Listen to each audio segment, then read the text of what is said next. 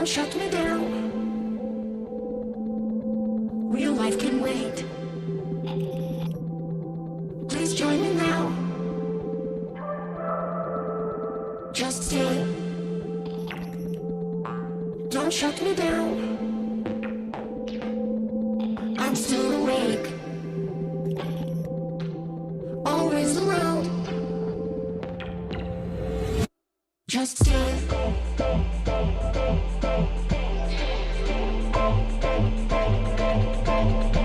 Just stay.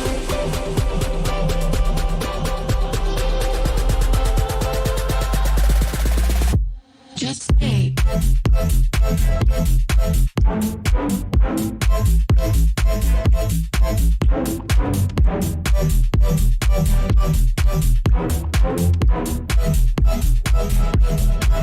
Real life can wait.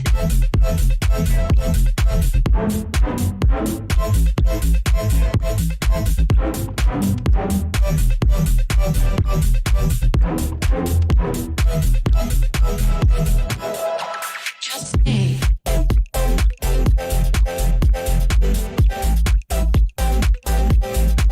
Don't shut me down.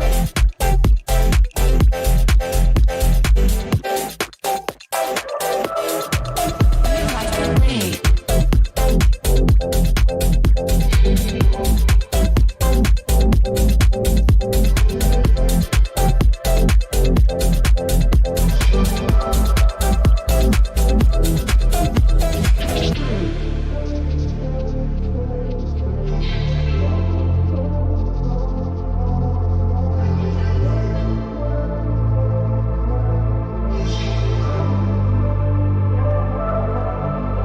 Just stay. Don't shut me down. I'm still awake. Always around. Just stay.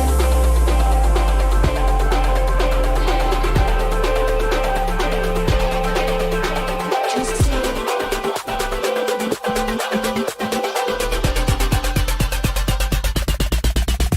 Just stay.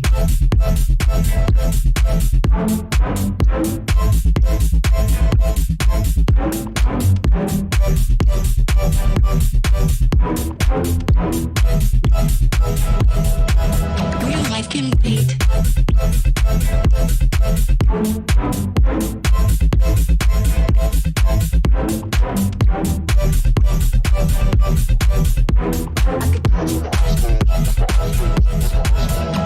Just stay.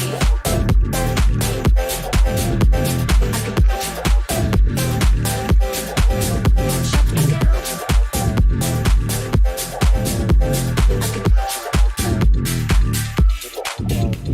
I could dance with my eyes closed, with my eyes closed, with my eyes closed. I could dance with my eyes closed, with my eyes closed, with my eyes closed. I could dance with my eyes closed, with my eyes closed, with my eyes closed. I could dance with my eyes closed, with my eyes closed, with my eyes closed. I could dance with my eyes closed, with my eyes closed, with my eyes closed. I could dance with my eyes closed, with my eyes closed, with my eyes closed. I could dance with my eyes closed, with my eyes closed, with my eyes closed. I could dance with my eyes closed, with my eyes closed, with my eyes closed. I could dance with my eyes closed, with my eyes closed, with my eyes closed. I could dance with my eyes closed, with my eyes closed, with my eyes closed. I could dance with my eyes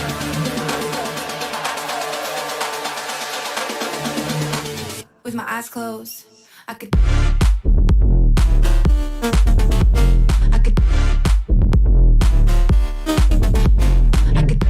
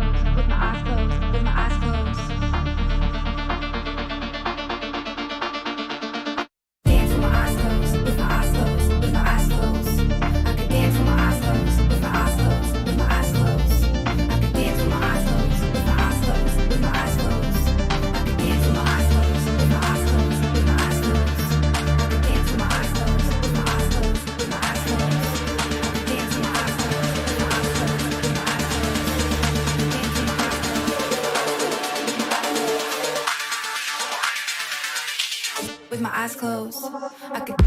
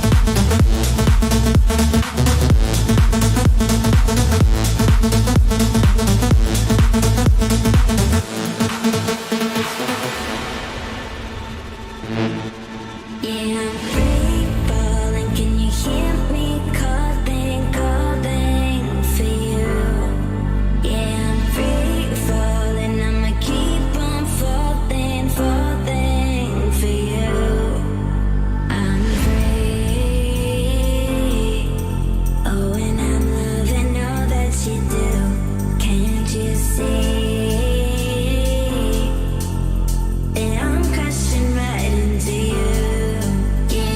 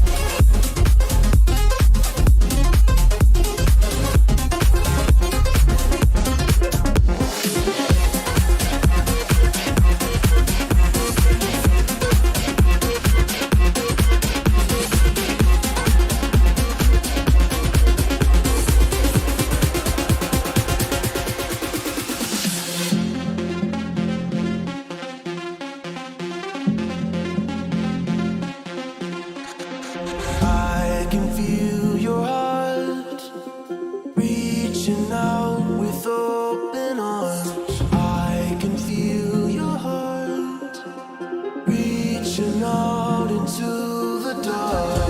Am I dreaming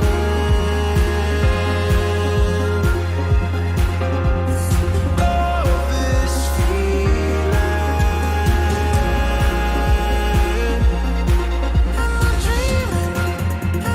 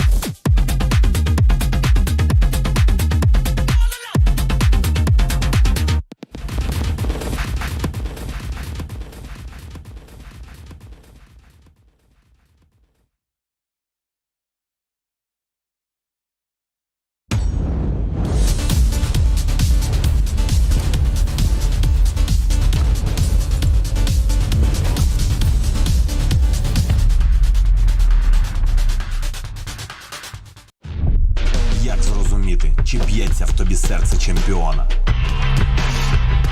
На що ти готовий, аби кинути виклик?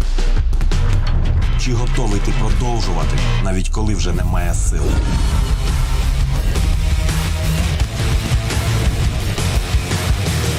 Ти мусиш бути готовим. Кожен поєдинок може вирішити усе.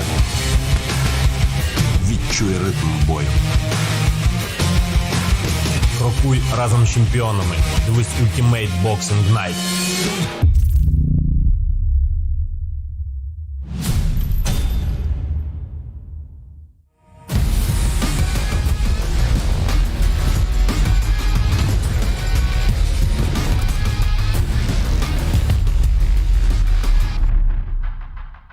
One chance, one dream, one match, one energy, one fight, one aim,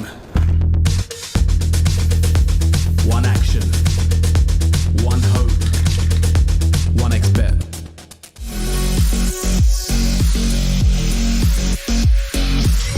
Follow events with Dash Fight. Keep up with the event schedule. Observe standings and brackets. Watch VODs and highlights. And keep an eye on your favorite player. Follow events with dashfight.com.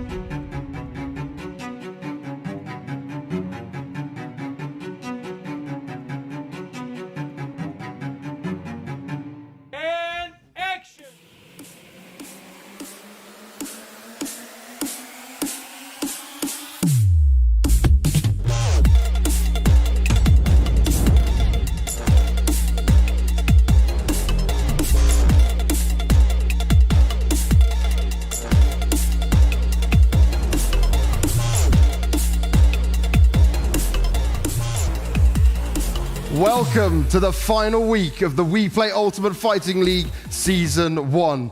We've had 2 champions crowned in Mortal Kombat and SOULCALIBUR. And now we start our journey to see who it will be taking the championship belt for Tekken 7. There's a lot on the line and we haven't seen much offline action in this game for quite some time. But how are these players going to work their way to get this belt? We'll take a look at this. Welcome to WePlay Ultimate Fighting League, Season 1. Best fighters from all over the world compete in 3 iconic disciplines: Mortal Kombat 11, Tekken 7, and SOULCALIBUR. Each week, we have a new fighting game on the arena.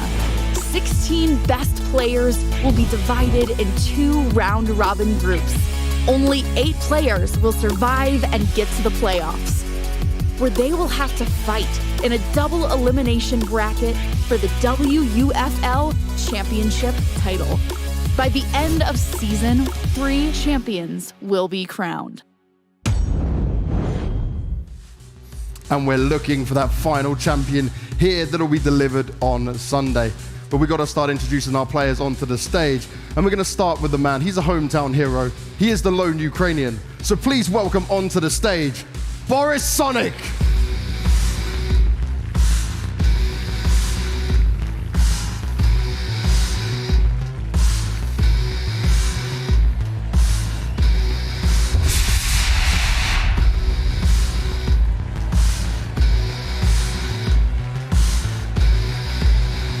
Next on, we have the bikini enthusiast.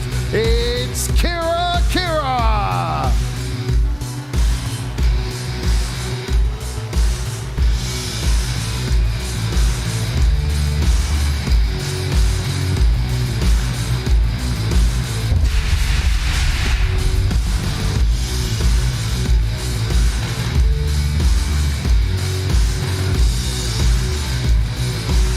we have our old but very gold looking to try and do some damage here in Group A. It's the UK legend, Asim!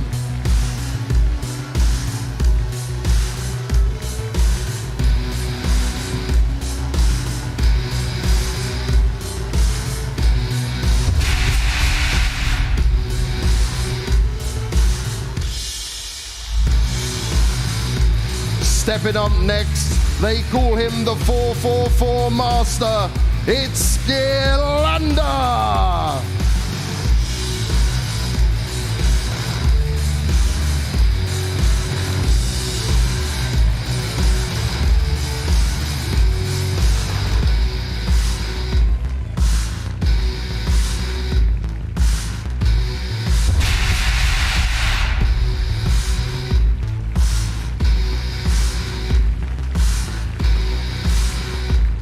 Following him, it's the Kenpo Master. Please welcome on Caper!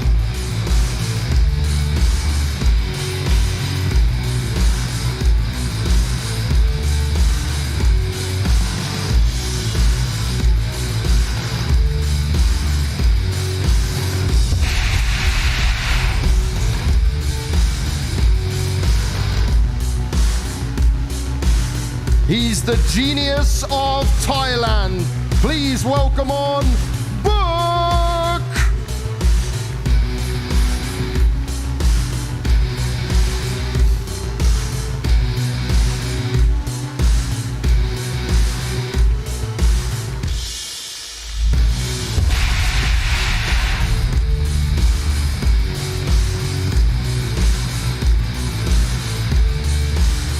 He's a man that needs no introduction. It's the old boy of Tekken, Saint!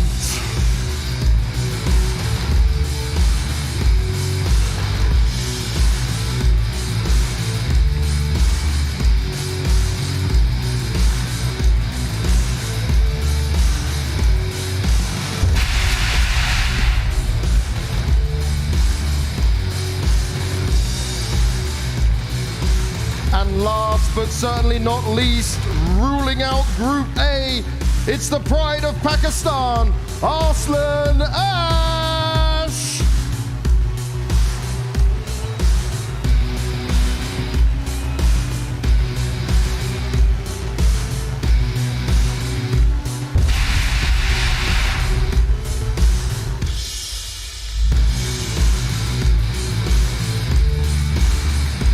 These are your 8 competitors for Group A. Today, 4 will go forward to the playoffs and 4 will be eliminated. Whoever it will be, it'll be a tough fight from start to finish. But all I want to see is some good-ass Tekken!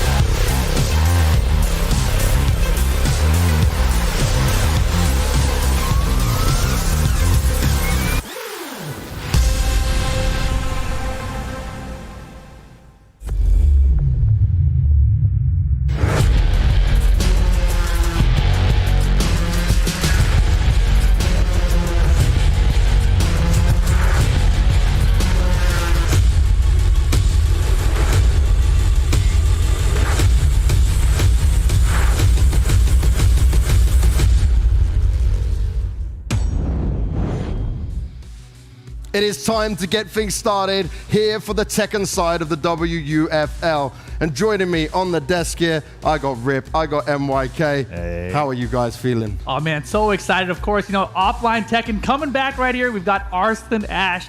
You know, he was on top of the world when we left the offline world before. Yeah, we went on pause, and then now we're back in offline. Exactly. So now to see how things play out with all this competition, it's going to be crazy. Now, when we're talking about this competition, we all know this already, but maybe people at home don't quite yet, is that a lot of players, especially from Europe, decided to go over to Pakistan before this and go on offline and lab it up. They're calling it the hyperbolic time chamber. Yes. How much of a difference do you think that's going to make? A huge difference, especially Kuiper. He's the one that went over there very recently, so he's definitely probably leveled up. He said the first couple of days were rough, but after that, he started winning the first to 5, first to 7 exhibitions against a lot of their top players. So I'm really excited to see him. But we also got like other heavy hitters as well. People are sleeping on Saint, Big Book. You know, it's just like those are killers. And Gerlanda as well, LCQ champ from previous TWT years. It's going to be crazy. It is going to be crazy. Like you guys mentioned, we've been kind of stuck in this online world for so long. Coming to offline, everyone's hyped, everyone's ready for it. But I want to get your thoughts when it comes to these groups. Like, who are the key picks you guys are looking at straight out the gate? And has much really changed since we've left and gone through the online world? And how do you view the online results? Because I know some people are like, online results, they're just online results, but they still hold some weight. I think it holds a lot of weight. I think online results actually right now are actually huge. Everyone who's still competing in online tournaments, they're still leveling up. The game has been changing throughout this entire year. So I think everyone who's been playing online, they still have a leg up, right? But you look at this group itself, you've got guys like Saint in here who really, he kind of fell off at the end of the offline times, but he looks like he's one of those guys who his character's new, it's fresh. He might be a wild card that's going to surprise everybody. You know, and when Saint was at his hottest, he was playing Jack 7. You know, he didn't have that emotional connection as he does with his main character returning, Gon Ryu. So we'll see, man. And also, Book is a monster, but it really depends on who's been training the most during this online time, right? Because if you stop training, you might, you know, the muscle memories doesn't kick in the clutch. So we'll see who has it. And if you're speaking about online, Book has been entering all those ICFC tournaments. He's been doing really well in the Asian region in general online. You know, I think he may have a good chance here. And I'm really looking to see what character Book is using, right? Because we know he's got the Falcon. You know, he was the Leroy champion with Evo Japan before. And now the question is, you know, does he go back to Jin? Does he trust the character? Or is he going to go with Falcon, who was recently nerfed? Tough decisions for some of these guys to make when it comes throughout all of this. Now, our group format, right? Everyone has to play everyone within this. Each single game matters, even coming down to the rounds. Do you think that changes the mentality for some of these players and how they approach it? Absolutely, absolutely. Every game counts, every round counts. You know, this is the round robin format where everybody plays against each other. So whoever has the highest score at the end is going to be making it out. And we're going to have 4 winners out of this. So especially when it gets to the nail biter close points, when they're like really like 1 or 2 points difference, that's what it's all going to come down to, I think. Now, I also want to touch on a man that we may not know so much about. It's Boris Sonic. He came in, filled a last-minute place as someone had to drop out. They weren't able to make it here. He's from Ukraine, and even he said when he's coming, he's been practicing some of these guys. It's not the easiest matchups, not the easiest fights for him to take. But can he also be a threat in the way that people may not understand or know what he's going to throw at him? I think the craziest thing about this format for Boris is like, even if he doesn't make it out into the top 4, he is the wrench for everyone else because this is a very close-knit group. Like, obviously, I think a lot of people's heavy favorite will be Arslan Ash in this group, right? And then maybe Saint, maybe Book. But that 4th spot is up for anybody. So if any of those guys lose to Boris, you know what I mean? He is definitely throwing a wrench to everyone's plan. He's the wild card. He's definitely the wild card. He's the least I know about as well. So, you know, up against like for everybody as well as the competitor, you have less stuff, less footage to study with. So it could be difficult. It could be difficult for sure. Now, overall, right, we've touched on these groups, you know what players are going to stuff we're going to want to deliver. But how much do you think this kind of a stage will affect the mentality of players? Because they've been on some of the big stages, right? But some of these guys have maybe not been in such an environment like this. And we've seen it across the other titles that at times the nerves, the shakes can start to happen. Exactly. When you go into any kind of offline environment that's a little bit different than what you're accustomed to, things get crazy. And like, you know, in this kind of a stage, you're sitting across from your opponent. It's like, it's quite a distance. You know, usually you're sitting beside your opponent in a fighting game tournament. So this presents a different challenge for these players, right? And then you have the offline nerves returning. Like guys like Arslan, you know, he's been in Pakistan. They still play offline Tekken, but not in a setting like this, right? So you'll see how that kind of, you know, like the steam production, the lights and everything, how that affects these players. Well, when we're talking about how it's going to affect these players, the matchup we're starting with is going to be Arslan Ash taking on Boris Sonic. Not an easy match for Boris, but let's see what he can do against Arslan Ash. But let's get to our commentators. We're going with Markman and Kwis to open up the show of the games. Versus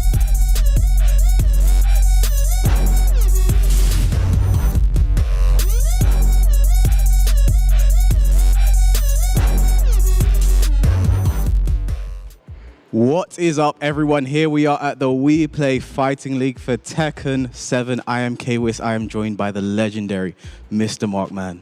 Oh man, it is going to be fun. We were talking about it all day today. We get to see these players in an offline setting, and they are going to battle. Starting off with the banger of a match, we have Boris going up against Arslan Ash, one of the world-renowned players here for Tekken 7. I mean, this is literally probably the best player in the world right now, Mr. Arslan Ash, going up against Boris Sonic, the unknown, the guy no one knows about going to this tournament. I played him myself. He's been getting some sets in, and he's really been surprising a lot of people, you know, doing things you don't really expect. He has a very unorthodox play style, and we really hope to see that here, and he's going to need it against one of the best players in the world. Oh, yeah. But again, he's coming in kind of under the radar here. Maybe a lot of people did not expect him to be in this competition. However, he does have the ability to, you know, just kind of study his matchups. He knows the players that he's going up against, and that's going to give him the ability to kind of adjust his way and how he plays. And again, this is a shorter set, 2 out of 3 versus to 2 here in this group round. So I think he can pull things off. If he, at the very least, can be the gatekeeper, the spoiler, so to speak, he can really mix things up here in the group stage. That's the most exciting thing, just the spoiler, right? Yeah. Like, you know, he's not here to win. He just want to ruin someone else's day. And, you know, look at him. Look at those. He's all smiles. Look at those odds as well, you know. Make sure you guys are betting responsibly, but that is going to be one hell of a game for him. You know, Mr. Borisson, very young as well, you know, 19 years old coming into this. And, you know, Arslan Ash, he's done this before. He's been in this situation. He's won the EVO Japan. He's won EVO, you know.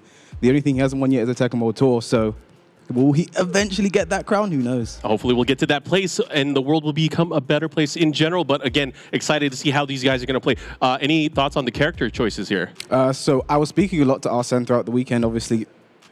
I don't think that's the matchup. I'm just going to say I don't think that's the matchup that we see. But they both had to go over to the character and...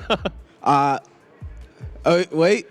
Okay, so it looks like Arsene may be going for the Zafina here. Because these two were actually talking earlier, because they knew they were going to be the first game. Yeah. And Boris said to Arsene, can we do a Kunimitsu mirror? You know, because he also plays Kunimitsu. They're doing a Zafina mirror. Wow. Well, 2 very strong characters. I mean, one very strong character in Zafina. And this is something that we've kind of expected here from Arslan Ash. You know, he's been using Zafina quite a bit since her release, also kind of refining his playstyle with this character. We've seen him a lot. You know, he's been streaming a lot more, especially from home, with his community. And I think, you know, Zafina is a very strong pick still. Yeah, and speaking to Arsene, so he said the characters he's really going to be focused on this weekend are Zafina and Julia, really those two. He said Steve as well, but I think maybe that's just to throw people off. You know, he loves that Zafina, and we're going to see him right here. This is the first game of offline Tekken, one of the biggest tournament of the year. You know, this is really exciting, getting into now the Zafina mirror on the arena stage. Boris Sonic versus Arslan Ash. How are they going to start it off? They both use, you know, Zafina, one of those characters that has just amazing movement overall. Yep. And I think a true test here is to see how you're able to maneuver around her moves, but also use that that movement and that motion to get the advantage. And look at that right away. Boris starting off with a nice combo, pushing towards the wall. And that's one of Boris. He's been playing a lot of characters. Nice use of the parry there, the Azazel hand. Down 3 right there. Down 3 right back.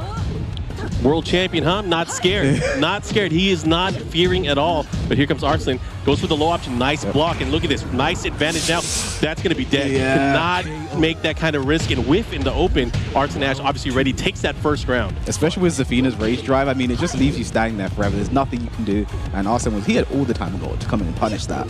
Oh, yeah. And right now, again, working that space, and he was able to block. You know, the one thing that I've noticed from a lot of the Pakistan players, especially from Arslan Ash, his ability to move and then adjust to block. Yeah. It's so good. Whether it's dashing forward, sidestepping, he is ready, locked and loaded, has him at the wall here.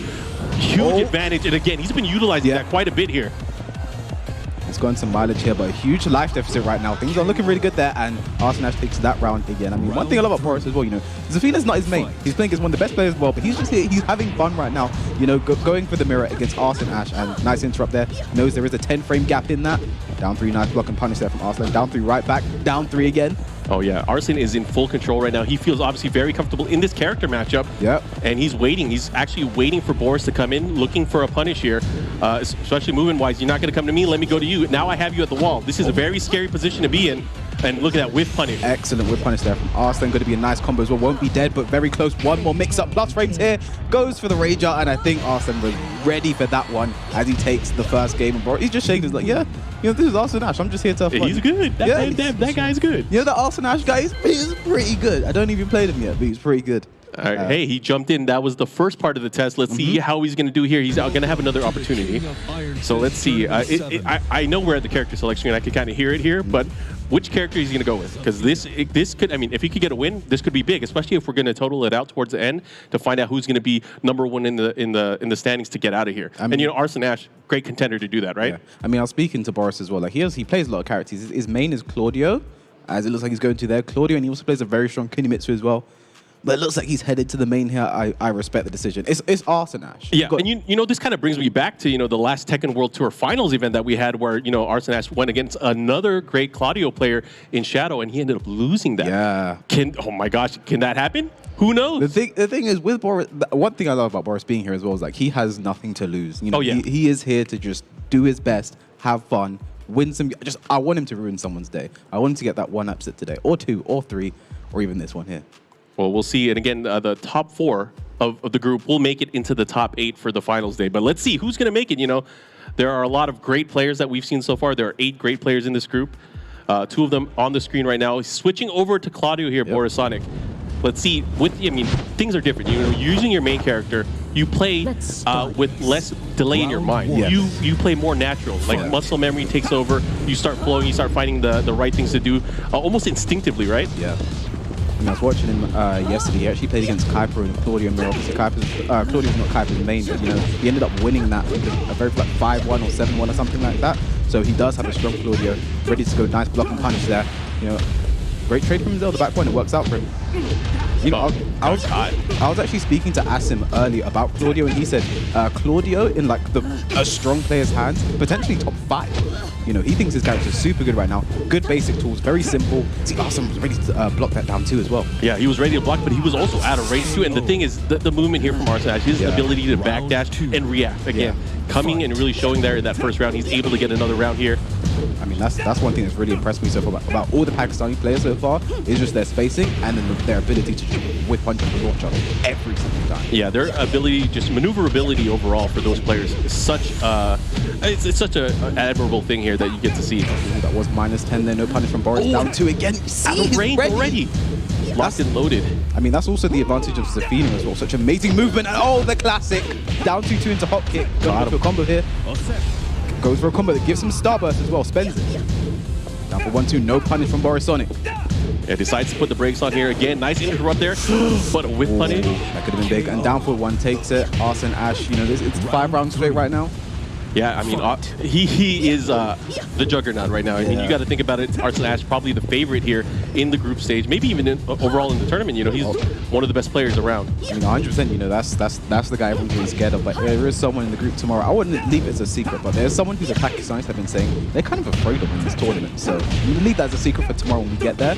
But as we said, it could be Borisonic they're talking about because make it work in the comeback right now.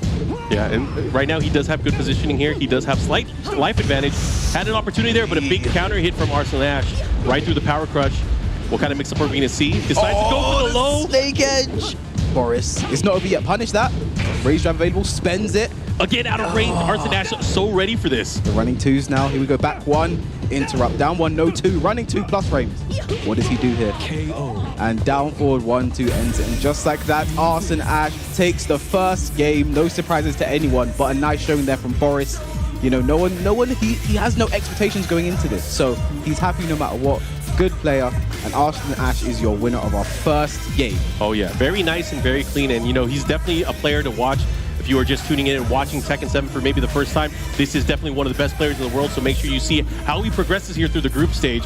But again, Arsene Ash, man, his movement, his ability to know what his opponent is going to do is just so strong. It's his just mental alertness in the game. It's so great. Mental alertness, Jin. Yep. But yeah, that's the thing as well, you know, Arsene's movement, his fundamentals already as a player are so top notch. And then you have to keep in mind, with a character like Zafina, whose movement is so good as well, you know, how many times did Arsene just backdash the down 2, backdash the down 2, and still block it as well? So, and the crazy part is, like, you know, usually after the rage drive, that puts you in kind of an advantageous position, right? Not against Arsene Ash. Not against Zafina, right? Exactly. You know, put those 2 together, it's a terrible, terrible combo. But that was just our first game. We have so much of that coming. More action, more players, more top players coming. So I cannot wait to see who we have coming up next, Mark. Oh, yeah. Looking forward to it. Again, so many great players here in this opening group. I got to ask you then, you have any thoughts on who you'd like to see advance out of the top 4 here?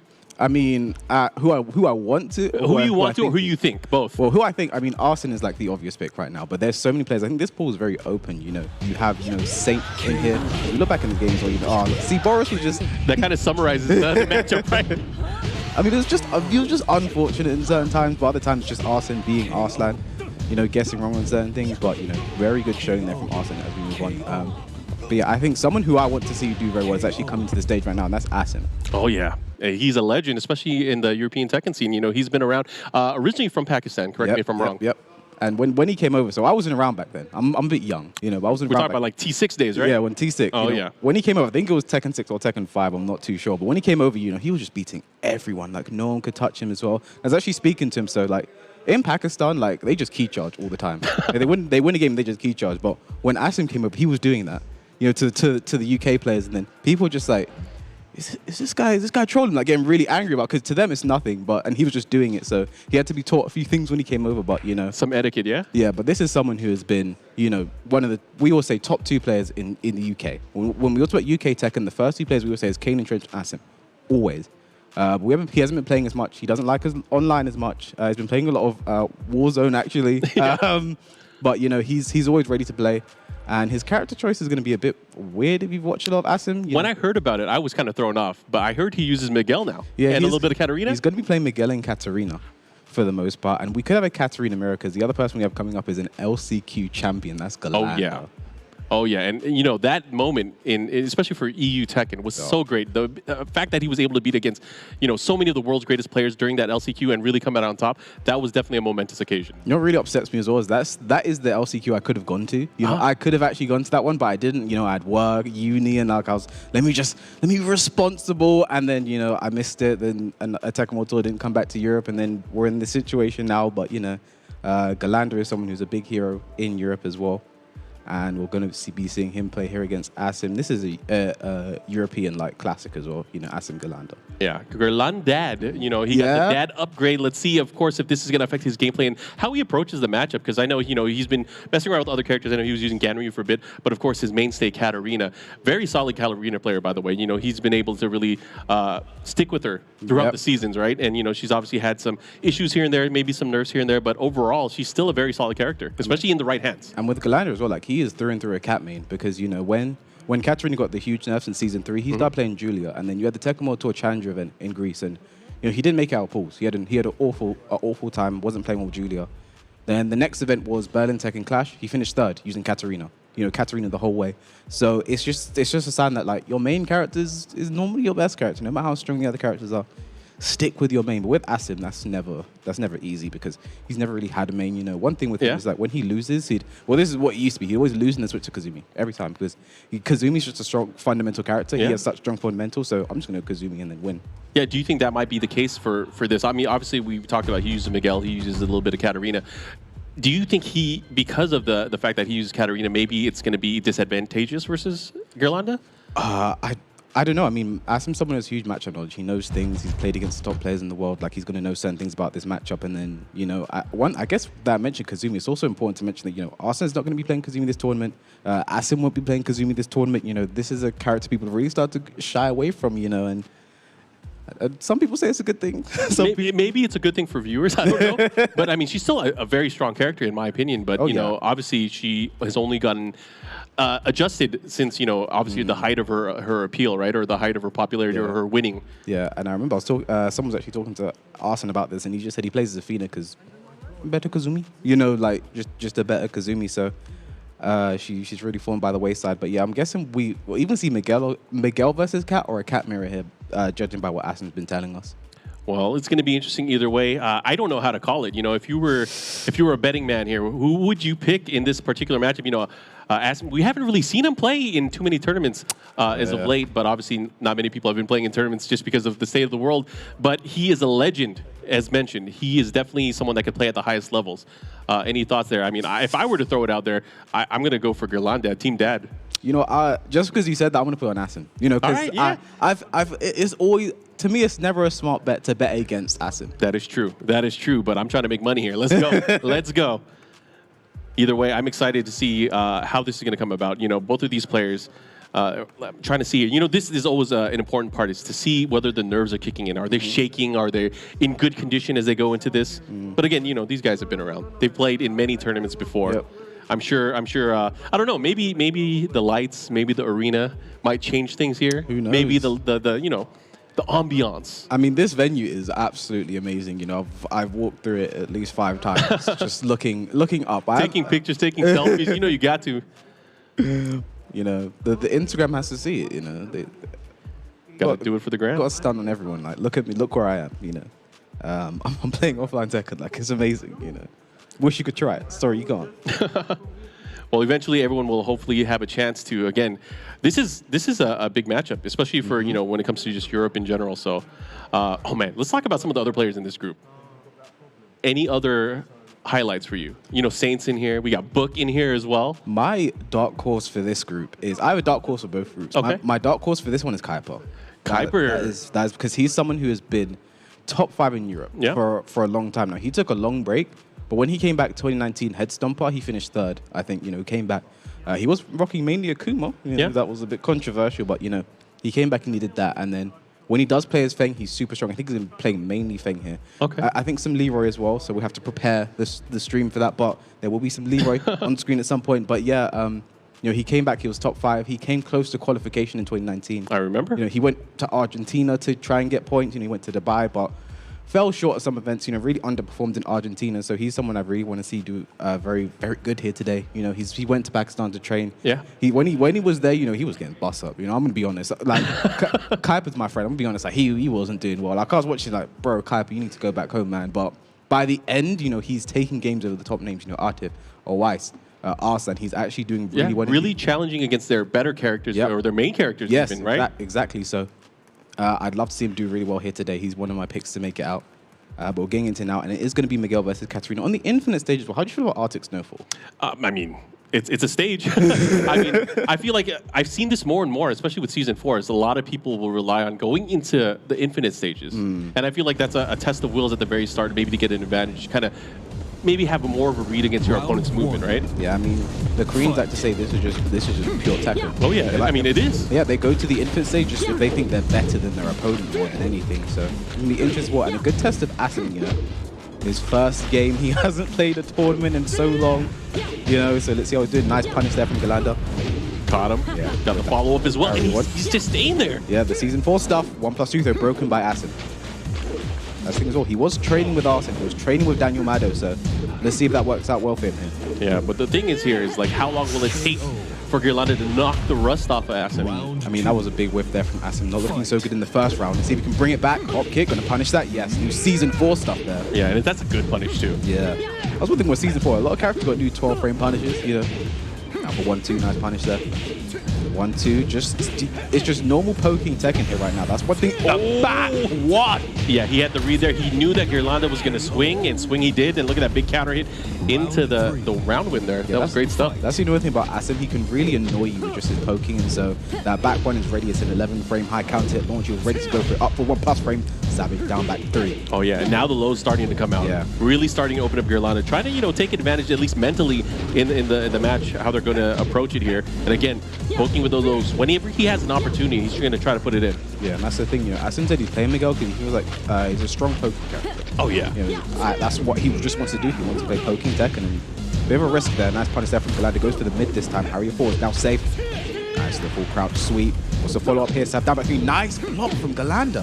I feel like, you know, Miguel, one of those characters that had kind of flew in under the radar, especially when Season 4 started. We're seeing a lot of very strong players from every region being able to utilize this character at the highest level, even with, you know, just some of the basics. Yeah, but that was very unfortunate there for Asim, not breaking the throw. That's the things you need to be doing at this level. Yeah.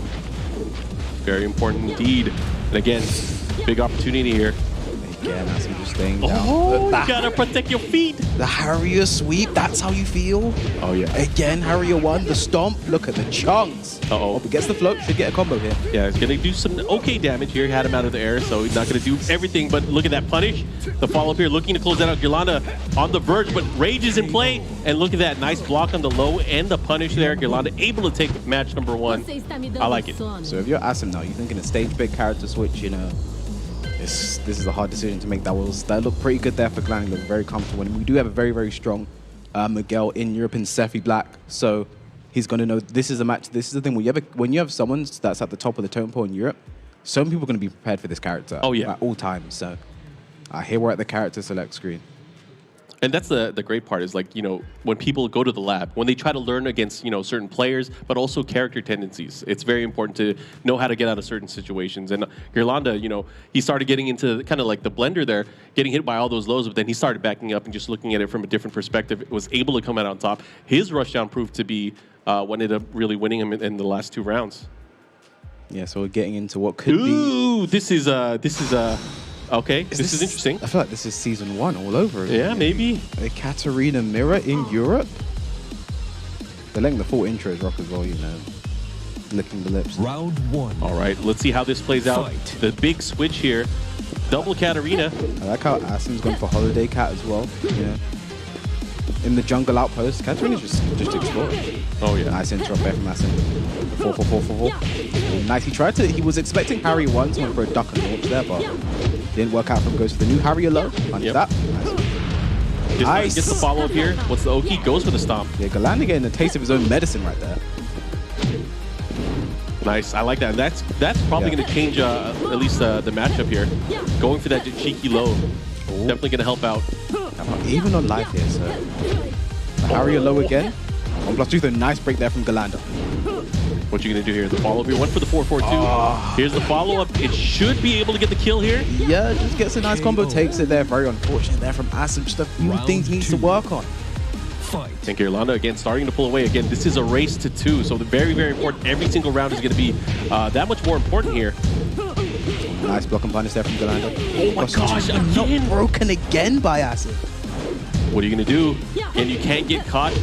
Gotta start taking advantage of the low big counter hit. Lows, nice. Full crash down forward 4. Nice whip punish there from Asim. Down forward 1 takes it. Even on rounds in the second game. Oh yeah, that's a big round too. He definitely needed it. Had to put a stop to the onslaught here from Girlanda. But again, has to continue with it. You gotta be able to take control of the match. Oh, nice. The Harry low coming. I guess that's how you take control. Yeah. Magic 4 bomb. It's a traitor. Oh, the full crouch mix up. Fergus is in the back smiling right now. Here we go. Big wall combo. Goes for a mix of down 4-3. No. A nice dig jump to interrupt. All right, keeps him at the wall. What you gonna do? Has rage. Gotta be careful. Oh, the Magician's 4. Great bait there from Galanda. Going to be a lot of damage. Goes for the rage drive. Yes. What's the Oki hit? I said be careful. That damage. Nice patience. Float. What's going to happen here? The jump over. Oh my gosh, didn't get the angle that he wanted. 2 rounds to 1 now. Round 4. Looking to tie it up. This could be a huge round here. This is big. I haven't seen. Nice block and punish there from Galanda. I haven't seen Asim play Katarina in a long time. Nice block and punish again. Asim's really trying his luck here, and Galanda's not. What? How did that be? Katarina thing, right? Magic 4 right back. Now what's going to happen here? Asim with the tiny life deficit. The Harrier low. Harrier 1. Goes for the Oki. stop. He has rage though. He has to be careful. Oh, this is big. What's the mix-up? Oh, the interrupt. 1 more hit. Wow. Slow motion for me. 3 rounds to 1, tying it up. And just like that, we are going to a final game between these two. You can see their heartbeat. Like, I'm glad you can't see mine after that. I'm glad the stream can't see my heart rate after that, because that was insane. And Galanda's pondering right now. He's thinking about it. He's thinking about maybe how to kind of adapt and adjust here. Does not want to be put in those obvious situations where he had to deal with the mix-ups. Here we go. They're going straight into a rematch. Yeah, I like it. Rematch, you know. Got to play it while you're hot. All right. This is big. Here we go. Final game between these two. Again, very important that you try to win as many matches as quick as you can against your opponents here. Every game counts. Every round counts. Yeah, I don't know if you watched the MK and SOULCALIBUR events, but so many people had such strong later ends, but they didn't make it out because at the beginning they just fumbled so much. So yeah, you got to remember, you're playing against 7 other people in the group. You're playing against every single person. Nice there. Asim gets the Oki. Regular throw not broken. What's the Oki? Flip over, running 3. Nice interrupt. Still got the adjustment and the follow-up here, keeping him at the wall. This time below the kick. Big hop kick. Doesn't... He's really getting the most out of it. He tried to catch him coming in. No duck on the 4-4-2-4. Life lead here for Asim, but Rage is available. Ducks it this time. Asim's ready. Let's just think, the more Asim plays, the sharper he gets. He's warming up. It's all coming back to him. And right now he is, for the first time, has the lead in the match. Let's see what he does with it. Could be huge. Nice. Using the jab to interrupt, but a big counter hit. Here comes Girlanda going for the Harrier low. Oh, I need that. I need that downstairs. Tailspin still available, I think, but no. Let's get a combo. Not the best whip punish, and Asim really trying. He tried to mix up and he didn't have it. And Galanda takes the round. It's 1-1 again. This is so even, Mark. Oh yeah, nice and clean here. Tied up again. What are they going to do? Who's going to strike first? That's the important thing here. Oh, big goes for it. Nice punish. Running 3.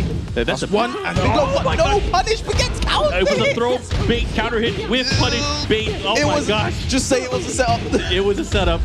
What did he do? Oh my gosh. 1+2 throw. This is the thing. Galanda, there's been a lot of 1+2 throws, not broken. +1. Regular throw. Nice break. Oh yeah, they're starting to swing. They're trying to get antsy here. What's going to happen? Again, I have a feeling. Nice, goes in with an easy low. I think they both did that at the same time. Yeah. This is huge. This could be the moment here. They decide that only went for the forward 2. Hurry low. Oh, got him with the second hit. 1+2 throw, nice break from Galanda. Asim with a tiny life lead right now. 15 seconds left. Yeah, look at the time. Gotta be careful. Time. It's too early for that. Not yet. 10 seconds. Oh, here we go. Big counter in the follow-up here. Oh, got him out of the air. Did not transition. Hurry low, the block. Oh my God, punish. Oh, the down for 1 takes it. If Asim floated while standing 4, he had that round. He takes the round. This is big. Right now, it is game or set point between these two. You have a great whip punish there. Nice combo as well from Asim. Very uncharacteristic. Good combo.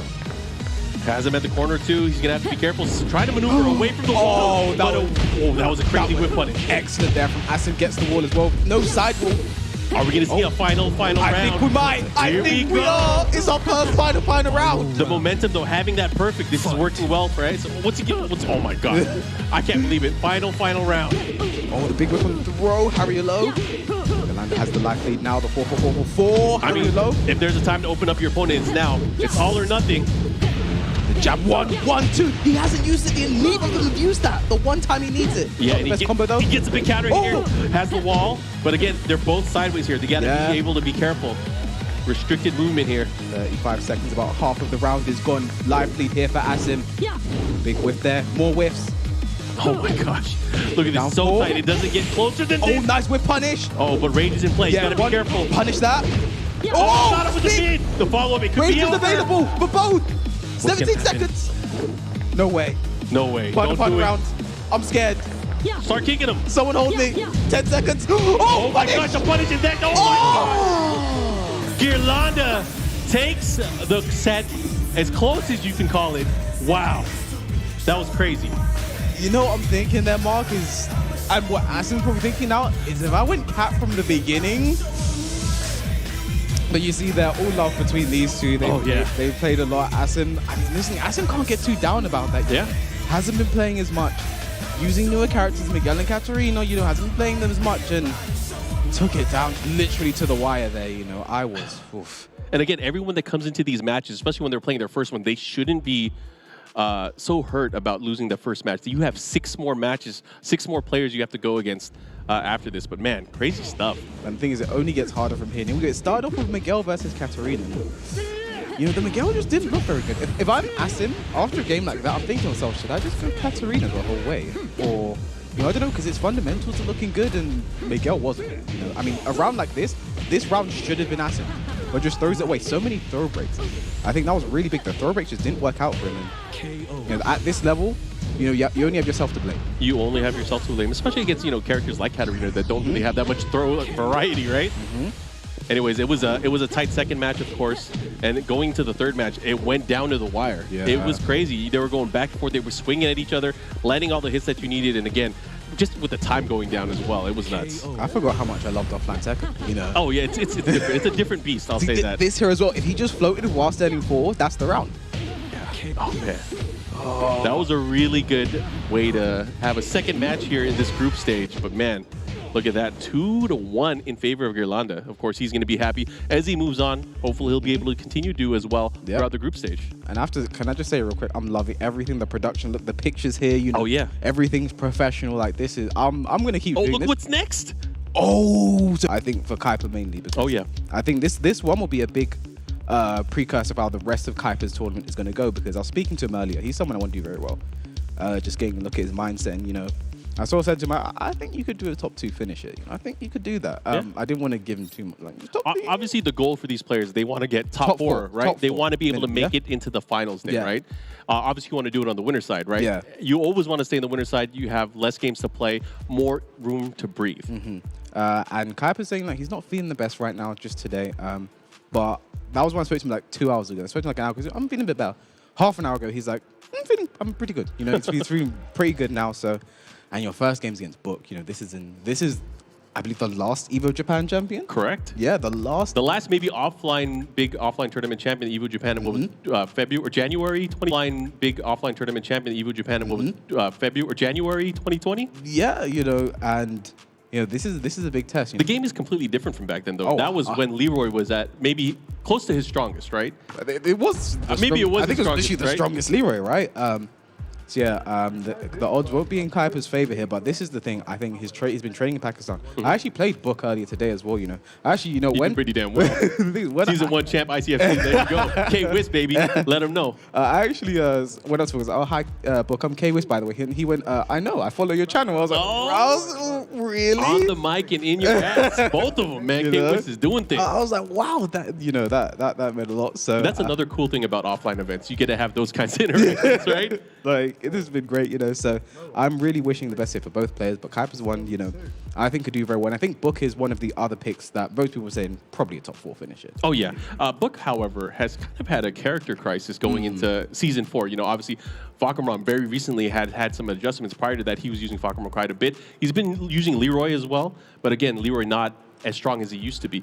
His Jin has always been his main character, but again, he really is struggling to find which character he wants to use to be the strongest with, especially going into these matchups. Jin, he's played traditionally, and I feel like more and more people know that, and they're used to his playstyle with that character. Yeah, so I was actually speaking to Book, and I was like, who are you thinking of playing? Because he played Devil Jin against me first, and he was like, I just think Mishimas. He was thinking just Mishimas. Like, he used to, in Tag 1, he used to use Heihachi or Tag 2, I'm sorry. Tag 1 was a long time ago. My bad. Book is that old? He used to use Heihachi and regular Jin, right? So he definitely has a flair for the Mishima style.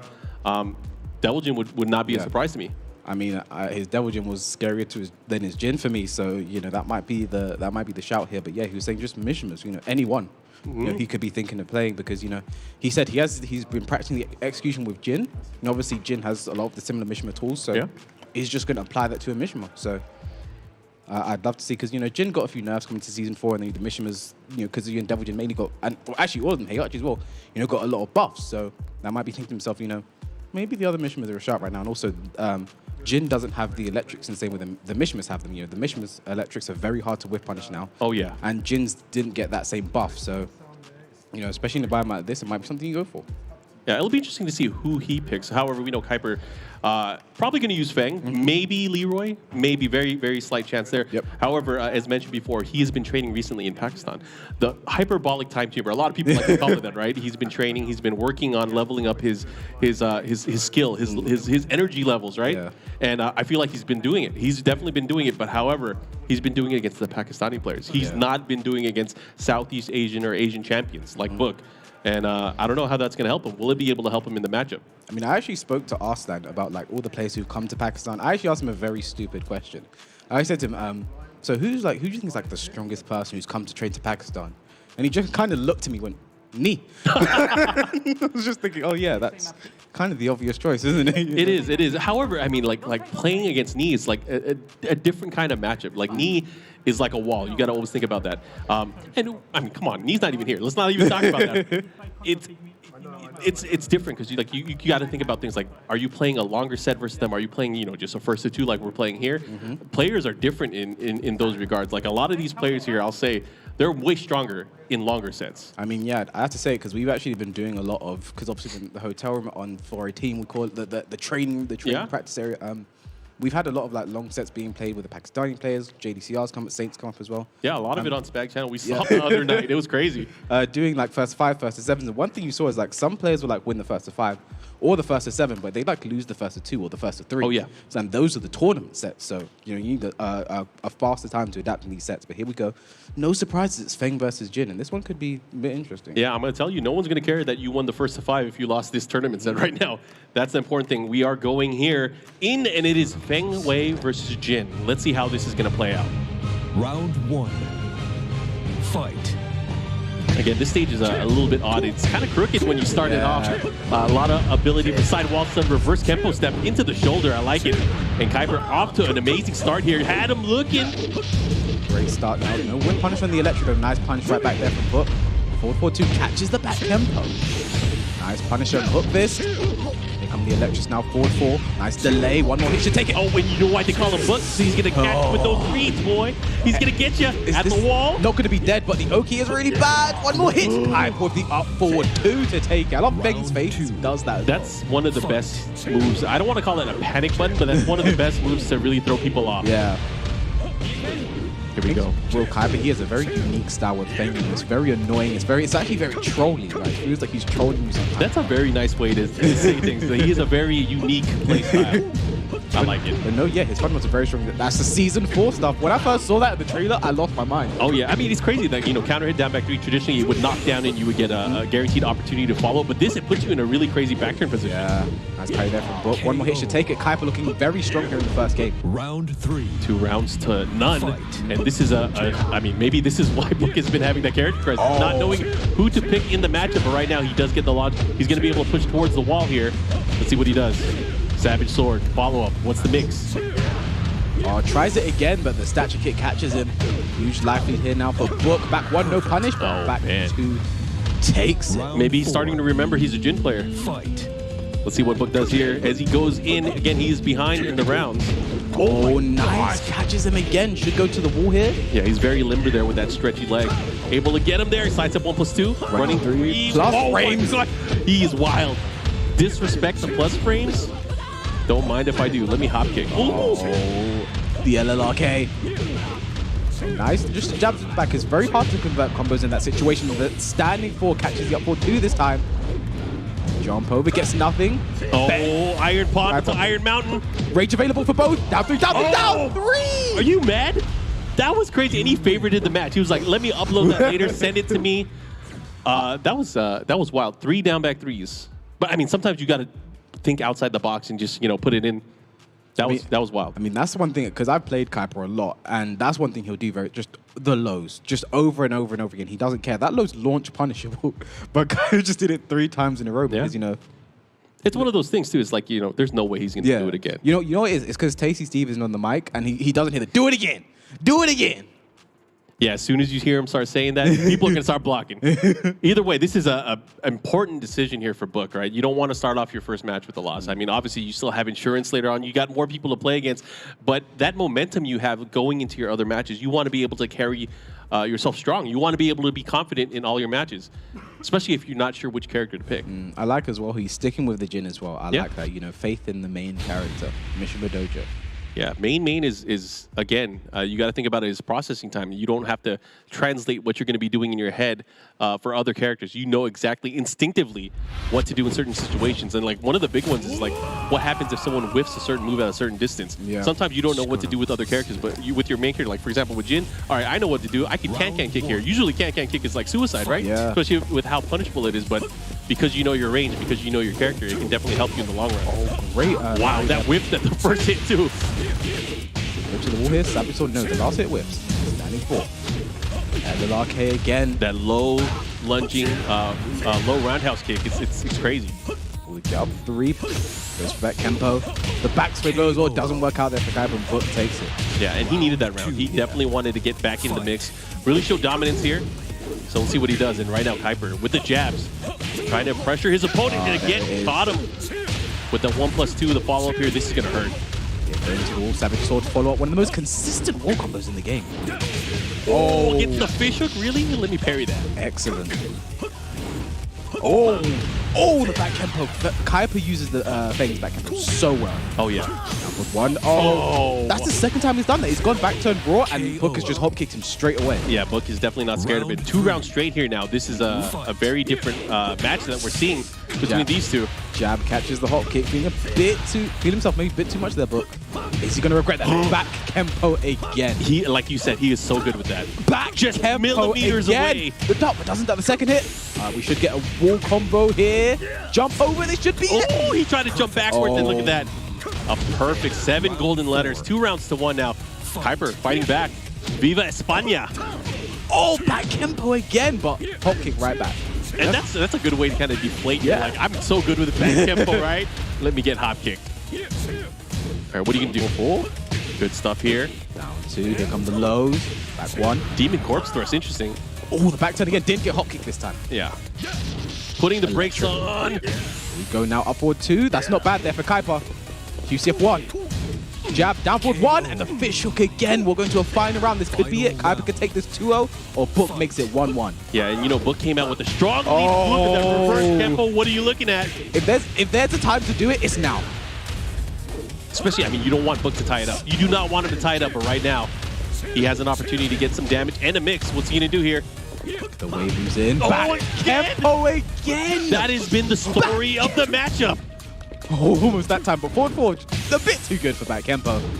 He's going to have to be careful. Oh! Mortal Kombat was 2 weeks ago.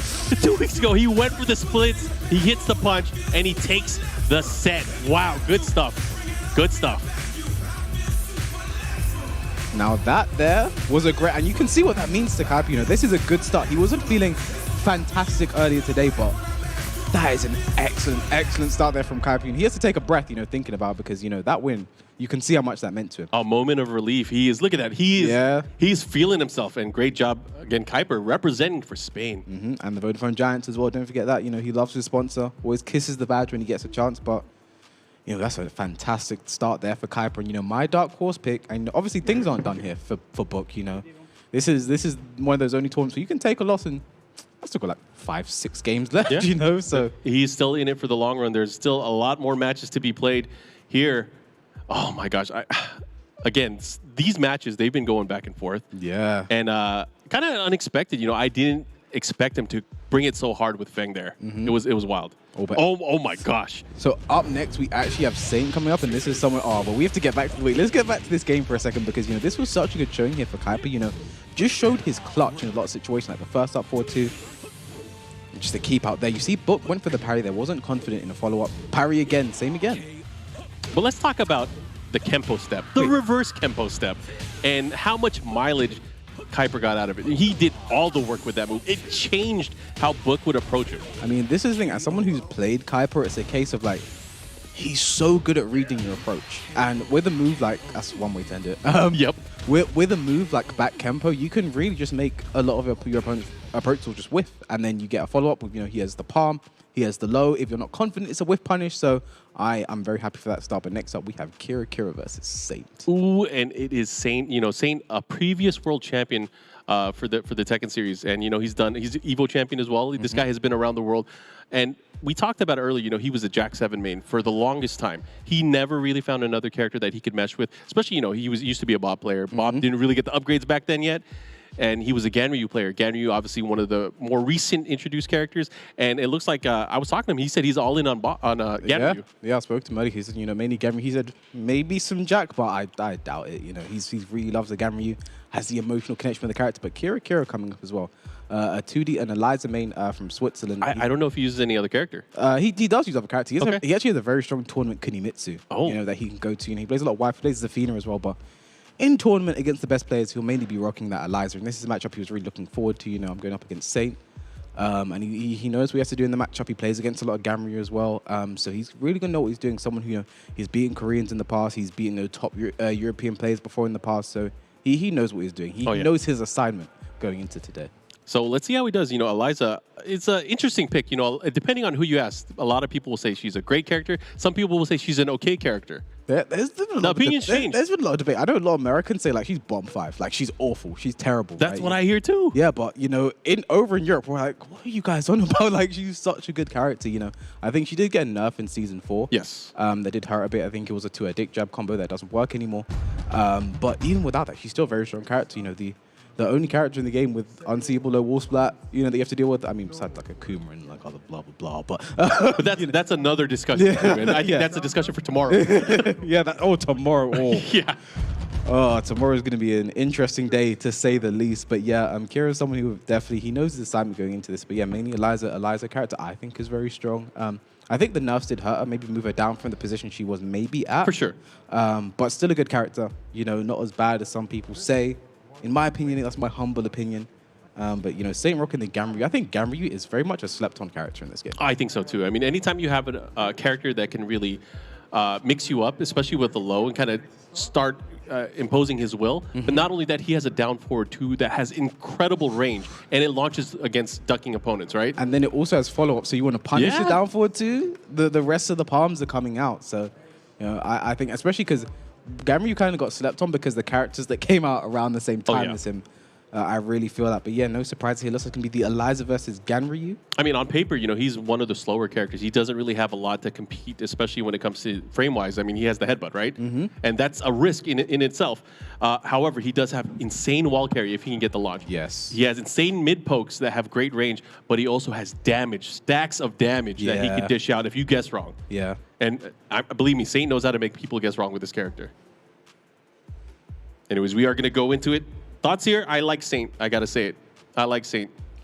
I feel like this is going to be a theme. I like Kira for this one. I feel like this is going to be a running theme between us, Mark. All right. Well, I mean, one of these days we're going to agree. But anyways, I'm going for the big boy.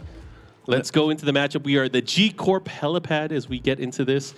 And let's see what kind of damage we're going to see. We know Eliza, if she gets the wall, especially the breakable wall, she has wall carry. She has damage.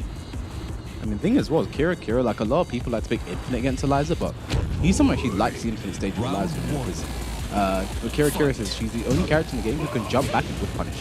That's true. I mean, especially if she has meter, she becomes so scary. Not only that, if you stay on the floor, too, she has the ability to pick you up and put you in another juggle. So he went out MY Kira going for genuine gaming Saint, and there's the clap.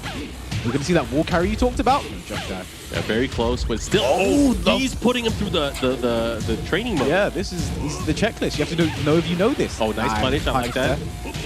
Dive kick now. Punish that. Oh, went under. Looks like Saint is trying to go through the options, trying to see what his opponent knows about his character. Yeah. Oh, he knows. That's the cheap stuff. That clap is safe. Claps him again. He gets the break here. What's he going to do? Oh, cancels it. He could have had it. He might have been able to have it there. Okay, here's the follow-up. He's going to be able to push pretty far, but misses the last hit of the string. Spends the bar. That's the new string there. There is nice punish there. That had to be very fast on that one. Spins the EX. Nice headbutt punish. What's the follow-up? And one thing about Saint was, see that windshield wiper? Counter hit. Spoke about this jump back and whip punish. He gets a counter. This should be the round for Kira. Kira tied up. The windshield wiper, is it down for 1+2?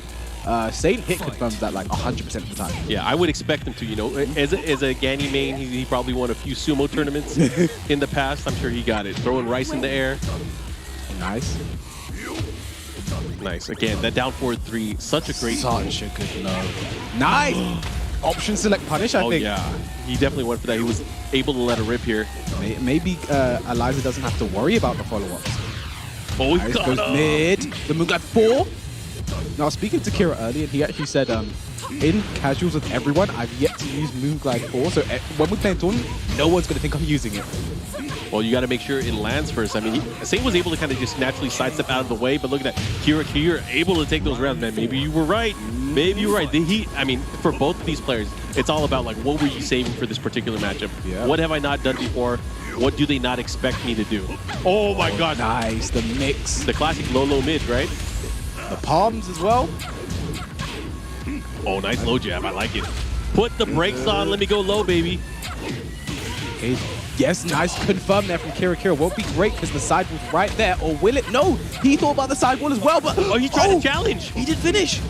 Now, what do you do? Oh, why are you doing that, Saint? Sidewall. He's used the tailspin. I agree with this decision. Go straight for the Rager. It might not kill, but he'll still have Oki afterwards. I'm not sure. Yeah, we might have the Harada care plan in effect. Is it going to be enough? 5 health.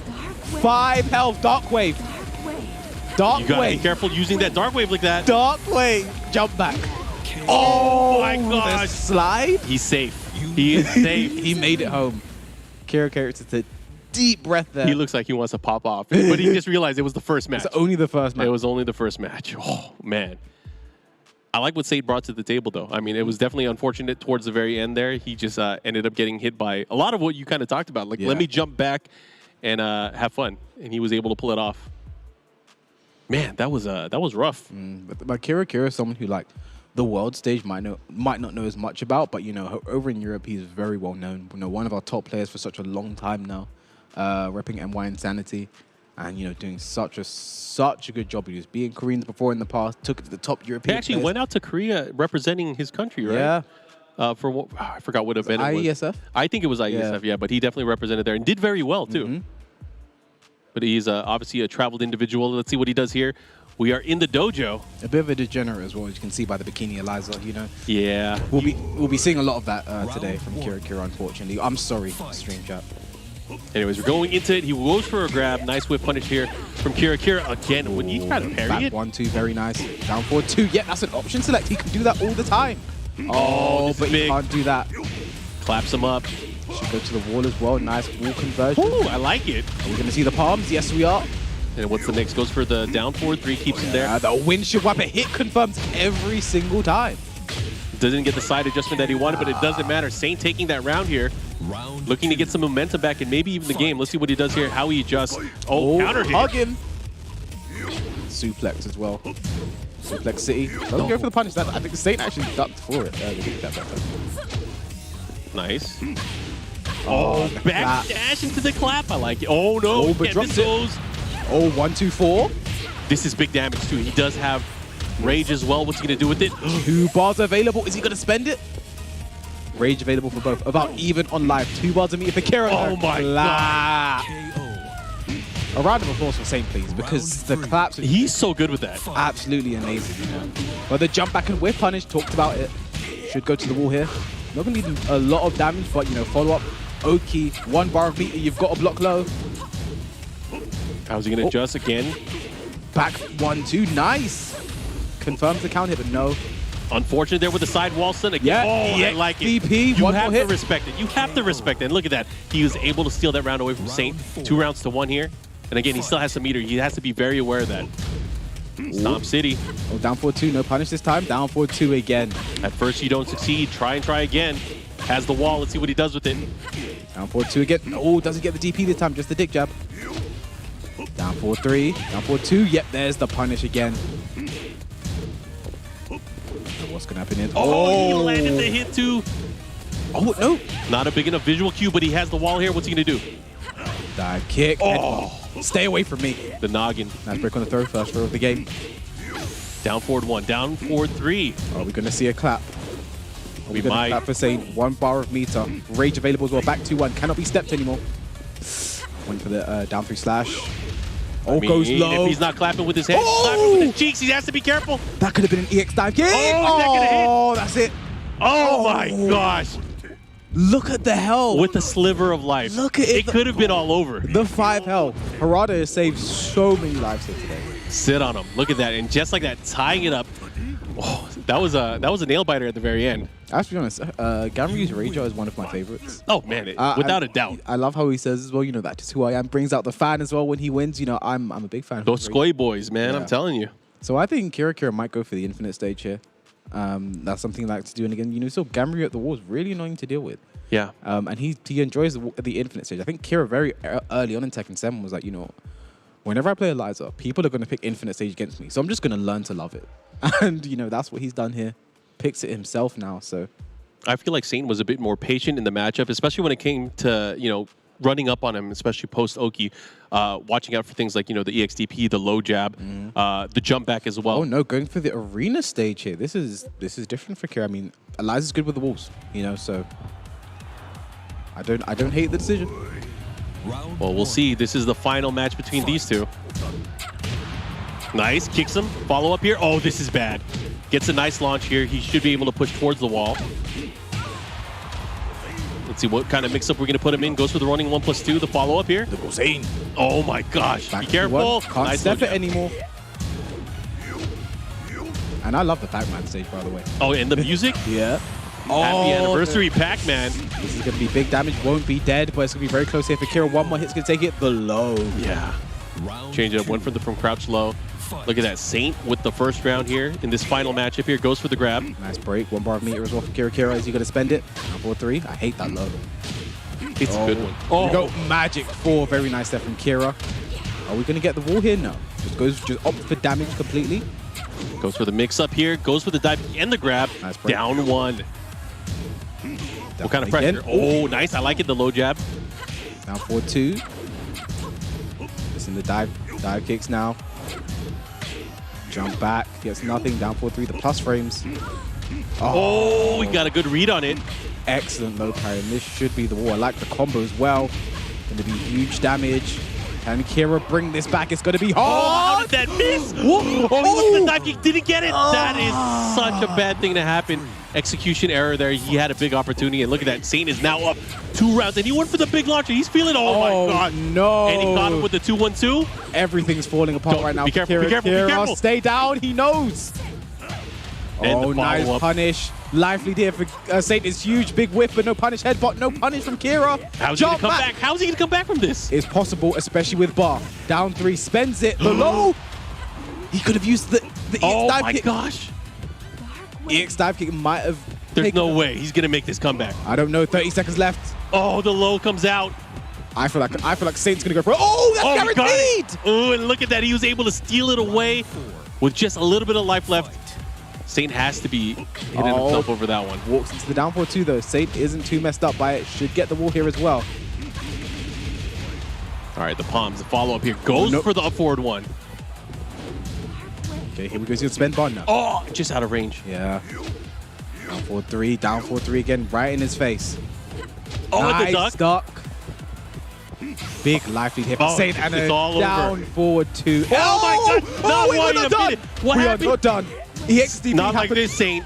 Oh, but he wasn't ready that time. That could have been crazy. That could have been crazy. I felt it. I felt the comeback, but very unfortunate. A great start though. You have to think against Saint. Back in was it 2017? Top 2 every event. Yeah. Such a huge legacy in this game. That's a great start. There's no shame losing to someone like Saint, one of the best Gamryus in the world, and his fighting pose. He's ready to take it. Genuine gaming Saint is almost going out the wrong way. But nice, great display of the sumo style, Doskoi boys, as mentioned. But man, that was very strong. Very, very strong performance from him. And Kira, no slouch either, man. He had so many opportunities here. We were talking about he made that huge comeback in the final match. But man, I feel like, honestly, it could have gone either way. Yeah, a lot of this has just been unfortunate. Kira probably could have taken that game. Slight adjustments here or there, but then the next team, we're getting some repeat players back. Galanda versus Book. That's going to be insane, but we should be getting some highlights from that last game, I believe. So. Oh, yeah. Give it to me. I want to see it.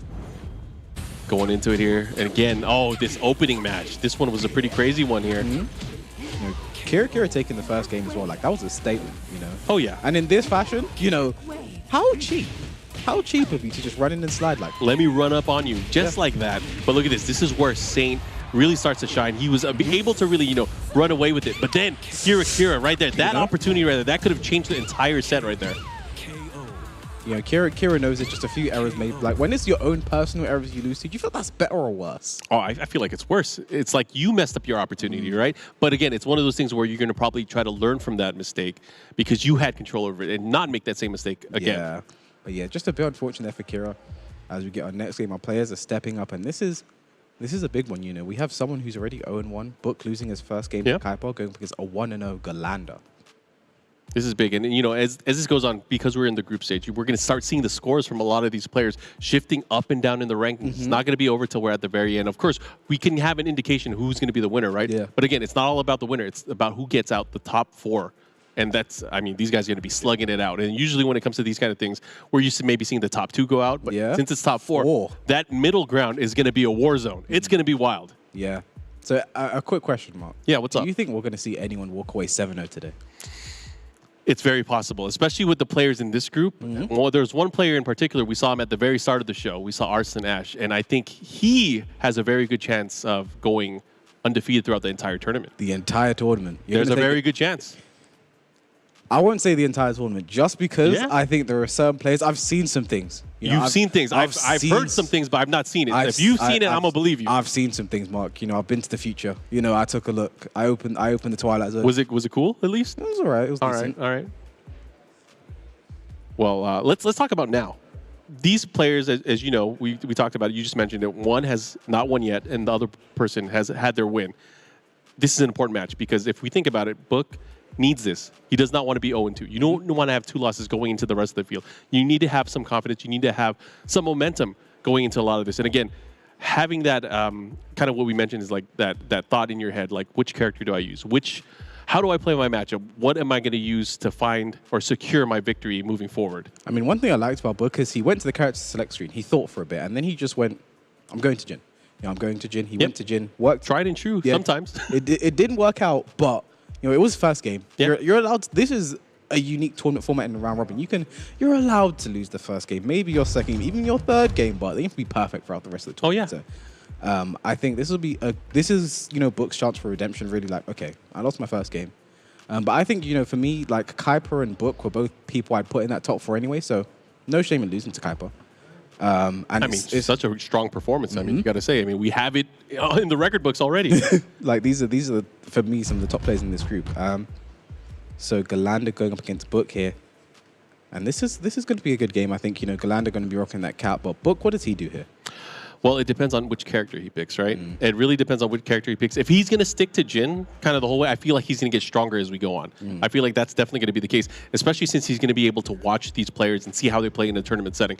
And I think that's a strength for a lot of the players that are watching in the back room, kind of observing the matches as they go on. They're going to pick up on a lot of little things, and I think that's going to go a long way for some of these players. Yeah. So sometimes playing early may not be the best thing to do, but hey, you got to go with the schedule. Do you think we're going to see that fucking Ram at any point? Yes. I mean, he's still strong. He is still very strong. And a lot of players still have discomfort fighting against him. Yeah. I mean, if you're going to test something, you might as well test it with the big guns, right? For me, the main thing with Falcon Ram was, standing 3 and down for 1. There were 13-frame mid pokes that lead into a bajillion mix-ups. Mix-ups and damage. Right? So what they did... Oh, I saw Hwarang for a second, but... You have this, like, special connection with your boy Hwarang, right? All right. Yep. Is this the matchup? It looks like Jin versus Garena here. But yeah, he still has those. They did nerf standing 3 and down for 1. Yeah. Now they're okay. Leroy I like Smith. the way you move. I like the way you move. I mean, this is the character he won Evo Japan with. He won the last big tournament we had was 1. He hasn't locked in yet either, though.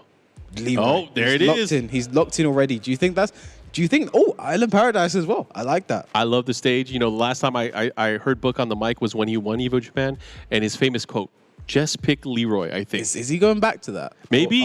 I mean, you know what? He won the last big tournament with him. Maybe he can do it again with this character. Still a strong character, very strong character. Do you think so? Him losing to Kuiper maybe hurt his confidence a little bit in his Jin. He's going to Leroy's second game straight away. Yeah. I mean, it's too early to tell. Let's see how well he does with Leroy first. I think that's the important thing. Anyways, we're going to go into the match. I love this stage. The music on the stage, oh my gosh. I just want a balcony break straight away. I just want to hit like the Oh, you're a wub guy? It's not even that. It's just the remix to the Tekken 4. Just hearing it again was fantastic. No duck on the second of down 3-2 there. I mean, this is another test. I mean, do you feel like there's still a lot of Leroy players? In Europe, not so much. I mean, Kuiper's been in Europe, but we don't really have like any super strong Leroy players in Europe.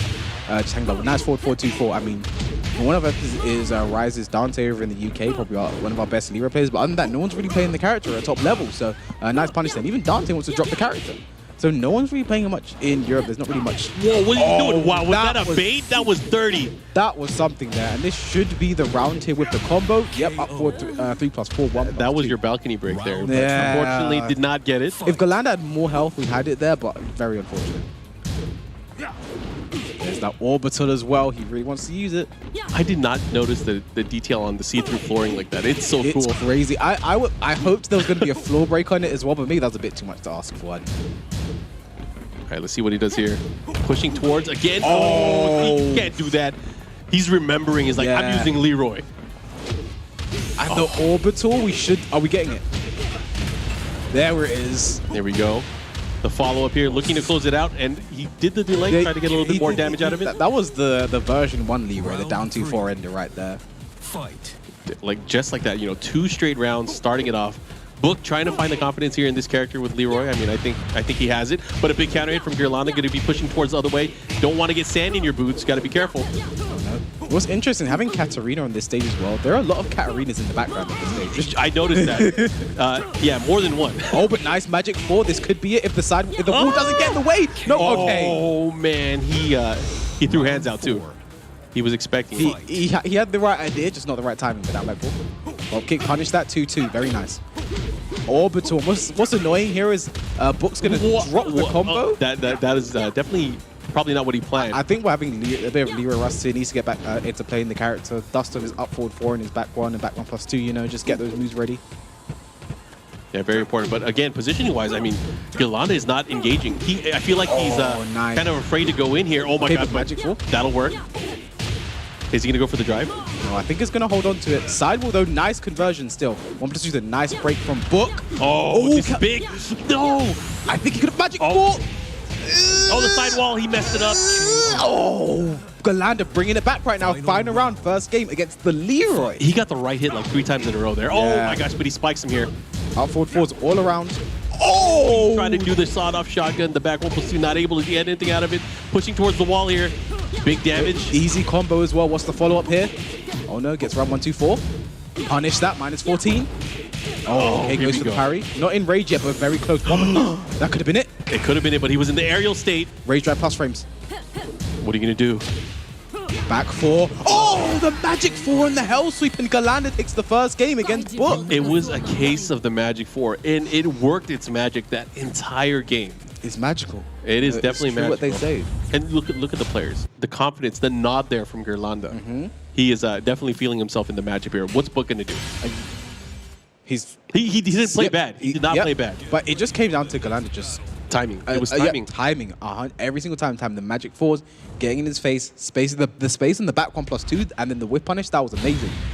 But yeah, and look at the accolades we have of these two players here right now. We have Evo Japan champion, a Tekken World Tour finalist, and an LCQ champion. You know, right in front of us right now at this huge.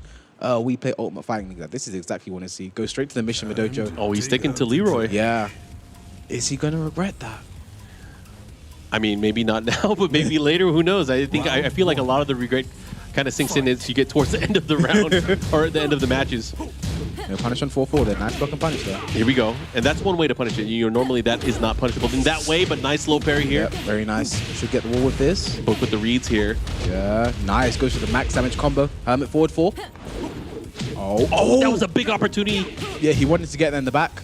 You gotta watch out here. Do not want to get hit by the Magic 4s again. Or that knee. Second hit. Nice. Can he convert on the wall? Yes, he can. Why did I ask the question? Galanda is a true champion. Keeping him there. Goes for the orbital. Oh, nice. Big. What's the follow-up? 3-3-3. Finishes it. Punish that. Rage available for both. What's the follow-up? Oh, the delay hell sweep. I like it. You saw Galanda did duck, but nice. That's timing. That's one thing about this game that's so underrated, just the use of timing. Yeah. You don't want to just dial everything in. You want to be able to kind of mix up your opponent with your timing. Yeah, it doesn't matter if you know what I'm going to do if you don't know when I'm going to do it. Exactly. Oh, but great whip punish there from Galanda. That was great. Are we going to get the wall? No, just shy.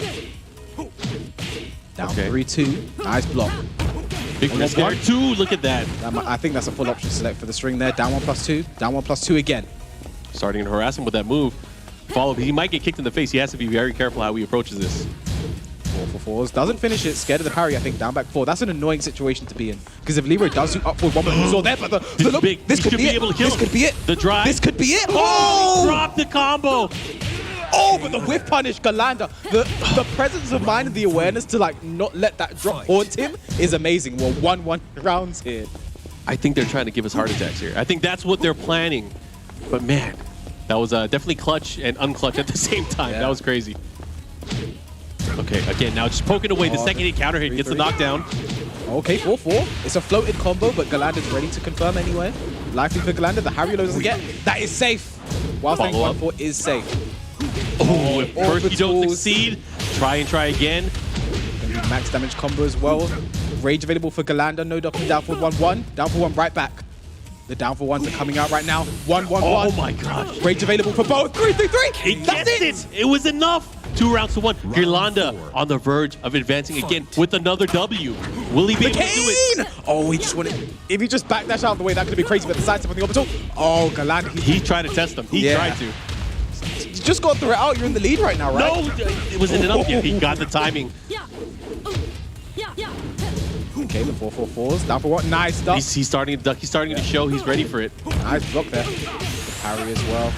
Down 1+2. and the Try to follow-up. challenge. Leroy is one of those characters you really don't want to be challenging like that. Final round, second game. Can Book get on the board? Book needs this. Book absolutely needs this. He does not want to let Girlanda get away with all this momentum. But this is a big double right here. Has the wall, but he drops the combo. 1-1. Hell sweet. Hey, I feel like he should use it more too. Oh, that was big. Okay, Galanda's spacing the jump. Again, the second time we've seen that goes for the delayed hop kick into the wall standing I too. think this is it. If he gets wall, no, it's not. Oh, yes, he had a chance. He threw it out. I gotta respect it. He had the confidence, but not full confidence. You know, I respect the decision in itself because one of those ones. If this hits, I could win this round. If it doesn't, I'm losing anyway. We'll just go to another game. So. Oh, if he should have let it go. He should have let it go. I mean, he's going to have another opportunity. He's going to have another chance here. We're going to a final match, final game between Girlanda and Book. I mean, did you think? I mean, I feel like, you know, Book going into this, one of the strongest players, obviously, that we've seen, you know, in Tekken 7's history. But he's struggling. He is having a hard time in all of his matches. And that's to say, that just talks about and speaks about, like, the caliber of play that we have here. Everybody's been training. I mean, everybody's been training. When we were talking earlier, us and me and the analysts, we were talking about, you know, who's our predictions to make out. Almost everyone said Book, you know, Book, right? And now he's back 1+2 there. And it's looking like it could not be the case, but, you know, he's really calmed down now. Yeah. I mean, all it takes is just he needs to snap. Once he gets back into his groove, we already know he's a champion. He can do it. Had a guaranteed 2-2 there, but I don't think he was ready for it. Forward for 1+2. Oh, and there it is. That's the move. I feel like that's the move that's going to make the big difference. Finishes the string! Why would you do it? Oh, plus frames? Mix of pressure. Oh, you know what? I was thinking to myself, it's going to be sidewall. It can't happen, but it did. Yeah, it was just enough damage, and that's like one of the worst ways to die, too. Yeah. Death by rage drive chip kill. Excellent whiff punish there. Yeah. With a forward 4-2. Here we go. Has the wall here. What's the mix-up? He's going to go. Oh, hermit stance. Again. Galanda doesn't feel it. Nice okay, great whiff punish. I like it. Yeah, the wall wasn't his friend. Full crash down forward 4 doesn't finish the string. Fours. Full crash down forward 4. Stomp on him. And it does a lot of damage. Counter hit. He could. Oh my goodness. Galanda is keeping this so close right now. I mean, he had the right idea there. He could have ended a little bit earlier, but still, doesn't matter. He has the timing, and things have been working out in his way. 1-1-1. 1-1. No 1. I mean, what are you going to do? I feel like I'm speaking in binary zeros and ones right now. It's okay. It's the mathematicians or the people around, they know what we're talking about here. They're computing as we speak. Galanda with the life lead now. 40 seconds left.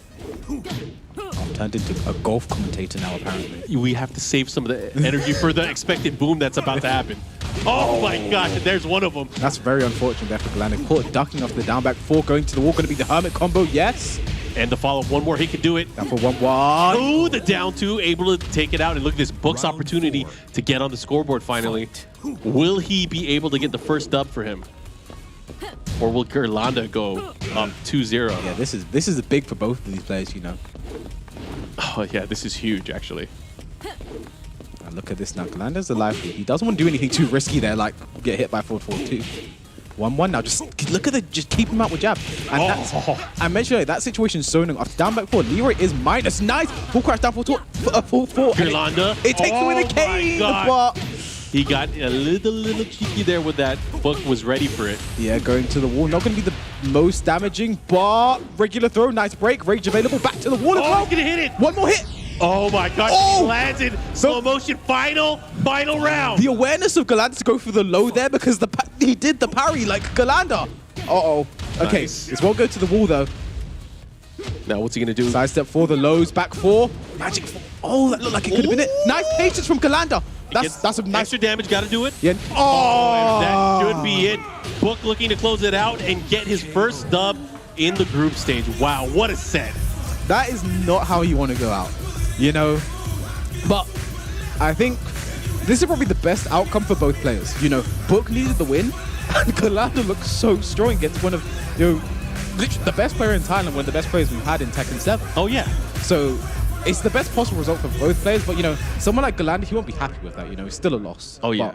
But he knows now. He knows, like, just in case they face each other, you know, maybe on the finals day, he'll have another chance. But man, a strong performance from both of these players that could have gone either way at the very end. But Book able to take it. Yeah.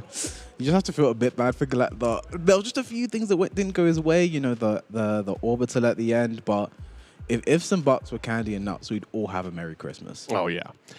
But Book going through that character crisis, you know, we were talking about a little bit earlier, he finally had his resolve. He switched back to Leroy. He stuck with Leroy and was able to pull out the win. That's big, I think. So do you think that loss to Kuiper really just solidified, I'm going to play Leroy now, I'm going to give up on Jin, or maybe it's just this is the confidence booster picking the Leroy, like here, like Galanda, 2 billion chances to win this round. I think for now, maybe, but I mean, you still have like, what, 5 more matches against 5 other great players? Yeah. It could change in an instant, and sometimes all it takes is one match, and you get destroyed. Let's say you go in with Leroy, you get destroyed. You're definitely going to switch characters, right? Yeah, 100%. So you just look at this now. This situation, this was one of the worst ways to lose a round. Oh, yeah. You hate to see it, but Galan just stayed so strong, you know, just unfortunate in some situations. Leroy in this slow motion here. The low coming out, he went for the up forward 1 parry there, and losing to Orbital, it feels like even Japan all over again. Just do it, right? Just do it. But again, brilliant stuff. You know, Book was able to really show why he's a champion, and he was able to stick it out with, you know, not even his really main character anymore. Yeah, so good stuff. Leroy, not the Jin. Didn't really work out for him. But next up, we have the Ukrainian hero combat. We have Boris Sonic going up against Kira. And I actually saw these two play quite a bit. Boris, you know, he was playing, I think they did like a Kunimitsu mirror or something like that, just for a bit of fun. But I think this is the tournament now. People are going to be taking this a bit more seriously. So we're probably going to see the Eliza versus the Claudio, I expect. Or maybe he'll just go for another mirror, you know. Went for a Zafina mirror against Arsene Ash. You know, I love just, you know, the confidence. Like, I'm playing Arsene Ash. I'm going to play your character again. Yeah, let me try to take it to him, right? But what's he going to do here? Maybe he's going to try to do the same? I don't know. It really depends on how both of these players go into this and how they're feeling.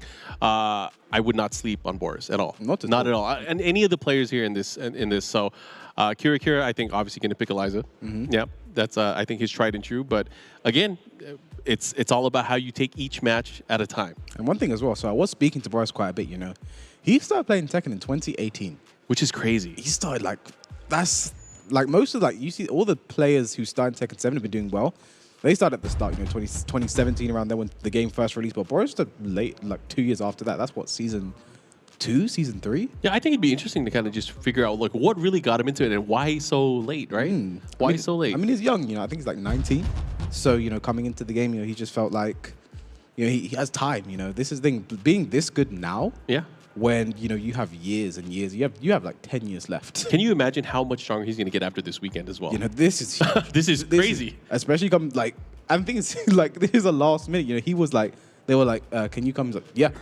I'm in there. You know, right away, like who would throw away this opportunity, right? Like you're like, you can come play some of the best. And in his backyard as well. Yeah, right? like literally, they're in your country right now. Do you want to come? Yes. And it looks like Kira's going for the Kunimitsu here against the Claudio. So Boris with the main and I thought he was going to pick Eliza. It's going with the side character, the Kunimitsu, you know.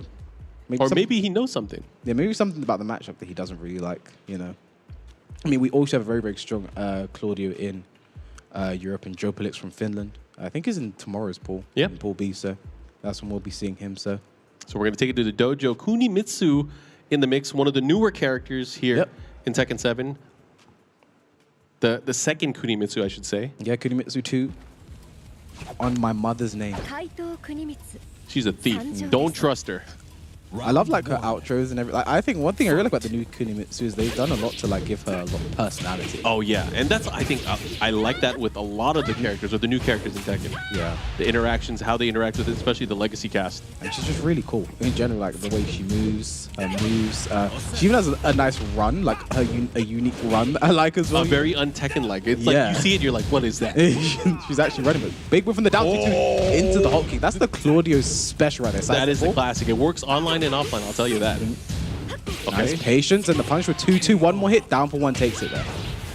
We see Kira, he's cool right now, 108 BPM. He's just chilling. He is feeling calm and collected. You know, Kunimitsu one of those characters as well. You know, we don't really see her. I mean, we really haven't had the opportunity to see her in offline tournaments. Yeah. She's one of those characters that has a lot of very strict timing, max damage combos that we don't normally see. The big one so down 2-2. Oh gosh! But doesn't get the combo.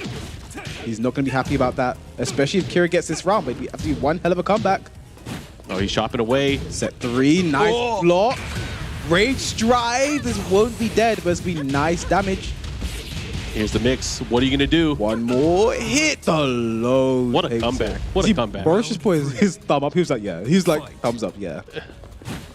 Yeah, landing that rage drive, you know, get the guaranteed follow-up as well. The positioning she has afterwards is so scary. Oh. Okay. Back one. That's one of Claudio's strongest tools, you know, that back one. Even on whiff, it's hard to punish because of the sway back that Claudio has. Finishes the string there. You can hear him doing the hot kicks as well, but Kira's just not letting him have the space or time. Yeah, definitely stuffing him at the opportunity. Again, nice whiff punish. Looking to close it. Oh, look at that. And just the control with the jab. Sometimes your quickest tools are your best tools here. Don't even give your opportunity or your opponent an opportunity to really get in. And Kira, quite convincing in that match so far. Down for one ends it. He goes up 1-0. Kira's his heart rate's gone down. It went down. He's like, you know what? This is why I don't play her. All right, he just took a sip of Red Bull. Oh, it's going up. It's going up. All right.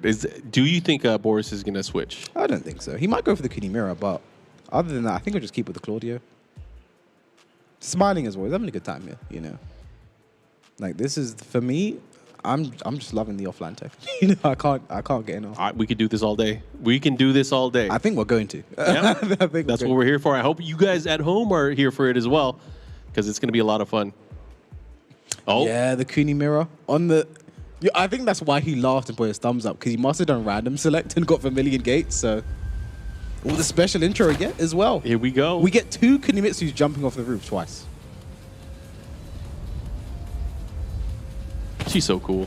She is so cool. This is what I think Tekken needs more like cool intros. You know, one thing, you know, like I need to talk like Harad and Mike Myers, like we need character-specific intros as well. Like when Hwang and Jin play against each other, you know, when Nina and Anna. Oh yeah, they need to have those interactions. They need to talk smack to each other. Yeah, the Mishimas as well going up against each other. You know, we need to have those. You know. Oh, the Red Bull started to kick in. He's back up.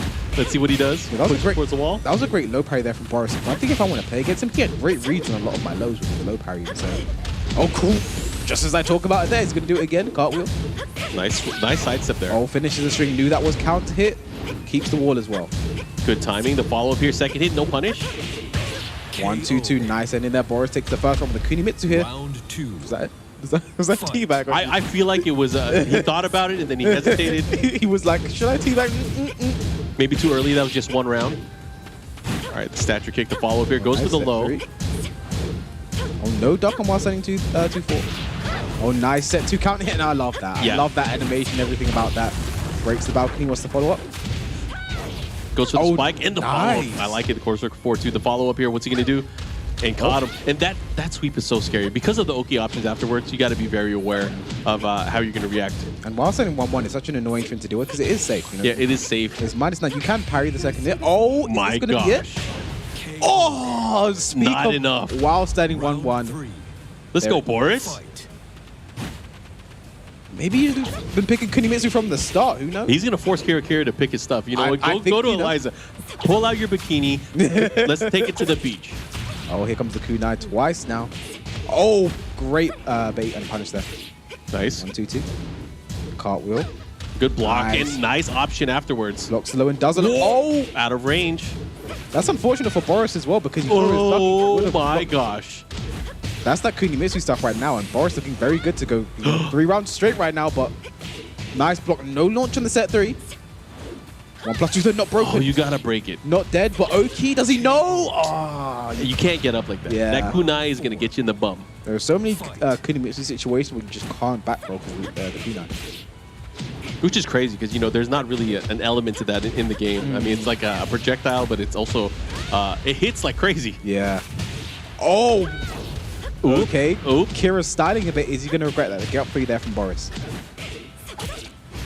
The kunai. Okay, what's the follow-up after? Goes for the dash in while setting 1-1. The follow-up here. What's he going to do? Nice punish on back 2. Gotta break those. Not dead though, but the kunai again. Kira's killing him with Oki.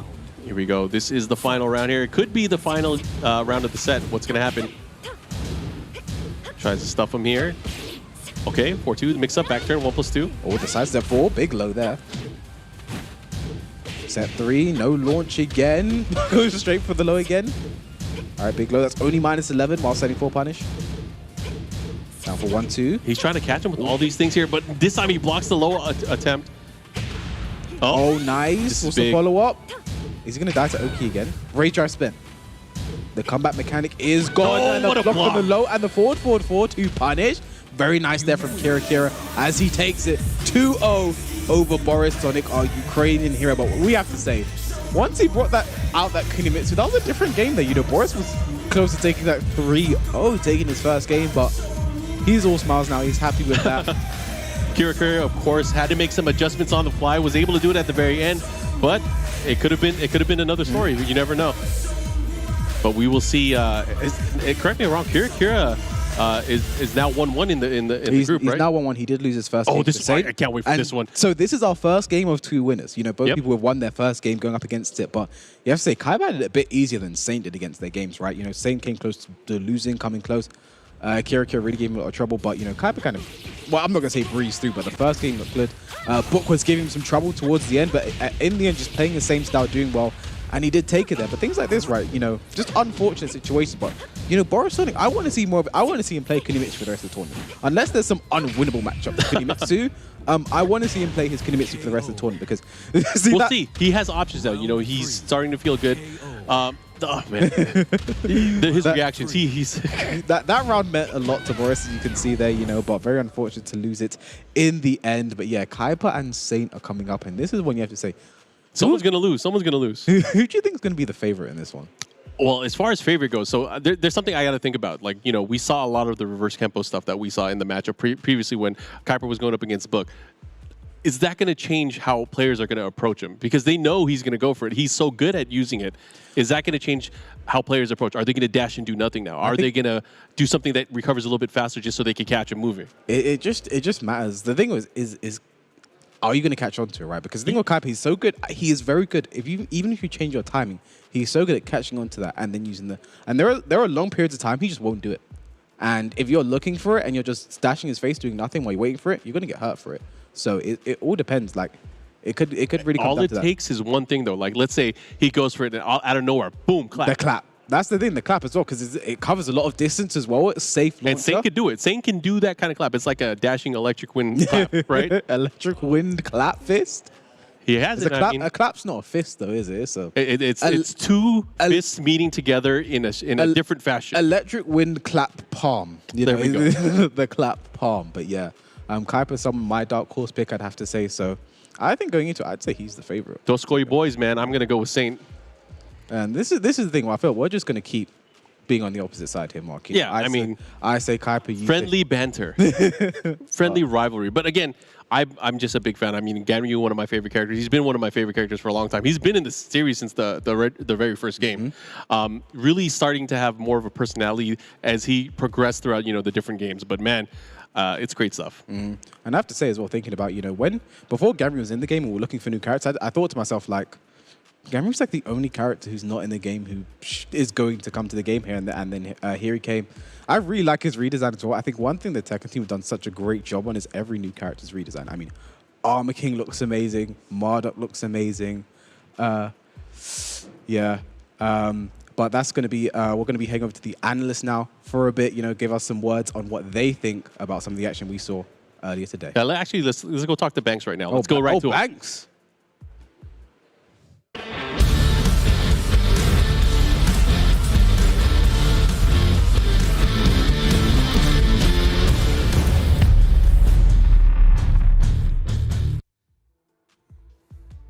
That's right, we're switching things up a little bit. I'm back down here on the stage because I have a special guest, I think that needs no introduction, but I will welcome him on. We got Jin here coming out from the universe to join us live in action. Good to see you, man. How you feeling? Hello. I'm feeling pretty good, man. Life's good. I love the WFL. How you doing? I'm doing pretty good, we're just getting things started here. Now, we did actually see Book picked you a little bit here, He wanted to play, but then he dropped you again. So, what's that all about? I don't know, man. I just want to have a chance to play in the finals, but I need my boy to have some faith in me.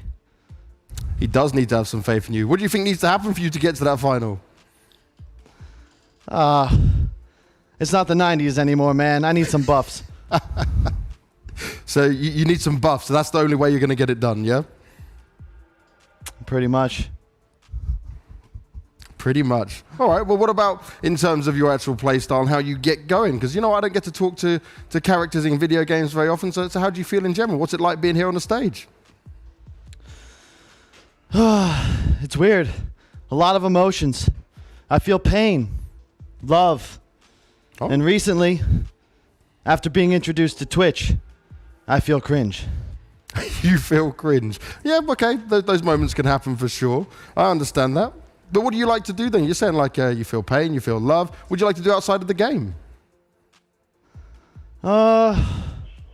Most of all, curls. Curls? Okay, I see it. Anything else? In fact, if you want no, mostly just curls. Although, if you want, I can show you the 5 steps I take to prepare for every fight. Ooh, okay, let's hear that then. What's all that about? Oh, it's really easy. Step number 1. Bicep curls.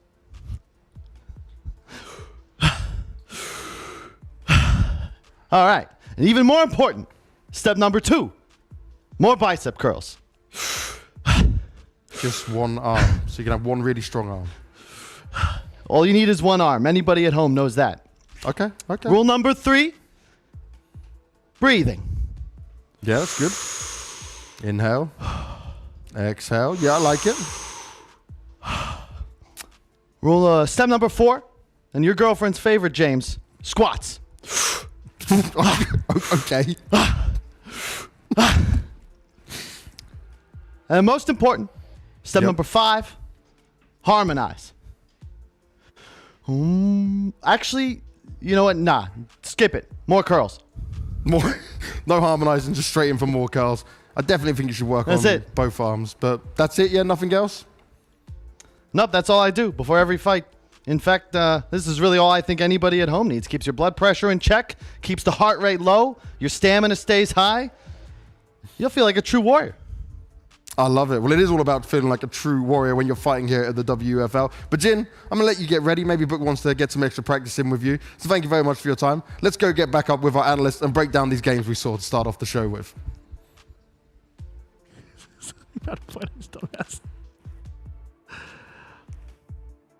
Oh, man. That was a crazy set. Can you believe that guy down there? Right? Did you know he was so into curls? In person? I'm going to be honest, Mike. I don't think that was Jin. Are you sure about that? Did you see those pretty sure that curls? was. I saw the squats. I don't think that was Jin. Yeah, and I mean, look, this is my single arm I use at home. It's not as strong as Jin's. The curls not quite there, but there was a lot of cringe there. Excellent analysis, Rip. Yes, excellent analysis. All right, are we ready to talk about the match? Yeah, we're ready to talk about a match. Yes, there you go. Thank goodness. I'm not leaving you guys hanging much longer, but we did see our opening 6 games to start things off with here. Some maybe more of what we expected, but others not so much. So, what's happening? He's just having fun on his own, you know. Add to the cringe. So we're going to start off with Asim taking on Gilander, and that was a crazy set to start off with. But we got to maybe question maybe Asim not having so much confidence in his initial pick. I mean, we saw a lot of that today so far, right? But he came out with the Miguel pick. That's a character he's been using since Tekken 6. Now coming back to it more in this version of Tekken 7. The character has evolved, right? Miguel now stronger than he was previously when Tekken 7 first came out. Doesn't quite go his way. Switches to Katarina, and probably the best Katarina mirror match I've ever seen between the two of them. Super close matches. Ever since he switched to Katarina, the Miguel looked a little, shaky. He was like shaking off the rust a little bit. But once he got to Katarina in that game too, he came out swinging with the offense, got himself the game, and then got a nail biter of a final game there. So yeah, and the Harrier stance from Awesome at first was so critical, right? Galano was hitting a ton of Magic 4s too, so it was just going back and forth, just so fun to watch. Dude, Awesome too, the final round, he got that 1-1-2 on counter hit, put himself in the lead. But man, Gerlanda, after conditioning him with the 1-1 into the Harrier low, the whole set cashed it in with the at the very end, right? Yeah, the final mix. Well, I do want to run these replays. Production, do it. Press that button. Let's go. Let's see these because I can't just keep talking about the game. We can do it, though. You can basically do it without the replay. Eventually, they'll actually listen and do what they're supposed to do. Yeah, here was the Miguel, right? We're like, Miguel's looking pretty sharp here, but Gerlanda early lead. It's not going to turn out that way, right? Looking a little sloppy. This round was beautiful. Pestering him with the down forward ones. Gets himself a counter back one there. And here we go. A little bit of offense coming out of Asim here. Looking to close it out. Such beautiful duck.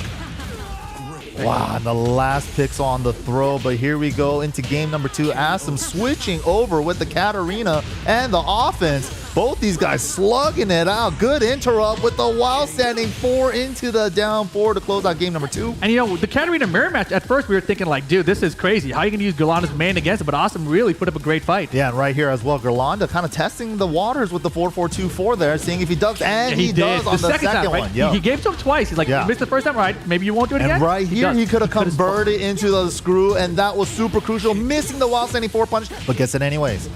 And then here down to the wire, perfect final round, and the final mix at the end, and then going into the next set. Saint versus Kita Kita. This was a beautiful set. I really enjoyed Kita Kita's knowledge on punishing Ganryu's down forward too. Yeah, the down jab DP doesn't matter if you do the high follow up. And right there, Saint with those claps, that's keep out. He was hitting tons of them. So good at that. Final game here in this situation. The down one, not big mistake. Yeah, the while standing 2 EX dive kick, mixed execution there. Definitely cost Kira Kira the game. Look at him. Yeah, and that was huge. Absolutely. A little sigh of relief coming out of Saint there. And then moving on to Book versus Gerlanda here. Book bringing out the Leroy. He thought about the Jin. He's like, you know what? Nah, I'm just going to go straight to the Leroy this time. And it looked very sloppy. And this side wall saved him his life, but it didn't matter. And then right here, he played a little duck, duck, goose. 2 back 4s into the down back 3. Gerlanda called it out with the magic 4. But you see, a lot of times you're watching Book's Leroy, he's not like committing to everything, right? Like the hell sweeps are there, but he's not with his second hit. He just doesn't believe in it. Yeah, and Gerlanda with the hop kick. Yeah, absolutely. Just a single hit. And the side wall. With a chip with the rage guy there. Beautiful. His combos at the end came together, started coming together. Absolutely. Started cleaning it up with his combos. Oh, man. And still, again, though, it wasn't going to be a game unless it was final round yet again. Book with the orbital for the win, closing it out. Gerlanda, you saw him in the corner. He wasn't happy with the way that closed out. Yeah, that was But it is what it is. Clutch. The orbital's still important. And, the cool thing about that, obviously, we saw Book with Leroy win Evo Japan before. The character's been through, like, rounds and rounds and rounds of nerfs since then. Still a very strong character, obviously. Still. But, there it is, Book getting it done, getting on the board. I want to touch on that a little bit, though, right, with Book, because you guys mentioned it, like, he plays the Jin, he's got the Leroy in there as well, but for him, is he still not very comfortable with what he's picking in here? Like you said earlier today, right? They haven't played on a big stage like this in over a year. So the nerves are fresh again. It's like, oh, man, I haven't felt this in a year. What like offline, big stage. What am I supposed to do about this? It's like, I'm dropping combos. I forgot what to do after that first orbital hit. Just the first combo, he hit orbital. He's like, down 4-4-3. Jab. Okay, okay. I forgot what to do with this thing. Yeah. So clearly, there was some nerves in play, and it made me question how much he's actually been playing the character. Yeah. Because we have seen a lot of Fakram out of him in these online matches, but not as much Leroy. Right. Well, let's take a look at our stand-in as well and see where we're at in terms of the opening set of games, because some guys, right, these opening games they have may have been some of the easier ones to play into, and you've got to take advantage of those. You can't be dropping any games where every single one is so important. And we've got to touch on Caper here, right, because this man came through. He's been out training in Pakistan. He came back and he looks super strong. But his next matchup's actually going to be against Saint, which is the game that's coming next. That will really give us a big sign of how well he is prepared. Yeah, and right now, if you just look at these standings, you see Kuiper, Arslan, and Saint. They've all got 1 win. They've got 1 point on the board. But the goal of today is really to make it into that top 4. Yes. Right? So obviously these guys are in great position. Book with his loss to Kuiper here, he's in a little bit of danger. And not only did he lose him, he lost him 2-0. So that's huge. Yeah. So we'll see how that plays into things. But Book now with the win with Leroy, that keeps him in the running at least to try to close into that top 4. But Kuiper versus Saint coming up, that's going to be huge. That's going to be so exciting. From an eye test, MYK, when you've been looking at Saint, do you feel like he's looking pretty warmed up, looking in good shape? In the first game that he went up against Kira, it looks like he was kind of experimenting to test his opponent's knowledge on the new Ganryu changes, like the new while standing 1-2. He used to be a mid-low. It's a mid-mid now, and he could also transition into stance, which high crushes for the slide. He was definitely experimenting a little bit, but after that, he started catching on to timing and realizing a couple things as well. Like he started landing a lot more claps with Ganryu, and that's so good. And he's so good at using that and finding a way to hit it. So how do you think it's going to match up? If you had to make a prediction on these two, which one would you go? Kuiper versus Saint? Yeah. This is going to be a critical match. Looks really strong, especially against the opponent that he first went up against, Book. Like, he came out of the gate swinging, but then, like, his adjustment against Book in that second game, like, Book looked like he was taking it to him, right? With the sweeps, he started going LLRK all day, then down back 4, and then round 3, he was like, no, I'm not going to deal with that no more. I got this back Kemple step, bro. Right. Back Kemple step 2, back Kemple step hop kick. You're going to have to respect me now. And then even though a couple other times, too, he challenged him with the back 1 instead, because a lot of those lows don't high crush for Jin. And the thing about Kuiper too, his playstyle is so crazy. Like the first game he closed out with just 3 down back threes in a row. Yes. And So it was much risky, bravery. but it So was much there, bravery, right? yeah. So I think in this set, the way I've seen it play out, I think I've seen Saint back there. He's been studying everybody. He's just standing back Okay. and watching the players. He's taking his notes. Analyzing, taking in all the analyzing, numbers. He's like, okay. Like, yeah, I feel great. You know, I don't know what to do, but Scouting. paying attention. Analyzing, right? He knows what's going on. So personally, I'm going to go with Saint here. When he saw his Kira match, he lost the first one, but he adapted very well. I think we're going to see the same thing in this set. So other matchups we've got coming as well. We're going to have Arslan Ash taking on Asim after that as well. That's Now, obviously, it. Arslan Ash, we know what he can do, right? We've seen him, a champion player with it. But Asim, he's been at the old school. He knows what's up. That's the thing, right? When I first went to the UK back in 2010, I played Asim when he beat me. And he told me, like, I'm from Pakistan, but really, everyone there is better than me. Oh, so damn. it's kind of like, the old school guy from Pakistan now versus the new school guy in Pakistan. So it's a pretty cool matchup. Well, we're going to be enjoying every single one of those matchups and be coming your way. But we best get back over to our commentators because we know they are ready for all of the action. It is Mark, man. It is Kwis. Let's get it on. Versus.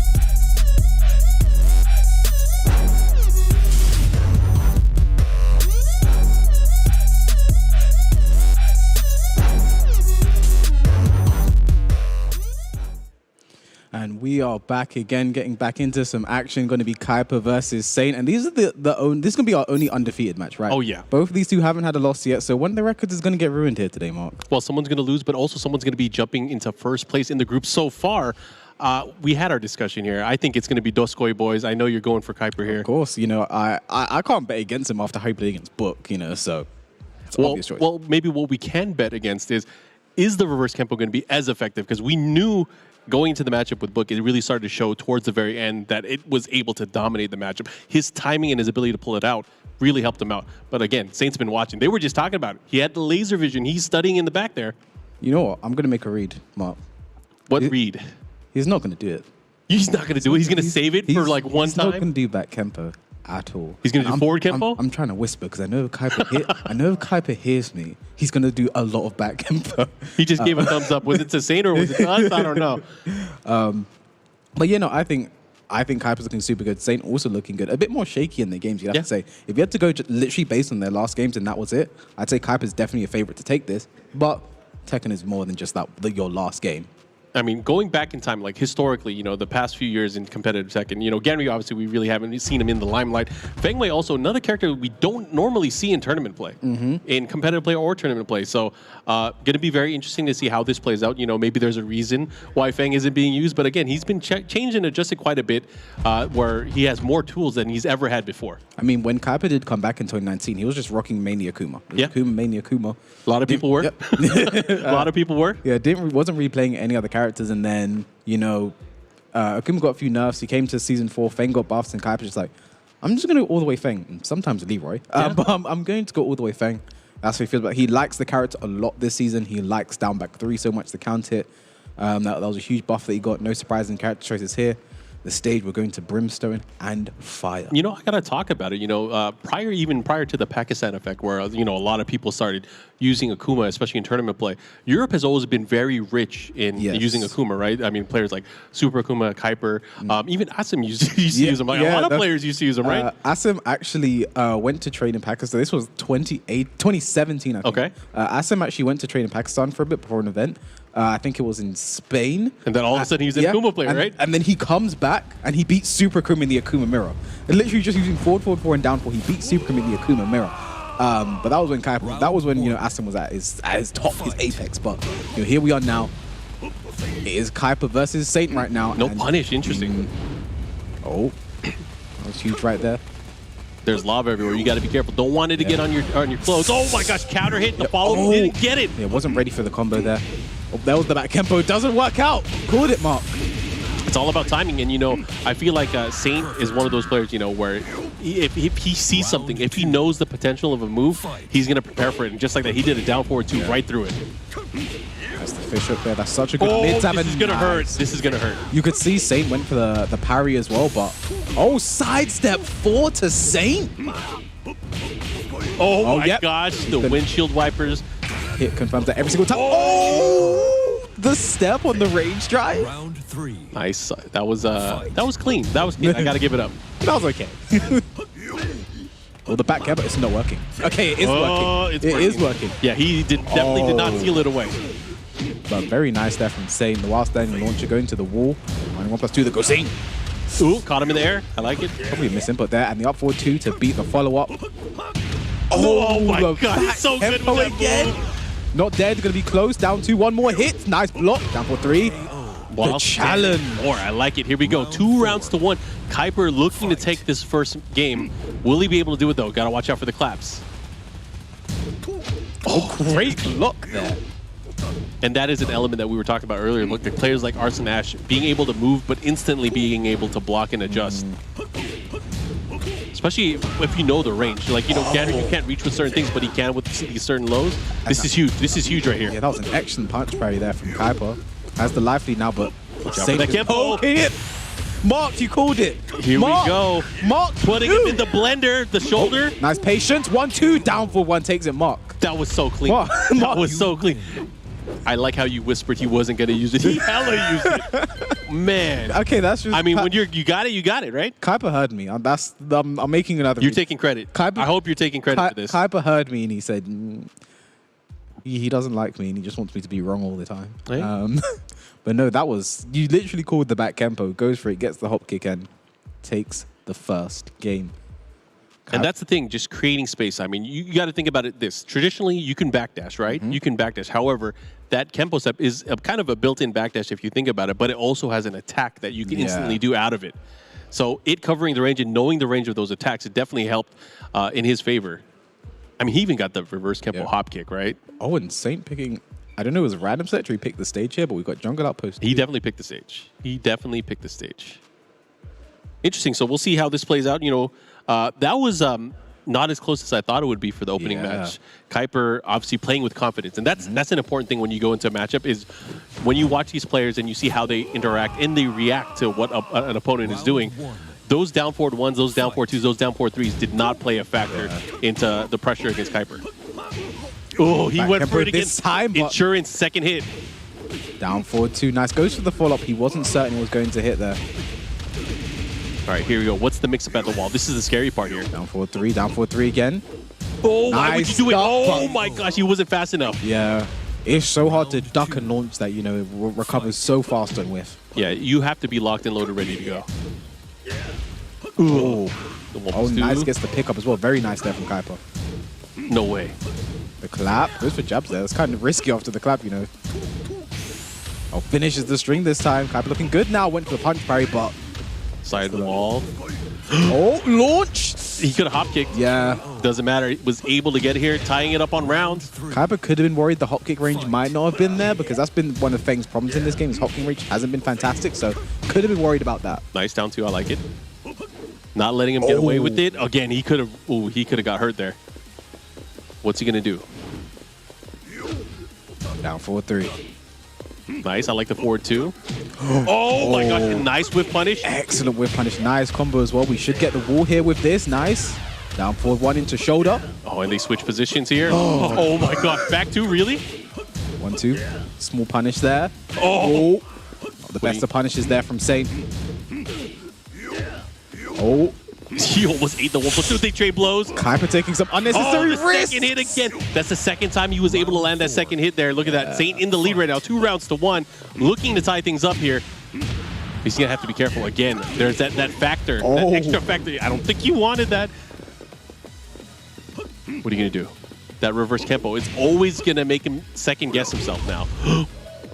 I like the approach. I like the approach. That is very safe to do in this situation.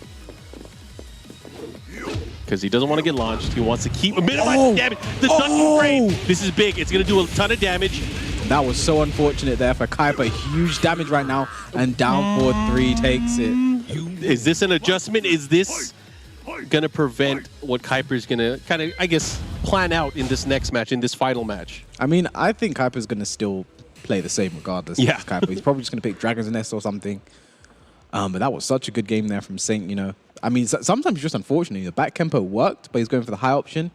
And Saint was just returning into standing frame Seth. So very unfortunate for Kuiper. Just a few things there, but we're getting into a final game here.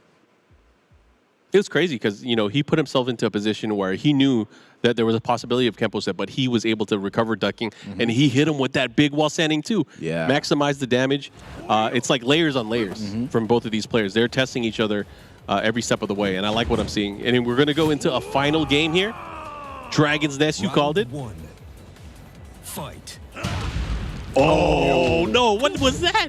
Messes the fall, but opens up straight with the headbutt. That's a nice. Yo, let's that was nice. You have to think that's such a smart option because after that wall bounce move, you know, Feng is safe, but people want to like jab normally afterwards, so they expect the punch Sabaki, and there it is. The windshield wiper's fully confirmed.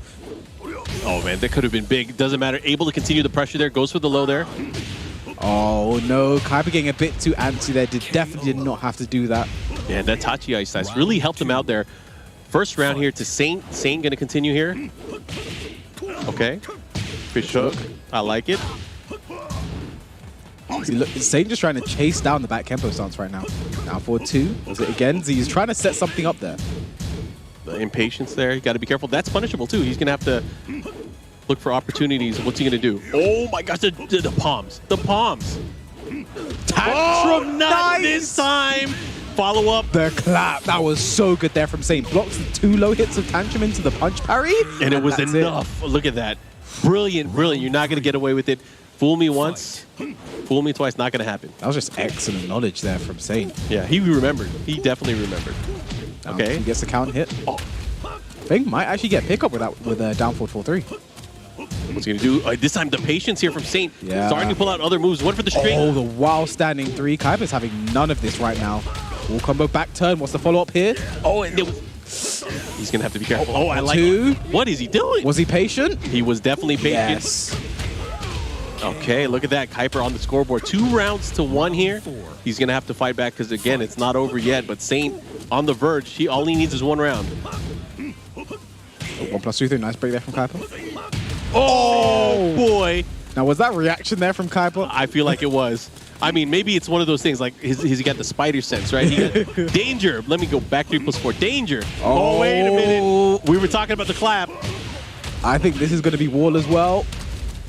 Doesn't get a proper wall splat though. Kuiper will be happy about about that. that. For that move right there. Oh my gosh, hot kick. While standing for it trades, rage available 4-3. Tantrum.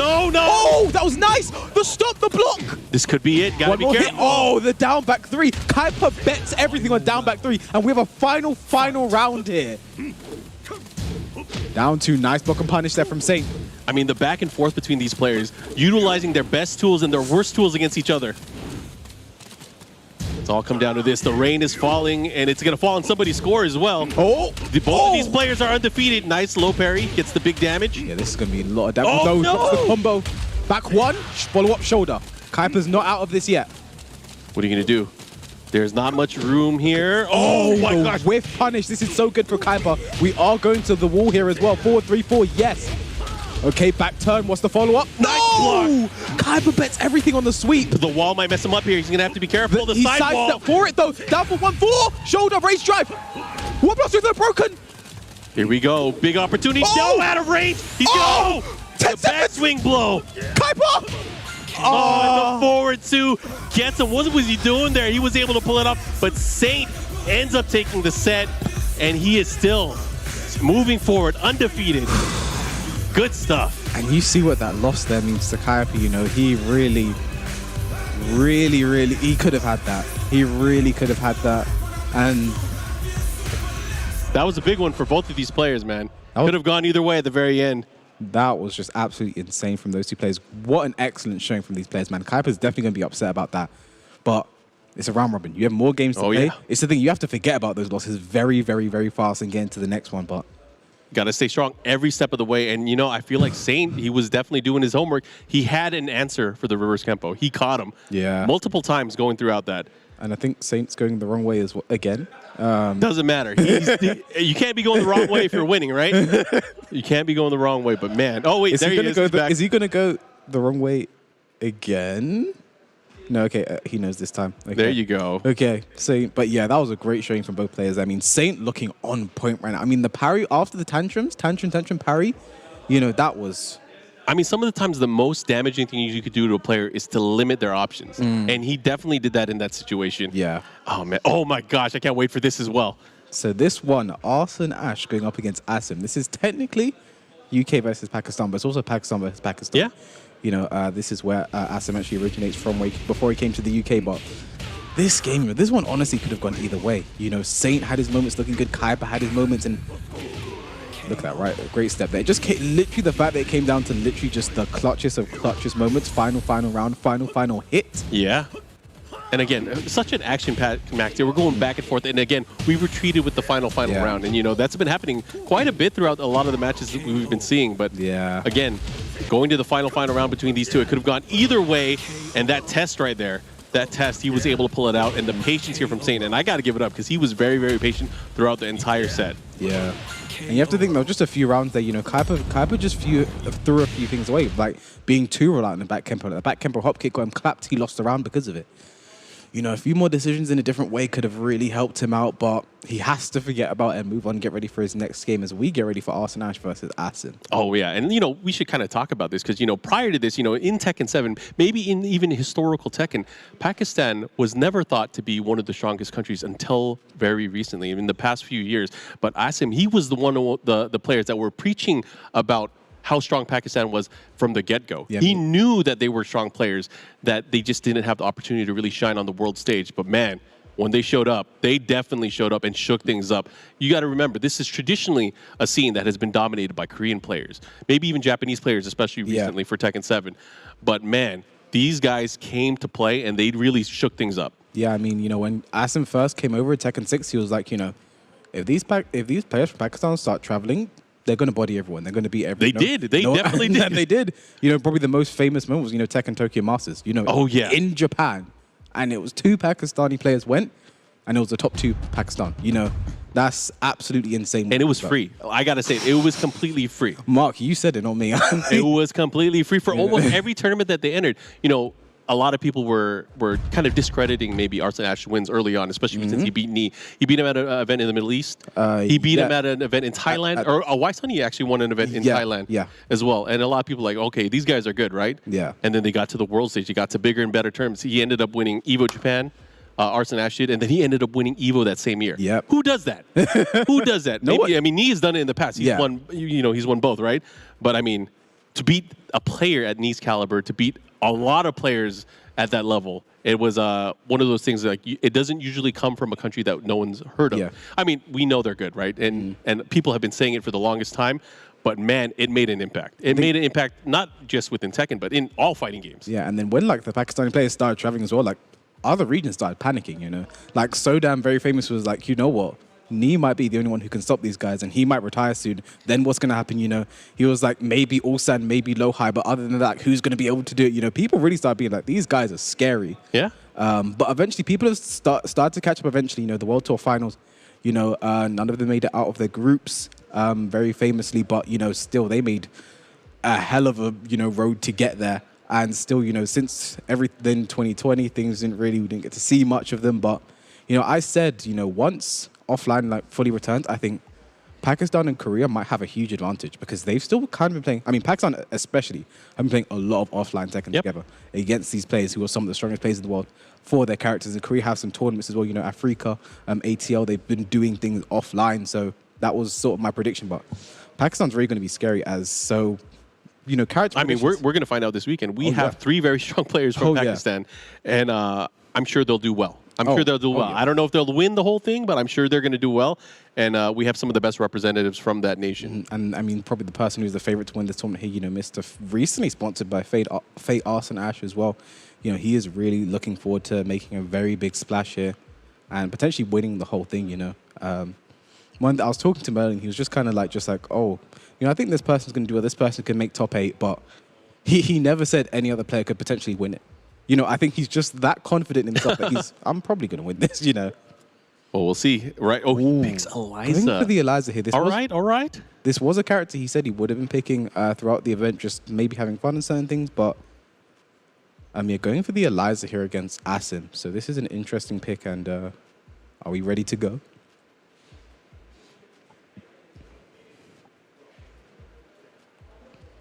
Yeah, so Eliza versus Miguel here. So this is the thing about Asim. He's a very stubborn player. You know, he'll have like an idea in his head and he'll keep going for it no matter what. And the example is he's still picking Miguel. Yep. You know, even after how his Katarine looks so well early, he's going for that Miguel. Maybe it's the thing against Arslan here. Maybe for the Pakistani place, he feels like Miguel is the choice here, or maybe he's just like, I said I was going to play Miguel, I'm going to play Miguel. Well, we'll see. I mean, there is some type of, I guess, insurance early on. I mean, you have one game to play around, but then after that, you're stuck with whatever character you pick, right? But if you're going to test it, man, it's going to be a crash course. You need to be ready to go. And here we go. First matchup. I mean, what do you think here? I mean, I'm not even going to call a prediction here. I just think it's going to be interesting to see. I mean, I did not even expect him to pick Eliza. I know he uses this character, but I thought he would have stuck to Zafina at the very least. I mean, there was a period of time like the Pakistani players were saying like Eliza is super, super, super strong, right? Like until a lot of them started playing her as well. You know, Atif had a strong Eliza and Arslan as well, playing a strong Eliza himself. So let's see if that works out here. I mean, Asim is going to have a bunch of experience in this matchup. Playing against Kira so much. So let's see if that comes back to bite Arslan actually. No duck and forward 4-2-1 there. And that's another beautiful part about matchups and storylines is, you know, sometimes you never know how prepared a player is for certain characters, right? You know, this situation right here is very hard for a player. Like, I think ending when Arslan Ash has this much life left, it's so hard to finish him off. Yeah, how are you gonna beat him? Oh my god. Are you serious? Oh, not like two. One more hit. Oh my, what did I say? Yeah, he's pretty good. He's pretty good. His heart rate went up, but he's pretty good. Okay, caught him. Dark wave there. I pulled 1+ frames. Trying to catch him here. Nice. Here come the lows now. And I think one of the hardest things to do, especially against a player like Arslan Ash, is to open him up with lows and not whiff those lows, right? Oh, that's an unfortunate trade that, you know. He did get the count hit, but doesn't get much more than that. While standing 2 there. Good opportunity. Look at that. Get the big counter hit. Standing 4 and the combo as well. That's very nice. Oh my gosh, that conversion. I don't even think he was expecting that. While standing 2 counter hit, but he's not dead yet, but down 3 takes it. He's dead. He is definitely dead. I mean, all that went in his favor there. He was able to land everything kind of by design there, man. He is... And we have 2 bars of meter left to work with as well. Going to get a combo without spending any of it. And Eliza back to the wall. Hey, he's going to use the meter now, though. Let's see what he does. Waiting for this opportunity. Oh, nice float. I mean, even then, it's like not that huge of a risk because, I mean, that jab float is not going to produce a lot of damage. Especially if you're going away from the wall. You're not going to get another wall out of it. Was that air to air? Was that on purpose? Sav down back through the plus frames. The 1+2s are not broken by Arslan. 2 bars of meter to work with Sav 2. Before 2-1, no duck into the hop kick. Sav down back through, nice block. Excellent punish there. That was a good one. And he gets the wall. Is he going to try to keep him there? What's he going to go for? The low's going to be coming out any moment. I have a good feeling about it. 1-2 punish. 1-2. One more hit. The low takes it 4. And that's so scary too. Again, going for those situations, going for the low, you have to have the timing. Nice block on the low, but no punish. Down forward 1-1. Asim really coming out with the lows now. Oh, lows right back. Power crushing. Nice punish there from Arslan. Uses the bloody drive. Oh yeah, he wants it. He's going to be able to get the wall here. Look at this damage as well. Not going to put Asim in rage though. And there it is. He's going to have to be careful though. Has this pressure. Wow! You're not going to get me with that. Oh my gosh, 3 rounds to 1. Arslan Ash, so strong. Just knew the low was coming, and instead of blocking it, he's like, wait, I can kill. I'm playing a 2D character right now. Against most characters, you know, that is a good option. What he went for there. But again, he probably didn't have in his mind she can jump out of that, and she can adjust what she wants to do, and definitely was able to do that there. Arslan Ash, ooh, good stuff. And Asim's sticking with the Miguel here as well. I mean, he didn't do too bad. He did not do too bad, especially, you know, the way that he was able to get the timing and the rhythm to go in his favor, especially closing out those rounds. I think it's all about making sure you get the advantage and keep the advantage here. Uh-oh. Speaking of timing, man, Arslan Ash is crazy. The down for 1s now, just trying to keep him in check.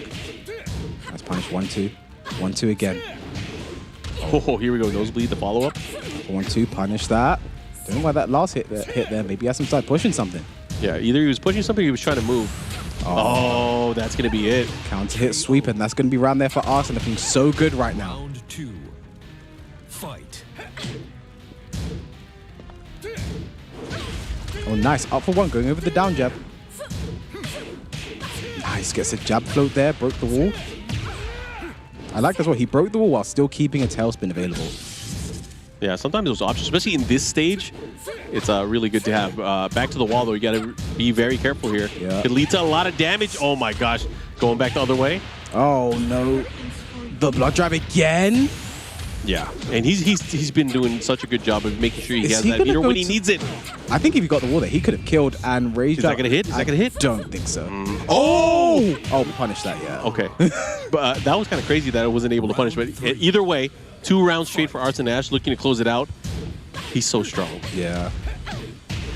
Nice. But, oh, nice low power in the side down back 3. We're going to go to the wall here. He's gonna break it? No, he's gonna keep it. What's the Oki here? Dive kick. Punish that. Very nice there from Asin. This time going for the mid afterwards. Nice. Again, creating that space. Good sidestep. Back 1-2. No punish. Oh, caught him. He wasn't ready for it. He should be able to close it out. Yeah, nice. Asin on the board here.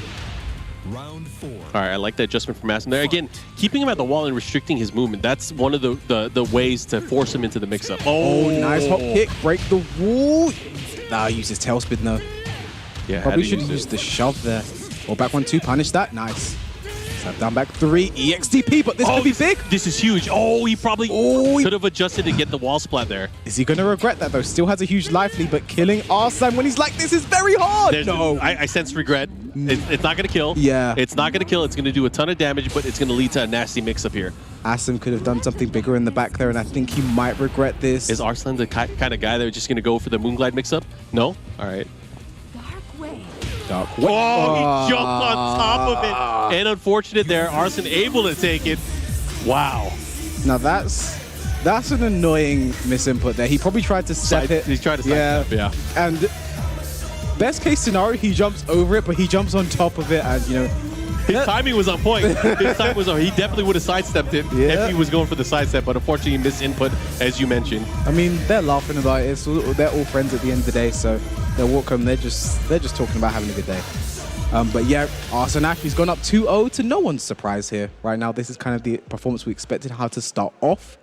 But Asim's going down 0-2 to start off here. Could have been 1-1 if he did a bit better against Galanda, but if ifs and buts were candy enough. Speaking of Galanda, he will be coming up pretty soon, and he's going up against Saint. And again, that's going to be an important match. As we're kind of figuring out, you know, how the group stage and how people are placing, it kind of puts us on attention to, we just saw Arslan Ash, but also Saint. Those two guys eventually are going to have to meet up against each other to kind of really find out who's going to be in the lead. Because remember, we're going match by match. You want to make sure you're able to beat everyone that you think might be able to place as high as you will. I have to say as well, these two probably starting off have like kind of surprised me the most with their performances so far. Yeah. You know, Galanda against Asim looks super strong, and then his game after against Book, he could have taken that. He could have taken it. Playing a lot better than expected. And Saint as well, you know, starting off 2-0, right? Yeah. And, you know, looking good while doing it. And then this is going to be a matchup that Galanda will have experience in. He plays Gamri himself. He knows the character. So it'll be interesting to see how he deals with the character. Yeah, but let's go look at some of the action that we just saw from the prior set. And again, it was an action-packed match. It really showed, again, the defensive expertise of Arslan Ash, which is crazy. And stuff like this. This was weird. Like, so, I don't know. I guess, like, Arslan was in the middle of sidestepping, so he blocked it, and then just completely off axis, I guess. Yeah, there were just a few things. Like, Asim was just, like, he just wasn't finishing his food in certain times. You know, like, when he got the back, he could have had a launcher. He could have... You know, even after the knockdown, I think he had a sav down forward 2 guaranteed. Yes, he definitely did. He had that opportunity, but again, man, just things didn't work out his way. I mean, that's the thing. When Asim's not really a character specialist, you know, the characters he plays, he's very much like a mercenary player. I like to say, he just picks his characters for whatever's going to get the job done. Imagine if he did put his time and effort into a character, right?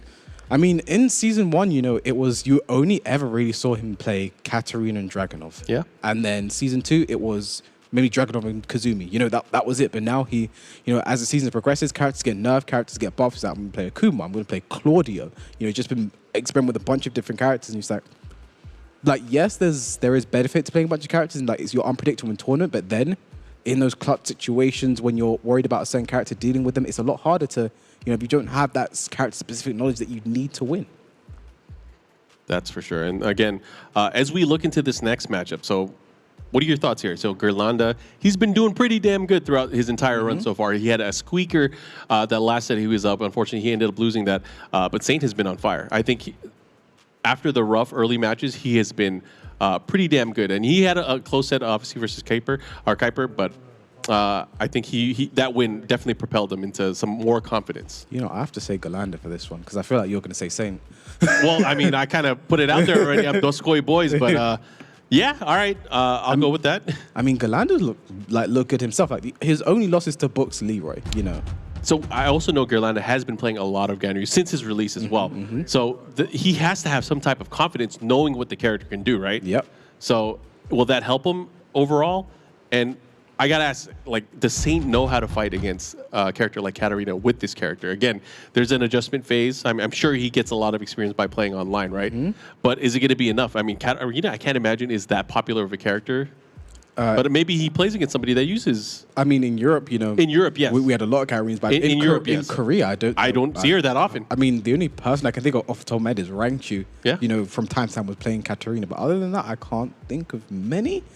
So maybe that'll factor into it. Who knows? But we'll find out early on. We will definitely find out early on.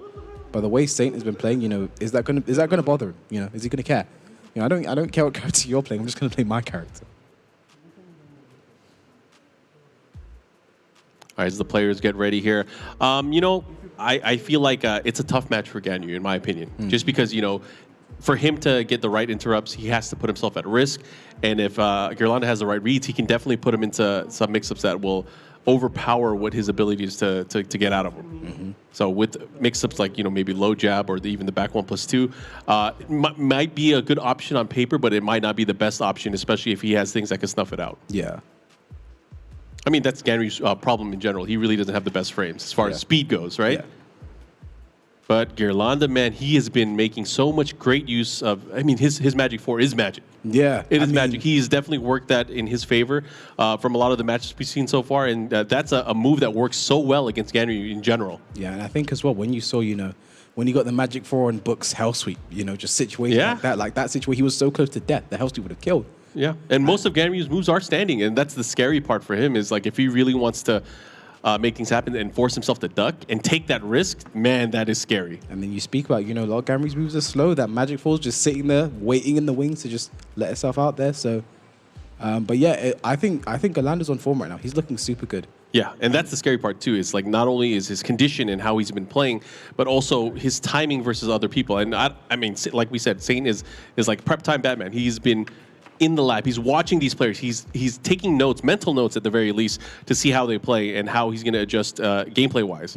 So has he seen enough of Gerlanda? That's the question. Will it be able to help him? Because, you know, watching and playing against are two completely different things. Oh, yeah. But you can make those adjustments on the fly. I mean, especially world-class player like Saint. So we're just getting into it now. And, you know, like, this is the thing, you know, you have Saint, Evo champion, Tekken World Tour finalist, like, you know, he has all the accolades, and then, you know, Galanda, your LCQ champion as well. You know, these are two players at the top of their level, two players at the top of their regions. Yep. And people were really scary to go against. You know, like, Galanda was someone I honestly was sleeping on going into this pool. You know, I thought he'd do well, but I think, you know, the way he played against Book, he looks super good. You know, I really feel like I've been underestimating him going into this tournament, so. Yeah, and again, I just thinking back, like you mentioned it before, he won that LCQ when we were in Amsterdam a few years ago, right? I keep forgetting that he did it against some of the best Asian players as well. Yeah. He obviously can hang with some of the best in terms of tempo, in terms of play style, in terms of movement and spacing. He definitely has the ability to be able to play against them. We're going to the Dragon's Nest. Ganryu versus Katarina, definitely what we expected. Yep. But we'll see, I think, early on. I feel like Saint's going to kind of wait it out. I don't think he's going to go in aggressively. Yeah. I mean, Saint has a very, you know, unique style with his Ganryu. He looks really, he makes players uncomfortable with the way he plays. And something that's been working out so well for him is the rage arts. Oh yeah, yeah. Always catches him in the time he needs to. Into our first round here, Saint versus Galanda. This one's important for Galanda. You know, Saint's 2-0. He can take a loss at some point. Yeah, he can definitely take a loss. Again, a lot of it's gonna. As we build up, like kind of mentioned, looking at the players and how they kind of place against the other players on the field. Excellent clap. Oh my gosh, he's so good at that. What's he gonna do? What's he gonna do? Chop it. Oh, look at that sight. Yeah. He knows which way to step against them. Obviously, as a Ganryu player as well, he definitely knows what to do. Nice. While sliding forward to the back four. Very nice there from Galanda. Going to be a side wall, maybe. No, he gets it. The max damage combos all into the stomp. Great start here for Galanda, but Saint has rage, and one launch could be it. There it is. He's looking for it. The clap. He went for another one there. Yeah, and the jab is kind of good to keep it away, but he's going to have to be very careful recovery-wise. Look at this now. Galanda's not going to give him what he wants. Just stays away. I know while standing 4, keep out. Very nice. I like it. And time was wasting. He had to go in. There was no other option there. So good stuff there from Galanda. Having that patience and having that strive there. Oh, I like that. He is pulling that out at weird times, too. Big stomp. While standing 1-2. Okay. I'll say now with the life lead. What's he going to do? One thing I liked in that last round was Galanda had the life lead and he just didn't overextend. He just stayed away, let him come to him. I think Saint's going to try to do the same thing here. Nice. For 1-4. And I like it here. Again, he's using that to his advantage. There it is. Gets the float. Saint's on the board here. 3. Fight. All right, let's see what kind of adjustments are going to be made here. And again, it was all about the life lead that last round. He was forced to kind of keep that pressure and go in. There's a Harrier low. Again, this time the knee. Oh. Down forward 2. And I think earlier, that's the first time we've seen someone punish Saints down forward 2. Good adjustment again. Oh, look at that. Look at that again. What happens now? I've never seen that move hit twice in a row like that. Yeah, that was nuts. Unfortunate there for Galanda, but Saint looking super good right now. This could be big. As these players both kind of jockey for the positioning here. Now for 1-4. He's getting hit by the 4 a lot there. Yeah, he's not expecting him to finish it. Or back to 1, can't step that. On the whiff, you should be able to step it, so. Keeps him there. Nice backdash away. He's going to have to be careful about doing that same string again. I mean, obviously he's in a safe position there, but Saint is going to scout it out. He might even punch parry it. Now for 1-4 again. What are you going to do? No whiff punish on the down forward 2. Down forward 2, nice punish. A jab, dude. Something's better than nothing. Oh, yeah. Just let him know he can't get away with it for free. Time's a wasting, though. Yeah. Galanda's going to have to do something. He's in rage now. He has the opportunity to make this happen. Full crash down forward 4 while setting 4. Again. 3-3-3. He's going to have to be careful using that, too. 5 seconds. I can't tell who has the lead. I think it's... Oh, my gosh. What's going to happen? Oh, he was out of range. And Saint takes it. Oh, my gosh. Out of range at the very end. Not enough time.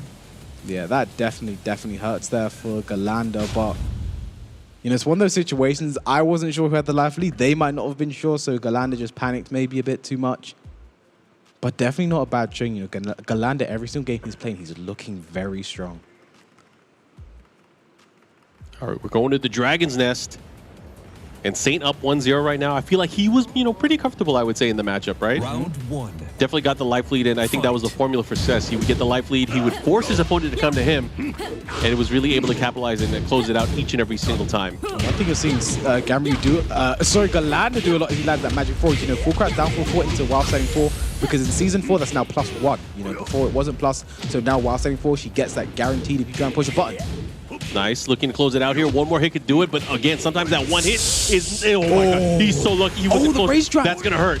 Stomp, follow up. Oh, the down 1 to end it. Galanda had such a life lead there, but all it took was the windshield wipers changed the whole round.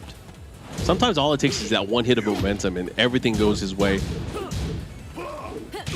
Sidestep 1, interesting. Nice.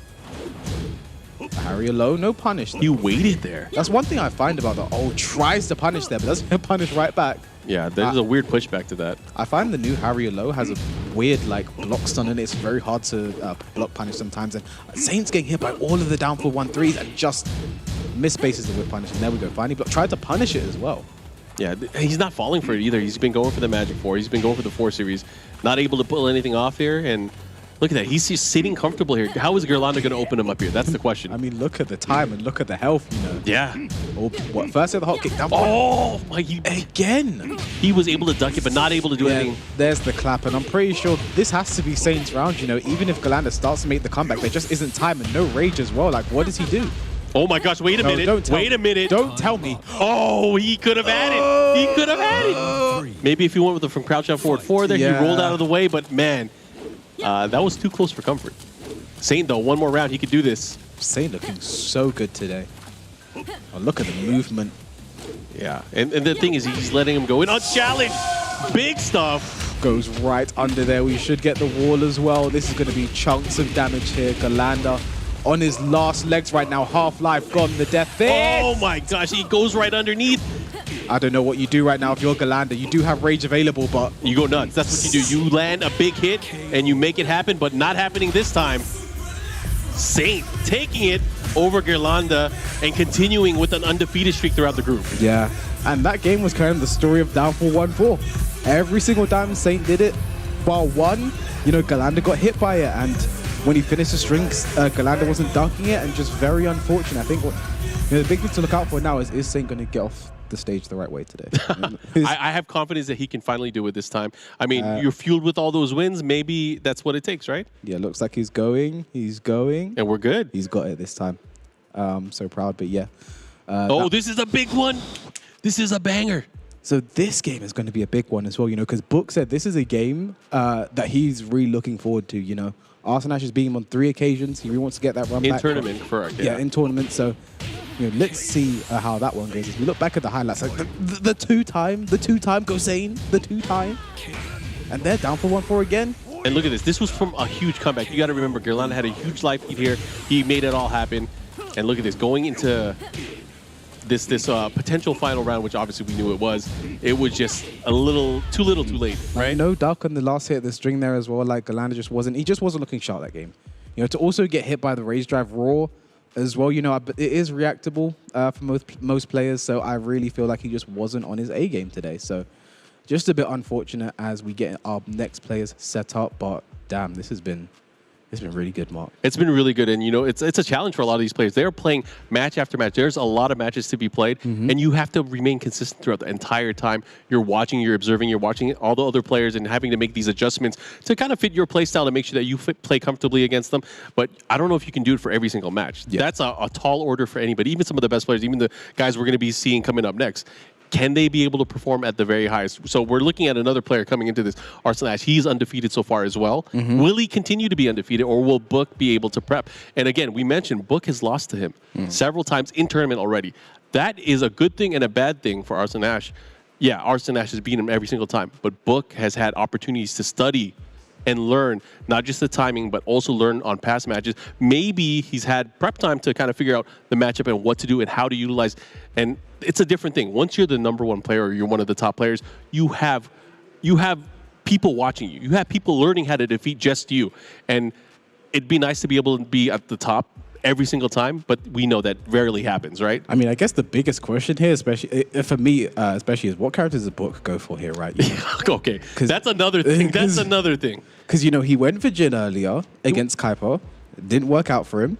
And then he went for Leroy earlier, and it did work. Yeah. But you have to think, Arslan's going to know how to play against Leroy. Yeah. You know, the thing is, a bunch of the characters that that Book can go to it, Arslan's going to have preparation for, you know, Jin. Atif Bhatt is one of the best Jin players in the world. Yep. He's going to have experience in this matchup.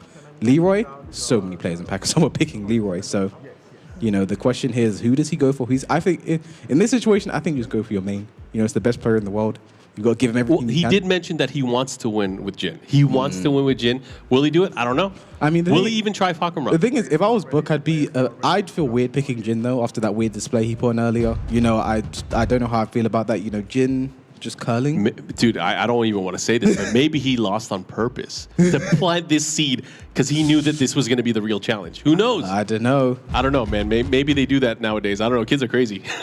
Kids are crazy. But either way, this is going to be an interesting matchup. I'm excited to see it. 2 world-class players, 2 champions, 2 previous EVO Japan champions. They're going at it. We're going to find out who's going to come out on top in this race to 2. 2020 EVO champion versus 2019 EVO Japan champion.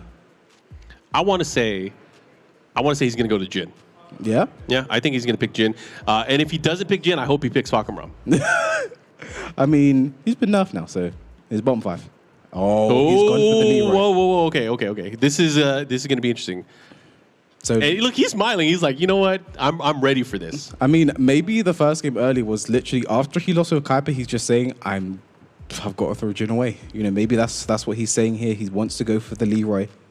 And against this is actually a character that's very popular. You know, I think Kuiper himself said if he plays against Arsene Zafina, he's going to go for Leroy himself. Because, you know, he just feels that Leroy's good. Zafina's a very difficult character to deal with. She's a lot that kind of breaks the game. Like, for example, like Leroy's wild sending forward, which is very plus on hit. Who does back four? Most characters just have to block it. Zafina can just backdash and then whiff punish. Yeah, and that's the thing I think he has to deal with. First of all, you have to get past the movement. You have to get past the spacing. And if you can actually get there and start fighting, that's when the real match happens. Either way, we're going to this Book versus Arsene Ash in this race to 2. I mean, and Leroy also has a lot of low-hitting mids as well that are going to be catching Zafina out of her stances. So, oh, look at that, just backdashing the down forward 4 there. Nice parry, but doesn't get the follow-up. Down back 4 again. The orbital just Arsene's sidestepping it right now. Finishes the string, and oh, excellent low parry there from Arsene. He's on point right now. Oh, whiffs the first hit hell sweep, but doesn't finish it. He knew it. There it is, the hell sweep that time. The Kane spends it already? Oh, man. Look at this. There's a nice life lead here for Arsene. Looking to close it out. It's going to be so hard for him to break him down here. Oh, my gosh. Very, very dominant opening round here.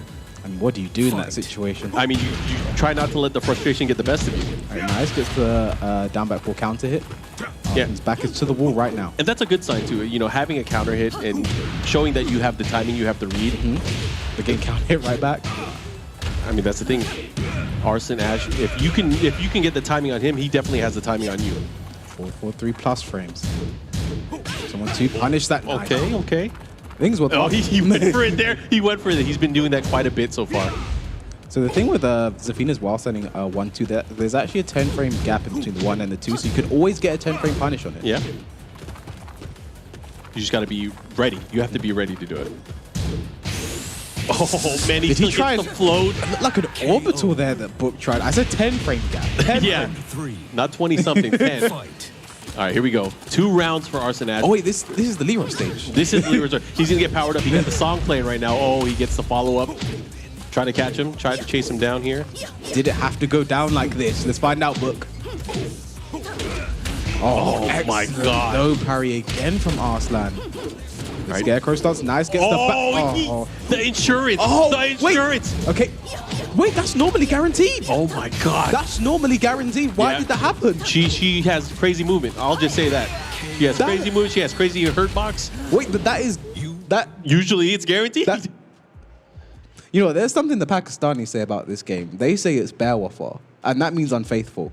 And that was a situation right now of Tekken being unfaithful. That is guaranteed. And I feel like he knew that situation, though. I feel like he definitely knew that situation. Man, that was too convincing. Too convincing. I mean, but I want to go back to that situation because that was guaranteed. And if it works, he gets the walls back. He's in rage. Probably rage up. That could be his round. It could have been the round for sure. But 3 straight rounds early on here for Arsene. He's going to stick to Leroy going into this. In the Dragon's Nest, once again, they go straight to rematch. All right. I mean, Book's really going to have to turn things up because, I mean, Arsene was definitely on fire. All lost because this game is bear waffle. Oh, big whiff on the down 1+2. Second hit, he wasn't ready. Went for back 1+2, try and interrupt. I mean, Arsene looking so strong right now. And one thing's what a lot of people have been like putting Zafina down on their tier list recently, but I mean, how could you though? How could you? Maybe on paper, I mean, maybe some of these players aren't getting the same results, but she still has her movement, and that's the thing that really carries her through most of the matchups. And with a move like back 1+2, which I've seen go under hot kicks. Back 4 now. Book getting some momentum started. This is 10 for. Okay, he's just going to go for the punish there. Yeah, wants to keep him there. Nice block. Bit late on the punish there from Book though. Down for 1 going under the jab. Forward 4. Down 3 right back. Here comes the Mantis pressure. Try to catch him. Yeah. Mantis versus Hermit. Which one will prevail? Goes for the low. Oh, and then down forward 2. He knew. The follow-up here, what's the mix? Goes for the low again. Rage is available. Oh, he's so good. He is so good. Arsene Ash, 1 more round, he's going to take it. Fight. And that's the crazy part, is that's a situation where, like, you know what, I'm going to use my rage drive, keep the pressure going. And that's he read it. He read it like a book. Like, oh, wait, hey. Leroy's rage drive just, you know, the range isn't fantastic, and also it's quite linear. And Arsene gets the launch right now, looking so good right now. Going to go down to a final mix. Goes low, and Arsene Ash takes it 2-0. Super strong. Was that 6 rounds straight? That was 6 rounds straight, and he is looking scary, scary strong right now. Wow. Well, it's now 4-0 in tournament history between these two. Yeah. I mean, at this point, if you who's going to stop this guy? in the pool. I think we've seen everyone in this pool play so far. Yeah. Is there anyone we think who's going to come up and be able to stop this guy? I don't know. And I mean, I think it's, we got to keep things interesting on commentary. Maybe not. Maybe not, man. He's definitely a very strong player. Man. Nice, a fist bump. Sure, respect between these. That's one thing I love. There's always respect between the players, No one's ever mad or salty walks off, smashing their sticks. At least not on camera, right? Yeah. They go backstage. You guys should see the mess back there. Just sticks all over the place. Yeah. Holes in the floor and the walls. It's insane. But next up, we're getting Asim versus Boris. But before that, we'll be getting some highlights from the game. We just had, Arsene versus Book. That's like, those were looking at the pool, those were two of the top players you'd say, yeah, these guys are going to be doing damage, right? Oh, yeah. And that was just so one-sided. It was so one-sided. Not only that, I feel like he couldn't do anything in the matchup. I mean, he had a few counter hits here and there, but if you look at every single round that we're probably going to be seeing in these replays, it was comfort city here for Arsene Ash. I mean, the one thing I've seen from Books and Leroy so far is just very unoptimal. Situation where, I just want to see him play Jin. I do want to see him play Jin, and that's just Arsene Ash showing he's the best player in the world. Yep. And look at that, so convincing. But man, again, I think for anybody in the group to beat him, even in this early stage, it's going to be rough. Oh, it's going to take a lot. It's going to take a lot. But hey, if you get that, you're probably going to be able to get out of the group, right? Yeah, and the thing is, even if you don't make out, just having that win over Arsene in the tournament, that means a lot, right? But next up, we're having Asim and Boris Sonic getting up, the Ukrainian representative so far. I want to see him pick that Kunimitsu as well. We saw earlier against Kira looked super good, almost took a game off of him. So I do want to see that Kunimitsu, and Asim probably going to go straight to the Miguel, Yeah, we'll see. This should be an interesting matchup. Again, it really depends on the characters that are going to be played. He's been going out with Miguel early on, from what we've seen so far, very, very strong. It's going to be a case of a veteran player versus a newer player, and that's usually very scary or very, it's unpredictable, I should say. And from Boris's perspective, as someone who has been that newer player going up against the veterans, I think it's always an exciting time. Oh, yeah. You don't have much to lose. You got to take it as a learning experience, a level up experience. Yeah. No one's expecting you to win, and you have everything to gain and nothing to really lose from it. So I'd really love to see him pull off the upset at some point here, with the Kunimitsu, because, from what we've seen the Kunimitsu compared to the Glory, that Kunimitsu is looking really good against Kira, just lost in a really unfortunate manner. Only started playing in 2018, that is not that long ago. To get to be where you are now, starting 2018, that's a very big statement. Yeah, big statement and a big opportunity here. Let's see if Boris Sonic is able to employ some of what he's learned so far today in this upcoming matchup against this veteran player. You know what? He's hovering over Katarina. I thought it was going to be Miguel. But Katarina, I'm pretty sure we can all agree was his main going into Tekken 7, right? Yeah, in Season 1 he was just playing. But he said, so I was wanted to ask him about Season 1 Katarina. He was just Katarina was just easy wins. Back then, it was just easy. She had a lot of damage. Her hop kick was silly. She had a lot going for her. So Asim really likes to pick the strong characters. So that's what he was doing. But yeah, Boris going for the Kunimitsu here. I like the decision. The Kunimitsu look really strong. And let's see, there's going to be a test of Asim's Kunimitsu knowledge as well. Obviously, he's a legacy player. He's played against Sagat, who'll know that. But how much has he played against this Kunimitsu? Spag has a strong Kunimitsu, so probably playing against Spag. Kira has a Kunimitsu, so probably has that experience there. Yeah, that's always going to be the test, is to how much do you know of the new characters? How much do you know of the mental state going into the fighting against the character? But I think it's something that we'll see early on. And, Boris, we know as a player, is not afraid to try things. He'll go for those sweeps. He'll go for those mix-ups. He'll go for the setups. Yeah. All right. Wasang 1-1 catches him there. Yeah, he's got the classic Kunimitsu preset as well. Up in the low. Oh, that was the parry sick. there. And goes for the back turn low option again. Let's see what he knows. You got to test him. To that 2-2 string is really annoying to deal with. Yeah. Oh, back 2 again. That's such a good power crush. Gets the wall. Oh, the classic, the back 1 to the lows. Round 2. The key charge I saw pop-up. that. The You know key what? charge pop-up. You know what? I'm going to take a swig of water. You know what? It's going to be a long match. I hope he doesn't. I hope you don't regret this, young man. I hope you do not regret this. Maybe he wants to, get him angry. Maybe he wants to really test himself. Okay. Caught him with the jab. Back to the follow-up here. Stature. Oh, Forward 4 into the 2 again's really working out for him. Yo, is he gonna charge up again if he gets this round? Set 3. Is there enough time? Thank you, Boris. Let's go, baby. Let's go. These disrespectful. Watch this old man. These watch disrespectful young Send kids, him home. Mark. Where did they learn it from? They learned it from the internet. Let's go, baby. Here we go. 2 throw not broken. Man. Show them the old people know how to press 4 buttons. Do it. All right, never mind. That was a pop off though. You look like backflip there. It looked like he also like did the throw to like a single teabag. Or the 2-2 string. Power crush. Oh, nice. Good trade. I mean, the activation frames of that. Very interesting. He goes for the low follow-up, and he gets the pickup. Let's go, baby. Oh, yeah, goes for the low. The tricky stuff into the combo. Boris. I heard the charge. Yeah, I heard the charge. Look at him. He is moving more than I've ever saw him move ever. That's Boris taking his first game. And if you're Asim at this point, like, do you think of a character switch? Do you sit with a Katarina? I feel like he can go to Miguel. I feel like he can go to Miguel and play solid still. I mean, I feel like it wasn't like his character doing anything special. He just got hit by everything. It's just getting hit. Maybe the key charges. Maybe they got him. Maybe they got to him. I don't know. Because when I first got here on the first day, the first thing I saw was Asim and Boris playing casuals. I saw these two playing against each other. And he's gone for the Dragunov. Asim has gone back to Dragunov. The last time I saw Asim play Dragunov was UFA 2019 in France. That was the last time I saw him play Dragunov at an offline tournament. Since then, I don't think he's touched the character. I don't think he's been playing the character much. This is one of the season one, characters here for Dragunov. I think. This is still that was telling. That opening. Oh my God. Mid-match. Let's go. Okay, Asim, you have to. Asim, you can't. You better defend. Yeah. All right. Down 2. Yep. Gets full pickup. No. Gets the reset. Nice. Running 2. 2 throw not broken. Boris not happy about that. He definitely but he's gonna clean up here. All right. Yeah. Razor. No, he missed the combo. Okay. 134 takes it. And okay. He stomped.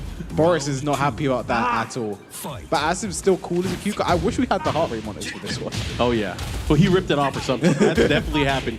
Anyways, here comes a follow-up here. What's the Oki? Goes for the running 2, the classic. Oh, 1 throw. Boris's throw breaking is really letting him down here. I mean, you have to think now. Boris doesn't. Let me not say it. The game's not over yet. It is not over yet. It's only been a round. Come on, K-Wiz. Let's go. Oh, the backswing. He was able to interrupt. The Nobi. Oh, he's gonna get it. He's gonna get it. It's not going to do a huge chunk of damage as well, but it's just going to get him off him, give him some time to think, and we'll ask him to know the Oki. If he back rolls, Kinemitsu gets a free coup. So yeah. Are we going to see it? Or are we going to see Mix-Up goes for the low maybe? No, what is he bagging? He is bagging the groceries. No, not like this. All right. Round 3. I like the options. Fight. All right, 4-4. Set 3. Nice. While setting 1-2. Kinemitsu is not plus after set 3. Forward 2. That's meant to be running. Set 2. Big whiff. Nice spacing there from Asim as well. Just makes the whole set follow up whiff. Oh. 2 went for the jab. And that's a big launch with big damage.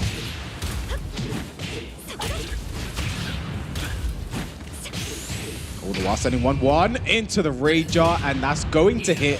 It's not dead though, but it's going to put Boris into a situation where he has to guess for his. Boris is. I feel like Raid Jar coming on. I don't know. Wake up and do it. Oh Rage my drive. God. I should have said drive. If I said drive, and the key charge, he's not done. He's not done. Key charge. He got more of those. He definitely has more of those. Boris, I hope you win this for your sake.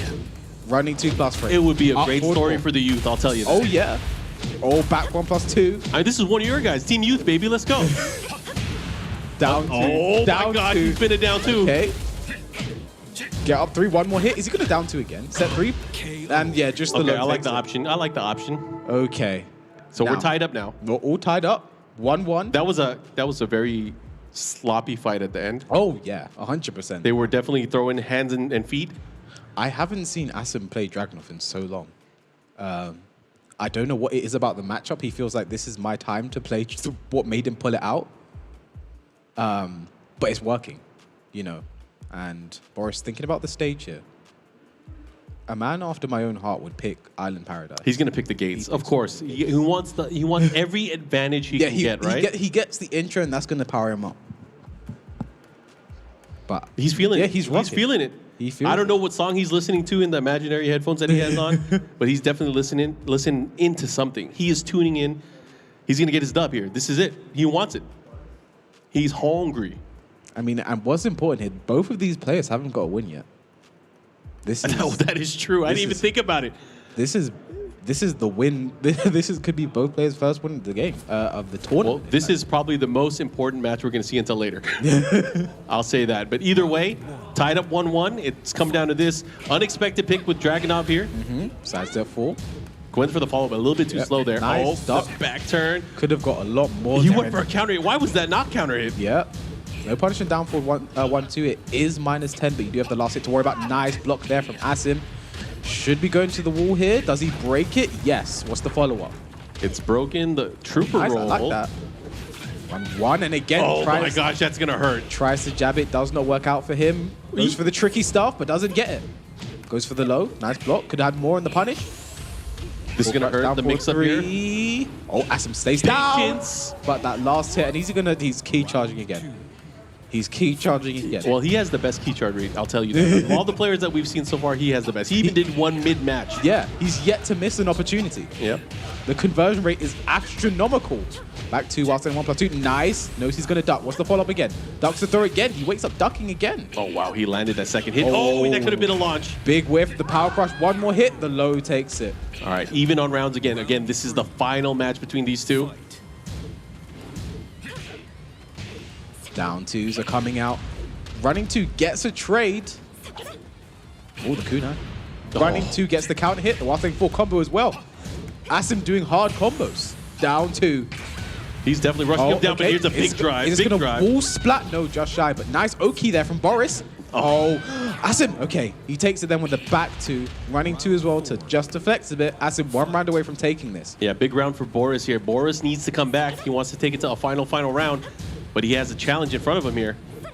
Oh, nice. Wow, standing 3. Boris, great punish as well. Asim staying down. Set 3 again. He's been using that so much. The back 2 saying, get off me. Back 2 again. Nice punish. Up forward 4. Catches. Boris loves to duck. Back 1+2. Oh, he's starting to put the pressure on. Nice interrupt there. And you know, it's a big adjustment that we'd be seeing. Set 3. Oh my gosh. Set 2.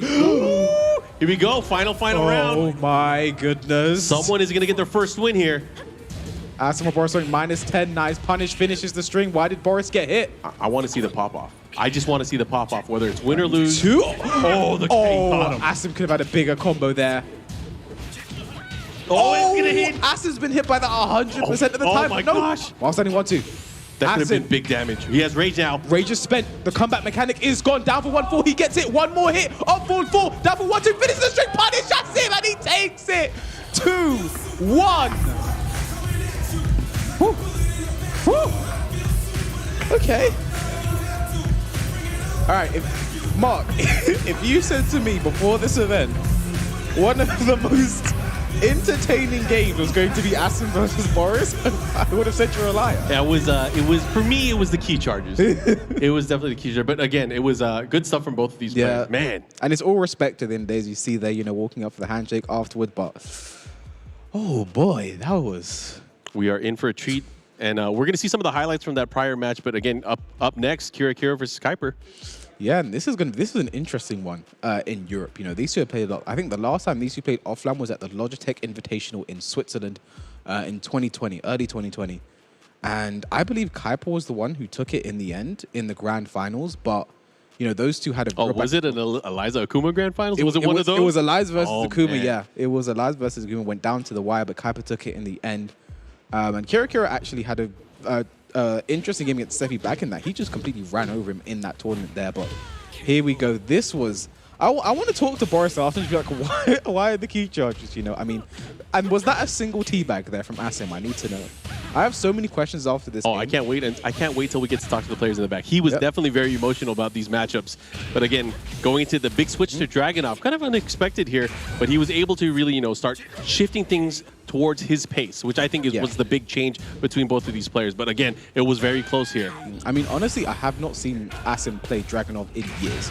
Yep. Like, honestly, I haven't seen him play that character in so long. He's been playing Steve, Katarina, all these characters like since season 2, I think 3 was the last time. Back when everyone used to use Dragunov, right? I think the last time he was playing was like season 3, but takes it there in the end.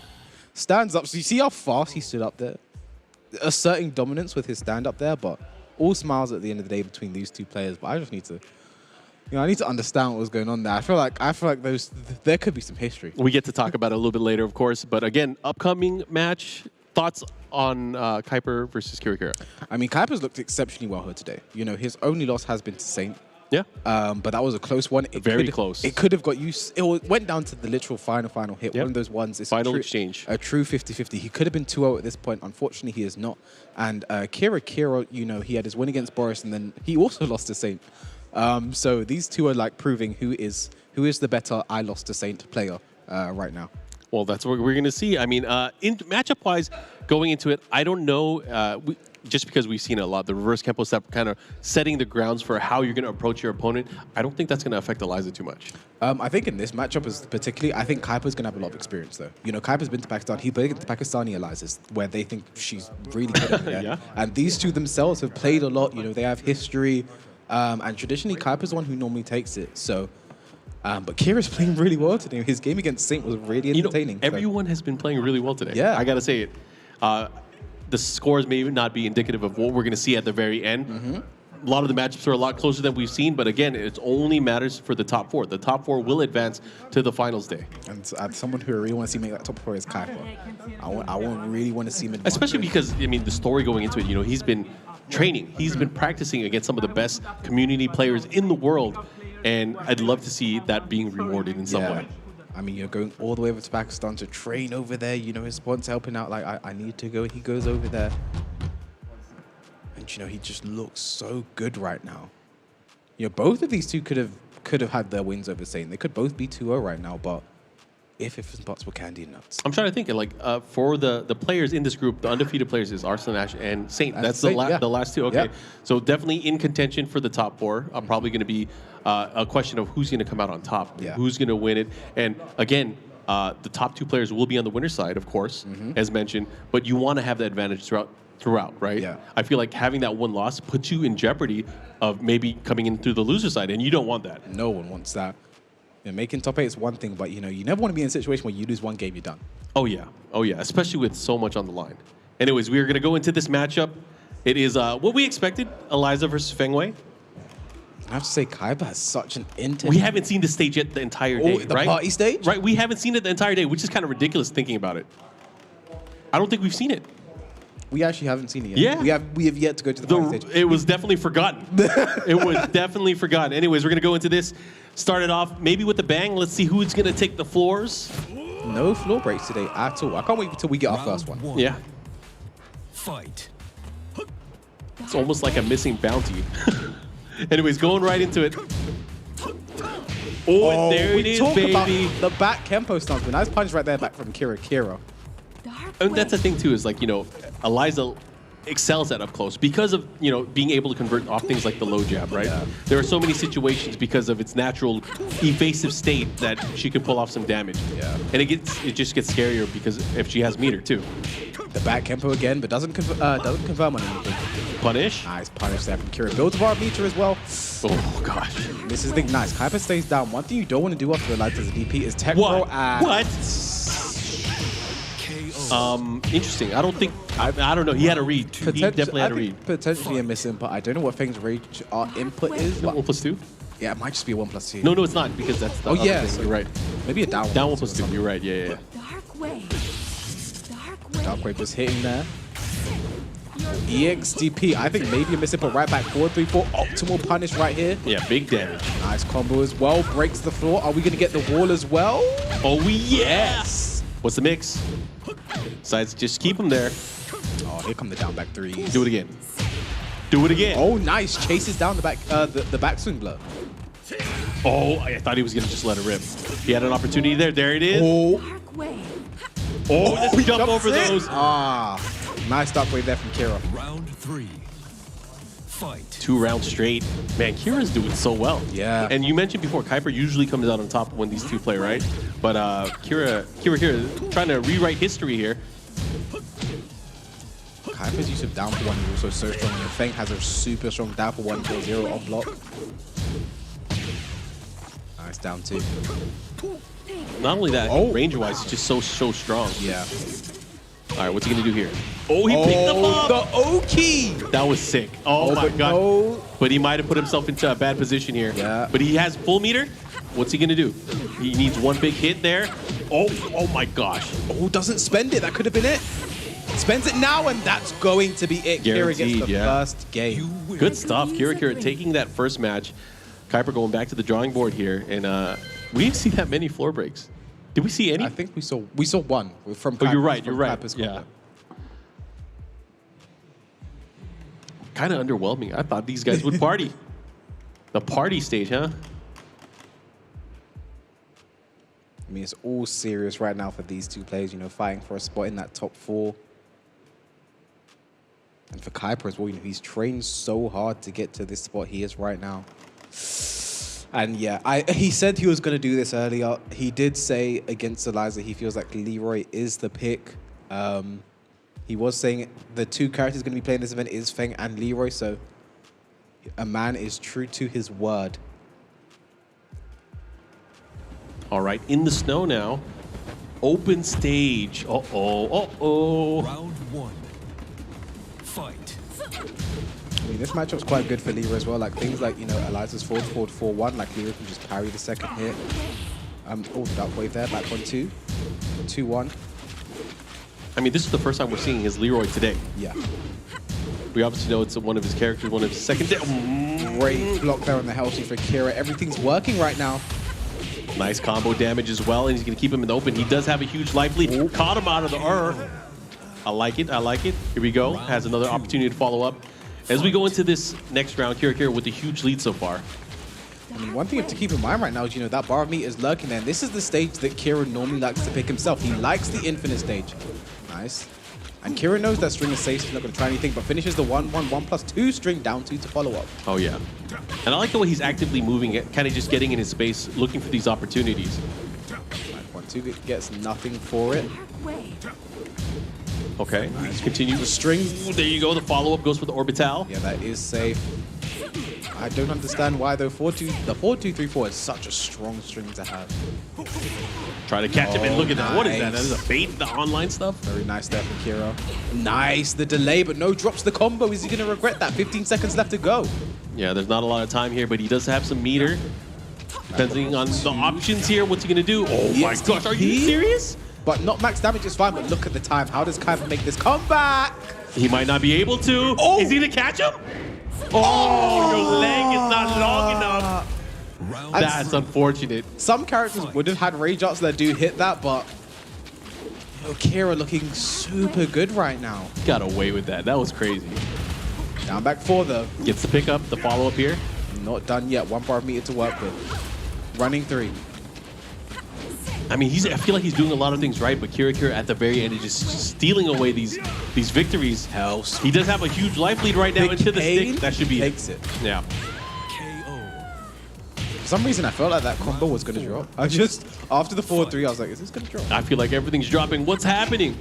It's the snow. It's definitely the cold. Everything's slippery. They're slipping and sliding. Well, she's definitely dressed for the occasion. Oh my gosh, watch out for the dive kick. Down for 1. Back 1-2, no punish there. Was waiting for the last hit, didn't come. The standing 4, very nice there from Kira. Kira's so comfortable in the matchup, really. Not really giving Kuiper a chance to open him up. 2 bars. And he has the meter. That's the scary part. The meter is kind of changing the way he's approaching the matchup. 4-4-3. I mean, that's the thing. With this meter, whenever Kira jumps back, he has a launch opportunity. If you whiff, and there it is! I shouldn't have said that. It's not going to be dead, but it's going to be big damage. Oh, and he caught him. That is unfortunate, but hey, he was able to pull it off. Kira with a 2-0 victory over Kuiper, and now Kuiper getting another defeat. Ouch. That's going to add up. I want to see what the middle ground looks like and the race for 3 and 4 looks like here today, because it's got to be crazy. It's got to be a tight race between all these great players. I mean, my dark horse pick, really coming up short there, but, that was a good... Kira's been looking so good today. His only loss has been to Saint. And, yeah, that was just a bit unfortunate there. I feel bad for Kira there, for Kuiper there, sorry, but Kira looking super good right now. Oh, my gosh. So many good matches coming up. This is a run back from Dubai. Oh, yeah, you're right. These two played in Dubai, and it went really close. Asim just lost it at the final moments, playing his Steve, actually. He actually, just thinking about it now, he uses a ton of characters. Yeah. Historically, Whoever's he's been strong at the switching, time. right? Whoever's strong at the time, that's who Pick he's a top playing. tier. It's a good strat. And we're going to see some of the highlights from our prior match. And you know what? Going into the next matchup and the next few matchups, it's pivotal. We're looking at how everyone's going to be placing and where they are in the leaderboard. 3 and 4 are getting closer and closer. 1 and 2, I'm pretty sure we know who that's going to be. Yeah. Saint and Arsene Ash, obviously, they've been dominating so far. But you know what? Let's not talk about it. Let's let our analyst team talk about it. Let's send it over to James, Rip, and MYK. Oh, yeah.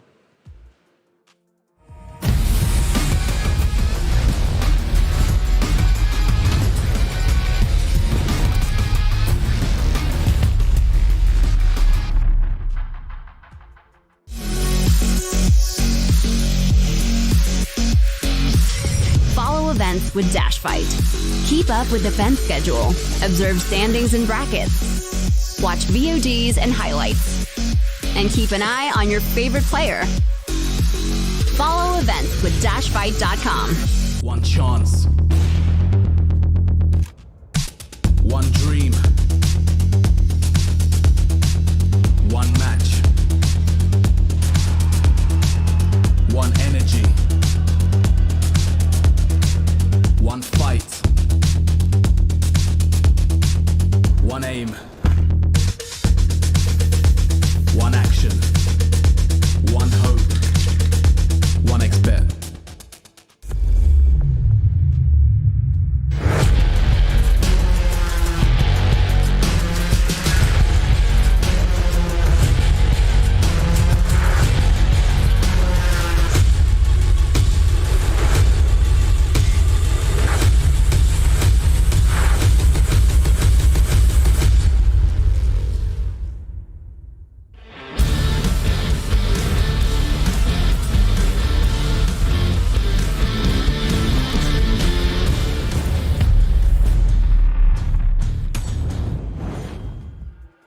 Don't worry, don't adjust your screens. That was just a little bit of Soul Calibur action. But it's all about Tekken here today. We're moving on over. We don't look... Yeah, you're definitely not Kayane. You're a bit taller than Kayane would be. And better looking. I'm kidding. That's some oozing confidence coming out there. I respect it. And MYK, you just look like a better version of the Warrior anyway. He'll take it. We'll take it. We'll take those. But we're getting further through all these games now, and, well, it's certainly getting a little bit more interesting. I want to touch on one bit, though. You were very impressed with Kira, right? Yes, me, absolutely. He seems super optimized. Situational awareness is through the roof, and his down 3 counter hit confirms into the fireball. Like, everything looks really crisp coming out of Kira. So, and also his punishment with the down jab into DP as well, looking super crisp. Best Eliza you've ever seen? Best Eliza I'm sorry, I've ever seen. Saint versus Kuiper, one of the first matches we had in the set. Very crazy match, right? I mean, Kuiper with the first game in control. You see Saint the first round, but that sidewalk couple misses, there, yeah. beautiful. Couple misses, but Saint able to close it up and take game number 2. But the final game was a nail biter. Real back and forth, claps. baiting out the back Kemple. Kuiper's signature with Fang. Didn't get the stomp in time. And this part, oh, you know my where it's God. going. Final round, of course. Look, it's down to the wire. It could have went either way, but Saint, and you know, that sequence like 5 seconds before that was just crazy back and Dude, he blocked the hop kick with Fang's back to the wall. He could have headbutt punished to get the wall splat and close out the game. And even the other move too, forward 4-3. He could have headbutt punished to close it out. And this match, Austin versus Boris. This was interesting, you know. It was interesting. Disrespect out there. There was a couple of key charges, a couple of teabags. You know, Austin, it clearly looked like he does not know Kunimitsu. Like, if I'm going against Austin in the rest of this set, I'm picking Kunimitsu, Lydia, Fakaram. You know, one of the newest characters. Season 4 and something Season like 3 that. characters only. Yeah, definitely. And you know, Boris, you know, he's getting pumped up, right? He's getting wins. He's like, yo, I got these rounds and everything. But ultimately, you know, it doesn't really go that way. Like, the key charge will only get you so far, you know, especially offline. Right. He seems still very young, super emotional type player, but man, definitely does not translate into victory. No, yeah, I mean, you saw here, though, he almost had Awesome's number, right? I mean, down the wire, going to the final, of course it does. And then down the wire, Awesome, he's blocking staggered lows. He's like, oh, God, I can launch that? I don't even know about that. Finally gets the punch, closes it out. He's happy, hits the key charge, stands there, he's like, got you back at the end. Right. What you going to do about it? Watch your face, here's the key charge. Damn it, I'm out of here. Man, of course, we just saw this one, though. Such a character, though, man. Yeah, Kira versus Kuiper. And yeah, Kira is so clean with the character. So clean. Look at this. Gets the counter it confirmed, burns it, gets the wall slap to take it. And even with the Leroy switch, Kuiper not able to close it out. No, and yeah, the blockable shoulder again, putting in so much work. And then also he held up back instead of up forward to try to avoid it. Or he could have just blocked it. And this right here, he knew he was going to flip over sideways. The Look at the nod. He knew. Was a true tech catch there. Beautifully done. Kira, I have been really impressed with, man. The Eliza, super clean. And I feel like that matchup in particular, right? Kuiper going up against Kira could be one that's going to come towards the end of the day when we look at these stand-ins, right? That could be one that means a lot. But where we're sat right now, okay, Borisonic down in last place. No wins just yet, but maybe more of what we expected. But the big surprise here, Book. He is struggling. Yeah, lots of struggles from Book. The character crisis just extends here. He's had a character crisis for the last few years, it seems like, and he just hasn't found his footing still. And you know what it is? I think the first set really kind of hindered his decision on picking Jin. And ever since then, he's just like, Leroy? Yeah, really. And even Kuiper, Kuiper was doing very well when the day started, but that loss to Saint, that very close loss to Saint, he really hasn't come back from that one yet either. Yeah. Now, our next game we're going to start, we're going to get Asim taking on Book here. So this is a chance for Asim to try and get this lead, get the standings up there and push his way up. But it's also time for Book to fight his way back in, maybe against easier opponents than what he had. Yeah, I mean, it's really hard to call Asim an easier opponent, but at the same time, if you're Book, you have to use a newer character, in my opinion. And he's been sticking with the Leroy, but we haven't seen the Falcon yet. At all. Falcon is what he's been running for the last few months online, so I'm surprised at that. Yeah. Why would he not be using it? I just said that Book seems like he's kind of straying away from Jin, but in this matchup, with the way that it went with Boris, right now, I think he should go with a newer Season 3 or Season 4 character because Asim hasn't been playing the game as much lately, and he seems a little out of touch with the newer characters. And then after that, we're going to have Girlanda taking on Kira. That on its own is just spicy from start to finish. Yeah, Girlanda definitely has been doing fantastic. Kira obviously playing very well right now at the time, but that matchup is so hard to call. Yeah. I feel like Girlanda can hang with anyone, but he's not getting the wins right now. When Even that match when he had lost to Saint right now, that's the only opponent he lost to, 2-0, but Saint was just so good at dominating the pace of that match. The pace was critical. It was all control from Saint there. But if Girlanda could set the pace, like we had a little glimpse of it at the end where he started going hand with the full crouch lows and stuff and started going in. If he could keep that pace to his rhythm, I think he could close it out. Now there's one more matchup that comes after that, and obviously we're blessed with all the matches these guys going head-to-head. We're going to get Arslash taking on Saint as well. That's the one. So one of these guys got to win the group, right? Somebody's getting first place. And Saint today has been very impressive. He's lost a lot of the first games. It's almost expected of him. Learning first bits, game. right? Yeah, he's like, okay, I'm adjusting to this now. Now I know how you play. Now I'm going to get you. So it's the massive thing was with Kuiper. The second game there, he was just down the wire. He was about to lose the set, but he just maintained composure the whole way through, and closed it out. Final game much better. And that's definitely a specialty of Saint. Even though he seems like his back is against the wall, he's no scare. No scare, never. Now, when it comes to Arslash, though, right, does this just looking like the sweet 7-0, like he's just not going to drop anything? From what you're seeing, would you just say he's like there, he's in the game? Dude, he's just picking up where he left off, man. He looked like he never skipped a day in training or anything, man. He is super dominant right now. And even in the last set that we saw from him, 6-0 in rounds. What a showing. What a showing. He's looking super good. Especially against Book in that situation, right? The man who took his Evo Japan title away, he's like, all right, I'm going to get you for that. Right, yeah. I'm going to have that one back. I'm going to take it. For you guys at home, though, something we've got to tell you about as well is Dash Fight, our official media partner here for the WUFL. If you do check out Dash Fight, you can see the banner down below if you are watching on Twitch. It gives you all the information about these guys doing interviews, content, you name it. They're covering so many different titles within the FGC and still expanding to do it to try and be a complete hub of coverage to give us all the information and stuff we need in there. And also, you probably see some more content coming out from these guys because you were doing some little prediction videos and stuff earlier. There's definitely figuring some stuff out. Absolutely. You got to keep an eye out for that. But when it comes to the predictions now and what you've seen, do you have any changes in thoughts? Are you nervous about some of your picks that you had? Because obviously now we've seen the real test. Because we watch them in the practice rooms, right? And we go, okay, yeah, you can get a kind of feel for it. But it's very different when you see the official matches go down. Right. I think I had Book in my top 4. And Same, that's yeah. definitely the guy who's like out of the top 4 right now, right? So he's got to start winning. The rest of my picks have been pretty decent, though. So we'll see where things end up. But Book's definitely the one that's slacking right now. He's picked up the pace. Okay. I mean, I completely agree with Rip. I mean, my 2 favorites was obviously Arsene Ash and Saint for this pool, and it's playing out exactly how I predicted it. But yeah, like Rip said, Book has been the biggest surprise. Like, he seems like he's kind of struggling right now. And I was just telling him right now that he seems like the quarantine, the world situation right now, everything maybe might have hindered him the most. And like too much online or something, I'm not sure. And it is a big problem. Just explain it to the viewers out there as well, like the difference between going from online to offline, especially in a game like Tekken, because some games, they're not hurt as bad by like having the online and offline environments, but others, it makes a big difference. Right. So basically, you know, in an online setting, there's a little bit of lag, and it affects the way you approach the game, approach different like setups in the game. Even your punishment is a little bit different. Timing, the situation, the timing, etc. Right. So taking that online tournaments, obviously, there's still a lot of merit to them. But when you come back to an offline format where against these players who have not left that offline format, their time is still going to be 1 notch ahead of yours the whole way through. And I think that's why Arsene's so strong right now as well. He never stopped playing offline. His timing is perfect to the T right now. He's never hindered his timing by playing online. He has a bunch of friends that he could play at home with and super strong competitors back at home. That's certainly what you want to be ready for a tournament like this to come back into. But guys, we're done here for now. It's time to get back with the games. It's time to get back with the action and back with Markman and K-Wiz. Versus.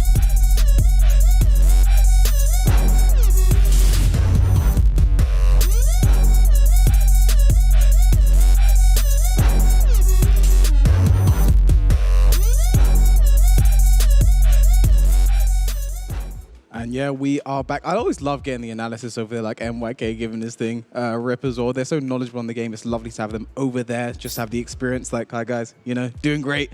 I love your hair, by the way, Rip. I love your hair. But yeah, so now our next match, we're getting into Asim versus Book, and they've been saying your Book's been performing a bit, and I do have to agree. You know, not the best start. I mean, it's still early. He still has a ton of matches to play.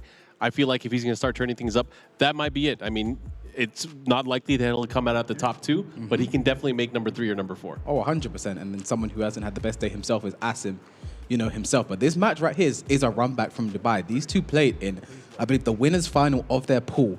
And it was Steve versus Jin. Yep. That was when Asim started to experiment with Steve a lot around season 3. Actually, as a counter pick for me, he literally, because I was beating him a lot in tournament, because before he used to wait to stream with his geese. Then I adapted.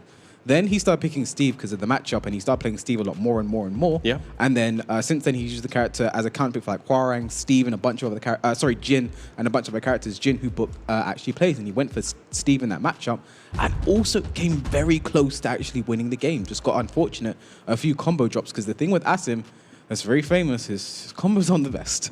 Because he plays so many characters, he doesn't have the time to learn the combos. He just learns the neutral, the buttons he should push, what's good, what's bad, I'm good to go. And what you mentioned kind of earlier is Asim, he picks the strong characters. Whenever a character is considered one of the better ones, he will definitely try to at least learn them or add him to his arsenal of just, you know, what he's going to bring to a matchup.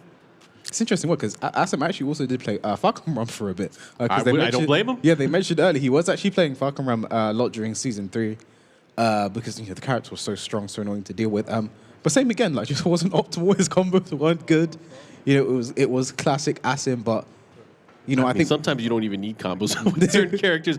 But either way, I mean, you know, he's here for a reason. He's a very strong player. It just goes to show you sometimes you don't even need to have the best comp. What's happening? Did you see that? We were just talking about this character. Leroy versus Miguel. Okay, so I think Booker has completely given up on Jin for today. For today, I think today Jin isn't. From one game, he decided he doesn't want to play the Jin.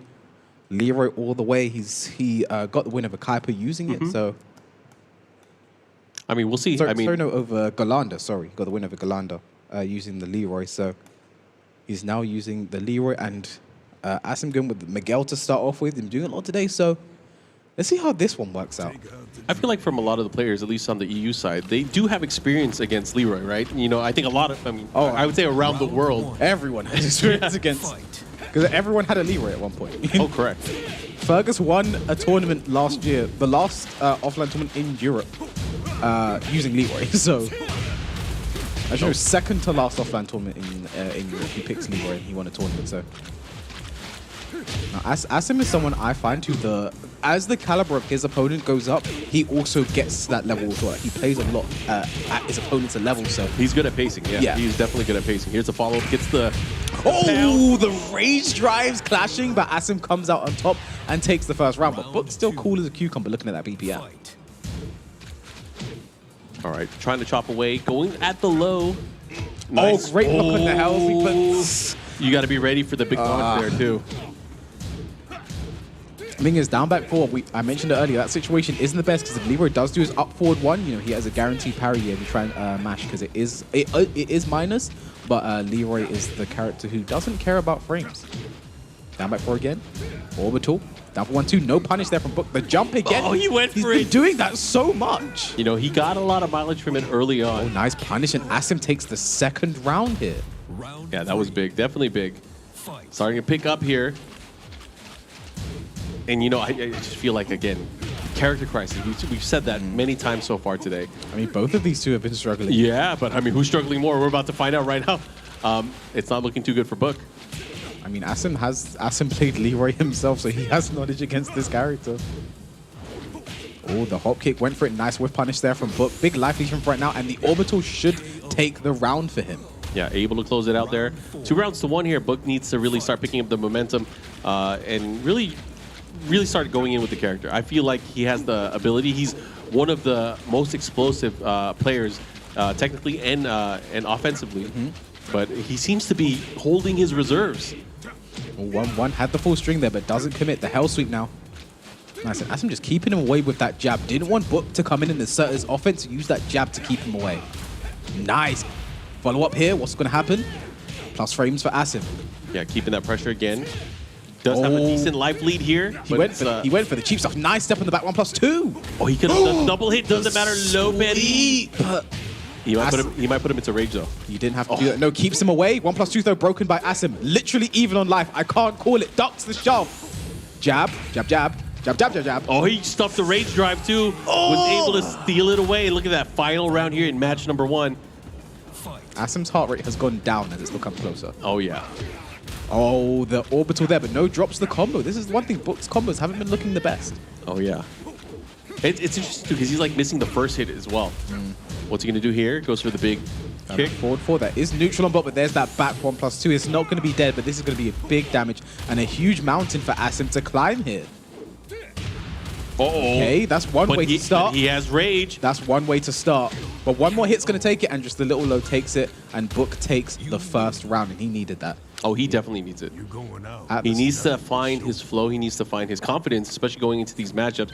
And, you know, especially when you're fighting for, you know, to qualify in the top 4, you have to maintain some type of consistency. You've already played against the players you've lost against, right? You know that.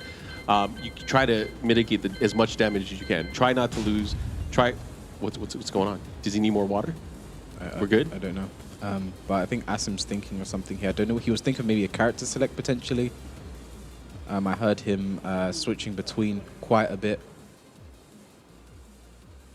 But yeah, just one thing to keep in mind there. So I think, you know, Book starting off very well there with the Leroy getting the aim. I think Asim's going to have to start thinking about, does he go to different... I mean, Miguel was working at the start. He looked super good, was steam running, getting things he needed to do.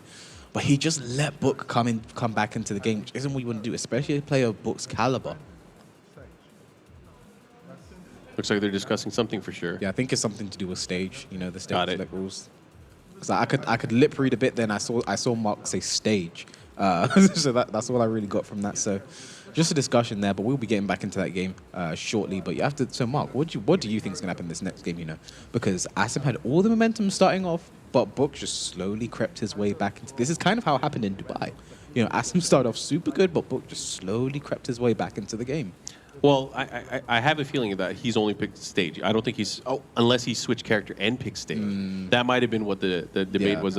But let's say he does switch characters. I just think it's a matter of keeping Book at bay, because Book has been struggling to really capitalize on a lot of combos and opportunities. So I just feel like not getting hit by the orbital. That's probably the first and foremost, not getting hit by the orbital and not giving opportunities for him to, I guess, get parried or be predictable. I mean, the thing with the orbital as well is it is a really annoying situation to be put in even after you block it, because it is -8.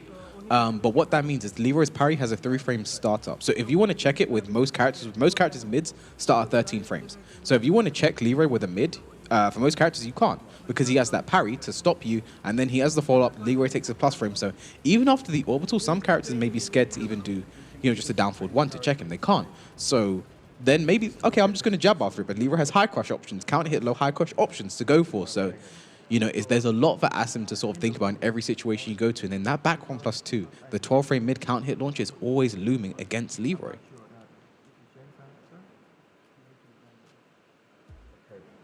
I mean, let's talk about just character choice then.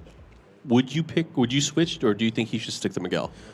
Me personally, I find if someone picks Leroy against me and my main isn't working, I'm picking Leroy against you. Oh. that is my personal philosophy against it. But normally I do quite all right with my main against Leroy, so I've never found the need. But if I'm losing, I'm just like, you know what, you're doing this to me, so I'm gonna make you also suffer. Even if I lose, you're gonna suffer for just a tiny bit against the Leroy. And that's the scary part. I mean, we're talking about the group stage here. It's a race to 2. You don't have really the comfort zone to be able to... Oh, he did switch to Katarina. Oh, he's gone for the Katarina here now. And these are the two characters he said he was going to play, Miguel and Katarina. Did put out the surprise Dragonov earlier. The thing with Asim is there are times he switched characters where I feel like he doesn't need to. Miguel was working out. It did look good. It was just the way he was playing. Let Book come back into the game. But nice duck. Down 3-2, stays ducking. That's not something everyone does. You do have to stay ducking. Yeah. Let that second hit whiff and then go for your punish. Yeah, you don't want to get clipped on the top of the noggin. But right now, that's a big statement, especially early on. You get that right read. You get that quick 40% damage. Yeah. And that's all she wrote. Takes that first round rather clean, I would say. Speaking of big statements, that was a good first round there for Asim. This is how it's told Miguel as well. Took the first round quick. Yeah, and the thing is, he needs to hold on to it, right? Yeah. Oh my God, he clips him with it. Easier said than done against Book. Yeah, and Book again finding ways to steal back the momentum. You know, that was a nice round from Mason, but look at this. Book fighting back. Yeah. I mean, what's Asim going to do here? Instant duck while standing 2. I mean, he had an idea of something and he believed in it 100% and it worked out. Bro, it's happening. He's pulling away. Oh, the forward 4-3. Not in rage yet. One more hit will do it. And this is an annoying situation to be in because you need to make the comeback, but you're not getting that extra rage damage yet. There it is. I mean, huge life lead right now for Book. But forward 4-2-4 throws it out. Not the best combo here from Asim, but no one expects any better at this point. 2-2 punish. Down forward 4 takes it. Book one round away from taking this 2-0 over Asim. Hell sweet. Oh, good block. Great punish here. What is going on? Asim is all just being thrown away right now. Get him with that Dombo, that drop combo. The forward 4-2-2 as well. Everything is all Book right now. Yeah. Asim has a big of a mountain to climb. The hop kick, that's going to be punished. And Book will take this 2-0. And we were just talking about it. Book needs to start getting those dubs if he wants to maintain in contention to be able to qualify for the finals day. And look, he's been able to do it. Handshake, respect all around between these two. And they will be going off. But that's the thing, like Asim has not had the best performances here today. I think part of that comes from his characters. He doesn't really know who to pick. He's playing Miguel and Katarina. Miguel, because, Miguel's a strong poking character. That's kind of it, really. But I feel like with Asim, he's always just needed a main character. A character like, I'm going to play this character for the most part, unless there's like a character that struggles, and then I'll just play Kazumi. I mean, he does have a main character. It's whoever's strong at the time, right? Whoever's strong at the time. But unfortunately, the game has been changing quite a bit. Yeah, and then Asim, who's not really been keeping up as much, unfortunately suffers for it. But here are the highlights from that game. You see, the Miguel started off so well. He did well. He was in there. I mean, even this, like the next round after this ended so, look at this. This is so close, messed up rage drive there. 10 seconds left to go. A trade ends it, Miguel could have got it done for Asim, but he's always had this habit of when he loses, always switching character. Always switching character. Before, what his usual, flowchart was he'd pick Geese. If Geese loses, Kazumi. That's what he always used to be. Even if Geese got him a final round, final hit, go to Kazumi. And he's always had this habit. And here it didn't really work out. I really feel like Miguel was the pick to keep going. Miguel's strong this season. Oh, yeah. You know, very good this season, but a bit unfortunate. Asim goes down. Only got the one win over Boris. Still searching for that second one. But next up, we have this is a game, right? These are two. These are two players who, if you just look to the names, you weren't expecting to do sort of well, right? For the average view, like, you know, might not know who Kira is, might have felt like Galanda fell off or something, but these two have had phenomenal performances so far. And kind of looking at it, you know, both of these guys are right in the middle of the pack. They both have the potential to be able to get out of these this group stage. And Kira, I think, is currently at number 3, right? Yeah, and if you look at it here, you know, most people believe Kira is going to take this. So, you know, I think, and look, 52 to 48%, like, that's how close this is. Like, this pool is absolutely stacked with talent. You know, you have LCQ champion, you have Kira, who did very well at the Logitech Invitational last year.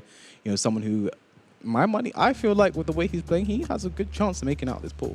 Well, we'll see. It's going to be a tight race, and we saw the standings a little bit earlier on how the players are doing. We already know that, you know, Arts and Ash and Saint, they're leading the pack. Oh, yeah. They might be in cruise control. They might be guaranteed. Who knows? But depending on how the rest of the matches go, they just have to keep, you know, playing normal Tekken. I hear that's a good thing that players do sometimes. I mean, the thing is, and those two have to play at some point. So I can't wait for that, because that's going to decide who comes out. I think on top. I think that game might be next. Oh, I can't wait. Give it to us. I want to see it. Yeah. But Kira versus Galanda, these two have played as well. These two played a lot of casuals as well. You know, this is the thing about some of these players. So I think yesterday, Bilal really wanted to play against JDCR because we were doing a lot of first 5, first 7. He's like, I really want to play him like in the first 5, first 7. Yeah. And then I just said, Bilal, he's in your pool. You get to play him. And he was just like, okay. Like, he didn't care. You know, they played up multiple. They played 3 first to 5s. So it was, you know, they played Fak versus Akuma, Brian versus Fak, and then Brian versus Dragonov. Yep. As well. Like there was a lot of character switch. So, you know, going into that, when those two do eventually play, it's like the character choices, they're probably already thinking about what happened and who to go to there. But here we should have no surprises in character. We're expecting Eliza versus Katarina here. And actually, early today, I did see Kira playing against Fergus's Katarina. He was labbing and getting ready. Yeah, he was getting a lot of experience against Fergus's Katarina. I mean, Fergus at one point was one of the best. You know, there was a time when Fergus was unequivocally top 2 in Europe. You know, around 2017, 2018 time, Fergus was top 2. I mean, he qualified. He qualified for twice. I think. Yep, two-time Tekken World Tour finalist, and you know, he is someone who, if you play a female character, and you need experience or knowledge, he is definitely someone to go to. I get it. Waifu players stick together. Yeah. They do it. All right. Anyways, we're going to go into the matchup here. It probably is what we expected. Yep. I wasn't paying attention whether or not they did pick those characters, but yes, Eliza versus Katarina. I like it as well, you know, sticking to the mains. On the Vermilion Gates as well, so we get the music.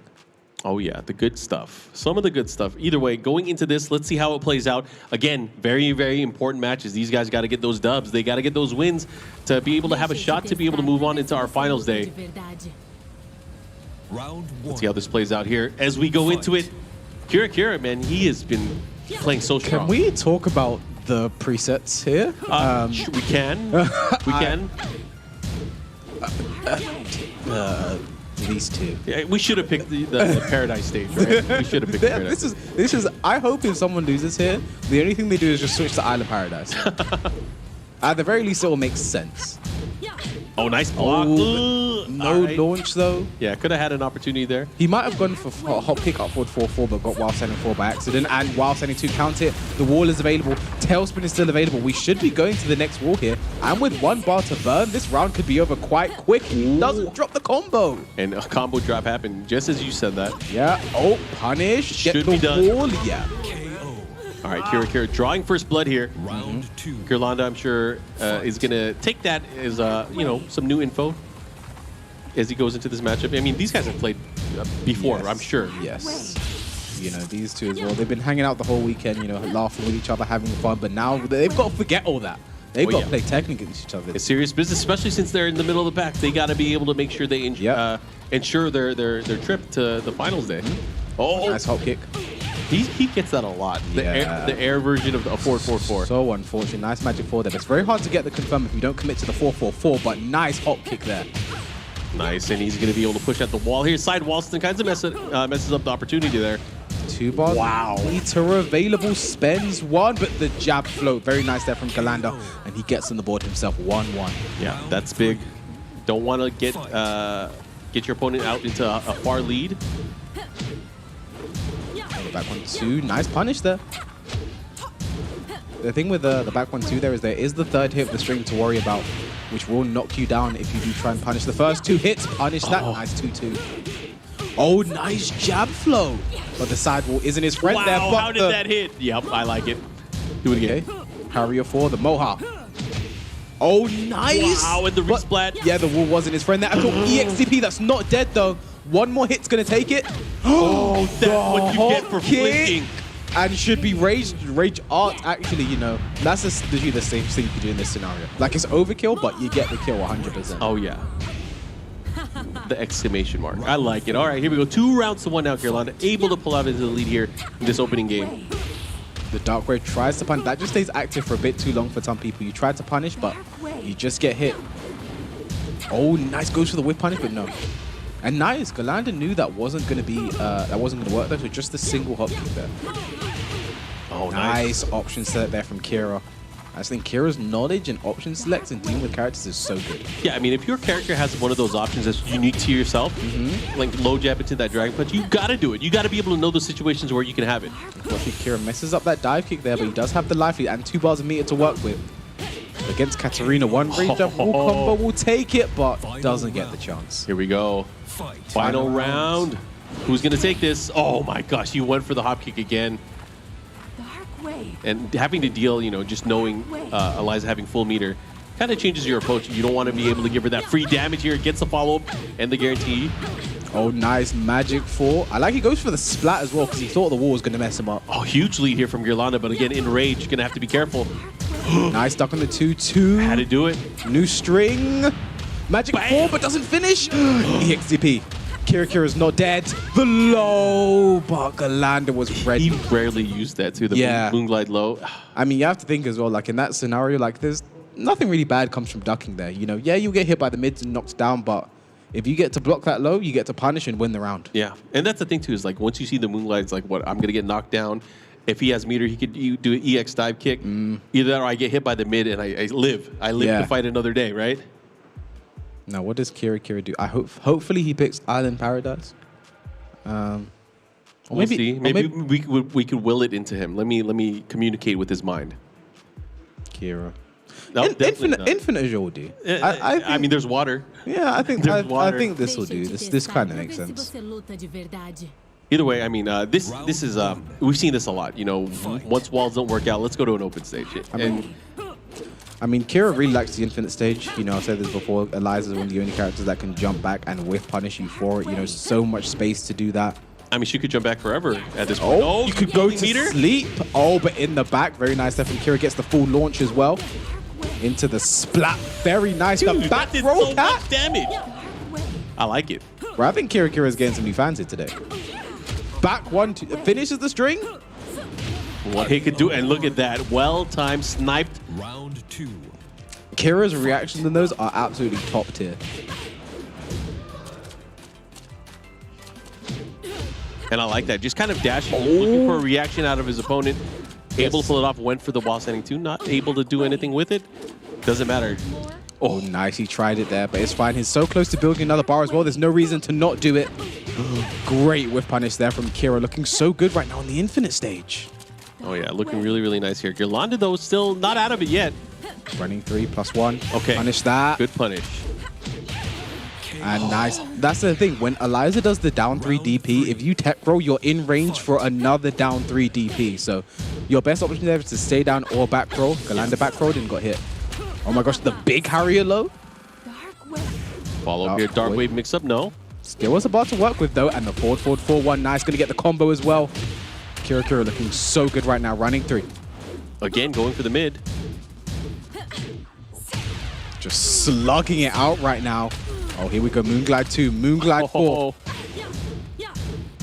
The 4-4-4. Nice. I like Option it. select It's into gonna the close it bloody out. drive. Very nice there from Kira. 3 straight rounds. Oh, yeah. He's Quite like, convincing there, too. people used to say Eliza's weak on the infinite stage. Kira sort of knew early on that, you know, people are just going to pick the infinite stage against Eliza. So I'm just going to learn to be really, really, really good on it. And, you know, it's really showing fruit here. But, you know, Galanda here, he's not down and out yet. He gets the stage pick here. And if he's smart, he'll pick Island Paradise. We'll see. We will see. I mean, I feel like if we want it, we won't get it. That's the thing. So should we just pretend we don't want it? I want another infinite stage. Yeah. He's not going to pick another infinite stage. He already found out that it was difficult. Honestly, Mark, I don't care what stage we get. You know, I feel like this is a different layer. I wasn't ready for this one. I feel like whatever stage we get, we're gonna have a good time. You know, You're right. Good ass Tekken is not exclusive to a certain stage. Yep. You are correct. Yeah. You know, it could be any stage, and I'll be happy. We're gonna get it. I have a good feeling about this. We're gonna get it. I don't want to jinx it, but anyways, I feel like 1-1. I feel like you these jinxed two. it, Mark. I feel like you jinxed I it. might have. I spoke too soon. I spoke too soon. Oh, my but gosh! He wait, switched. it was a random select. Oh then. my It was gosh. a random select, and he switched to the Ganryu. I'm feeling good about this. Hey man, this is cool. Oh, and he's wearing the classic sumo outfit. We are ready. I didn't think we were gonna see this character in this matchup, but hey, let's go. Fight. Ganryu. I mean, that's kind of a swimsuit. Ganryu. Doskoi. I mean, you know where my league. Oh yeah, I know exactly where you stand right now. But I'm behind Kira right now. All right, let's go then. Come on, Girlanda. Team Dad. Nice down forward 2 there. Should get the wall as well. Are we going to go downstairs already? Are we getting the music? What are we doing? Sit and back. Oh my god. Oh, Galanda. That's my favorite 2-piece right there. Oh, he caught him. Picking him up. Nope, we're gonna step.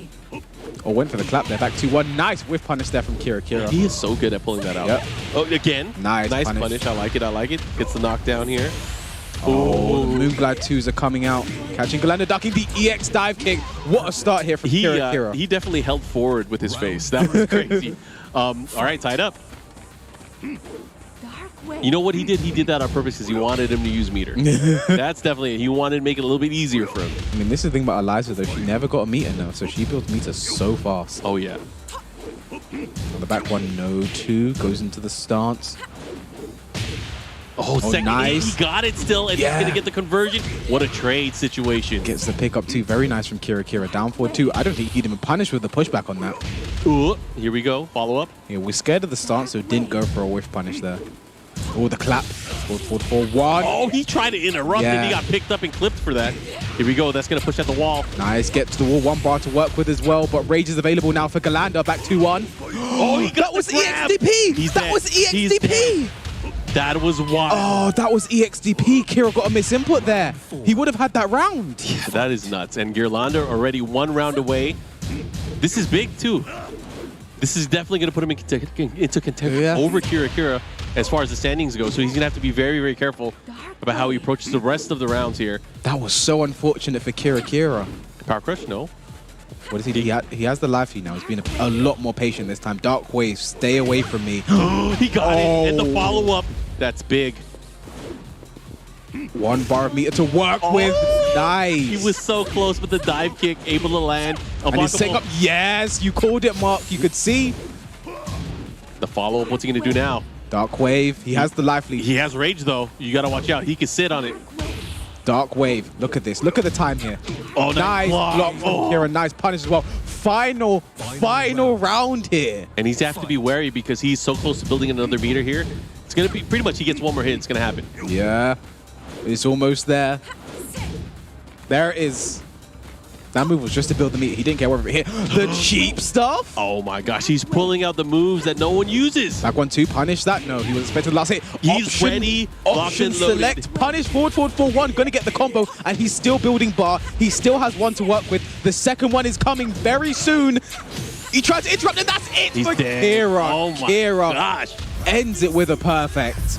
That's crazy because Girlanda was, he was feeling himself. He was going into that, had a huge lead, round-wise especially, But Kira was able to start getting things working for him, and you got to give it up. He was able to come back from that adversity. Good stuff. I mean, honestly, as well, like for Kira, if he didn't get that game, I'd be a bit upset because he went for the EXDP and he got really unfortunate on it. So I'm glad he was able to let that mistake go, come back and capitalize on it to take the win. And okay, before we talk about it, let's not talk about it. Before we talk about it, we have the highlights for the game coming up. Yeah, before we talk let's not forget, because I feel like we'll talk through those. Kira, though, the patience, and you know, I feel like Girlanda probably got a little bit too comfortable, started doing certain moves that were option select punishable, and that kind of sealed the deal momentum-wise, and that just definitely wasn't good. Hey, man, I remember this matchup. That was a while ago. That was before Ganryu showed up, but again, it was kind of back and forth here, but it was a smart pick at the right time. I feel like after Girlanda got that early lead, Kira made that huge comeback here in this open stage, and it was 3 straight rounds. It was very dominant. I mean, one thing that's been impressing, I think me and I'm sure a lot of people at home, is Kira's knowledge in dealing with certain things, the option set punishes, you know, really making Eliza look like a really strong character. But this right here, that should have impressed everyone at home. That was tight. You know, right there. But no, just look at this right now. You know, Kira looks so good, and just the confidence in his play as well. That's one thing I've always criticized Kira for, is you need to be more confident. And, you know, we're seeing it here today. But, you know, Galanda, I want to see more of that Ganryu. I really do.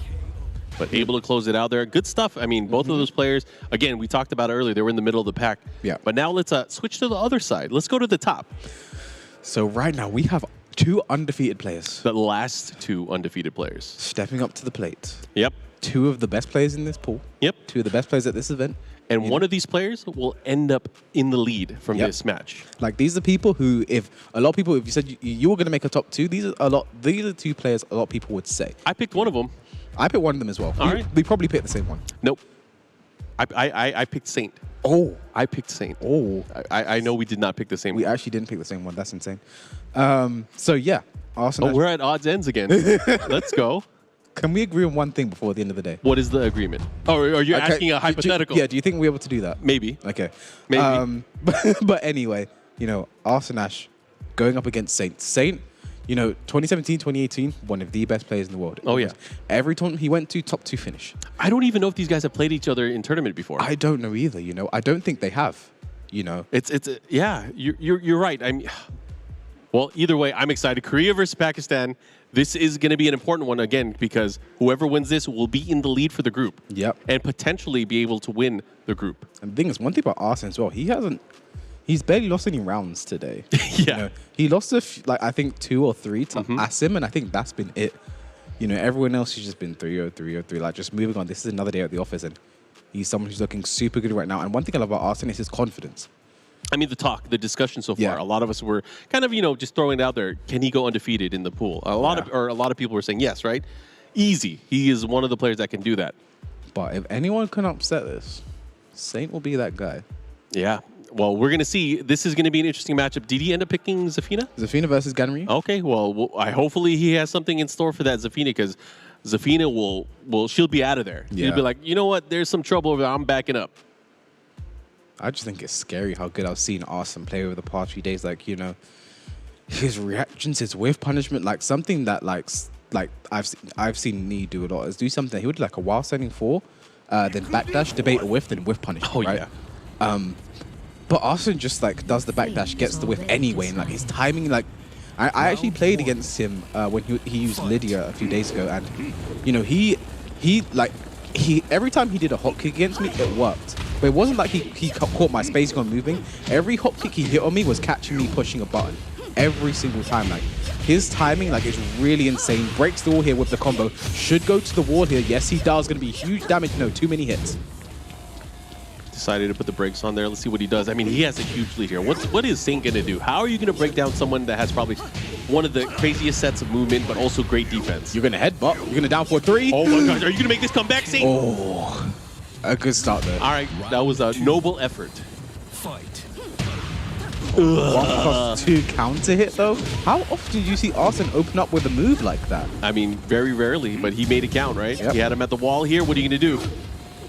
Down 4-3. What's interesting is that you can see Arsene actually went for the down 4-1 off the windshield weapons. Nice down 4-2 there from Saint. And if Saint finds out that like you're doing the reset, that was a reset for sure. That was not a combo. Arsene didn't get up. Down 3. It's a good test though. What are you going to do here? Head back to the wall. You're going to have to be very careful. Yeah, punish that. Okay. Support the slide.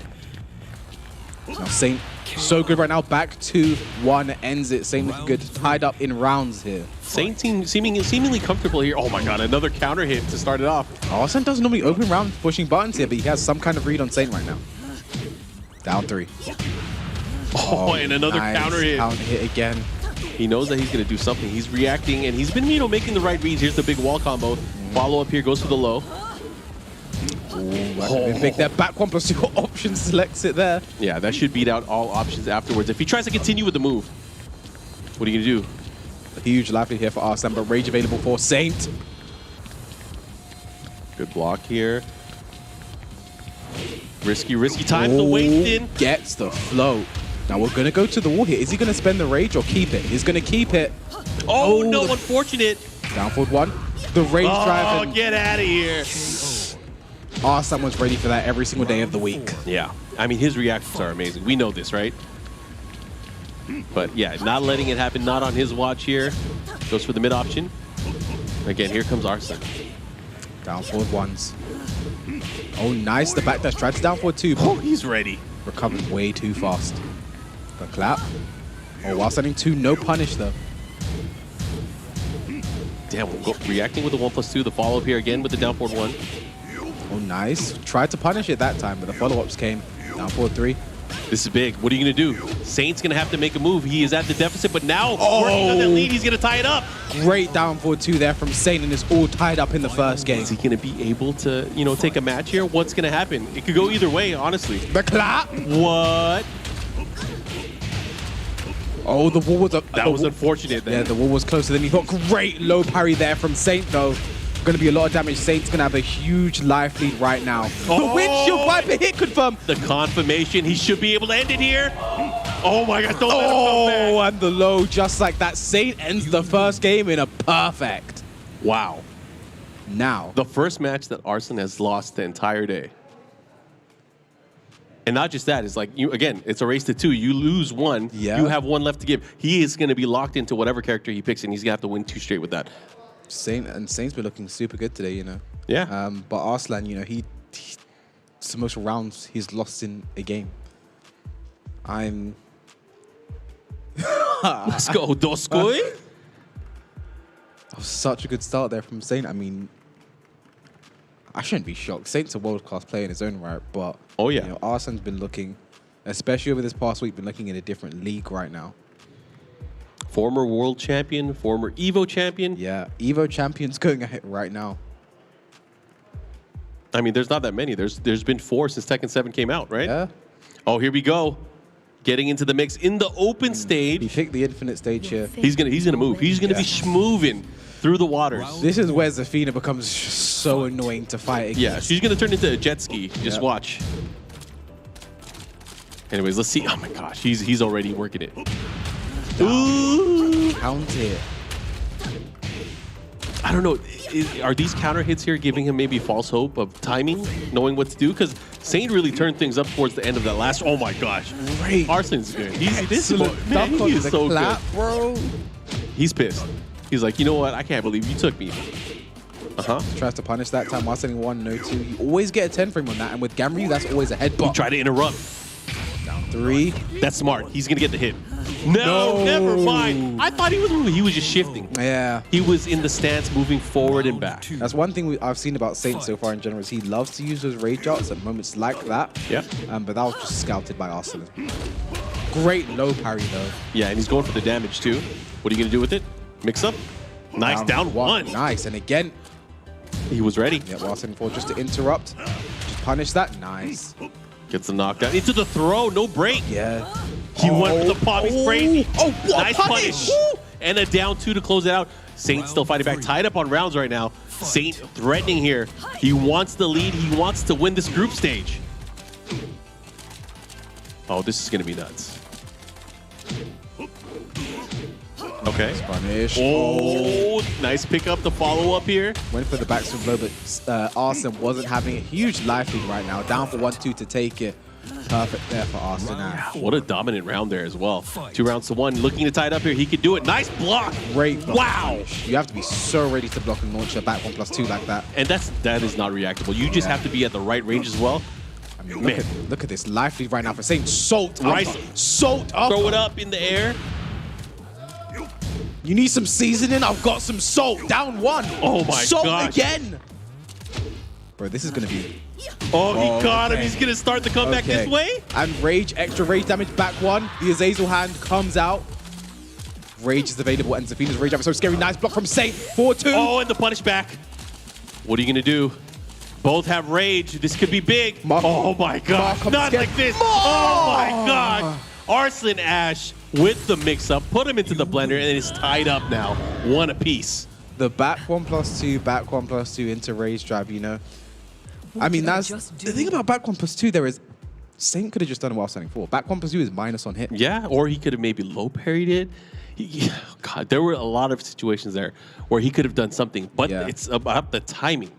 It's about making sure you have a read on your opponent, and the confidence there from Arslan to be able to pull that off. To do 2 back 1+2s in a row after hitting, I mean, that shows confidence. And I think he has a read that Saint's respecting at least lows too much, where you don't have to.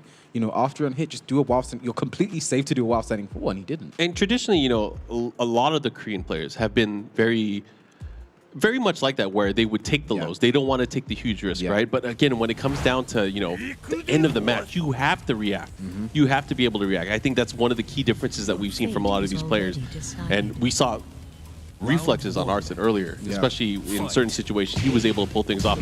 Oh man, starting off with the 1+2 again. This is again the final game between these two.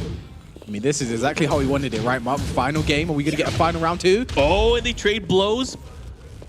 About even on life. Oh, what are you doing up 1? Well, the down forward, that was risky there. Oh, yeah. Oh, he got him. Where are you going? The windshield wiper, the wall carry. No! Oh, he's maximizing the damage. From Saint. 1 more hit's going to take it. Goes mid. Nice block. Oh, from Saint. Round 2. That's so scary, too. That, by the way, that is so scary because he could have pulled out the mid there. Forward, 4. Forward, 4 again.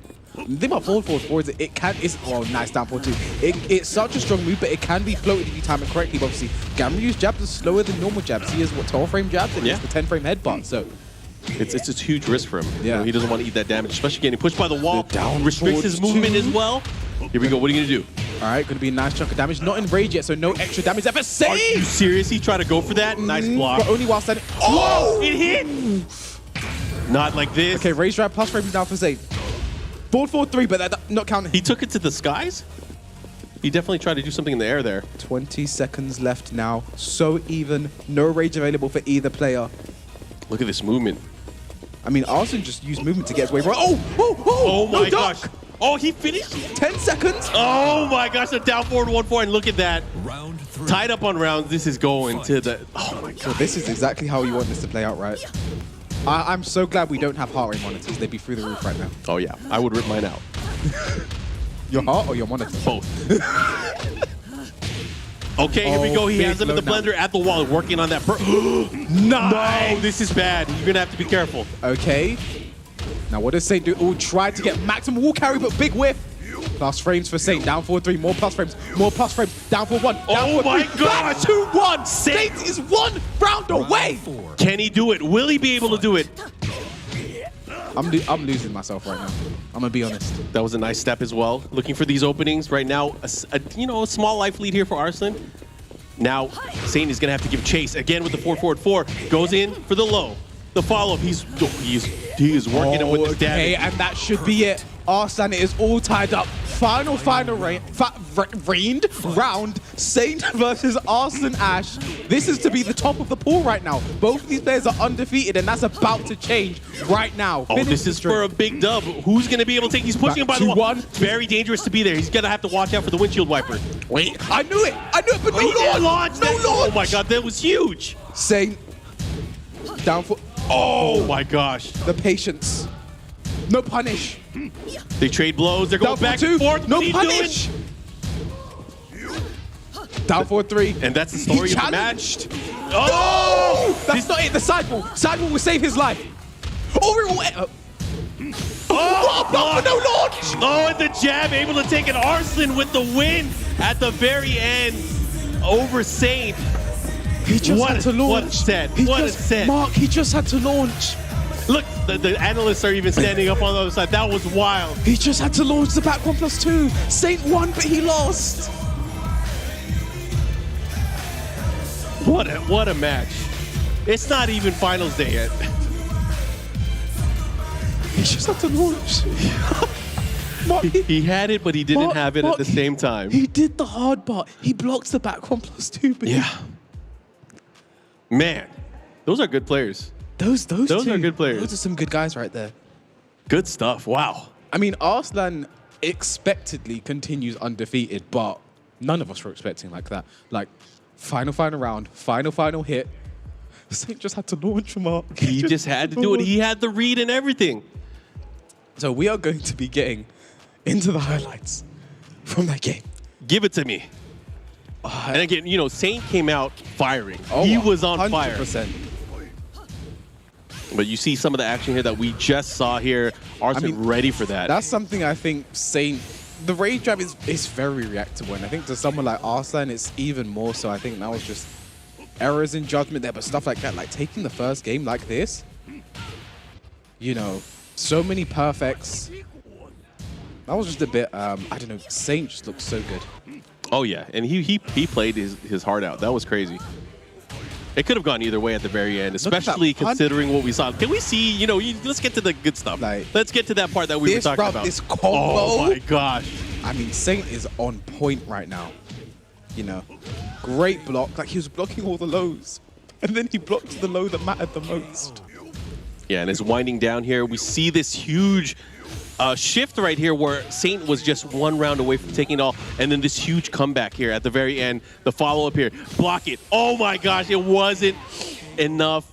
That while standing for while needy was not what he needed. He needed the launch. Did you see the difference in like the reaction there? Saint was just like, okay, I lost, but Arslan, I don't think I've seen Arslan pop off like that. Yeah. You know, in like a pools match, you know. That was crazy. That was crazy. And you're now looking at the group stage where everyone is. And right now, Book, because of that last win, put them and propelled them back into the top 4. Yep. And Kira and Saint are actually tied now at 3-1 each. I mean, Kira is someone who had played amazingly today. Oh, yeah. I think the two players outside the top 4 right now that are really looking to make their mark is Kuiper and Galanda. You know, those two have been amazing. Kuiper had a really unfortunate loss earlier to Book. Yeah. Was it Book? To Saint. I keep mixing up. Oh, yeah. That one came down to the last exchange as well. Yeah. Really unfortunate loss to Saint, which puts him in this position now. He's 1-3, I think it was. So, you know, this is a game he's really going to need to win to put himself back in the running, because he was my dark horse pick. I think he's been playing really well right now. We're going up against Boris Sonic, the person who, well, his last game is anything to go by. You know, we're going to see some interesting things. We're going to see some partying, you know. We're going to see some partying. We may see some key charging. Who knows? I mean, it's going to be a fun time regardless. But man, that last match, I'm still on that one. That one just didn't disappoint. It honestly just did not disappoint. You see Boris, he's pointing. He's looking for someone. He's looking for someone to key charge right now. He had the block. He just had to launch, but he did the hard part. He did the hard part. But that's the thing. In Tekken, in the heat of the moment, right? In Tekken, there are moves that have such short block stun that you know are launch punishable. You know what you're supposed to do. I mean, would a Wilson in 1-2 have even killed? I don't know. But they have, I mean, with those 2 solid hits in Rage, maybe? I don't know. But yeah, there are those moves that you know are launch punishable, but the block stun's so quick, reacting to it in time is so difficult. He could have done from crouch down forward 2. I mean, we could go down the list if you want, but I mean, but yeah, no, and just it was that situation. Back 1+2 is such a fast move. I think it's like 18 frames fast, minus 16 or 17 on hits. So, you know, it's just very unfortunate there. But you know, Saint will still. Well, lucky this is the round robin format. You can take that loss, and you can move. You can still move forward. Yeah, I mean, we can say that, but if he doesn't make it out on winner's side, that's gonna suck. I mean. He's looking. I mean, he just played like that against Arsenal. Yeah. So he, you know, in theory, he's good, right? In theory, he's good. In theory. But Tekken isn't played in theory. No, it's played. I don't know. It's a weird thing. It's not theory. It's not. It's not on paper. It's not a math thing. Well, it might be a math thing. I guess it depends on who you ask. different religions based on that, right? And Boris has got Vermilion Gates so much for playing Kunimitsu today. Round 1. All right, going into it. Fight. Kuiper and Boris Sonic. Feng Wei versus Kunimitsu. Man, that was a crazy match. Counter hit down back 3. What's the mix? He went for the wall standing 1 back turn. Just quick transition around here. Oh, big whiff there. I mean, Kuiper, he's going to be looking to... You know, he has had some really unfortunate losses. These two actually played yesterday in a Claudio mirror. Claudio was Boris's, like, he said his true main, but you know, the way his Kunimitsu's been playing, I hope he just continues to play like Kunimitsu. She's fun to watch. Oh my gosh. Maybe he was trying to bait out a counter hit here or there. Oh my gosh. Going for the cheeky stuff. Back Kempo, the 2-2 string. Now, the thing about Kunimitsu's 2-2 string is like she can just do the first 2 hits, but then she can do the 3rd hit, which is the high, but then there's the 4th hit, which is also high, and the last hit, which is the mid. And it's just a very difficult string to deal with. And like the last hit's like only -10. You have to interrupt at some point, duck here, and it's a really annoying string to deal with. The backswing blow. Yeah, because I mean the mix-up is like, is she going to finish it? When's she going to stop? Kind of thing. Oh man, 2 rounds for Kuiper already. Round 3. Fight. And again, Kuiper, one of those players where he needs this win. He needs to secure a better spot in top 4. He needs this win. Kuiper needs us to get into top 4, you know. Yeah. There's that back 2 from Kunimitsu. Try to catch him. There's that hop kick again. I mean, that's the thing with Kuiper. Like, I think Feng's hop kick isn't the best. His range isn't fantastic. The damage isn't best. But the way Kuiper uses it, the range doesn't matter. Oh yeah, because he knows it's gonna hit. Yep. Sometimes a hop kick only matters. I mean, if it's you know it's gonna hit. Fight. All right. Big whiff there on the set 2. Set 3 this time. I feel like for a lot of her moves, she has that ability to kind of whiff, and it recovers so fast on whiff. That's a hidden thing that you don't really see in the game, is how fast things recover on whiff. It's things that you have to kind of learn through experience. And that's right, what I'm talking about right there. Just the use of the hop kick right there. Just interrupt Boris. He's not really running 3+ frames. Went for the parry, doesn't work out. Oh, the phrase drive. This is big. He's going to break the balcony as well. Tailspin still available. Can he carry to the next wall? I think he can. Nice damage. I don't think this is dead, but it's going to be very close here. 1 more hit should take it. Oh, really? Oh my god. The back Kempo and the lows just kept coming out there. Final round. I mean, had he stood up, maybe that back Kempo would have hit. Yeah. But he was holding down the whole time. He was going for those lows. Nice punish there on the wall setting 3. Down 2. Set 3. Nice. Wall setting 4 interrupt. Oh yeah, able to land that here. The follow up. What's he gonna do? I feel like Boris is waiting for this opportunity. Oh, no punish. Yeah. Goes for the mid option. You know, no one's been falling for that. No one's been falling for it. He has yet to land it so far. Oh, that was a big launch opportunity there. Could have done the 4-3 at the very least. There was a launch. I was talking about earlier, those moves were quick block stun. Shoulders are like the worst examples of it.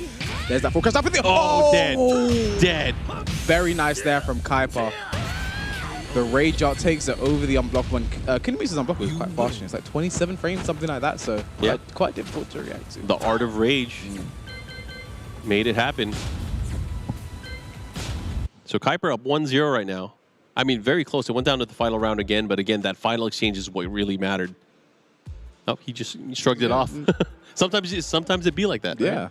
It'd be like that when it'd be like that. I feel like that's what Boris is saying to the camera right now. That, you know what, that is probably the best way to say it. It'd be like that when it be like that. And it looks like Boris is going for a secret strategy of the costume change. And the forbidden technique? Yeah, I feel like that's a bit of an underrated strategy. Like, that's something I used to do. You know, if I lost using one costume, I wouldn't use it for the rest of the tournament. I was like, okay, this costume's bad luck for this tournament. I'm never using it again. Oh, so you had to use your alternate. Yeah, I'm glad they added presets because it got really difficult. Oh, man, I only got 2. What am I going to do? What am I lost with both of them already? All right, here we go. We are in the Dragon's Nest.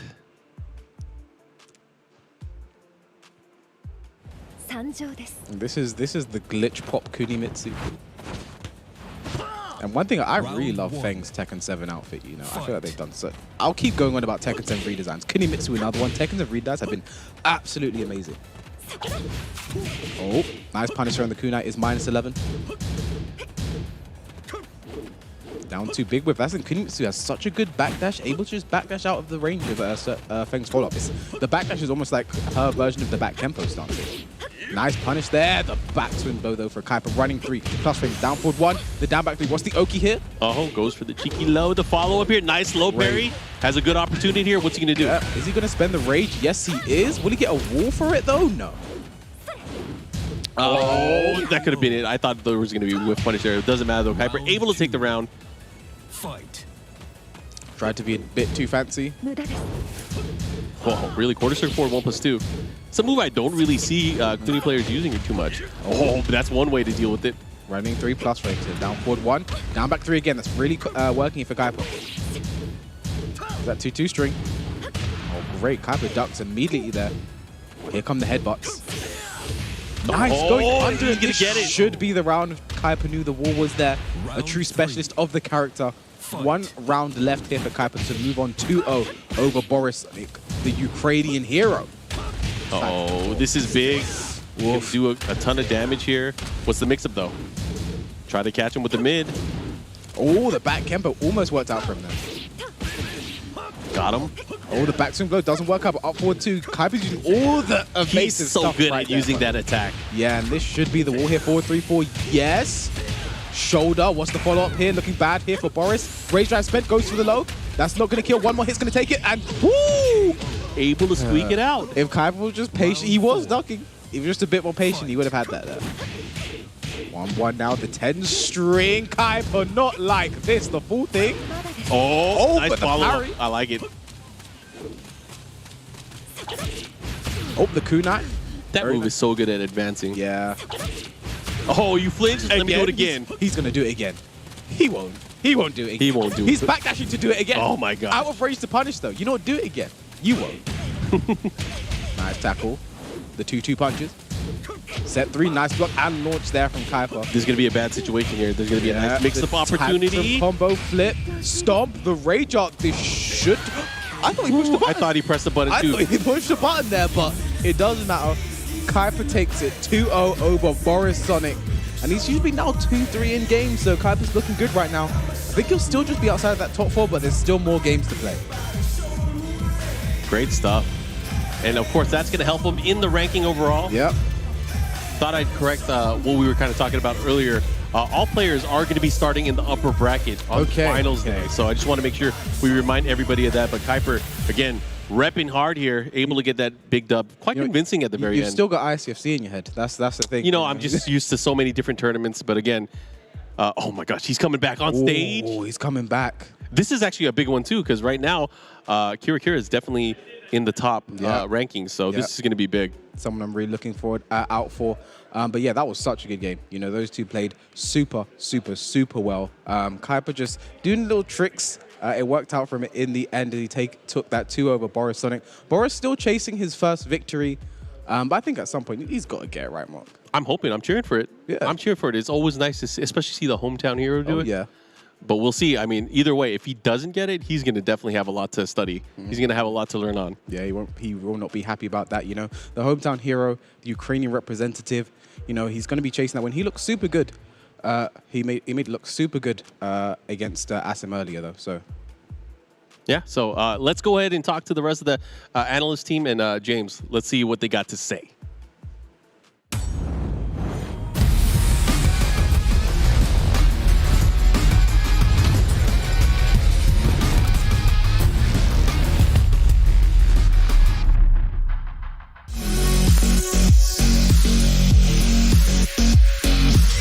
Follow events with Dash Fight. Keep up with event schedule. Observe standings and brackets. Watch VODs and highlights. And keep an eye on your favorite player. Follow events with dashfight.com.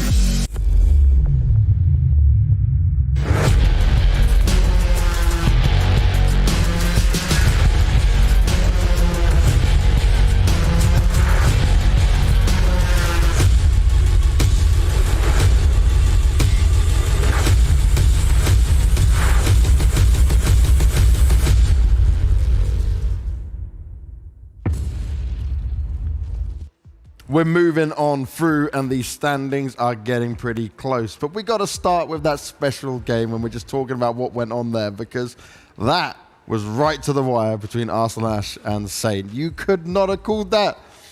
I mean, that's the way we expected it to go down. It was really exciting to see it go down the way we kind of, planned it to go out. But Saint had it. He had the blocks. He just didn't have the right punishes on deck. Dude, that match was insane. Right down to the nail biter. It was a nail biter finish. And Arslan, Saint tried the rage drive twice. Arslan with the young man reaction blocked every single one of them.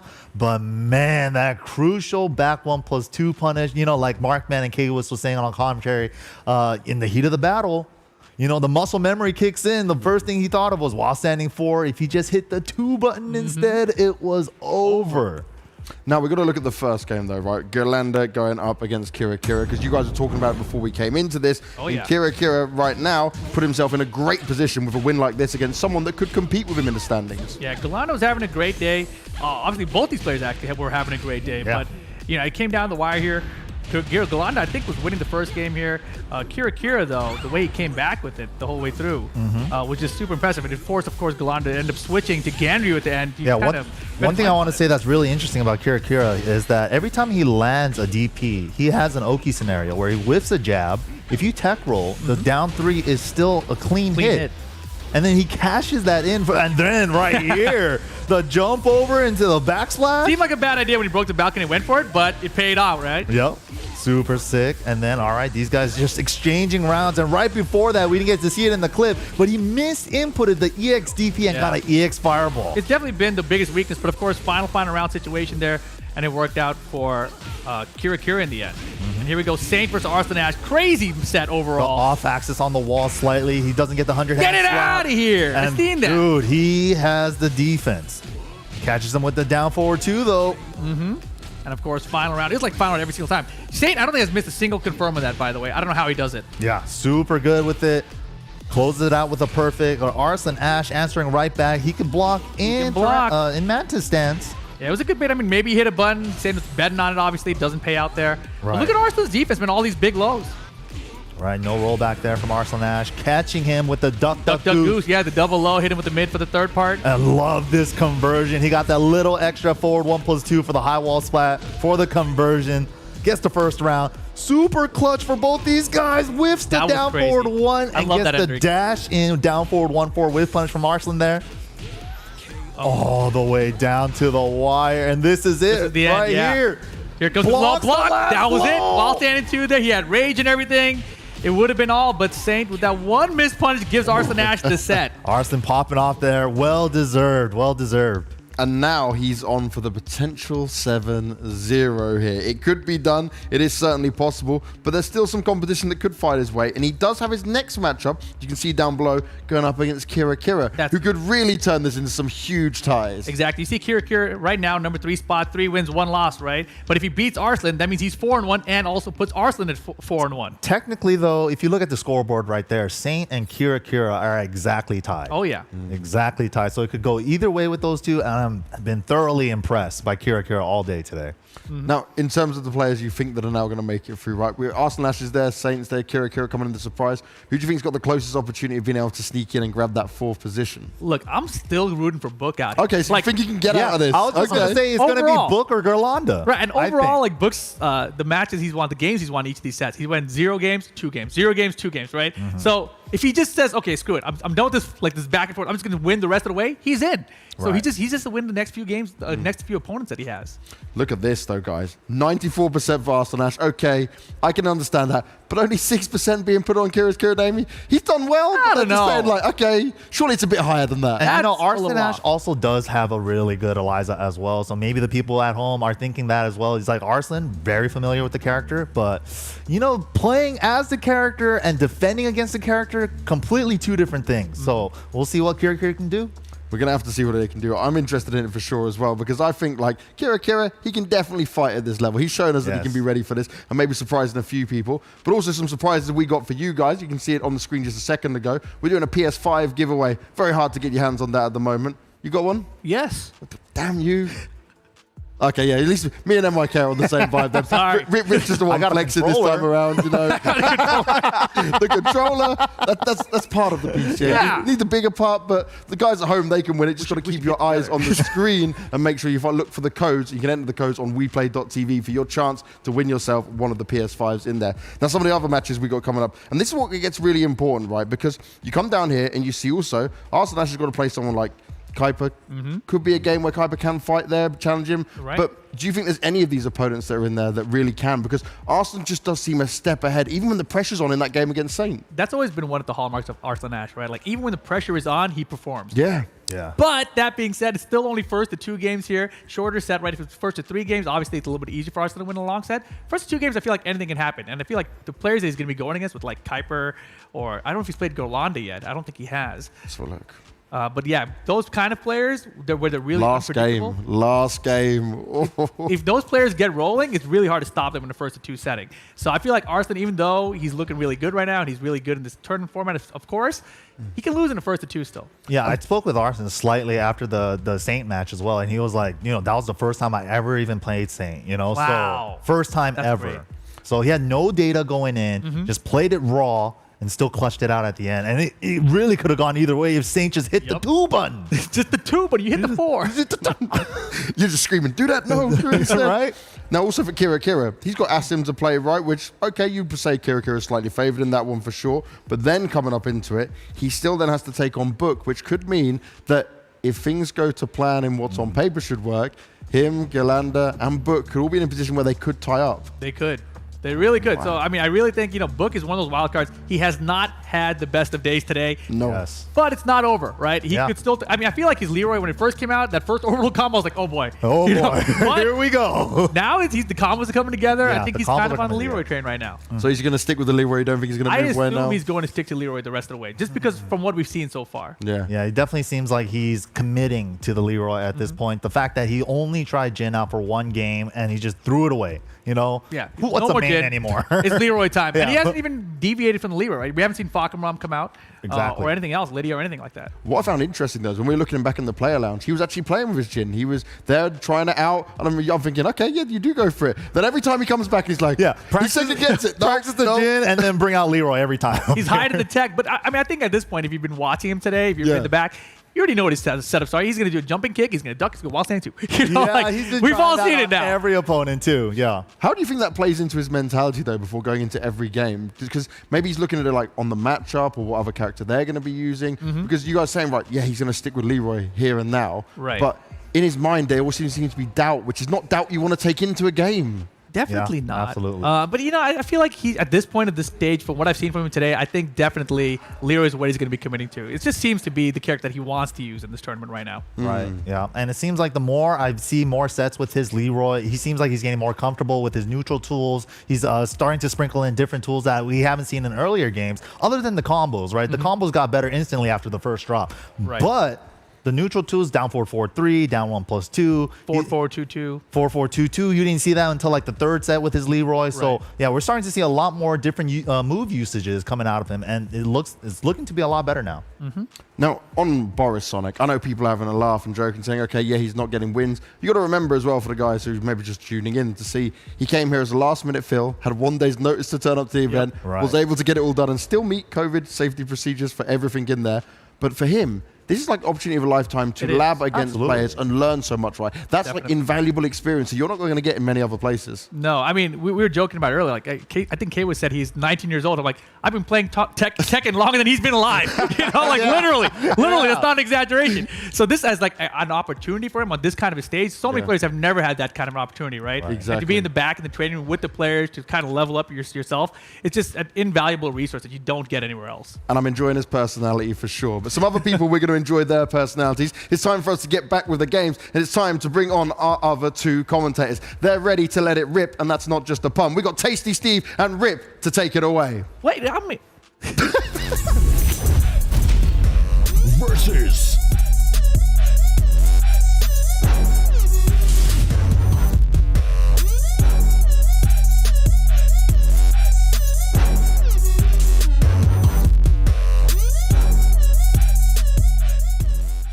Ladies and lads, we play Ultimate Fighting League offline international Tekken. Give it to me. How are you guys doing? My name is Spag, not Rip, and this is Tasty Steve. Bro. Boom! Let's get it started, man. We play Ultimate Fighting League. Spag, you know it's always a pleasure to be here. We've had some amazing games so far today. I mean, we've had the creme de la creme when it comes to world talent. I mean, we've seen Saint, we've seen Arslan Ash already, and we still have a whole nother group to go through, and this group is still just getting started. It's crazy, man. We've seen some crazy. You know, Tekken always delivers. That's the thing. I had no doubt in my mind. We were going crazy backstage, man. That Saint versus Arslan match, dude. I just spoke to Arslan about it, and he was like, dude, I almost lost that, man. Bro, I saw the beads of sweat. It was so anime. I saw the beads of sweat coming down there. I was like, it's not that hot out there. I'm freezing. So you know it has to be tense, right? And both of us are, you know, we both play Tekken. We've seen how that goes down to the wire. And we've seen them make amazing punishes that entire set, going back to that Arslan Ash and Saint set. But it's the nerves.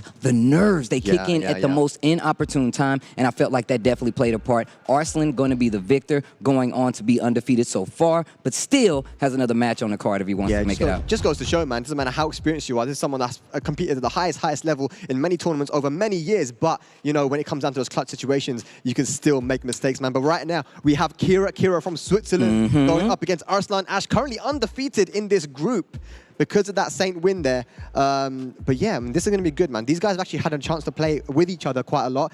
I'm wondering who's Kira going to go for, because, you know, there's a very strong player in Pakistan called ARC who Arslan trains with. He's an Eliza player. So he has a lot of experience in that matchup. It looks like he's going for the Eliza and Zafina from Arslan. I like this, though. I mean, I feel like Zafina, obviously, a lot of people see Arslan and they're like, that's the character that he's going to go to to maximize his output in all these situations. But if I'm looking at a player like Kira, always bringing the energy, always learning. I mean, I was up there watching play, right? I was watching you guys play all night and just realizing like how he adapts to certain situations and how he plays. The attitude that he brings to the table in some of these high player situations is one of the reasons he's so successful. He's going to need it all going up against a player like Arslan Ash. We're in the back talking about like, man, that match was so sick. That match was so good. And then at the end of it, you say, but Arslan Ash. And if that's just how it works. Hopefully Kira has something. Make us all say, Arslan Ash is the person to beat at this point, and I want to see how it goes down. Yeah, absolutely, man. Kira has improved so much recently as well, man. His punishment is so good. His punishment is incredible. He knows the matchup as well, but he's going up against Arslan Ash. It's not going to be easy. Here we go. Round one. All right. Yeah. A little respect being played and instantly starting off. Kira getting damage on the table. Nice sidestep, gets the launch. All right, that's going to be close to the wall. Not quite there, though. Nice start here for Arslan. Nice punish. That's a great thing about Eliza. That 10-frame punish is so good. And one of the advantages of having a character like this, right? These 10-frame punishes definitely add up. Speaking of damage adding up, Arslan poking away, and look at that. That's going to be very hard to get that comeback. Oh, the sidewalk. The evasiveness. One of the special traits. If Arslan Ash had a player card, his evasiveness would be breaking the chart. I'm telling you right now. Oh, nice. Okay, guaranteed hit on the floor. He's got meter now. Again, the sidewalk and the EXDP. Let me get the special camera angle. Let him know. And that's a move that Kira likes to use a lot more now because he gets a lot of meter back from using it. Oh, the dive kick to get over Kira. This is exactly what I'm talking about. These guys have been playing all day, so you know they're warming up. And I'm going to tell you right now, as a person that plays games like this, these fighting games, this Tekken, the more you play, the stronger you get. Rage available, though, for Arslan Ash. When's the Rage are going to come, if at all? Oh, there it is. Spins the blue stuff. I don't want none. Plus frames. Oh, he interrupts with the jab. Nice challenge there from Kira. 1 round apiece. Man, this jab has been getting Kira a lot of mileage in this matchup. And the 2D jabs are really good as well because have better recovery than normal jabs. Down forward 1, just to try to get a little bit of advancement. Jab again. There we go. The counter hit. Such a good job at making Arslan Ash respect that space. Back to the wall, Arslan in trouble. Yeah. Life lead on the side of Kira. And you see, man, Arslan Ash, you know, he gets into people's head even before the game because he makes such great decisions. You just don't want to go for those risky lows against him. But Kira looking so good, Hesty. This damage on the wall, this situation, this is do or die time. One more hit could put Arslan Ash in trouble. The resource has been spent. No dice. Kira so close. A barometer to work with. What a punish! Bad move. Big punish. This is going to get Arslan Ash away from the wall and give him a little more life. There's only 10 seconds just about left on the clock, though. Sidestep is getting dicey. Goes for the low. No sidestep. The dive kick. We're already getting started with the grease. I had to stand up to make sure we're sitting back down. I don't know why I commentated us standing up and sitting back down, but that lets you know energy is getting high already. Look at that. Kira 1 round away from taking the first match. Who would have thought? She's trying to build a meter, though. Almost got 1 bar. Eliza builds meter very quickly compared to other 2D characters. Definitely true. And I feel like it's one of those reasons where she can get to play a more of an offensive game. Those jabs starting to add up. You have to respect it. And those punishes are really doing some work for him. Yeah, and look at that. The meter spent, but didn't get to use it for anything. Arslan Ash now poking away. The jab once again. He is scouting it. I saw that before I walked in the room. And now he's finally attacking the legs, Steve. He's finally attacking the legs. Okay, and you know what? Now that you say that, I feel like that's one of the things that Arslan Ash has been neglecting to do, but it's because Kira has been controlling the space so well. Eat this EX dive kick, and I'm taking you to the wall. Is he dead? No, he's not dead. He's not dead, but one more. Steve, one more. 8 hit. seconds. The block. First game, Arslan Ash, Kira on the line. Oh, the blatant low. The blatant. That's how you know he doesn't care. He did it on purpose. He's like, I'm going to do this low to show you I don't respect you. The snake edge. Oh, my God. The trade. Arslan with the momentum now. This is not good. Kira is not going to like that one bit. He was so close. The Azazel Claw. Oh, no. Azazel Claw. No duck on the string there. Nice. Okay. Wasn't into whiffs. Poking away now. Oh, eat this dive kick. Once again, using it to get away from some of these options that Zafina is so known for. Jab. Oh, plus frames. You see the bar down there glowing. The bat bar down there glowing. Good pressure once again. The red dress on Eliza. That rage is going to boost the damage. Oh, we got hit. Okay. Defense on Kira just standing there. Spins a little bit of it. Spins it all. Goes for the unblockable. Arslan Ash says, not today. Not this time. You're going to have to do a little better than that. You got to wake up earlier than that, bucko. That was insane. But Kira is definitely not going to like that, man. He was so close to winning this, Steve. He went Arslan going for that big seeable low. The snake head down back 1+2, and Kira just not reacting to it. Maybe he just didn't think he would do it at all. No, that's one of those things, right? You have a lead, right? And you're like, well, look, you're not going to go for the low. But that's one of the things about Tekken, right? Yeah. Life gets low. You go to that fuzzy ducking range where you're like, he might do a low, he might do a mid, and that's the hardest guess that you have to deal with, right? Right, but straight back in, though, Steve. And I agree with this, man. Just go straight back in. You're playing good. Down jab, though, gets low parried. Arslan gets a clean wall splat. Okidoki goes for the scarecrow, 1+2. Look at the offense that Arslan's playing with. Gets him counter hit, though, and this is going to give Kira a chance. Still not going to get that life lead, but this momentum is good. Definitely. Kira fighting his way back in. The scarecrow 2-2. Punish. No punish there on the string. Nice. Gets the down 4-2. That should be the round. If no, one more hit. Yeah. Oh, man, just so good there from Arslan. He knows what to do in that situation against the Moon Glide. Kira just not punishing correctly here versus Zafina. I think that's costing him. And if you notice, like, what was happening from that first round, it was more about being able to get into this range where Arslan Ash wouldn't check him. He would not check him, but using those jabs to make him respect it using the counter now. Oh, man. Arslan is really pulling out all the stops. Nice backdash there into the jab punish. Arslan. Low parry. Arslan Ash wide awake at this point in time. That first game was looking a little better for Kira, but now Arslan Ash to form at this point. Now this is it, last chance saloon here for Kira. Arslan 1 round away from taking the set, but almost 2 bars a meter for Kira. Early sidesteps now to call out some of the options that Kira has been going for. Especially those jabs. You can get launches. We've seen early sidestep 2s just like that. Gets over the projectile. Yeah, you got to take every opportunity you can against someone like Arslan, man. If he gives you a whiff, you punish. Just like that. Dark Wave. Oh. Love the mid option. Good punish there. Kira really doesn't want to go for the lows. Life's still really close. Once again, Kira has really been going to that dive kick to try to get something started. And I feel like Arslan Ash is getting more and more calm when dealing with it. Yeah, I mean, he's got such good life lead as well. So Arslan. Once again, there's that dive kick. Needs this round to give us one more. Needs this round to stay alive in this match versus Arslan Ash. Finish it, Kira. Finish it, please. Just one more hit, man. One more hit. Oh! Is that gonna catch? He's jumping. No, it's not. I like that. I like that. Maybe thought a dive kick was coming, so did the reaction rage art to try to use the armor to get through. No button came out, and that's gonna give Kira another round to play. He needs 2 to get the win, but another round to play nonetheless. The EX uppercut. And it hasn't been 10 seconds. Look at Kira's health bar. Zafina can really, once she gets going with the stance, it's very hard to stop her. And look at that trade. Yeah, this is not where you want to be versus Arslan Ash. Fighting uphill in another situation where you have to call out and spin meter gets the dive kick. Oh, EXDB, my man, swinging for the fences. He's got a chance, blocks the low, and you just too much. A little too much to cost right there. Arslan Ash gonna send Kira another loss as he gets another W on the board.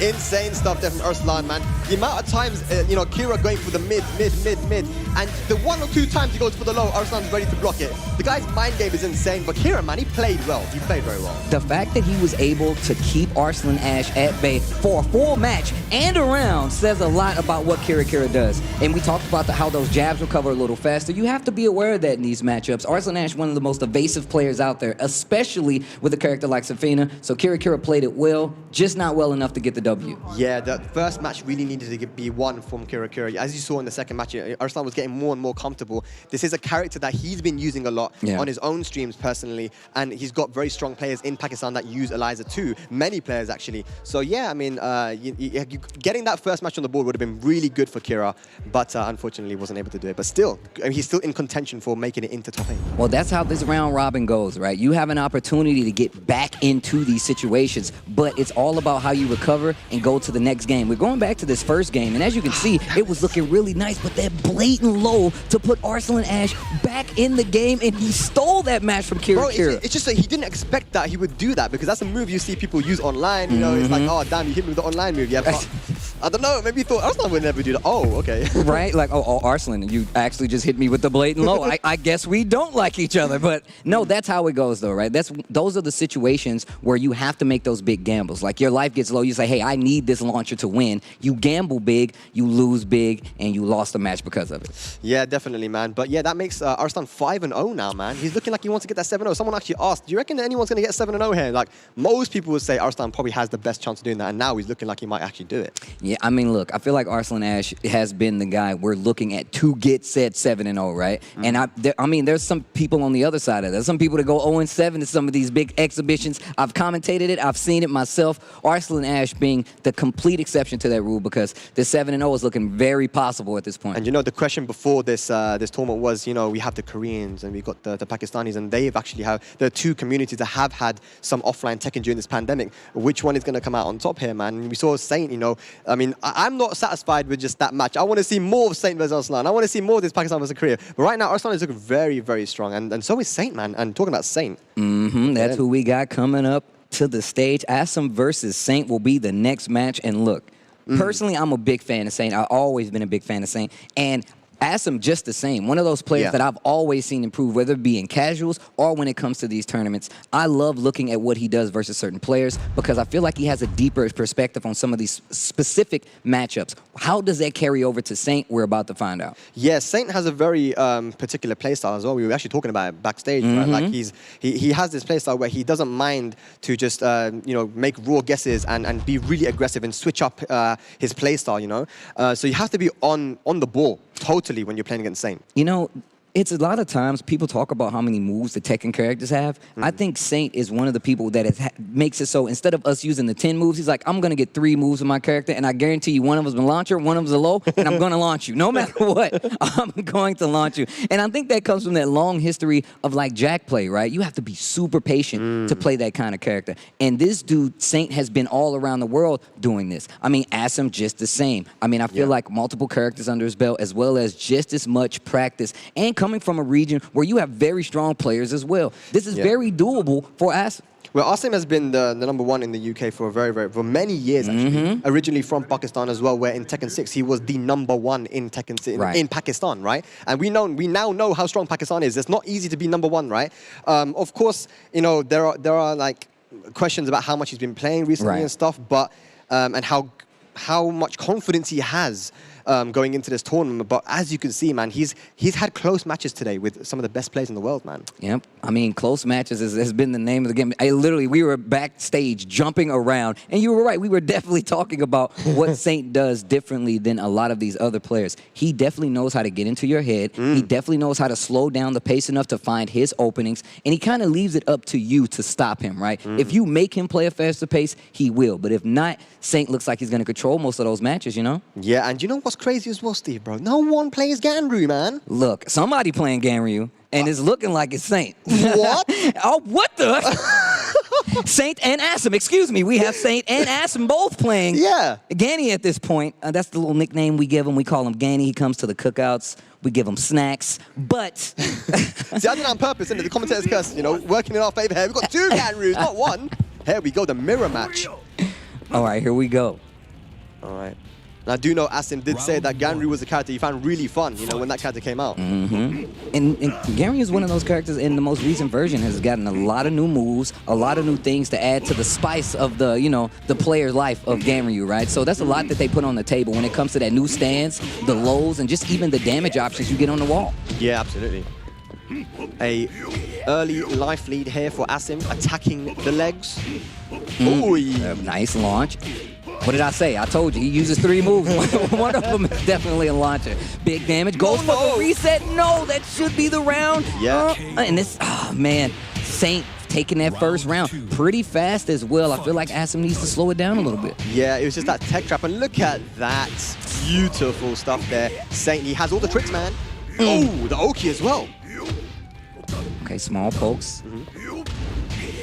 Backdash launcher once again, and this hits the wall. This could be another round. Oh no, a little too low, but still goes for one more hit to close out. And this first game is not looking good for Asim right now. Yeah, you're right, man, Steve. You know, Ganryu did get a lot in this game in Tekken 7 now.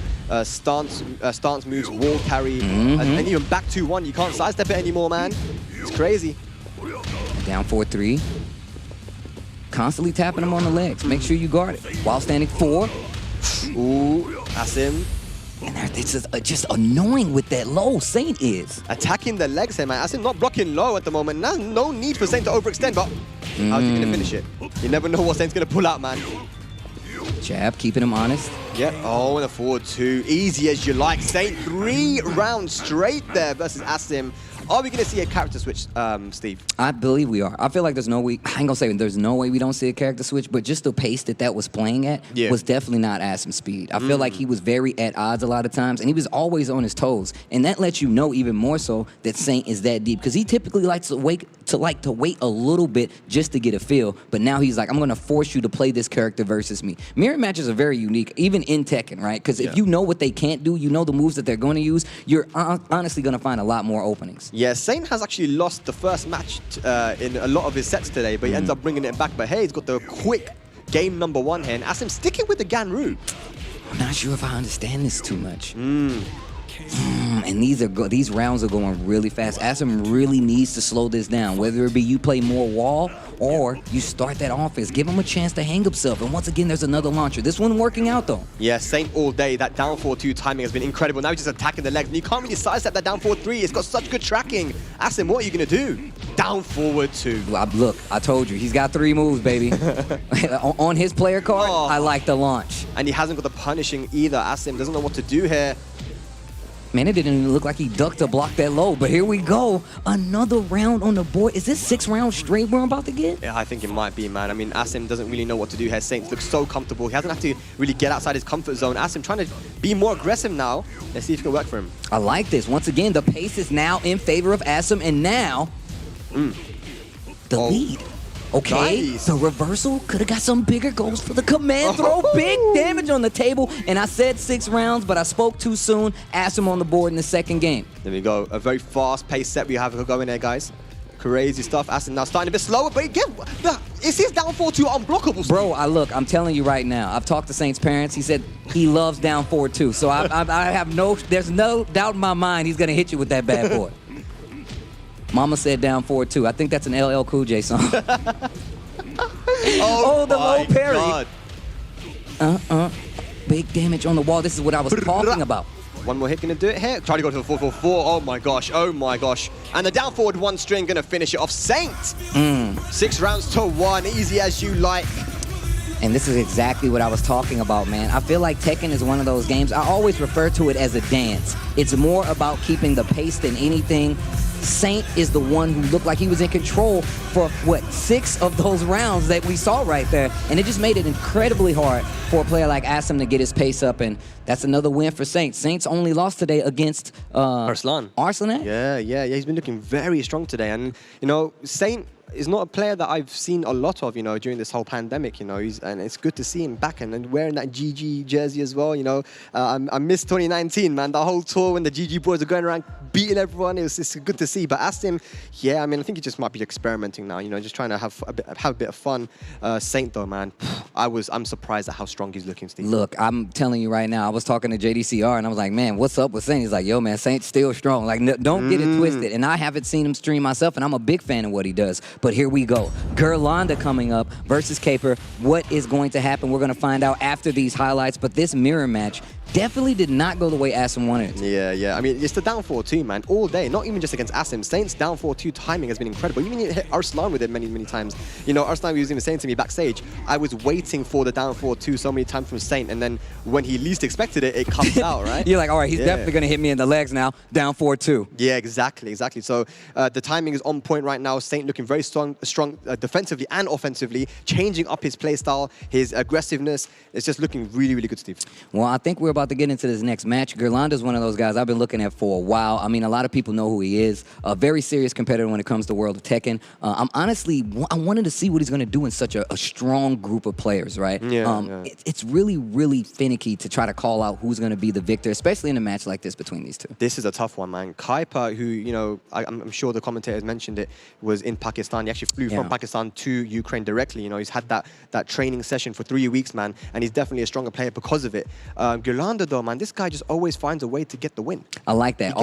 He always finds a way, and I feel like he's so serious when it comes to learning, evolving, being better at some of these matchups to the point where he'll talk to you after a match and be like, yo, what was that about? He'll ask questions afterwards, and even if he's just spectating from the side, he will still have a conversation with you. There's been many times I'm like, even today, where I was like, man, what about that? He's like, no, actually, you want to do something like this. And having an open, debatable, a table like that makes you a better player, I personally feel like. And let's not forget, man, this man was the LCQ champion in 2018. That's crazy. Amsterdam. We were there, bro. We were losing our minds. I'm pretty sure I still have beads in Amsterdam to this day from the hype that I exhibited from what Gerlanda did. But you're right about Caper as well. People, I don't think people underestimate it, but I think they fail to realize how powerful a place like Pakistan is when it comes to getting better at Tekken. I don't think people really understand. Having somebody like Arslan Ash who goes in and week out, stream, giving us first to 15s. That's what I like to see. I love the fact that they're still in the trenches learning this game to the best degree possible, and that's why you want to go over there and get those games.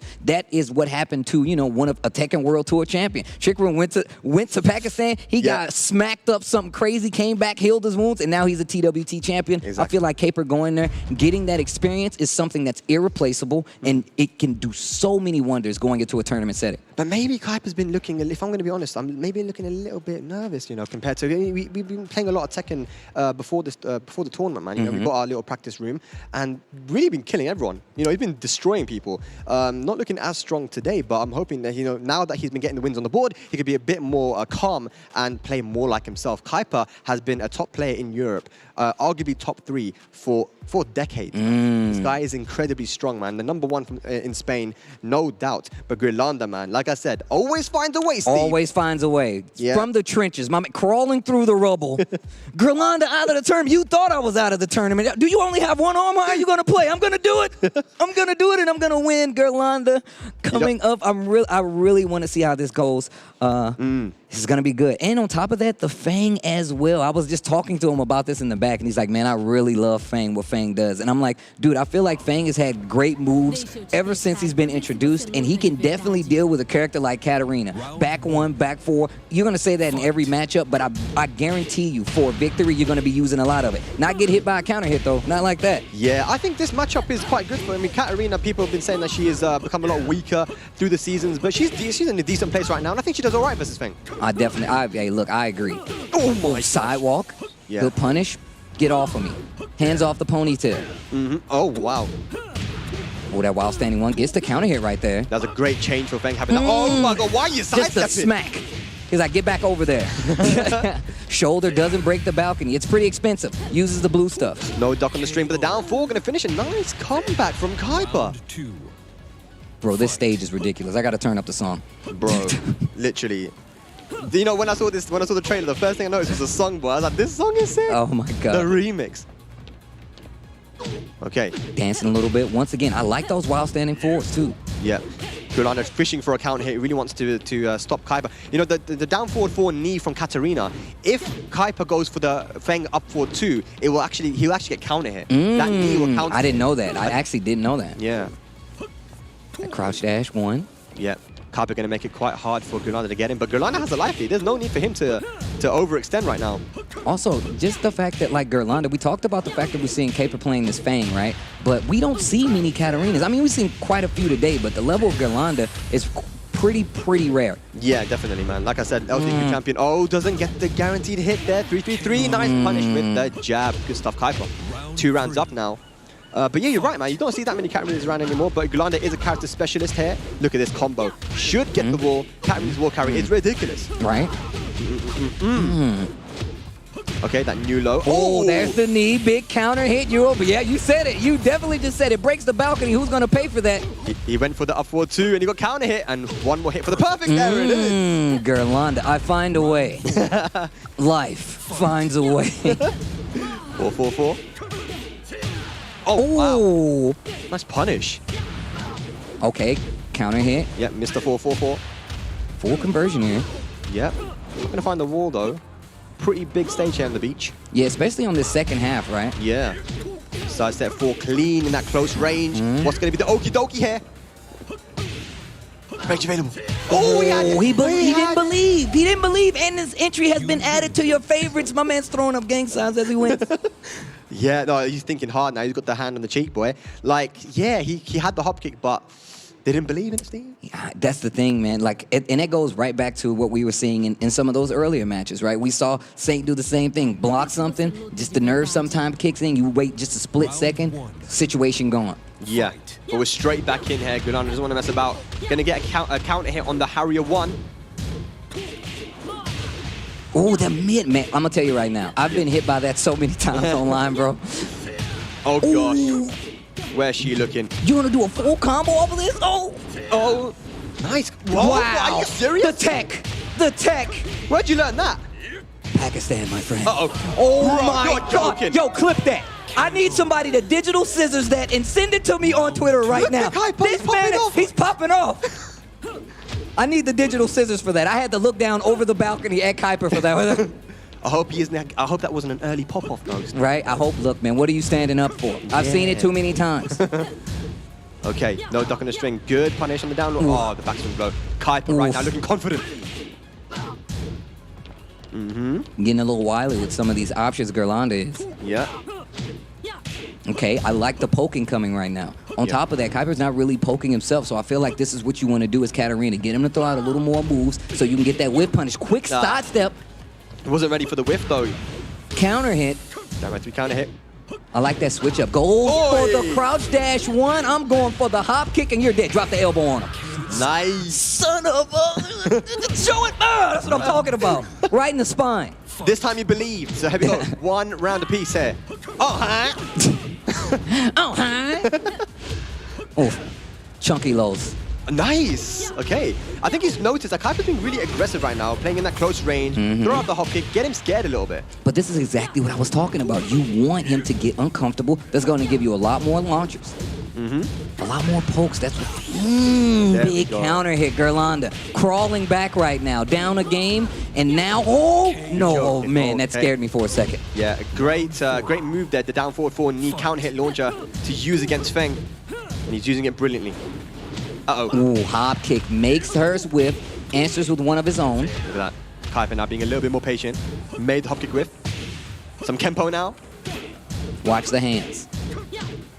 Tennis. The hit, baby tantrum. Blocks it. Okay. I said hands off the ponytail, lady. Oh, Harry, hello. Whoa. Yeah, Kurana using a lot of Harrier. That's kind of how Katarina needs to be played now, man. Her Harrier got buffed a lot. Dude, I feel like that's one of the things that we don't see Katarinas do much. Yeah. Use that Harrier transition sometimes. Get the hop kick, Is he going to get the wall, though? Is he going to get the That's wall? going to hurt. If this wall is in play, oh my. Drop the elbow on him. Oh my God. Oh my God, the damage. The back roll Jeez. catch. Gerlanda finds a way. You thought I was dead. The other arm, I used it for the elbow. That's going to be one game apiece. Dude, the rage drive, you know, her rage drive combo is so damaging, especially when you get a clean wall splat and on the floor. Down forward one will hit you if you do anything. And think about it like this, right? We talked about our wall carry. The fact is, you're spinning rage drive at the end of it, and her rage drive hurts. Yes. So the Okizeme situation, if you move at all, if you press any button, down forward one will hit you. The only way to make that down forward one whiff is to stay still. And she has a lot of lows though, but she had, and that's the guess, like you said before. Yeah, absolutely. Here we go, though. We're going to the Dragon's Nest. It is final match here. Kuiper not smiling anymore, Steve. There ain't no pop-off now. Round 1. Here we go. Fight. You guys can't see it, but his glasses are fogging up. That's how you know it's getting tense down here. Shoulder. Okay, nice. Counter hit. A quick start here for Kuiper. He went right back to that fast pace that you were talking about too, right? Get that live feed and start chilling. That's what he's looking to do. Playing that keypad now, forward 4. Waiting for an opportunity, Gulanda. Lots tapping on the ankles. Counter hit this time around. Ooh, Speaking of counter hit, get up 3. Definitely gonna get the wall. Yeah, if you got the rage drive as well. No! I wouldn't have spent that anyway. If I'm gonna spin this rage drive at this point, I'm trying to kill you. No, oh my God. No. Yeah, better all there with a hop kick. Kuiper, nice punish. Round on the board. Taking his time too. Dancing a little bit. Yeah, both guys being a little bit more patient now, trying to wait for an opportunity. There it is, Kuiper. Nice. Oh, man, Kuiper. I like the quick duck there, still with the awareness to get out of there. And there's that Harrier transition we're talking about. You got to be careful. And that knee is safe now, but the side step. Oh. Watch the toes. I like your boots so much, I'm going to sweep you and hit you with this combo. 1 round from closing out this set. Gerlanda's in trouble. Yeah, the pacing from Kuiper is completely different now. He's getting those like one hits in, trying to chop him away, and look at that sidestep duck. Wow. The sidestep duck. That is what you're supposed to do against the Harrier stance, but nice sidewalk. Not gonna get a huge punish. Ooh, that is going to hurt. What the? Oh my God. Oh my God. Kuiper potentially 1 hit away from taking this. No. Nice block. Ooh, counter hit. The Harrier. The stomp. We're coming in for a landing. Oh, he went for that 1-2 again, Steve. Bring the Harrier in. I'm gonna need a landing over here. Can you land it on the roof? I think I'm on the Dragon's Nest. Could you? He went for the up forward 2 again, and you can see, guys, that the Katarina down forward 4 knee so good against that move. Man, you called that out before we even put our drinks down. He's like, bro, that knee, bro, you better be careful. Chopping away now. You can see the confidence in Gulanda's movement right now. I see what you did there. Chopping away, Harrier. Man, you're so good. Nice. 50% off right now. Kuiper. Blocks the low. Gerlanda with 1 arm. Gerlanda with 1 arm. Oh, punish that. Could have got more. Watch for the blue stuff, though. Oh, this is going to hurt. That's the danger of getting too close to Feng, though. Those sidestep mix-ups are crazy. Oh, no. Punish that. What are you doing? Do you not want to win? Go, backflip blow. Oh, my God. Oh, my God. It's a backflip blow. Oh, my God. Kuiper. Yo. Anyway, and you can see how he's evolving, how he's adapting to some of these situations, that it's true. Him coming back right now versus Gerlanda means a lot. Kuiper in a good situation going forward here in this pool play. Yeah, it's insane, man. Like, you know, having so happy. You know, Kuiper going to Pakistan, you know, training for 3 weeks. It's not easy to train in Pakistan too, because you most likely will get the shits, you know what I'm saying? Like, it's one of those things, you know. You're getting smacked up, man. You're getting smacked up. Hey, I'm coming to Pakistan, what for? before. I just really want to get smacked up. That's really, they said I can come here to get smacked around, and that's what I want to do. It makes you better. That's what I want to see anyway. Oh, let's have a look at the highlights here, man. So yeah, it was a bit of a roller coaster. Kuiper, you know, he started off really, really strong, but like I said, Guran always found a way, man. He almost had it, man. He definitely almost had him, and I feel like some of the things that you were talking about, that we were both pointing out, kind of like switched back and forth throughout this entire game. We saw the fact that Kuiper was really ready to take advantage of this up-close game because Gerlando was kind of freezing up a little bit. We saw the hop kick started coming out, and that's when the game pace really started to change. Oh my God, man, this slow-mo really killed me. And the backswing blow used, I like how it's the boxing match, you just cheer for me, do it now. Cheer for me. The worst thing about that is that you know the entire time that slow-mo's happening that you're dead. You know you're dead. Come on, the fact is, just imagine if you look up from losing and you just see a dude over there. That's right, I did it. You tell everybody that I did it. I love the fact that he had the hands up, ready to celebrate, to get the W. Kuiper going on, staying alive, and I'm very impressed from what I've been seeing. Yeah, he wanted that win. You see how much it meant to him, man. But Gulanda still, like I said, you know, this guy is he's very, very fundamentally solid. Katarina, not a character you see that often, but he always does. He finds a way, man. He finds a way. It was a very quick start for Kuiper, but he brought it back. He has the experience. This is someone that went to the first Evo Japan, and he was the highest placing non-Asian player at that tournament, right? A lot of people went there. This guy is, you know, very, very strong. Well, speaking of very strong, our next match coming up, we got the young guy, young Boris, coming up, going against Book.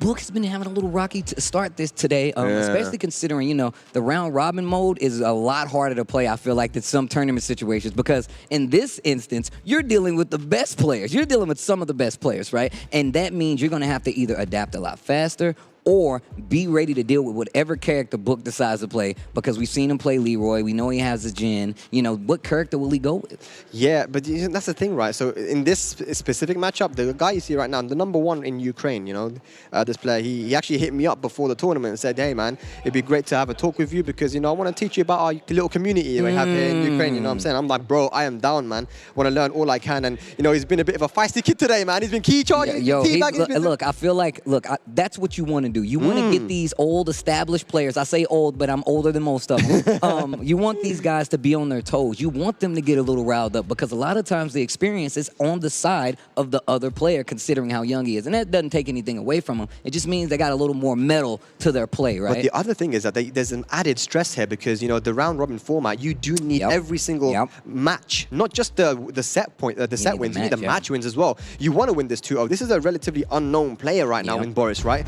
But for him right now, there's nothing to lose. Yeah, and on top of that, I feel like he has an advantage in this situation coming from, you know, just being from a smaller community, coming from, like, not being one of those people that's on, you know, say a Book's radar. I'm not saying he's not as good or anything. Just saying, like, do you think Book is going to say, well, I'm looking at Boris outside of this instance? Probably not. So I think that makes it a little tougher even on Boris's side, but it also gives him a bit of an advantage as well. Yeah, Boris, he has, you know, he's just going to play as, you know, his style, whatever. He has no pressure on him because no one's expecting him to win here.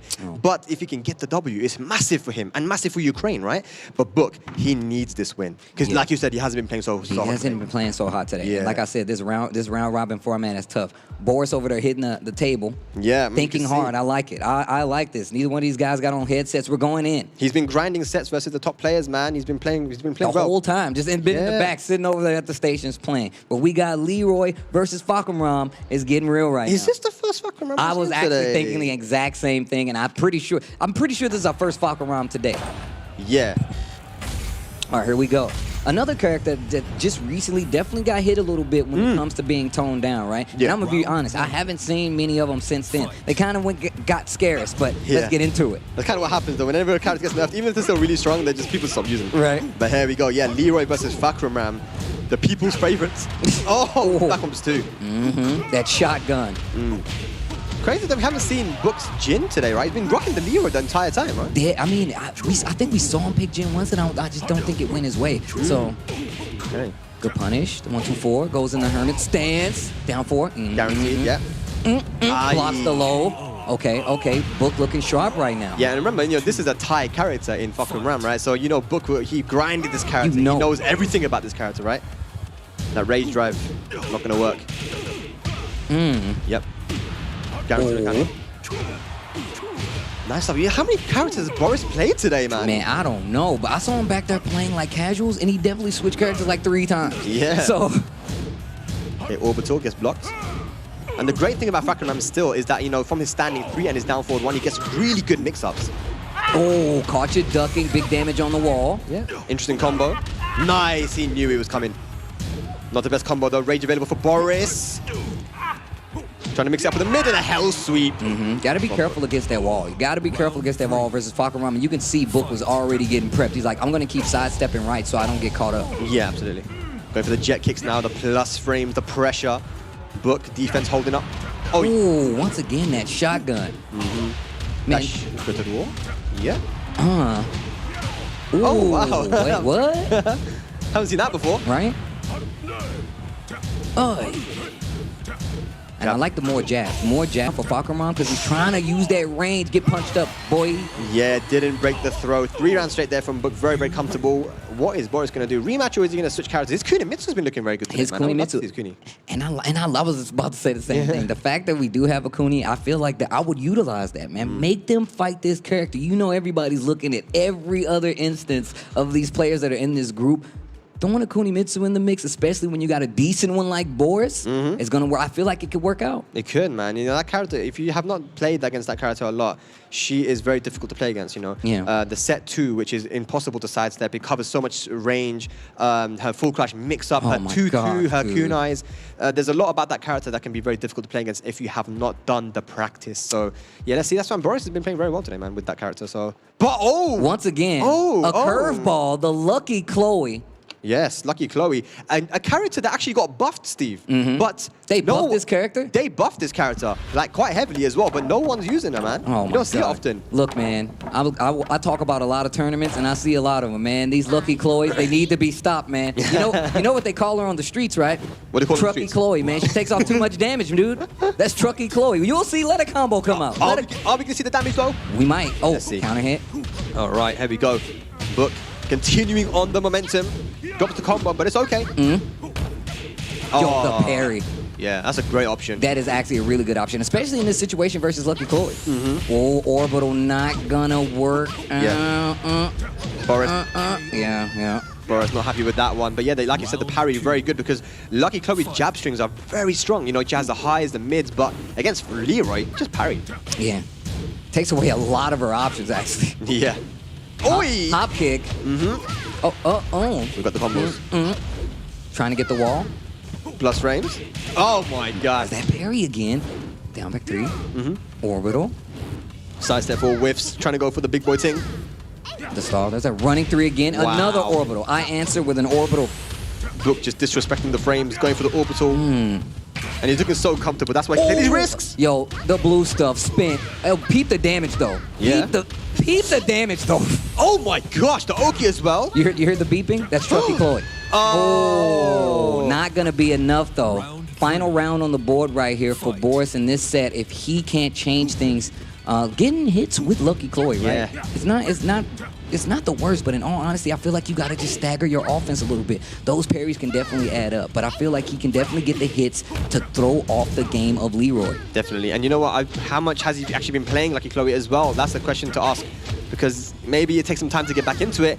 But here we've got some pressure at the wall building from Boris. The life deficit is on his side though.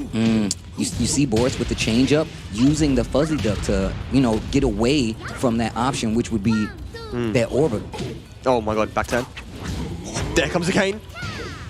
Wow, the jab. Orbital again. Sidestep 4! Oh. That could have been so much worse. Did he press? Sidestep. Yeah. The punish. Yep. And that's going to be it. 2-0 on the side of Book versus Boris right now. The Lucky Chloe pick not going to work out the way that he thinks, and that's just the way that it goes. I mean, I feel like I love the fact that he was able to make that switch, to make that jump, because I'm going to tell you right now, I never have the faith to change characters in tournaments. So Boris still not going to get the W.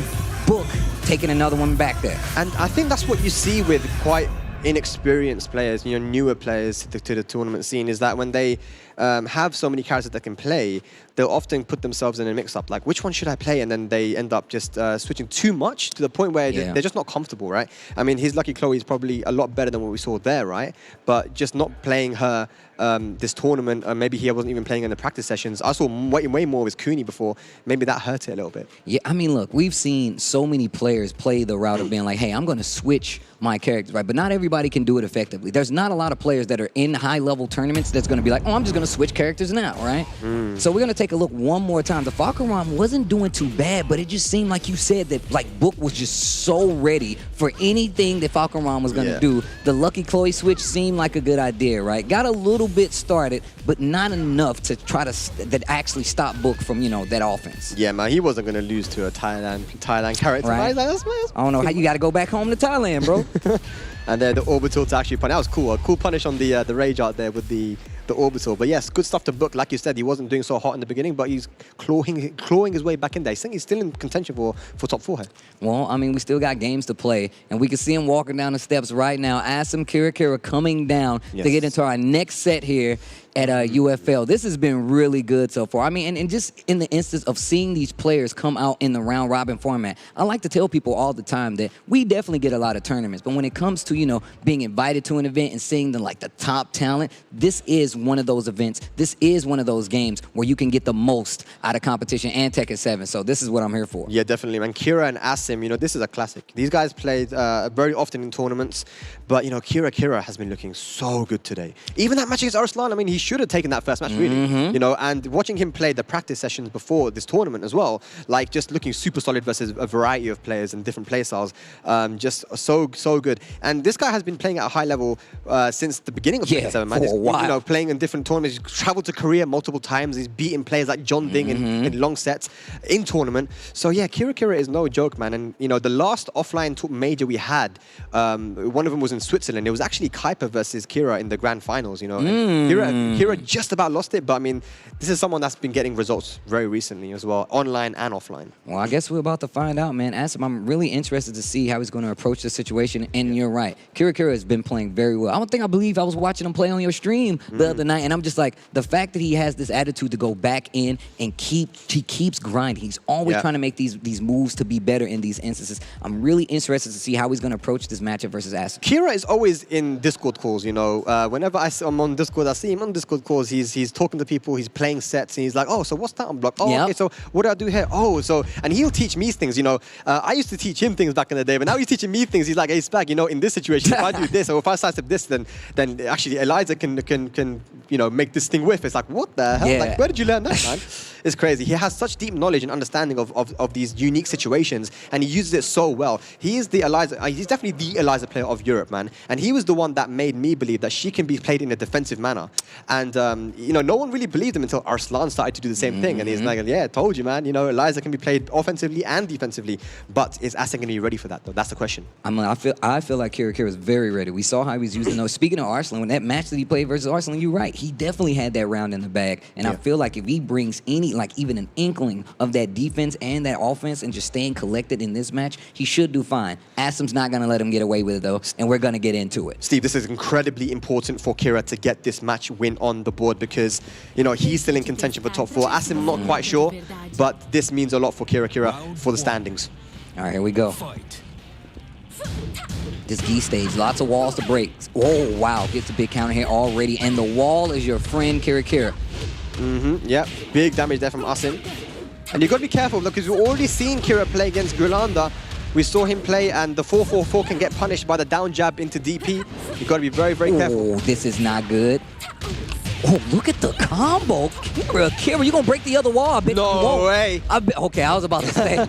He wants to keep the wall pressure. Clever stuff. Clever girl. There it is. Down jab into DP. Low seemed a little bit obvious. That's going to give Asim a chance. Good defense. Goes for the low once again. Spins the meter. The down forward one.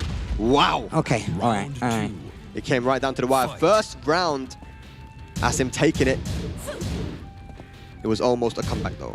Yeah, that was getting really close. Half of that vampire meter. Okay, he got the jab flip, but no combo, unfortunately.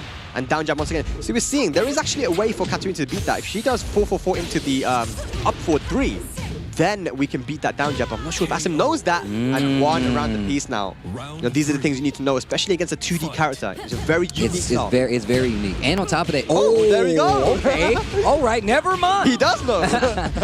But you talked about what Kira was doing. If you look at some of the specifics he was doing in that match versus, Arslan Ash, you can tell that my man is a tech monster, that he has a little few quirky things that you might not know that he definitely will know. And he's going to give me a caddy corner back to the other wall combo? No. Are we going to see some Sakura leaves? Take us downstairs, man. We don't get to see it that often. But Right. 2 bars of meat here for Kira, man. Can he make it work? Right? I haven't been to Japan in a while. Let me see him. Dark Wave. Asim with rage, though. Gotta be careful. 2-2. Don't know what that was. Easy punish there for Kira. 1 round away from taking the first match. Fight. Oof. Aye. Into the stomp. Big boy damage. Chunks. And a nice punish. Once again, Kira knows. Oh, yes.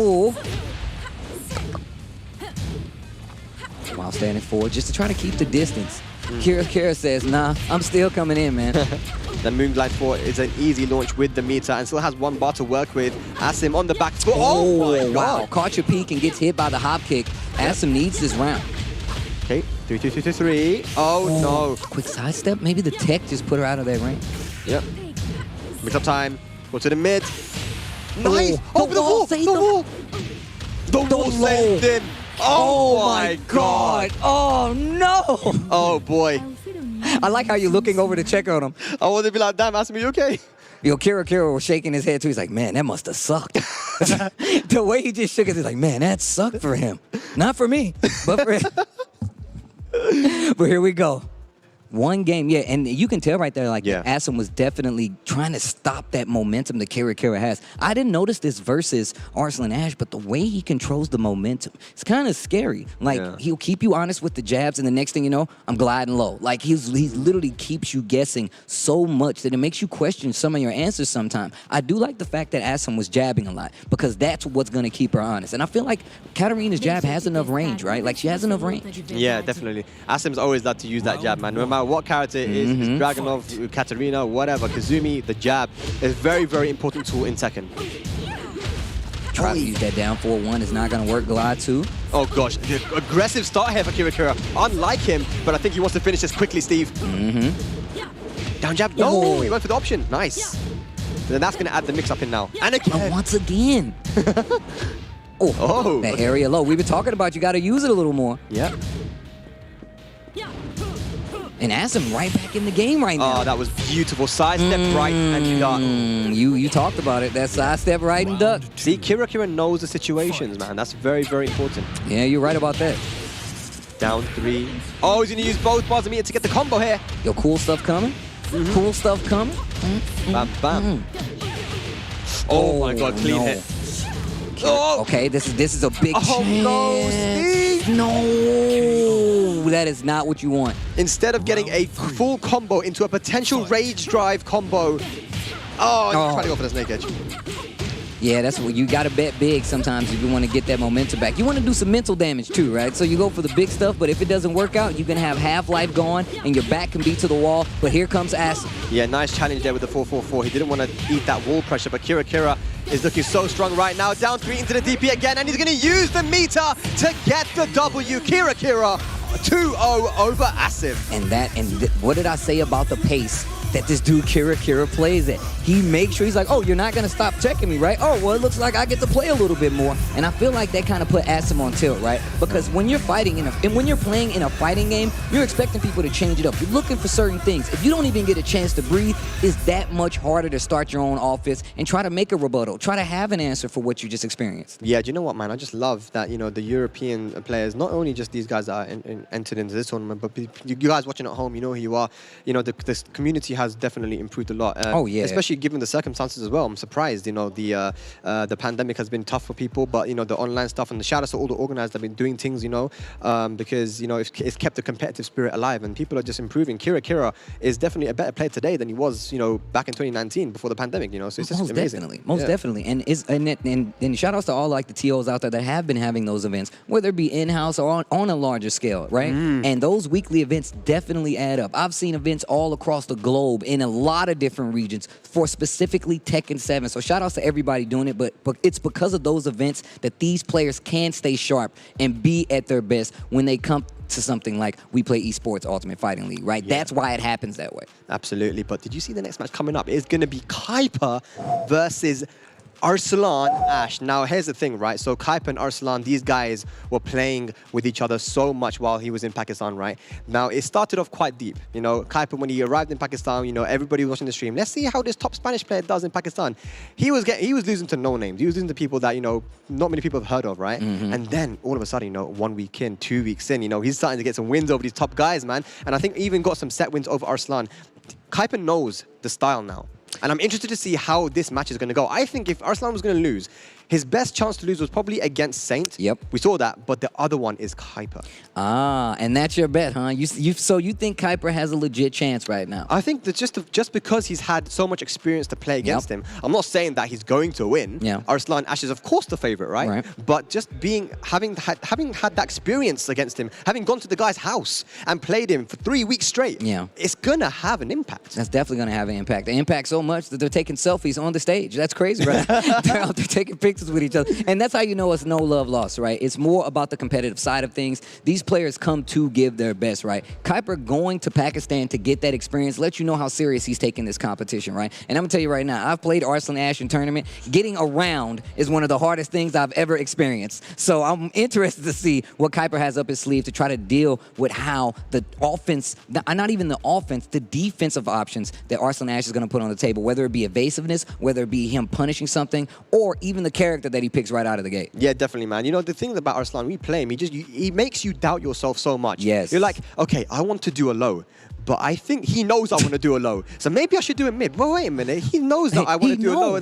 He just knows. It's like, you got to kind of just have the confidence. That's the number one thing. And I think that's why it's so important that Kuiper's had experience against Arslan, because he's had wins over him in these casual sets. I think that will give him the confidence and say, you know what, I can do this. Yeah. Right? You got to have the faith that you can make the gods bleed, right? Yeah. And even if you see it like as it's kind of fleeting, you can still say, you know what, I've played this guy before. Having that experience in a fighting game goes a long way, much like in anything. But in a fighting game, I feel like you're going to run across, once you get good, you're going to start running into a few of those same people. And if one of those same people is Arslan Ash and you've taken a game off of him, even if it's 0.5%, your confidence goes up a little bit. Yeah, definitely. And I was playing Kuiper earlier. I think what we're most likely to see is the Safina versus Feng. And I was playing my Safina versus Kuiper earlier as well. So he knows the matchup. He knows what he needs to do. It's just a matter of doing it on the day, on the stage, right here, right now. We play Ultimate Fighting League. Right now, Arslan Ash undefeated, Steve. Undefeated. I mean, look, man, this is a 2-time Evo champion on 2 different sides of the planet. You know what I'm saying? So this isn't any, strange area to a player like Arslan Ash. However, when you become the man, to be the man, you gotta beat the man. And Arslan Ash right now is the man. I'm telling you right now, with no shake. I was telling Arslan, you know, this is how much money you make if you make it through into top 8. He goes, oh, I don't care. I just want to win. There you go. I don't even care about the money. I want to win. The victory. Yeah. Somebody asked me, well, Steve, man, we love you anyway. I don't want your love. I want victory, okay? I keep your love. I want the victory. Yeah. Oh, okay, is it going to be the Feng? Yeah, Feng, Zafina, absolutely. There we go. So how do you feel about this matchup, right? Let's talk a little bit about this matchup, right? We're going to have Fang versus Safina geometric plane. Yes. What do you feel like? And let's go from the side of Kuiper right now, right? Yep, okay. What are you looking for? What are some of the things that you're going to go in thinking in this matchup? Very, very important to deal with the Mantis and the Scarecrow. Okay, Zafina has 3 stances. Scarecrow, Mantis, and Tarantula. Tarantula not so important, but Mantis and Scarecrow very important. Feng has up forward 2, which is the side step punch, can be a lot of options from stance. I want to see some of that, just to plant the seed into Arslan's head and make sure not to whiff, because you know what Arslan going to do when you win. You don't want to take that ride, I guarantee you, because you might end up on the wall. Arslan Ash, here we go. And that's why I asked you, right? Because I know that you're a Safina player. I know you're a big fan of Arslan Ash, and just, an all-around person that looks at this game. Knowing these matchup scenarios, especially, that Kuiper has went and played Arslan Ash, I want to see how that evolves in real time. We're getting it right now in this group-based stage play. You see, he used the up forward 4 after getting hit by the down 3, because it does beat a lot of options. Ooh, the shoulder? That back 4. And this is one of the tools I always tell people. It's like, man, I don't know about this Fang. I'm like, bro, you got back 4. Like, you use that, man. Make them stay honest. Oh. Gets the float. Yeah, that was good. But he doesn't get the combo, though. So gotta be careful. Spins the blue. Cardiac arrest. He's still alive. Look at the defense here, Kuiper. Oh, he's just gonna play chicken. Oh, Kuiper, what are you gonna do? Spins the blue stuff. Ooh. 10 seconds left on the clock. How did this match go so fast? How did the round go so fast and he blocked that low? And look at that. Kuiper had the life lead for such a long time, but he just sat on it. He sat on it too much. The down 3 into the lows from Mantis came out, and yeah, Arslan with the round win. Dancing a little bit once again. Yeah. Quick sidestep. Well, that is -10, but he didn't get a bit too slow. Nice combo. Man, that took us off a chunk. Yeah, man. Feng got some nice buffs in this season, man. And look at that down forward one. What did I say about back 4? Against the wall. There's the back 1, but it didn't work out. The counter, it goes to Arslan Ash Zafina. Purple Claw. Oh, boy. But you've seen that Kuiper is keeping it close, though. He's keeping it close. We're about even on health right now. We're going to see another blatant low. Take this tackle. He didn't break the ground and pound? Oh, yes. Oh, okay. I definitely didn't see that coming. I did not see the tackle coming. Also, the geometric plane, just such a banger. I just have to tell people. Nice use of that back tempo once again. He goes for counter hit. Yep, caught you peeking. This is going to take us to the wall. You press any buttons after down 3 and you will get counter hit launched by that Mantis too. Bam, bam, bam, bam. Again, he's not breaking that. He's definitely not breaking. Okay. Nice! Oh, caddy corner combos to the wall. Finish it! Reset! Oh! Kuiper up 1 round versus Arslan Ash. 2-1. Beautiful stuff there from Kuiper. The confidence, I'm seeing it now. Okay, here we go. There we go. We're seeing the Mantis pressure from Arslan Ash. Kuiper, like I said, the key to victory is make sure you deal with these stances from Zafina. I like that. Back Kempo once again. Yeah, Kempo 1-4. One option you can go for is, sidewalk left. It beats all the mids from most of the mids from Mantis. Or you can just low parry. I mean, he's been going for so many lows. Oh, nice. The whiff, the full duck and launch punish. Here comes Arslan Ash again. This is match point for this first game. Small punish with the 1-3. Oh my god. This. Oh no, this is quickly going downhill. I got a tackle too, but get off of me. Plus range. Oh, caught you peeking. Don't swing on my stream.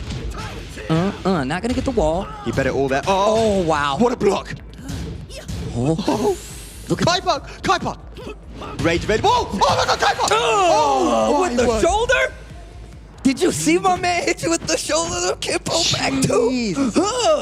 That was so sick. He went into back 10. Arslan thought he's going to go for a mix-up. Let me hop kick, but no. Kuiper did a fake. He turned back around and blocked the hop kick and then continued on the pressure and boom, Kuiper with the first match. All right. You see Arslan Ash thinking about it. And once again, like I said before, when you get this good, there's so much footage out there of you. Not only that, you have been to this man's house and played. You have some inside tech right now that you're going to put. You might have had a little couple of nuggets of knowledge that you're like, hey, he likes to do this. I'm going to save that for later, and you can put that to play right now in this most important Group A play. Do you know what I really love as well, Steve, is that in that final round which Kuiper won, he actually had the life deficit and he managed to take the life lead from Arslan. That's not easy to do. That's but really not Infinite easy to do. Stage Zafina is very hard to play against. Here we go. Arslan has made his decision. So another thing about this is the fact that Arslan Ash likes to go to these infinite stages after the loss. We saw this versus Saint, and now we're seeing it again. He's down the game, goes to the infinite stage. Yep. Purple Claw. Yeah, tried to bet the back turn sweep, but Arslan one step ahead. Hollywood. Nice. Just one block, one launch. Oh, the back one didn't work out. Yeah, you got to be careful using this back one versus Zafina. She has way too many instances in which she can either just low profile it or you're just not even going to be in range to hit her. Yeah, definitely. First round to Arslan, that was a very important. I mean, Kuiper again started off really, really quickly. Using that back tempo beautifully. No! That's going to be a combo conversion. Man, I feel like the Oki is so good off of that. You have to be so careful. Yeah. Go in, she can stay back. Now this is difficult now. You haven't got any walls in play. I mean, Feng is a character that likes to be in your face. But you have Arslan using Zafina. Wow. catching Arslan swinging in some of these strings, not believing that he's gonna finish. Wow, that scared me. Could he have gotten a hop kick there, though? I believe so. Oh, okay. The damage. Arslan. Uh-oh, something big. Yo, Steve. Kuiper. What's going on there, Steve? I don't know, man. You shouldn't have invited me to your house. You let me in the walls, bro. I know now. It's like a demon in a Ouija board. Don't let him in. Oh my gosh. Down 3, and again going for the lows. Okay. Yeah. And you see, every time Arslan gets a bit of pressure put on him, he starts to go for those stance mix-ups, And it's been working for him. Down 4-2 now, 1 round away from taking the match. Okay. And that's going to give him 1 on the board. Kuiper trying to close. If I'm Kuiper, I'm like, look, I got to straighten out right now so I can close out this set. Low parry, you can do it if you keep that up. I need to see more low parries here from Kuiper. There's so many lows come out from Arslan which haven't been challenged. Punish? No, launch! That is launch punishable. Kuiper, a huge miss there. Oh, the lows, got to be careful. Teasing him with it. Tries to do a hop kick possibly. Gets clipped by the down 4-1. Small conversion. Not a lot of damage, but enough to keep the momentum. And here we go again. Arslan Ash with the force to take this back 2 rounds to 1, and he's looking good. Yeah. Everything's working out for him right now, Steve. It's crazy, but Rage is available. Is that going to be dead? Yes, the down 2 is going to finish it 1 match apiece. This is getting tense once again. Like I said, Kuiper runs the first game, but now Arslan Ash makes the adjustment. Look, if I'm playing Arslan Ash, winning that first game, I feel good because now it's not 2-0, right? So now I have a chance to possibly make adjustments, go into this third game, apply, and see how he reacts. Yeah. And like I said, whenever the pressure has been put onto Arslan, we see the down 3s and we start seeing the Mantis lows come out. And it's not easy to low parry them because Arslan changes his timing on them so well. It's tough, but I'm going to have to see Kuiper play a little bit better against these stances of Zafina. And if you can do that, if you can challenge the lows, low parry, then we're going to see a close set ahead.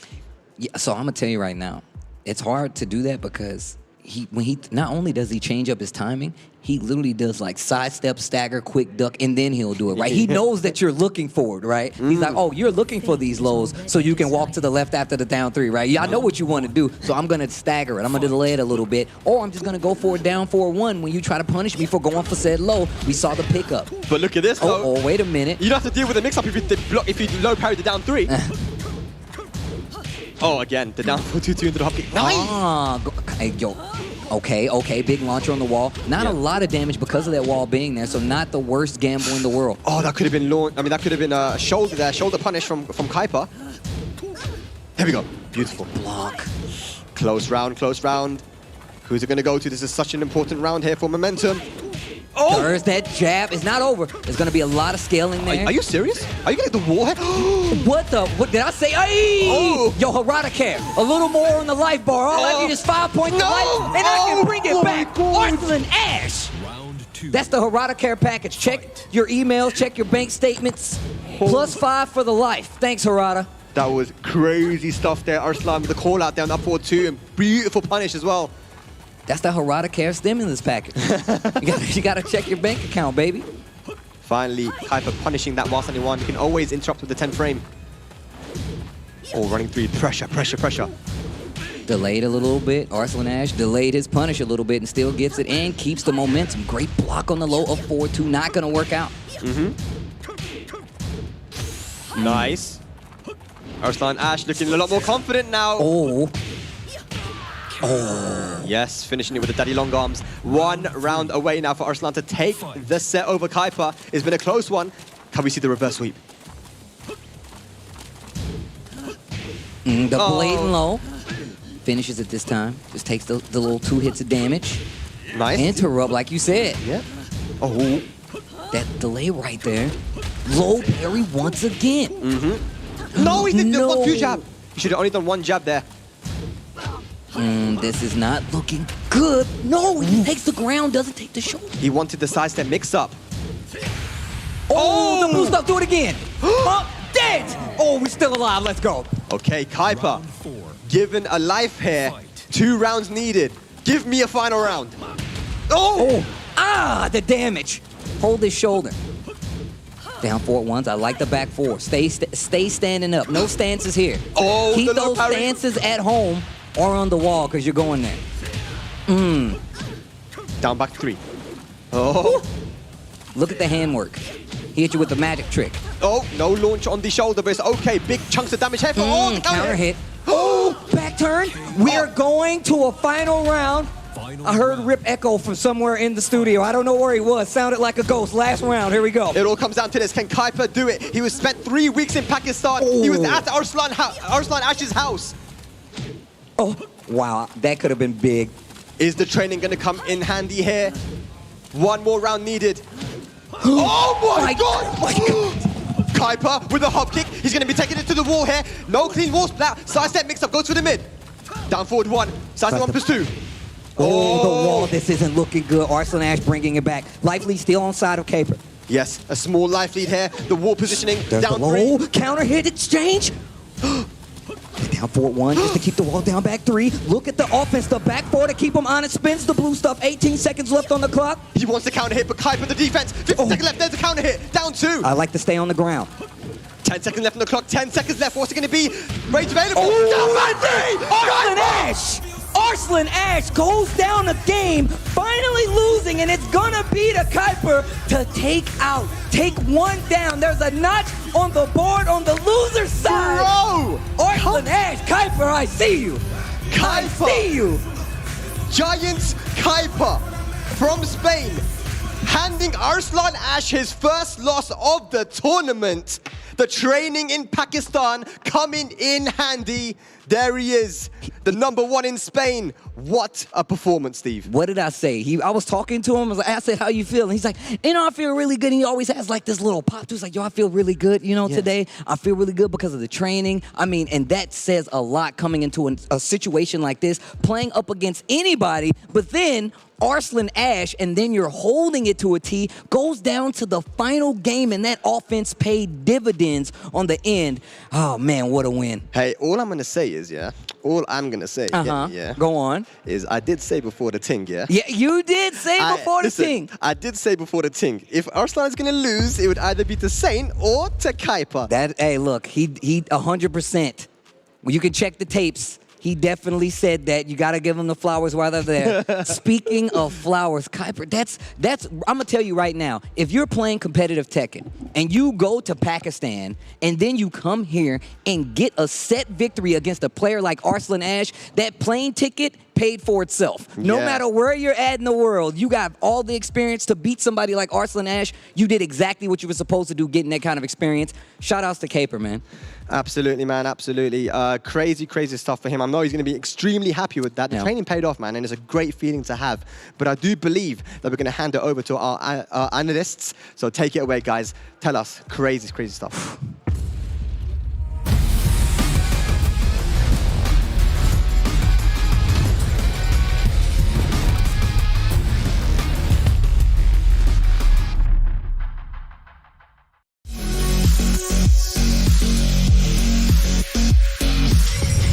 Events with Dash Fight. Keep up with the event schedule. Observe standings and brackets. Watch VODs and highlights. And keep an eye on your favorite player. Follow events with dashfight.com. One chance. One dream.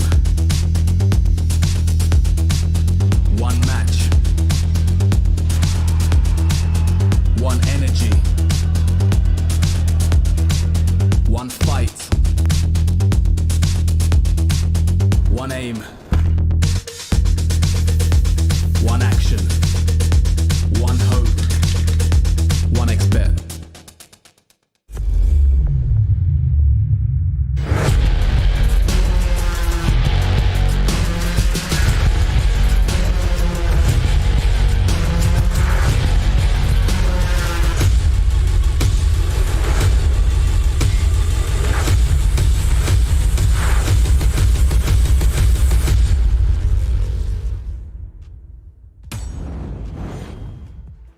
What is going on with my British brothers over here? First, we had Eternal Dragon. Now we got Spag. They can't say the word analyst. We're going to have to take them through some lessons real quick because Spag might end up losing his passport as well. We're back with Rip. We're back with NYK. Your face then. You missed out on the SOULCALIBUR one. We I definitely did. Somebody lost a passport? Yeah, we had to steal Eternal Dragon's passport, because he couldn't use basic English terms. But, some people just need education every now and again. That's how it goes. I want to take a look at these standings because things have got very interesting as we got our final 6 games coming our way. And right now, okay, Arsenal is just taking his loss. It doesn't really affect his chances so much, but it makes the rest of this incredibly crazy. There's a lot of scenarios going on here. Yeah, tons of scenarios. You see, obviously, Arslan saying first and second. They're looking good here. Kira and Kuiper actually tied right now. Kuiper just unbelievable in the last 6 games that we just watched, obviously. Yeah. But Book not quite out of the running yet. He's just on the edge right now. He still has to play against Kira. Yes, right on the cusp, Mike. But Book has to go up against Kira, and also he has, I think, one more match, right? Or maybe Kira has one more match as well. But those matches are going to be very decisive, regards to see who makes it into that top 4 spot. I'm going to go a little nerd on you guys right now, but man, when James said that he hit up the hyperbolic time chamber, he really did. He wasn't Trunks or Vegeta going in there. He was Gohan. He got that little glimpse of Super Saiyan 2, and he ended up taking it over Arslan Ash, training with him. My God. And, honestly, in that set, there was a couple opportunities that Arslan Ash had. He blocked the sidestep 4, but it came down to the stage selects. Because when Kuiper went back after the second loss, he switched to Dragon's Nest. Small walls. Hexagonal stages and stuff, walls. right? He did the sidestep 4 while standing 2, turned into a sidewall. Another scenario, Arslan Ash had a sidewall conversion as well with the down forward 1-4, got the splat, but then the sidewall came into play again. But for Kuiper, that clutch rage drive that he hit from downtown. And the combo conversion at the wall afterwards. Yeah, in round 3 on set point. Needed it. Yeah, and then made the comeback in game 3 there. Phenomenal. It was phenomenal indeed. We've got some more matches we want to look at as well. And we're going to start with Arslan Ash taking on Kira because although it was 2-0 for Arslan Ash, Kira put up one hell of a fight at the beginning. Yeah, this first game was really Kira's to lose. He had tied up the round count here. He actually gets the lead. Yeah. And then gets caught by that big ball. Right there. Man, and then he really just throws it out here, right? He tries to gimmick him out at the end. He goes to the unblockable situation. Right. Arslan Ash sniffed it out, jabbed him out of the air, converted it. And once that happened, it really seemed like Kira was out of it. He's like, I had an opportunity. Yeah, that's what one of the nerfs from the latest patches. Eliza's EXDP no longer wall splat, no longer capable of wall splatting there. But then, moving on here, Kuiper versus Galanda, back and forth set the whole way through. Galanda, he needed these big comeback opportunities, and he really made him happen, right? Dude, this comeback Galanda will find a way. That's what Steve was saying. Yeah, he really was finding a way, but Kuiper, man. Dragon's Nest for Kuiper, dude. It seems like the stage select has been helping him out. He's very familiar with it, and it just fits Fang as the character. Of course, the slow-mo finish for him. Backswing blow, you're dead! And the sigh of relief, just let it off on the all. And God's like, slow-mo? Oh, yeah, I'm going to lose that one. I'm out. Yeah, that always feels bad when it's like a slow-mo and it's like, oh, man, I'm not winning it. But this was the match. This set right here, Kuiper versus Arslan Ash. Kuiper right at the beginning, he came out swinging with like 4 or 5 down 4s and then kept up the pressure. Able to close out the first game. And look how close it was that first game, right? And then boom, the shoulder barely closes it out there, gets the first game over him. Arslan switching it up to the infinite stage here. Obviously, this played a huge factor in how this game turned out. But because he won the first game, Kuiper was able to have the final stage select, and that's what it really boiled down to. There it is. There, Cannon back roll, and here we go. Final game, back to Dragon's Nest. And Kuiper's swinging crazy trying to close that round out, right? Yeah, he was. Swinging for the fences, but lands a counter hit down back 3. That new buff in Season 4 helping out in the clutch. So Kuiper making Arslan bleed his own blood. Now some of the matches we still got coming your way. Starting with this one I'm looking at is Book taking on Saint. Because Saint, he's sitting pretty right now, but Book, any win he can grab now just gives him that extra chance to try and come back into this and qualify. Yeah, I think he really needs to win against Saint. Yeah. And that is no small feat. With the way Saint has been playing today, especially, right? But anything can happen here. If Saint's going to lose to anyone, it's going to be Book. So Book kind of out of it, but if he can get past Saint, he's got a really good shot still making into this top 4. Yeah, it was really the early round robin for Book. Those 2 zeros that he had in the early portion of the round robin really hurting him here. He's trying to make up the points, and going up against Saint ain't no easy feat.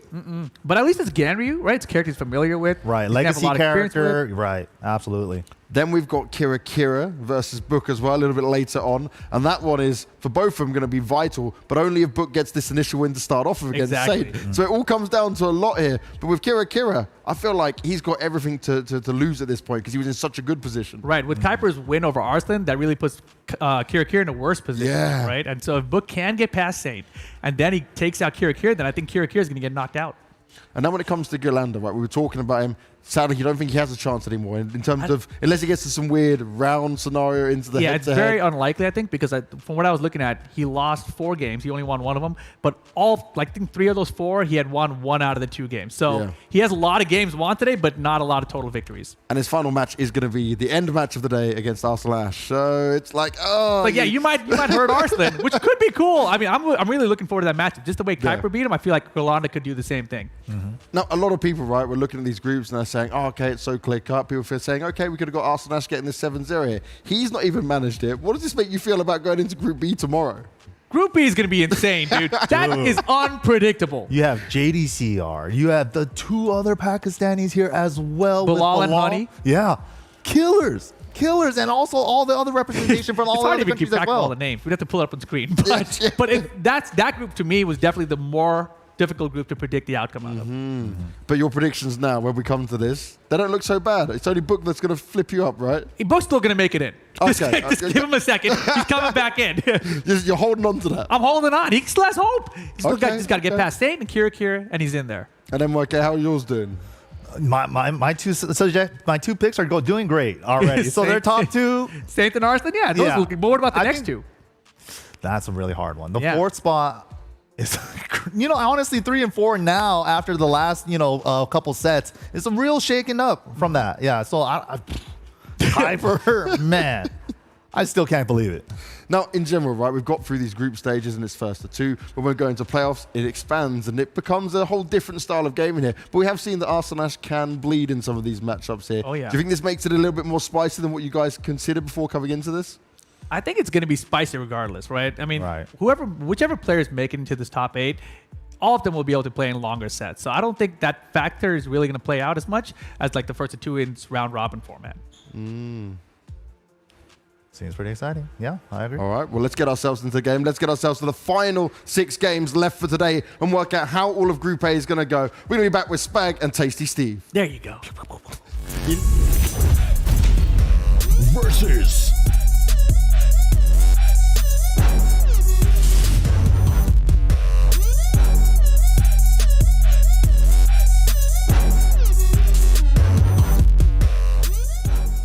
Gerlanda versus Boris will be next.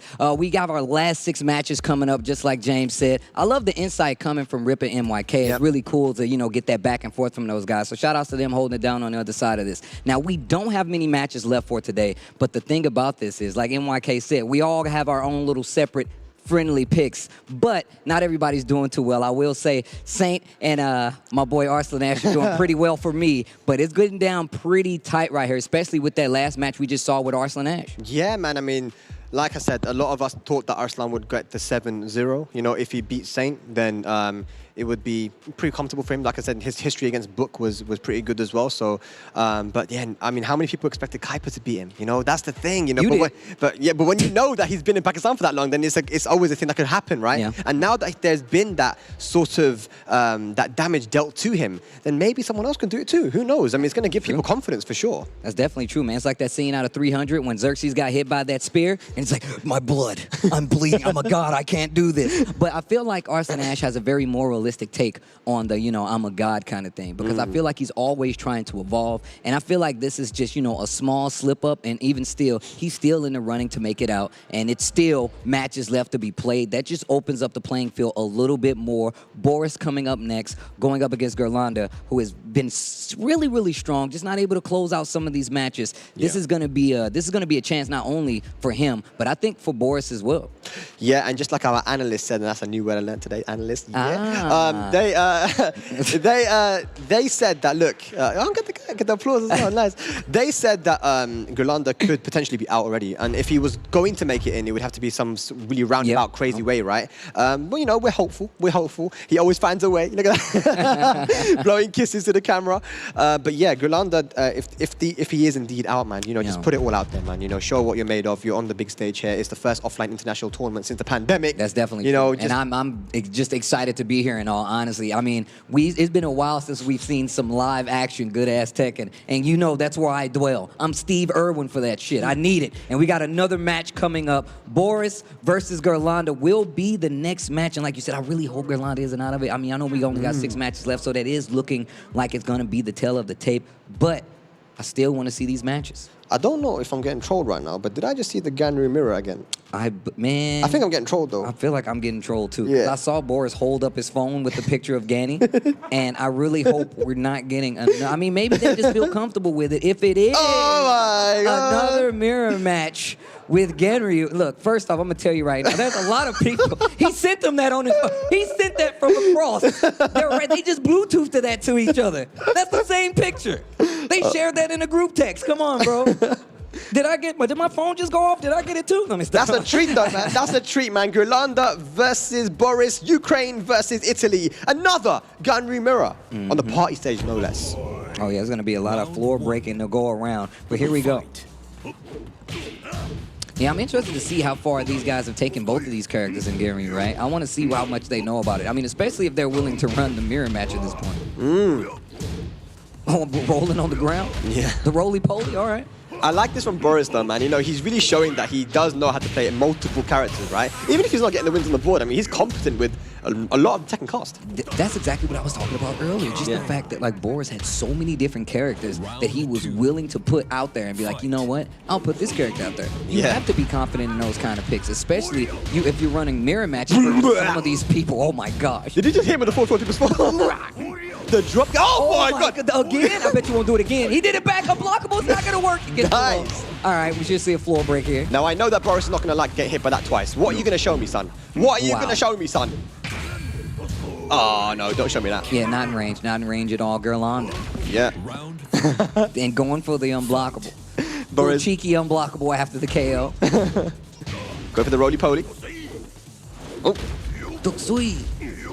Okay. I like how even their heart rate is even like matched up. This is a true mirror match. It's a true mirror match. Okay. Oh my God, the down 4-3 gets the trade. Jeez. Nice. That's good. Ooh, that was sick, actually. Oh, the double? Damn. Into the roly-poly? Okay. Oh, no combo, though. Ooh, that is going to hurt. Ooh. Thought it was going to break the floor, actually. Oh, God. Wow. What is going on here, Steve? I have no idea. Oh, down 4-2. Okay. Spirit of Saint. Boris on the board here versus Gurlanda. And remember, Gurlanda, you know, Ganru is one of his main characters. In Tekken Tag 2, his main team was Julia and Ganru for a very long time. That's true. Bam. Oi. Good block on the low. No punish on the Wasan in 2, though. Yeah, uh-oh. Chuck him. Damn. That thing hurts. Oh, big man. Oh, wait a minute. Boris getting his wits about him in this matchup, in this mirror matchup. Ooh, wall splat. You can break the floor and gets like a side splat on the wall. This can be good. Wow. The tailspin as well, and the wall still. What? Okay. Not sure about the choice. The low parry. Gurlanda, not sure what to do, but still another down 4-3 to close out. That first game's going to go to Gurlanda. Yeah, and you know what? That's a good showing from Boris. You know, he's not happy with himself. He's shaking his head and that, but it was close, man. You know, it was still close. I like it. It was good. Look at Gurlanda, though. Yeah, Gurlanda's like, yeah, that's one of the business characters, bruv. It's one of the business characters, guy. BPM under 100 now. He's chilling. Oh, that's extra chill. Yeah. I wonder what my BPM is when I'm commentating. It's probably like the heart's just on fire. Is he okay? No, that's just regular Steve right there. But no, Boris, I wonder if we're going to see a character switch at this point, or is he going to run it all the way through with the Ganny mirror match? Well, let's see. Maybe if he's trying to show off how many characters he plays, you know, maybe he's going to... I saw him playing Marduk earlier. What's he going to go? So many characters. I'm going to tell you right now, I didn't know this young man had so many characters. in his pocket. I will say that. And that's really impressive. Because like I said, there's not a lot of people that will competently play more than one, especially more than two, and definitely not more than 3 characters in tournament. Oh, bit R-rated there. Oh, nice backdash though from Gurlanda. The low parry coming in from Boris. Very back and forth to start off this match. Smack him. Big Bam, bam, bam. Mitch. See. Oh, Okay. down for 2. Boris has done a great job with that move. Bam, bam, bam. That's going to go to the wall. Show me the... Ooh. What's on it for? Okie dokie time. Rage available. Nice. The confidence from Boris just run up there into the down forward 3 low. Takes the round. Running that classic Ganryu. Ooh, finishes the string, gets the counter hit. This can be big damage, and the wall is right there. No. It's okay. He goes for the big low. Guaranteed damage. No duck. You know, we talk about how, you know, good Boris is with multiple characters, right? But that was one of those instances where playing multiple characters can't get to you, right? He didn't really have an answer for that wall situation and instead took the Oki, right? That could have been big damage. But still, 2 rounds up right now in this mirror. Yeah, I mean, Gurlanda ducking the string, but just too late on the punish. 2 rounds up right now. This is crazy. Boris making a comeback. 2-1-2, punish, nice. That is minus 13 now. It was minus 11 before. I did, once again, you're teaching me right now. Minus 13, huh? Yeah, I mean, 2-1-2, very strong. You can't even sidestep it, so it makes sense. Is he going to go to the wall? Very, very... Oh, he actually gets it. Oh, big damage. And this match looking a lot better. Goes for the low. Speaking of the low. On the wall. Boris! Boris stealing 3 rounds. That is a match, ladies and gentlemen. Boris on the board. Boris on the board. 1-1. Okay, I think Boris is yet to win a set here as well, but, you know, like I said, coming in last minute, you know, a player that not many people have heard of, to get any win here versus the caliber players that we have would be huge. Yo, look, first off, if I'm in Boris' shoes, this is nothing but XP to me. This is nothing but XP. I treat, whenever you get a situation to play players of this caliber, right? Not saying that Boris isn't up there or anything like that, but you're playing with some of the best players in the world at this point. You want to take every ounce of this experience-wise. And you said yourself, he was back there playing with everybody, playing with multiple characters versus multiple top players in this instance. Wow. Yeah. Wow. Okay. Back to the wall you go. Goes for the mid extension this time. What and the roly-poly perfect. The roly-poly perfect. Just rolling off the tongue. Gurlanda waking up now. What can Boris do to onto back a down 4-2? Man, he's 3 for 3 now, man. Unblockable. Wall. This time gets the combo. Lovely. Big chop. Are we going to see another perfect? Are we? Oh. Nah, we're too far out, right? We're too far out, right? I said we're too far out. I said we're too far out. Hit him. Oh, nice backdash there from Gurlanda. Going to get a while standing 4, but the down 4-1 comes in. 1 match apiece, 1 round apiece here right now. Boris Sonic looking very close to take this set. If I'm Boris, I'm popping off if I win. I'm telling you right now. 100%. A down 4-3. Lots of pokes coming from Gurlanda in this game. Yeah. Finishes the string. Oh, gets the trade on top of it. Look how much damage is on the side of Gurlanda. He's in trouble in this second round. Excuse me, this third round, third game. 1+2 into the stance. He's blocked that low so many times. Maybe Boris wants to go for the mid. Down 4, 1+2. Didn't think that was going to hit. Actually, big low stands up and maybe just laid there and tried to stand up. Neutral got hit by the wild standing 4. Yep, absolutely. So set point now for Gurlanda. This would be very important for him.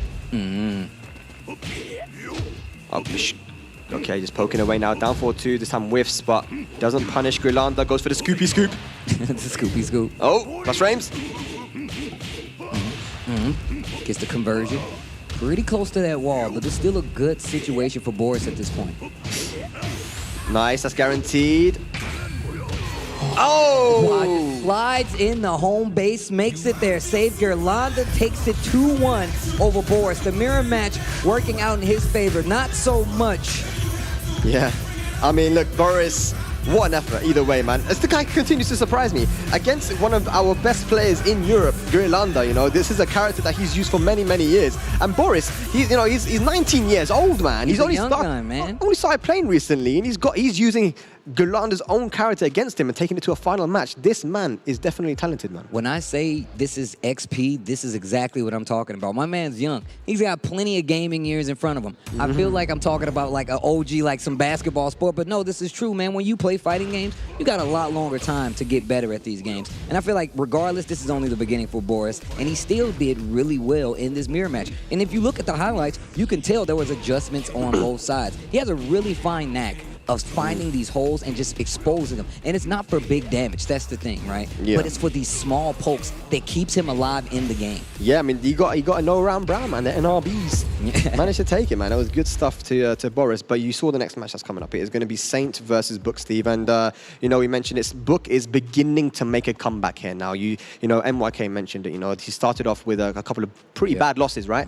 But, you know, that's the way the round robins work. You can still make the comeback even if you have a bit of a rough start. And he's now going up against Saint, though. And Saint has been playing ridiculous. Has the what? He's tied record-wise for Arslan Ash at this point, right? And if you look at Book, I mean, Book has not, you know, been playing well today, like I said. However, Book is a very good player. All it takes is one time. Sometimes you just need those warm-up matches. And I can tell you with 100% assurity, right, when we play in these tournaments, and I say we because I still play and I know you still play too, the fact of the matter is sometimes you need to get warmed up. But this is an exhibition. These round robins give you more than one opportunity to bring it back. And that spread might be a little big, but if you play well enough, you can run it back. Yeah, 100%, man. And the question is, what is Book going to go for? He's been rocking the Leroy the whole time. We know that, you know, Saint's going to pick the Ganryu. He said he was going to pick the Ganryu. We thought maybe he's going to go to the Jack, but he stuck to his word. He's sticking with the Ganryu, the Yokozuna.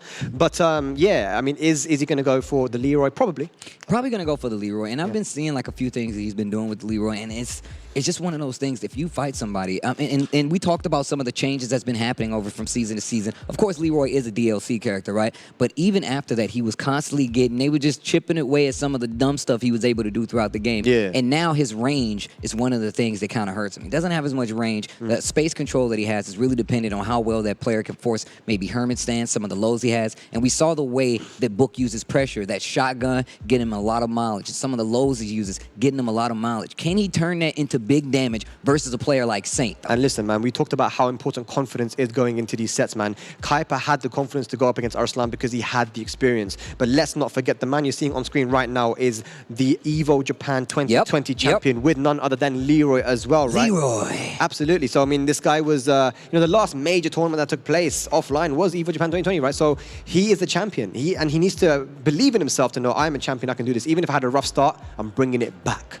That's definitely true. Yeah. That's definitely true. But we're going to see this right now. Book, definitely, I'm going to tell you guys right now, Book's one of my favorite players to watch. I definitely am a Jin player. I mean, I know people don't believe it, but I'm a Jin player, and he's one of those guys that I look at, right? I look at Book because of the way he's played. Now, once again, we do touch back to the fact that he might not have the best record today, but we're also going to say that can turn around once you get these wins. You can get up to speed, you know what I mean? It just depends how many games you have left. We said we have 6. Might not be looking good for Book now. Saint, however, looking pretty nice with his record. Yeah, so we thought that Arslan was going to just take it and go all the way to the number 1 seed with the 7-0, but now that he's got a loss on the board, Saint has an opportunity to take that spot, right? So there's a lot to play for here, even for Saint. Like, even if he's comfortable, he's in there for the top 4. There's a lot to play for. That's definitely true. So these guys are definitely. Saint has a chance right now to get this record in his favor. We're nearing the last matches of the day. We had 6 a little early, probably got like 3 now, maybe even less. So this match is definitely important, and we're going to Twilight Con. And look, I'll tell you what, man. The Koreans have a very particular play style. Nee mentioned it. They love to sidewalk. They love to do these. They love the lateral movement. Book, when I was in Korea, he was there too. He was grinding out games with the Koreans. This guy is definitely a grinder. But here we go. It is going to be Leroy versus Ganryu, Korea versus Thailand. Book, let's see if you can bring it back. How do you feel about this stage as Leroy, right? I talked about the fact that he doesn't have much range, but I feel like Leroy doesn't have like really good wall carry either. I feel like he can get you to that wall, but the damage he gets is all dependent how close he gets that launch to the wall, right? Yeah. And he has big damage cash out if he gets that proper length launch close to the wall. I do like that he has the sweet bang with the balcony. You got the balcony break on this stage. If he manages to get Saints back to the wall, we have a very dangerous mix-up with Leroy. And already, just look at how close Book is playing versus Saint. His down 4-2s are unblockable, Steve. I'm convinced. I'm convinced. Apparently, it was passed down from Saint Senior, and that's why he can do it so well. Then while standing 4. Oh my god. Big damage on the wall splat. Should be the round. Yeah. And that's what we noticed as well when Saint was playing the casual games before the tournament. Every single time he goes for that windmill, the down forward on +2, if it's on block, he won't finish the string. But whenever it's on hit, he confirms it every single time. Good block. No punish. Chuck him? No, I'm ready. Okay, you gotta start with punishing those down forward 2s there if you're Book. Don't let him get away with it. There we go again. Once again, the confirm from Saint, like you said before. Yep, and that's 2 quick rounds for Saint. Book on the back foot, but you know he's letting some opportunities go, man. You gotta start getting those punishes in on whiff. I need somebody to clip all the bars this dude says today, because I see what you're doing, Spaz. You've been dropping some bars while we've been up here talking, all right? Don't think I didn't notice. Oh, the shotgun. And this is what I was talking about. You get these perfect launches on the wall and not so much damage, but he has these big boy combos that he can take advantage. That's going to hurt. Oh my, that's going to hurt. That is going to hurt. Peep the damage. It's not going to kill, but it's going to do a lot of damage. Hi. Now what's the guess? Down 4-3. Oh, he said it, bro. What's the guess? Down 4? I told you, bro. He said it, bro. A call out, Steve. But yeah, you're right. That's it. So 3 rounds there for Saint. 1-0 up. That was a very quick match. Look, we've already talked about the fact that Saint is one of those players. I feel like he's really good at watching, kind of gauging what you want to do. Yeah. And I feel like the hard part about it is making sure Saint doesn't get that first game. That's what I feel like. If I'm fighting Saint in the tournament, I don't want him to get the first game.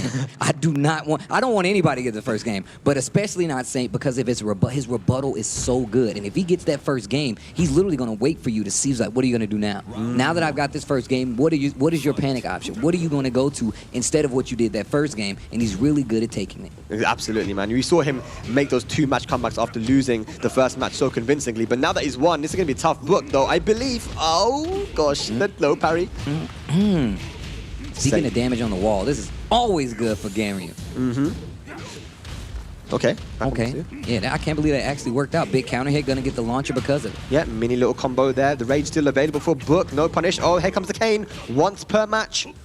4-2, still reaching. Yep. I love his usage. I'm not changing what I said. I love Saint's usage of Ganryu's lows. So he's been doing it all day. Those long-reaching lows and that down forward 3, he's really been making people pay for it and question the range at which they want to try to back away. A lot of people wanted to see Ganryu, man, and people were saying, where's Saint? Where's his Ganryu? We want to see it, and here it is. But Book now gets the orbital, and the balcony might be broken here. This is exactly what I was talking about. Look at the damage he gets if you get that proper launcher really close to the wall. I ain't gonna say really close, but it's the spacing that helps Leroy get this big damage payout, and that's one of the things I feel like they've kind of like scaled going further into the world of Tekken 7. Yeah, definitely. Oh, here comes the first sweet bang there from Book. It's gonna play into Saint's mind a little bit. Try to go for the backwards orbital, but the float from Saint, so good. Yeah, that stance one actually gets you the float. Yeah. Good conversions, and so good, in fact, that you're going to hit the wall. There's the orbital.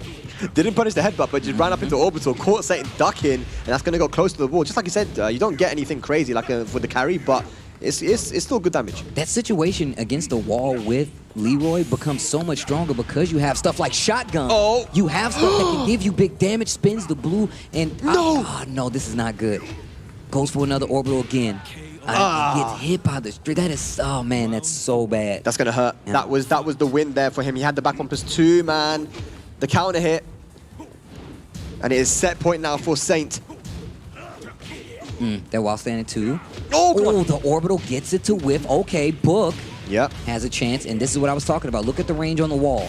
Now he gets that big payout on the damage, and the awareness paying off. Book with a full life bar. Not anymore though. Great stuff there from Book. You saw Saint looking for that low, twitch ducking, but Book, the awareness, final round here, second game. Yeah, tying up the set, and we've been seeing that pace go back and forth between these two. Speaking of back and forth, there's another orbital, and look at the spacing on the wall. Look at the damage he gets. Nice wall splat there as well with that string. Oof. Uh-oh. Is Saint gonna make the comeback? If he gets the wall splat, oh no! He confirms once again he's not dead though. Book, you've got a chance. It's not over yet. Oh. Reach deep. Go to the library. We take him to the library. It's not over. Finish the combo. This is definitely over. Finish the combo. Okay, there you go. Onto the ground. And this is exactly what I was talking about. You see one of the things that Book is doing? He's not going for crazy stuff out in the open. Once he takes like 3 or 4 steps in, he's like, now I'm going to go for this launcher. And a lot of times it's working. And I'm going to tell you why. Down 4-3 is one of the things you want to use. And you've seen Saint just hesitate a little bit to stagger that offense. Those orbitals become more powerful. They might be a little slower, right? The recovery might not be as good. But if you can call somebody out on an orbital, that's really all you need. You can get into their head. And then you have down back 3. They're not going to just keep eating those. And that's why you have to play that range game versus that character. Yeah, definitely, man. And you know the Book is going to have that strat as well to do, do the little jump cancel, the up forward, neutral forward, to make it come out about 3 frames quicker, the orbital. These little things that make a big difference here, man. But yeah, 1-1 now. And it's crazy because, we know Saint to be the guy that in the second match, he just goes crazy, he goes ham, and Book is bringing it back. And like I said, Book has a lot of experience against the Koreans. He's beaten people like me in tournament and a lot of other Koreans as well.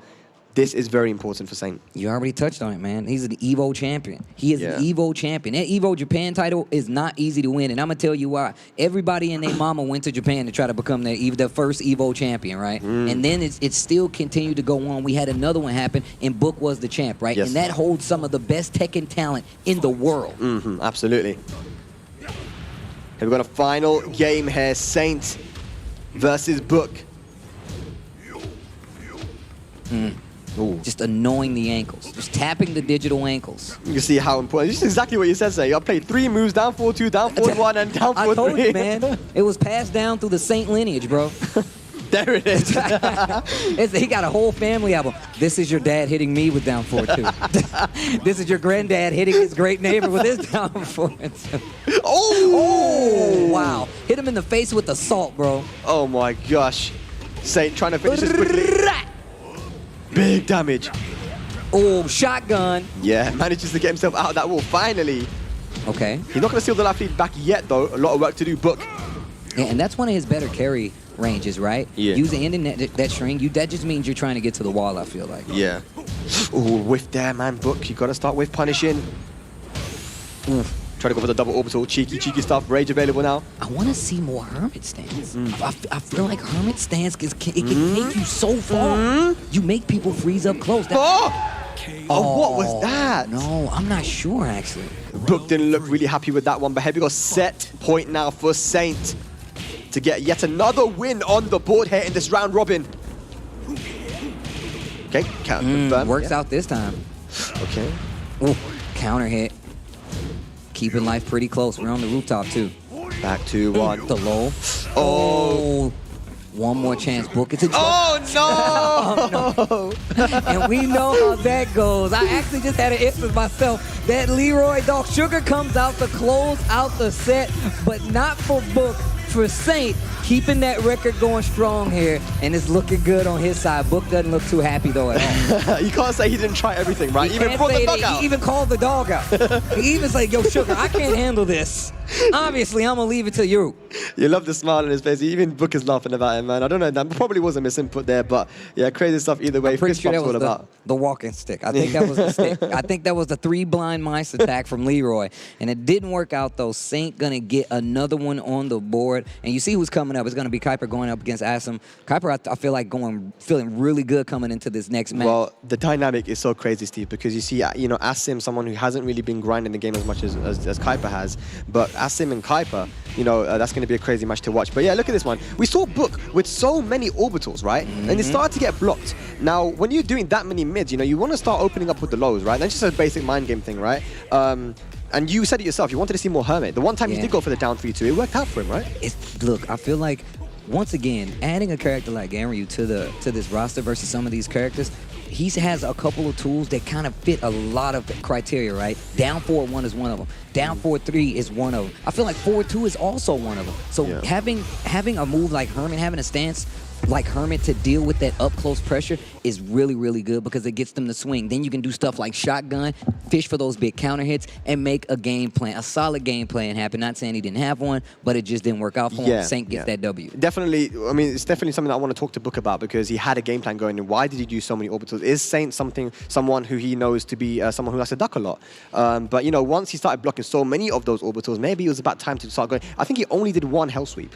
Yeah, he only did one hell sweep. And I feel like that's what I was exactly talking about. That up-close range is so pivotal for Leroy because of Hermit stance, right? You get the Hermit stance, you start freezing up. Now, you can't do the hell sweep out of Hermit stance, but they're going to freeze up dealing with that offense. He has a lot of options out of Hermit stance. Yeah, absolutely, man. But our next match is going to be a crazy one. So this is Asim versus Kuiper, and it's a law match, right? So in Europe, when the Tekken World Tour was happening, Asim and Kuiper were, you know, these guys were constantly in top fours. In all these tournaments, you know. People like Kane and Trench, Asim, Kuiper, you would see these three people as very consistent places in European major events. And Asim and Kuiper would play each other so often. Head Sompa 2019, I believe, you know, it was actually Asim versus Kuiper in the grand finals. And, oh no, it was maybe, you know, in top 3. And Asim managed to take it over him. But now it's a different dynamic. As you mentioned, Kuiper just coming off a fresh win off who? Arslan Ash. Right, you can't tell him nothing right now. He's got the gold star. He's got the aura around him sitting on the stage going up against Asim. Asim is, once again, we've seen a lot of back and forth play coming out of Asim, and I feel like it's more about his pace than anything. I feel like Asim's pace really dictates what he can do in some of these matches. And the way I've been seeing Kuiper play, he's not going to let him get anything started. So I feel like that's going to be the battle we're about to see. Even still, Asim's one of those players that I've been talking to you about. I've heard everybody say it. When he gets going, he gets going. And we've seen it, man. Like, even against the top players that today, Asim has not been getting the set wins, but he's been getting match wins. And those match wins look very, very comfortable as well. So let's see. I mean, he's got a lot of experience against Kuiper. He knows how Kuiper plays, but this is not the old Kuiper. This is definitely not the. This is not, you know, this is not pre-time skip Kuiper, right? Look, if we're watching an anime, this pandemic is nothing but a time skip arc. People have been in the cave, they've been at the mountaintops, they found themselves new senseis to get to a new level of power that is on display here at WePlay Esports Ultimate Fighting League, and you're gonna see it right now. These guys are trying to win, and like you said, all those events that continue to happen, those online events that continue to happen, people playing in Pakistan to keep their skills up, those are important things, and that's what happens when you keep doing those things. Kuiper coming out looking like a whole new player in some instances. Never not good, but even better than he was before. And it's the belief that he has. You know, speaking to him backstage, he's like, he looks at me and he goes, I have to win this. I have to win. Did you hear the music? Was the wind blowing? I heard the music. I heard everything. I have to win. I have to win. I need this. My family. But I love the belief that he has, right? It doesn't matter if it's Arslan Ash or Saint or whoever, man. He knows that he knows what he's able to do. He knows what he's capable of doing. He's got the win over Arslan Ash. Can he do it versus Asim, though? These are two people who played each other many, many times. It's going to be a bit different dynamic, but Kuiper's looking good. Let's see if you can do it. Add another win to the board. I mean, think about it like this.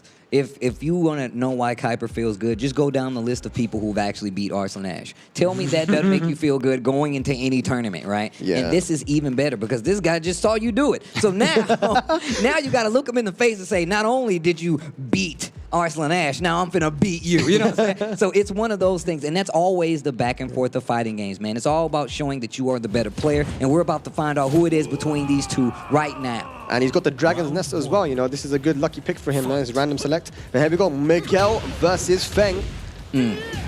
I actually really love that option. Got the big counter hit and just uses the down 2 to keep him close. Did he just try to go for like a Tekken Tag 2 combo? Was that just, I'm giving him the benefit of the doubt. But I hope that wasn't what we just saw. Well, you know, Asim, you know, combos have never been his strong point. You know, he managed to beat Kudans in a tournament without using combos.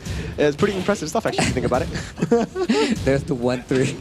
Oh, the raw half kick. Nice. I love that 1-2, 1+2 on the wall, and the normal throw working out. Oh, okay. Things are starting to get dicey in these later games in the day. No duck there, but good punish on the string. Spins the blue, little chip damage because of it. 15 seconds left on the clock. Backswing, not going to work out the down for 1-2 Asim. First round. It's crazy the dynamic, this kind of how Tekken works, or just fighting games in general. Just because A beats B, you know the whole triangle thing. It's insane. Shoulder with the confirm off that back 4 counter hit once again, just takes the ground. Look at how active Asim is using that advantage, but not for too much longer. Gets the low parry into 4-4-2-1 to get the end on the combo. Oh boy. The back 3 hits. Wow, caught him ducking. Counter hit. Get the pickup with the blue stuff. Serious? Oh my gosh. Oh! That's gonna hit. Get up close and personal. Let him know he messed up. That was really good awareness from Asim to know that he was in a mix-up situation, but go for the rage art. Boom! Yeah. Beautiful stuff there from Asim. And here we go, 2 rounds up now in the first game. Wow. Finished the string as well. Kuiper not looking for a lot right now in this Miguel matchup. Oh gosh, went right under the jab. Oh, I'm making a pizza. They're down 4-1, trying to keep the pressure going. And right now, Asim isn't letting Kuiper get anything started. Yeah, definitely just... Oh, what my the? God. Get that blue stuff out of here. Wow, 3 rounds blue straight. stuff? I don't even like that stuff. What the hell? I'm telling you right now. I can't even see Kuiper. Look, he's like... Look, he's reeling back because I didn't think that was going to happen either. That was not how that played out in my head. We're in an alternate timeline right now. Asim. Where was this Asim all day? Right? So here we go. That was a crazy first match. That was super fast, too. Yeah, definitely. You know, like I said, these two have played each other so much. Asim has definitely researched how Kuiper plays because he knew that he was going to come up against him at some point in the tournament because there's such high-level plays. But look at that block on the down back 3. I like how far back Asim is playing right now, making Kuiper have to come in and try to get stuff started. Yeah. Oh, nice. Gets the launcher. Yeah, and that's the danger of being too aggressive versus Feng, right? Because he has great movement with that back tempo. That's why backswing blow is so strong with him. I mean, we see it with a lot of other characters, but Feng is kind of built around his, right? Like, you're not going to be swinging a lot of instances, and if you do and he calls out with backswing blow, that knockdown comes, you know, like, what happens then? You're in trouble. And just like we saw, the down back 3 now has that added extra damage on the counter hit, right? And I think he really definitely needed that, man. Oh, most definitely. I mean, I feel like, look, I know the Feng has really great pokes, but getting knockdowns in these up-close situations without being too risky is one of the things he lacked. Having that counter hit is good. Yeah, definitely. Nice low parry, though. This puts an end to that pressure. Asim, what's going to be the combo here? 4-4-2-1. Oh, he tried, I think. Nope. Wall bounce. Oh! Yeah, not close enough. Savage stance. Oh, boy. He's making a pizza. I want 2 of them. Yeah, Asim not happy with that. Oh, boy. Oh, the 2-1 did work. There's the parry. The wall saves him. Spins the blue. A little chip.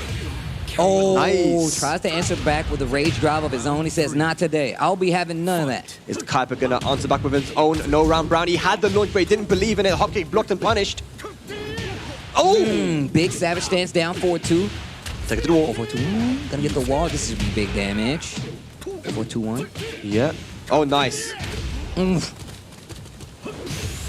Oh, didn't work out. He was way too close to the wall. They're running 3. And now Asim has a chance to take back this second game. It was looking good for him at first, for Kuiper at first, but... Yeah. Good block on the Savage down by 3, though. Oh, my God. Just threw it out. Speaking of Savage, that down 4-2, finding his mark for the second time in this game.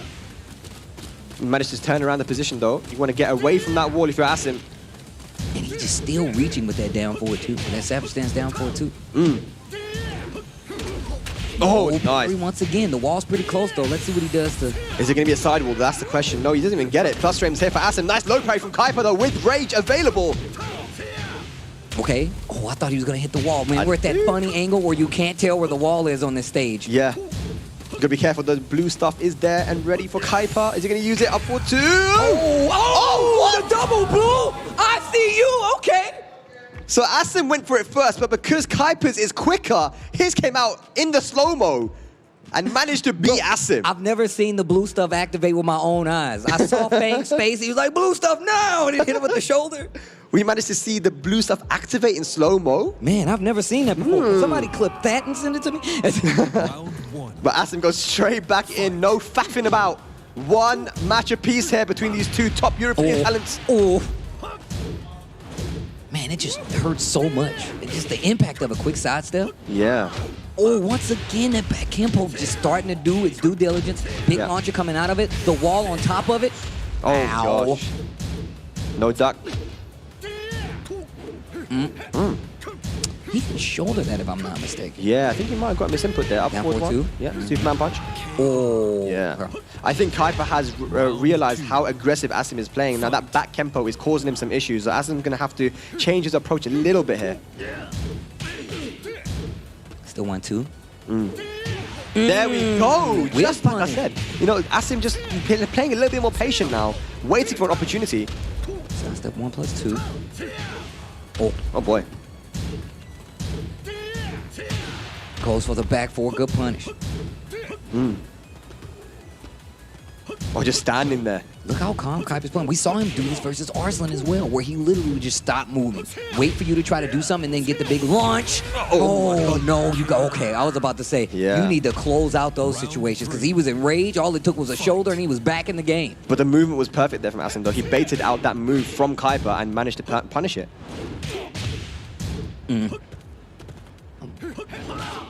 Oh, wow, I like going for the two-hit string. Actually catches the backswing. Kuiper making use of this Feng evasion right now. Savage down 4-2, no punish. Uses the Savage transition, catches him, and then realigns, gets the full combo as well. Jeez! Oh my gosh, but he's a little too far. Oh no! Step forward. Asim, no. Do it again. Please don't lose this round. Oh, that would have been a heartbreaker. Asim now on set point. What's going on, Steve? Okay, here we go. We both have to stand up for this. We don't know what's gonna happen. Those jabs. Oh, just chopping away. Okay. Nice. Gonna get a conversion off of this as well. That should go to the wall quite easily, yeah. Didn't get that extra hit though. Yeah. Counter hit. Oh gosh. Down 3+4. I got 1-2. These guys are brawling, Steve. Kuiper with a small but fragile life lead. I actually really like that 4-4-2 right there. Yeah. Jabs. Good defense. Round duck right there. Gets the wild standing one. Uh-oh. Oh, you hit the button? No, He you're didn't. not. Try to go for the cheeky side. Here we go. Final round here. I see Rip. Here we go. Rip said it with his eyes. I just saw his eyebrows moving from across the... Nice low parry on the down back 3. Here we go. Asim gotta make this count. There we go. Okie dokie. Savage down back 3. Combo, baby. Hey, I learned that. Look, man, we got those in Tekken 4, bro. You better pay attention. Oh, no. Kuiper brought it all the way back. Down 3. Life lead definitely on the side. Oh, okay. Uses the 4-1 this time. Nice. No punish though on the down 2. Oh, that's going to hurt. No bounce, though. Spins the blue. I got 1-2. It's coming. And the down back 3. He's still alive. Eradicate. Oh. Okay. All right. Okay. We're okay. Kuiper was getting it. He's making me scared right there. I started jumping around. Yeah. He made me a little scared right there. But Asim doing a very good job of keeping Kuiper on his toes. And like you said, a lot of that history came to a head right now because you saw him calling out a lot of things that we've seen even other players not call out. We've seen his adjustments to even Kuiper just standing there play out a lot differently than even versus players like Arslan Ash. So that lets you know just how well prepared my man is. Yeah, definitely, man. You can see it went right down to the wire, and that just goes to show it's very important to not just say, oh, well, just because this person beat that person, this person will easily win. No. Yes, we just saw Kuiper beat Arslan Ash, but that does not mean that it was going to be easy versus Asim. Definitely not the case. You're 100% right. I mean, people forget sometimes that when you play people that you have familiarity with, you're going to play a little differently than most, right? And to even an experienced player, some of the instances you're going to be like, why would you even do that? But it's because these guys have history, like you said before. They can take an advantage for that instance. There's deep level mind games when you play each other in tournaments so many times. Oh my God! The blue was he was drenched in the blue already. Oh, that wild standing 4. And there was a bunch of counter hits between these two. The Harada care making me freak out for no reason. The down 4 to close out there. And you look at these two play, and like I said, there were so many instances where I'm like, they're just checking each other to see if they're going to do some of these things that I'm familiar with, whether it be the character or not. I love the fact that he started using those 2-hit strings versus backswing blow, and it made him instantly tighten up. He's like, all right, you're paying attention to it. Let me stop now and get more to the poking. And it still worked out, but it definitely got kind of close there where it was getting kind of dicey. Yeah, I love that we saw so much in that as well. We saw slow-mos, we saw the wall jumps and stuff. You know, it's a really holistic match there. We saw a lot of what Tekken 7 is capable of showing us, man. But yeah, Kuiper, again, getting another win on the board. So this guy's looking strong, and that Pakistan training is paying off. But not only that, but this guy also has, I'm going to give a shout out to the Spanish community as well, man. The Spanish community. Shout out to the Spanish community. Because them guys are extremely passionate. They've been entering a lot of these online tournaments, you know. Of course, with the whole pandemic situation, no offline, obviously, but I mean, these guys have been training very, very hard, and there's some great talents that are, you know, rising up in Spain. So shout out to them, man. That's definitely true. I can tell you right now, that's one of the things that has been keeping me up on my game. Is like I've been looking at all these events that's been happening with the world over, right? These online events, whether it be in the US, whether it be in the EU. I'm looking at these events because that's a way to look at some of these newer players that's making their way to the big leagues of Tekken. And not only in Tekken, I mean, we saw it in Mortal Kombat here, you know. We saw it in, you know, SOULCALIBUR here at WePlay as well, and Tekken is no different. And in some instances, I feel like it's even stronger. Yeah, but look at this, Steve. We have Saint going up against Boris. Now, once again, you know, like you said, this is experience for him, man. This is just him leveling up as he gets experience to sit on that big stage. I mean, how many people can say that they sat on a big stage like this, you know, opposite someone like Saint, who is a champion, a world champion Tekken player, experienced player, right? Not many people can say There's not many people that can say that. I mean, and if you think about it, once again, this is experience. But if you can get this W, this does a lot for you, man. This means a lot for you. And on top of that, it still puts things back in contention for who goes first and second coming out of this Group A play. So I think it's going to be good no matter what. Yeah, definitely, man. And I want to see, you know, is he going to go for the Ganryu mirror again? I would like to see it. His Ganryu look pretty nice. Look, look, first off, I'm going to tell you, there's a difference right now already on the screen. You know what it is? Boy. He's wearing the headset. So that lets me think that we might, look at his face. This isn't young boy. He's like, yo, I'm trying to do something right now. Yeah. I can feel the energy coming off of this young man. And I feel like he's definitely going to take this a lot more seriously. Do I think he's going to run the mirror match with Ganryu like we just saw? No, I do not. Yeah, I mean, I would personally like to see. He's just staring into the camera. I think he says I'm lying. Is that what you're trying to tell me? Come on, use your words, boy. Come on. No, just playing. But no, I really want to see how he approaches this. I mean, I'm really interested just to see what he does in other tournaments after this. I actually want to go and investigate this little guy. I got to put on my Columbo hat. I know that's a little old for most, but I'm going to go check it out just to see what he brings to the table outside of this, because I'm very impressed. But you don't need to impress me. You need to impress that guy, Saint. Yeah, I mean, he said to me that his main characters, you know, Claudio, he has, like we saw the Lucky Chloe earlier as well. His Kunimitsu has been looking very impressive. I would like to see one of those characters. But surprise me. He's been surprising me all day, man. Boris, what you got for us? Also, he took the headset off, so maybe I was wrong. Let's just look at this. There it is. The Claudio. Yeah. And this is what I was talking about, though. You can tell there's a different kind of energy when you sit up on this stage versus against somebody like Saint. Yeah. And I can tell you right now, just playing players like Saint in casuals, I'm still like, damn, that's Saint. You know what I'm saying? So it's like, I completely get the feel. But this is for a round-robin win and for a little pride on top of that. Here we go. Saint versus Boris, game number 1 in this Group A play. Let's get it. And he's using his main character here now, Claudio. Claudio, a very strong character. Not a character that people speak much about, but stuff like side step 4, back 1, running 2. These moves are extremely strong. 4-3. Bam, bam. Wall. Trooper roll. Nice. Good. And the down 3 right after. Ooh, the power crush. Okay. Boris. Damage. Boris. Nice. Boris. Boy, Boris. Let's go. Boris with the first round here against Saint. Oh, he almost had that. Just a little bit slow to get the juggle, and you can see him reel back and see. As soon as it didn't hit at a certain speed, I'm like, he's too slow right there. Oh, that's so much damage, man. Well, good reaction to stand up and block that. Okay. Down back 3. Plus frames here. Goes to the back 3, the mid. Attacking the feet, attacking the feet. Okay. This is going to be big damage. Wall is right there. Let's see what he goes for. Goes for the Superman Ender and the 1+er 2-er. Wow, 2 rounds up now. Beautiful combat there from Boris with the combo.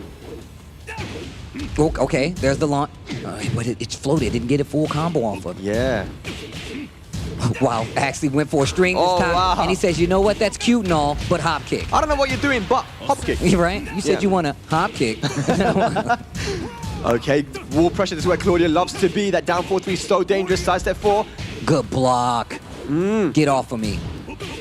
Punish that, yes. Okay. Instead, he's trying to see if Boris is going to duck. Oh, you're dead. Oh, you're dead. That is a chunk. Bruh, I'm telling you right now, I just compare it to a tube of toothpaste. That's the end of it right there. That's the rest. It's done. Okay, ducking these running 2s now. Boris, you're going to switch it up? Yeah, pressuring with that standing jab. That jab from Ganryu is 12 frame, but +3. It is quite good pressure. There we go. I like the fact that Boris is making sure that Saint doesn't get comfortable throwing out these quick moves up close. The down 4-1s, the down 4-3s. We're not seeing them. Damn, these dick jabs from Boris, man. He's making this a scrap. He's making it a scrap, Steve. Sidestep 4. And the game number 1 of Boris versus Saint goes to Boy Boris. Boy Boris takes first game. I like saying it like that. It's cool. Either way, the fact that Boris is he has his headset on once again. The headset is on. He's approaching this a lot differently. The Claudio is out, and I also feel like Boris has this play style. I talked about Saint in this same regard. You still have to fight Boris. He's playing, if you've never fought him before, he's going through so many characters. How do you know what he's going to go for? How do you know what his tendencies are going to be? You have to been paying attention the entire time. But maybe people just sleeping on him, right? They were saying, well, he's been losing. I don't need to. He's been making this a scrap. He's making it a scrap, man. I'm going to do more de serio as well. It's a hometown advantage for Claudio, man. I mean, made it a strap. Running 2, back 1. I mean, back 1 is such a good move. Mid, homing, like -6, I think. Has great pushback. I mean, yeah, you definitely got to be on point to play against a character like Claudio, but Boris playing like a beast right now. Look, the thing is that Claudio has a lot of moves that I feel like you have to wait and see, right? You got to see what that Claudio player is going to do because of stuff like Starburst and the fact that he can get advantage off of like running 2 and stuff like that. Good. 1, 2. Try to go for the hop kick. Oh, another one! Speaking of... If at first you don't succeed, try and try and try again. Right, exactly. One of them's going to hit. And look at the life lead on the side of Boris in the second game. Nice block. There's that Superman punch once again. Tries to go for the throw. It's so hard to punish the back one on whiff because he goes so far back on whiff. That new stuff. Oh, no launch. And nice! Saint hesitating. Still gets the low parry, but he's still alive, though. Is he alive? But let me see. I got to call Harada. I got to check my bank account to see if I got my Harada stimulus package. I'm going to see if Claudio got his, too. Is he alive? No! He's dead. He's dead as hell. I was wrong. Yeah, show him the fan. I wonder. Yeah, Boris wasn't happy about that. Smack the desk there. Passion. Coming through here, running 2 plus frame. No break again on the throw. What's going on here, Steve? And it's working out. It's working out. That sidestep 4, another chunk of damage already on the side for Saint. And Boris looking like he's in control as he gets hit by a down 4-3, ties up life. Oh, nice. And he is getting obnoxious with some of these move choices. The hop kicks, the Superman punches, and now he's on the wall, though. Yeah. Okay, good. So 2 rounds up for Saint now. Boris. He's still playing good, though. These rounds he's losing. But oh my word. Put the salt under his chin. All right. Unblockable. Wow. Is he trying to teach his young kid a lesson? Maybe. Is that what's going on here? Oh my God. Well, he's definitely trying to teach him a lesson. Oh, no. Oh my gosh. Oh, no. Oh my God. Somebody check on Rip. I don't know where he is, but he is screaming for dear life. Somebody please check on Rip. Somebody check on Rip. I hear him screaming somewhere in the studio, for the love of God. He's maybe trapped under a barrel. He's a small guy. You might miss him. I think Saint's been watching this guy get a little bit feisty. He's like, you know what, son? You're going to learn today. You're going to learn today, son. You know? Oh, you're going to learn today. You're going to learn today. You're going to learn today. All right, but it's not over yet, though, Steve. It ain't over yet. It's not done just yet. Y'all can hear MYK with the ponytail over there hitting us with the doksoi. I can see it. I can see. I bet you Saint is smiling on that. He's got a smirk. He's got the biggest smile ever. It's under his ear. It's like it's from ear to ear. The Cheshire cat smile. All right, here we go, guys. It's going to be a crazy final match here between Boris and Saint. Ukraine versus Korea. Look at the down jabs. These down jabs are so scrappy. But I feel like it very much plays to his style with some of the moves he's been using. He's been using like that back one, like we're talking about. Yeah. Going for some of those hop kicks, you're gonna freeze up. So no. We need unblockable counter. He's trying to go for another one. Remove the heart counter and give me an unblockable counter. Oh man. Trying to make him spin. Oh, nice. Okay, nice answer back. Gets a full launch off of him. Okay, the blue hands. Oh my God. Oh, down back 3. It does hit. You are dead. Boris! Game 3, round 1. Boy, Boris. Boris with the first round here. Is Saint trolling a bit too much here? Maybe. The down jab once again, just putting an end to Saint's offense with the down 4-2. There's that down 4-2. And remember, Ganru doesn't have a hop kick or anything, right? So, using those dick jabs is not going to be the most dangerous thing. You're right. You're definitely right. Okay. a bit more of a reserved. Oh my man gosh. is answering questions. He answered the door with a hop kick. I got a special package for a hop kick. Blue hands. Oh my god. Oh, you're down. You're dead as hell. Oh, we got a battle cry there from Boris. He wasn't happy about that one. He screamed. And this is going to be definitely dead. Bro, I just realized Game Ryu smacks his leg before he drops it on. He's like, this is the one I'm going to hit you with. And then he throws it. He sits on him for a while as well. Crazy. One masterpiece, one round piece. Uh-oh, those hop kicks starting to lose their effectiveness, I think. And the down 4-2s are coming out now from Saint. Boris, is he losing energy? Oh, gosh. I'm sorry for everybody's eardrums that's affected. I'm sorry. Nice. That 4 block. Yep. Starting to block these mix-ups now. Saint leaves Boris in rage. Down 2. A side set 4. Oh, gosh. Oh, just a little too slow to pull the trigger on it. I'm thinking we were going to see a hop kick. Final round potentially right here for Saint. Boris definitely doing a great job, though, and there's the first time we see a throw coming from Saint. Oh, boy, yeah. Nice Oki as well to catch the back roll. Running 2 gets blocked. But a massive life lead here for Saint to start off in the first 10 seconds. Oh, no launch. Speaking of no launch, this might be it. And that should be the end of it. Saint takes it 2-1 over young Boris. But I'm going to tell you right now, those unblockables did something. They give you character. They put a little hair on your chest. Boris, it's okay, man. I'm definitely a fan, Boris. Believe that. Yeah, absolutely. Saint takes it over Boris. But I'm going to tell you right now, the gumption, the audacity of my man, Boris. I'm telling you, I heavily respect it, man. Because you know when you play players the caliber of somebody like Saint, they're looking for every traditional answer to anything that you're going to do in this matchup. You have to play a little crazy to get under these guys' skin. And Boris is really good at doing that. And on top of that, he's doing it at a young age. My man's got Tekken in his bones. I can't wait to see what happens in his Tekken future. Absolutely, man. Still so young, and you know that was definitely valuable experience for him. Even to be able to get that first match against, it was solid stuff. It wasn't random, man. It was solid stuff. You know, it was very good Claudio play, and we'll see the replay right now here with the highlights. I mean, yeah, just look at that. Was it 3 rounds straight? No, it wasn't, because he did get hit with the rage drive. But I mean, it was very solid play here from Boris. Look, like I said, man, the fact that like Boris knew how to properly stagger his offense to keep people guessing. He knows how to look at you and say, you know what? You think that I'm going to come out and play super traditional. He was like, are you not? So now I'm going to hit you with these unblockables. I'm trying to teach you a lesson. You going to learn today. And that was going to be the end of it with that combo. So Saint getting another win on the board. He's looking good, man. Is he going to be the #1 seed from Group A?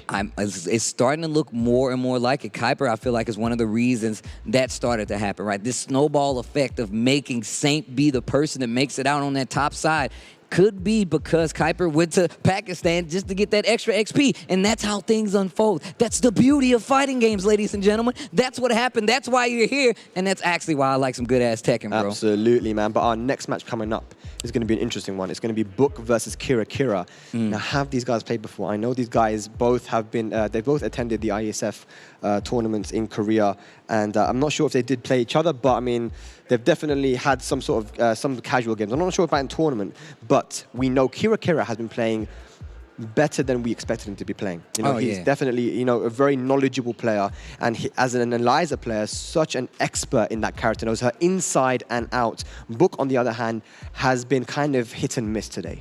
Look, Kira is one of those players that will always, and I feel like you understand your level, right? You're like, look, I want to be this good. Am I this good? I'm always going to play to get that level. So he's always practicing. He's always going to run those games. Even last night on your stream, he's like, yo, Steve, man, y'all should play. I'm like, bro, I'm about to leave, but thanks, though. He's like, all right, well, I'm going to get in. Like, I like seeing that from a player. I'm a person that's going to keep playing these games. Kira keeps playing the games and gets knowledge from them.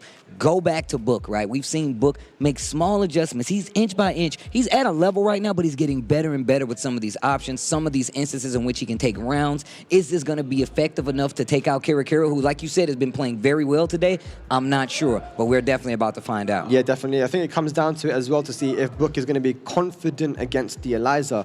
Because remember, this is a defensive type Eliza, and this is how he characterizes himself. Kira says, I'm not an aggressive guy. I won't take risks all the time. I'm not the kind of guy that's just going to put you into random moon glide mix-ups and go for lows. No, I'm going to try and outplay you. I'm going to try and play defensively. Utilize my jab, just as you mentioned, Steve. He loves to use that jab, the 2D jab, which recovers quicker than normal jabs, right? And just play that defensive style to try to get the punishing in, right? Now, this is going to be interesting to see how Book responds to that.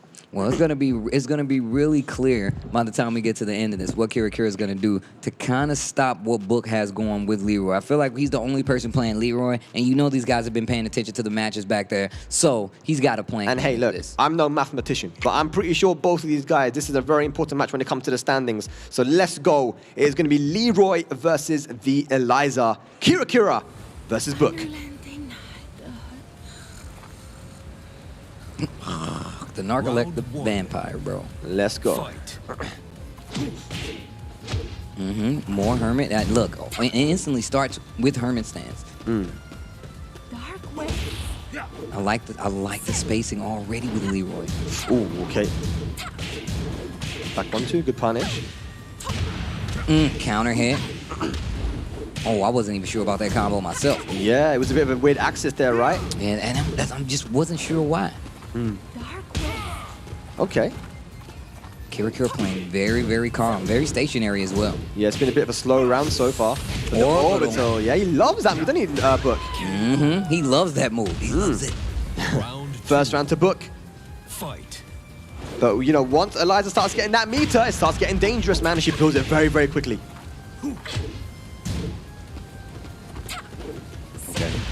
Okay. Kira's back to the wall, and he definitely doesn't like. It's like he doesn't like panic in a lot of these situations. He always has his wits about him. He's very experienced. He's been in so many tournaments now. Nerves are not going to play too much of a factor with Kira. I know that for sure. And here we go. I was about to say that could have been big damage, but now that he has that meter, look at this conversion. Hits the wall on top of it, and still has some vampire meter on top. Yes. Okay. That's not what we see from Kira too often. He doesn't like to use that risky low a lot, but he thought, you know what? I'm just going to throw it out here, Steve. And he's got the round on the board. Okay. Oh, caught him ducking. And like I said, man, now he's using more of that Hermit stance in this matchup. There's the Hell Sweep. Gets the jab after the dive kick, just keeping him on. Oh, wow, this is going to be big damage. And still another option because of that meter. What a block by Book, though, off of that wall tech, and that could have been big trouble. Spins the rest of that meter. Book has a chance. Spins the blue stuff. Gets a little chip because of the wild dive. Techs it, but eats the glide, too. And that's going to be 2 rounds for Kira. Book only has 1. This is what we talked about, man. He loves to use that jump back, waits for any opportunity to whiff punish, and he goes in with the dive kick. Beautiful stuff here. Pressure now from Kira, using those dive kicks. Here comes the move glide 4. Spins the meter, gets the EX dive kick, and he's about to get the wall right here. What's the Oki? Flip him over, what's it going to be? Goes for the mid option, nice block from Book, but he's back, he needs a sidewalk. Uh-oh! Man, these dive kicks are really doing a number on my boy Book. Oh, nice punish. Good punish, great punish. Again! I told you, the dive kicks.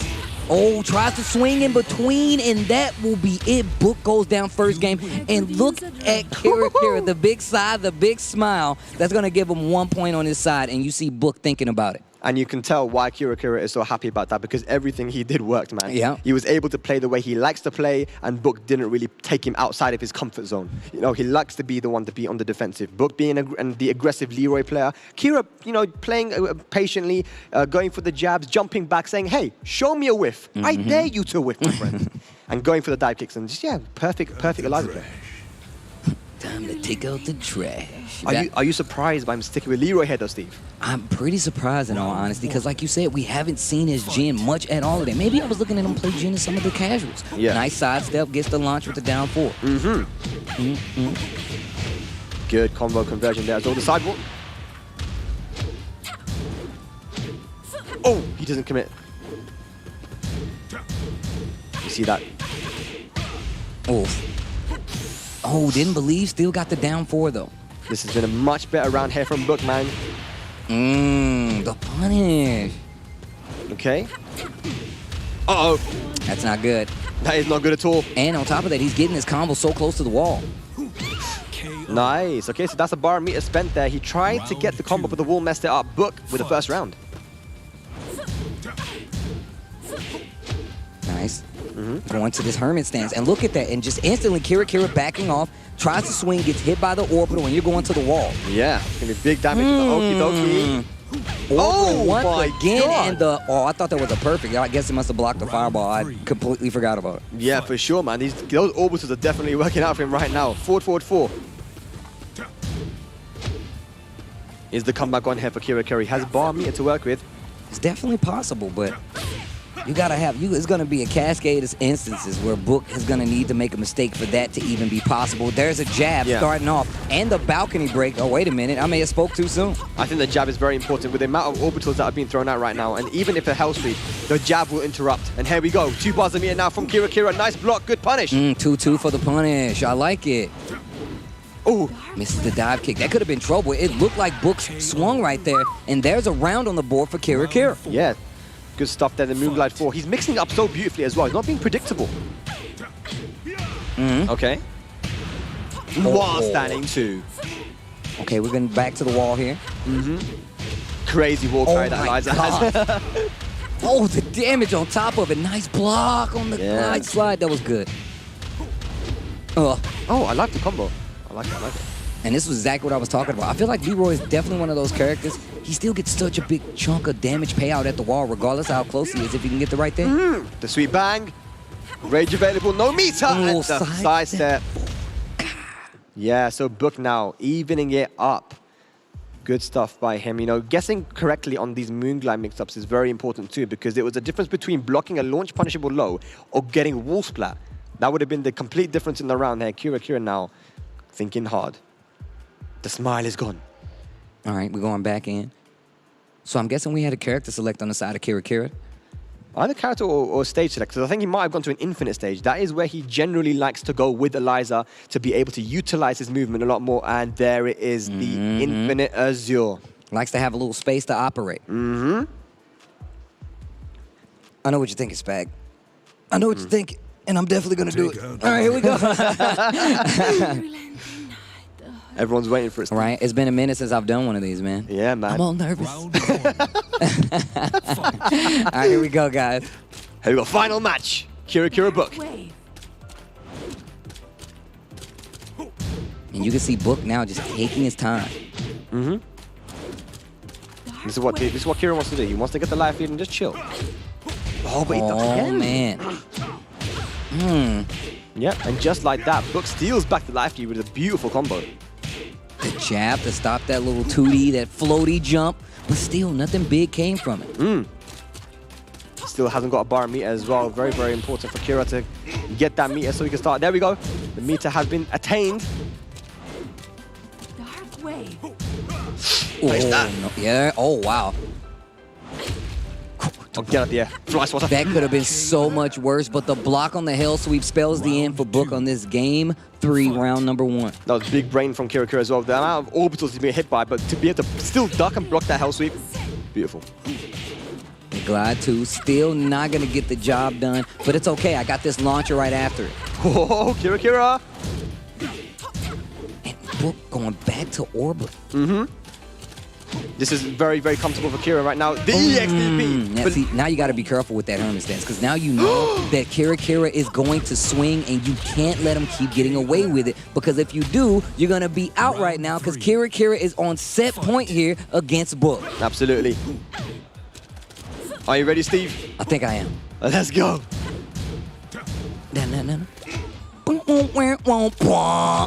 You got to be doing a combo on top of it, man. Oh, back 1+2. The shotgun answers the question. It's better late than never. Here we go. Book has the life lead now. Kira Kira with a bar meter, almost 2 though. Oh, he uses it. The Moonglide 4. And again. Big punish. This is good for Book. He can close out the round with this one, and we got 1 more to go. The set is still tied 1-1. It's just set point for Kira Kira. It's so important who gets the life lead to start it off as well. If Kira gets it, it's very hard to steal it away from him. Here we go. He wants to poke right now. Down 4, no block. Nice. Doesn't get the conversion on the float. Dark way. This is where he can start chilling now, Steve. Nice. The slide. Slidey. Okay. This is where it gets dangerous now. If you're Book, Kira Kira has a life lead. He's almost got 2 bars on me. He's jumping. He's jumping. Yeah, he doesn't want to be close enough. He doesn't want to give Book anything. That's going to be a full launch. Small combo. I don't know about finishing that, though. Look how far away she is after that. Oh, the aggression now from Book. He knows he needs to do something here. Uses the bar. He still has 1 left. Dash. Oh! And that is going to be it. If he finishes the combo, Kira Kira. Is he going to win over Book? And yes, MYI Kira Kira from Switzerland with a pop-off, taking it over Thailand's Book.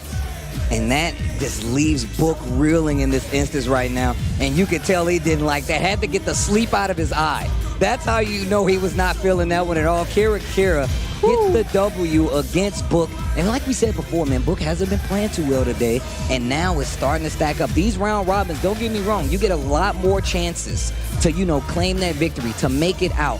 But it's all about how long you can keep up that play. How long are you going to be able to play through all of those matches, keep your wits about you, with these people paying attention to everything that you're doing, and Kira is the one cashing in on it. I am extremely proud of Kira, to see his journey from where he began from Tag 2 to where he is now, to be able to beat someone like Book on the big stage of the first offline international tournament in such a long time here at WePlay UFL. Hey, you're right, man. Look, it is quite the journey, man, because if you think about the fact that this dude, Kira, is now in this position to play in one of these big exhibitions, this is an invite-only thing, right? And Kira has definitely put himself on the board when it comes to finding tech with Eliza, a character we don't get to see all that often, as well as competing with some of the best players in the country and consistently upping his game. And this just goes to show as well, we're seeing the replay here, when Book was able to get the life lead, it was a bit more comfortable for him. But when Kira gets the life lead, and you see how hard it is to get in on him, when he's got the infinite stage, he's able to jump back,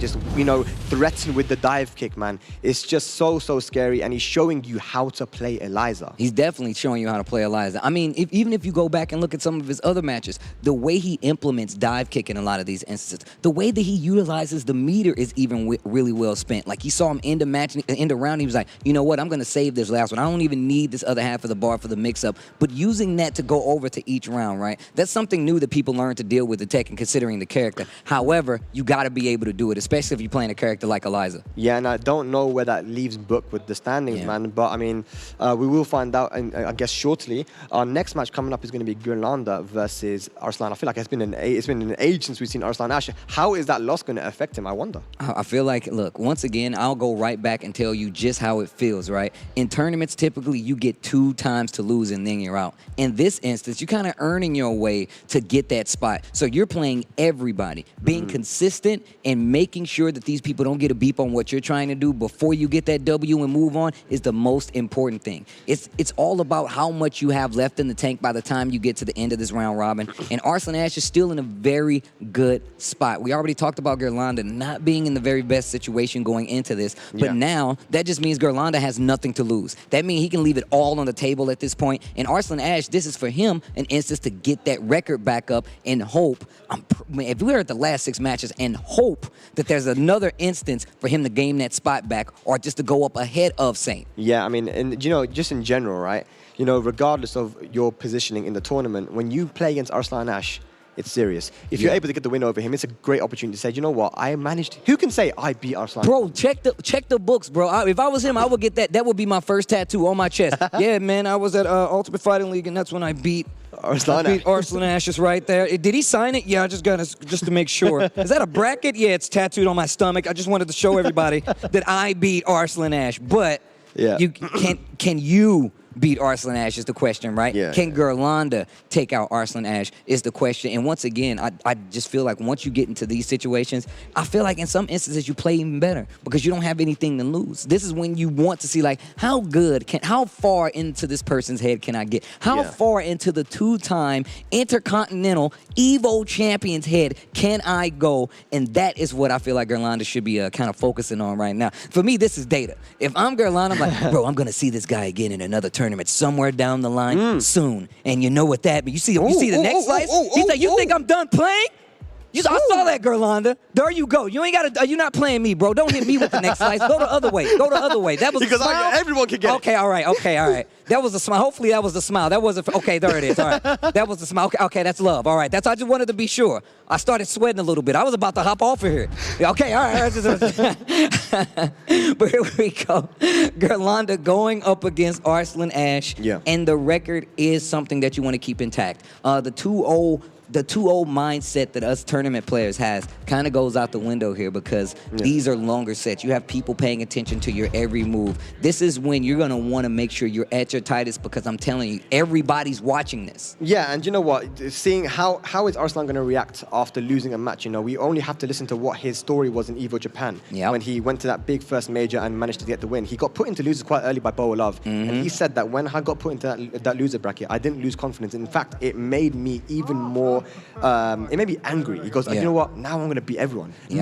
Anyone that comes in my way is going to lose. And you know, a lot of people they lose confidence when they lose, but this guy gains confidence, right? So I want to see how he reacts after losing that match against Kuiper, which I guess he wasn't even expecting to lose. Yeah, I mean, look, obviously, I tell you right now, if you're somebody like Arslan Ash, when people come to you to train, I feel like you always think about like, all right, what are they trying to take from these matchups? What are they trying to learn? That's how I feel anyway. Yeah. And Arslan Ash is in a position where he can be like, look, I'm going to play this and I can take every ounce of information from it as well. So going into that last match versus Kuiper where he did lose, that's one thing. This one is from somebody like Gerlanda, who's definitely been on that tournament campaign trail for a while, definitely knows who Arslan Ash is. And even if he did not go to Pakistan, I guarantee you he's going to put it all on the line here in this match. Gerlanda is such a unique player, right? In that he has played against so many international players and he always does so well against them. I want to see this match here. Italia versus Pakistan. Here we got Eliza from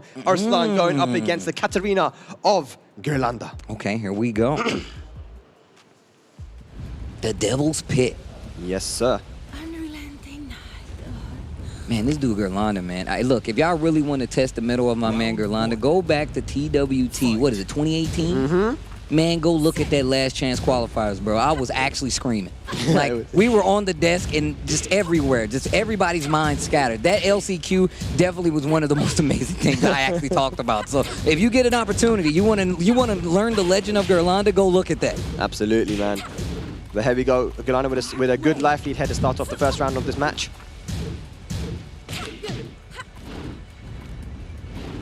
Be interesting to see why he uses Eliza in this matchup. But look at that. He is going wild with the Eliza. Damn. And just like that, taking the round. It just took a couple of guesses. And that wall combo. Arslan on the board. Okay. Everybody talks about how Eliza is, just okay. She is playable. That's why whenever I see people confidently and return to a character like her, especially in a situation like this where you're playing some of these players and you have alternates, that's very impressive to me. I mean, Eliza's been a bit of a controversial character in that, depending on where you are in the world, your opinion on where she is on the tier list completely differs, right? If you're in America, you think she's garbage, If you're in Pakistan, you think she's A tier, it's just crazy. That's big damage there from Gerlanda though. Down 3. Hold the 2D jump. Nice. That was a really close situation. Gerlanda really close to closing out that first game. Yeah. 2 rounds up though. Arslan Ash, just 1 more needed to get the match on the board. Nice backdash. Slowing down the pace of things. Yeah. Good break. 1+2, and again. You see Gerlanda sidestepping after the back 1-2. He's hoping that the third hit will come out. Counter hit right there. Oh, wow. Gets the launcher. And he's got 2 bars of meter to work with as well. This is dangerous. Oh! That was fortunate for Gerlanda, but still a massive life lead for Arslan Ash here. 2 bars of meter to work with as well. The backswing blow from Katarina. Wow, just raw wake up EXDP? Gerlanda, you crazy person. What are you going to do now? Full crash mix up. 7 seconds left on the clock. There's not much that needs to be done. 5 seconds left. Kura, can he do it? Oh, he did it again? I said Gerlanda, I meant Arslan Ash, but man, just wake up like, what are you doing? EX Dragon Punch, get off of me, man. EX Uppercut, I don't want any of that. You trying to sell me Girl Scout cookies? I don't want them. I don't even know if there was enough time. Like, there was 3 seconds left on the clock. If blocking that EXDP, punishing, and then getting the damage, would there have been enough time for him to even win that? I mean, think about it. Like, if he still had... Did he already spin his rage? I think so. Oh, well, no. Definitely no. Because, I mean, if you still had rage, you at least could have been like, I'm going to take raw damage, spin the rage art, get the counter hit, stop the clock, and then get as much damage as possible, engage it from there. But I'm not 100% sure. Very true, very true. But 1-0 either way here for Arslan Ash, and we're going straight back in with a rematch. I don't know if I agree with him staying on this small stage, you know, where Eliza's so dangerous at the wall. But it's okay, Gulanda. Like I said, he always finds a way. Tailspin. The wall carry is ridiculous, Whoa, man. what? Outrageous. Punish that. How's this? Not good enough. Rage available now here for Gulanda. Is he going to use it in any way, shape, or form? Wow, just run up. Once again, that same instant, just canceling into that fireball, that projectile really keeps people on their toes. Absolutely, man. Because, you know, a lot of times your reaction is like, oh, it's just a down 3. This character really can't get anything off of it. But Eliza is that character. It's like, oh, you did what? No, no, no. Oh, you don't know. Gulanda just seems to be sitting back, waiting for an opportunity to try and whiff punish. He sidestepped there, pressed the button, and got counter hit by the down 4. Arslan Ash in the driver's seat right now. Lots of dancing, trying to get away from that wall from Gulanda. Runs into the dark wave. This isn't looking good. Yeah, and Arslan's not going to mind that at all on that EX slash. Minus 13 only. He's got a huge life lead still. Rage available. 1-1. Using that Harrier stance. Goes for that tracking move and just, you know, dancing with a sliver of life right there. Yeah. And set point coming up. Arslan Ash. Gulanda needs 3 rounds. 3 rounds to give us some more games. Ooh, big counter hit. Okay. It starts here, though. You know, it only takes one combo with Katarina, man. She'll always find the wall, but it doesn't get the wall combo. Unfortunately, down jab into DP here for Arslan Ash. Oof. Gets the launch. And this wall is going to be your new home now. Oh, no. Oh, no. This is going to be your new home now. Look at the combo, man. Bruh, Arslan Ash didn't believe in the hop kick. Oh, big snake edge. You can kill with the rage rod. What are you doing? No. What are you doing? You ain't want to win. You ain't want to win. He said he thought it was going to die. Oh, God. I think he had something with the control, because I was like, why did you do rage art? He literally could have did jab, rage art, and it would have worked. And on top of that, I know a lot of times Katarina's raw damage into rage drive is what you want to go for to get that big damage cash out. Did not work out for Gulanda. Valiant effort, however, and that means Arslan Ash gets another one for the record to make things clear on his side. Once again, him and Saint neck and neck right now. All I'm going to say is someone please clip the single hop kick into the snake edge. Hop kick. That is the most European setup that I've ever seen in my life, and I can't believe, I'm so happy that Arslan got hit by that. I'm like, I can't believe, I'm so happy. I love it, absolutely love it, man. But yeah, good stuff to Arslan Ash for, you know, he lost the match against Kuiper, but he brought it back with a very dominant performance with that Eliza, man. Gulanda, of course, you know, I don't think he can make it into the top 4 now, unfortunately, but he put on a great show. Arslan Ash, amazing, amazing play there with Eliza. I tell people all the time, man, but people watch these matches and I feel like these players, they don't get enough shine sometimes, right? They really don't get enough shines. Gulanda is one of them. Been around for quite some time. We've already talked about him in the TWT, and just an all-around competitor when it comes to things. So, you know, holding a fight against a player like Arslan Ash is something that you don't get to see often. I just take that experience as well. Yeah, so I wonder where we are at now with the standings, man. I'd love to see that because Saint and Arslan both only have 1 loss, right? So it's going to be very interesting. But yeah, I guess we'll find out more, guys. We're going to hand it over to our analysts. Take it away.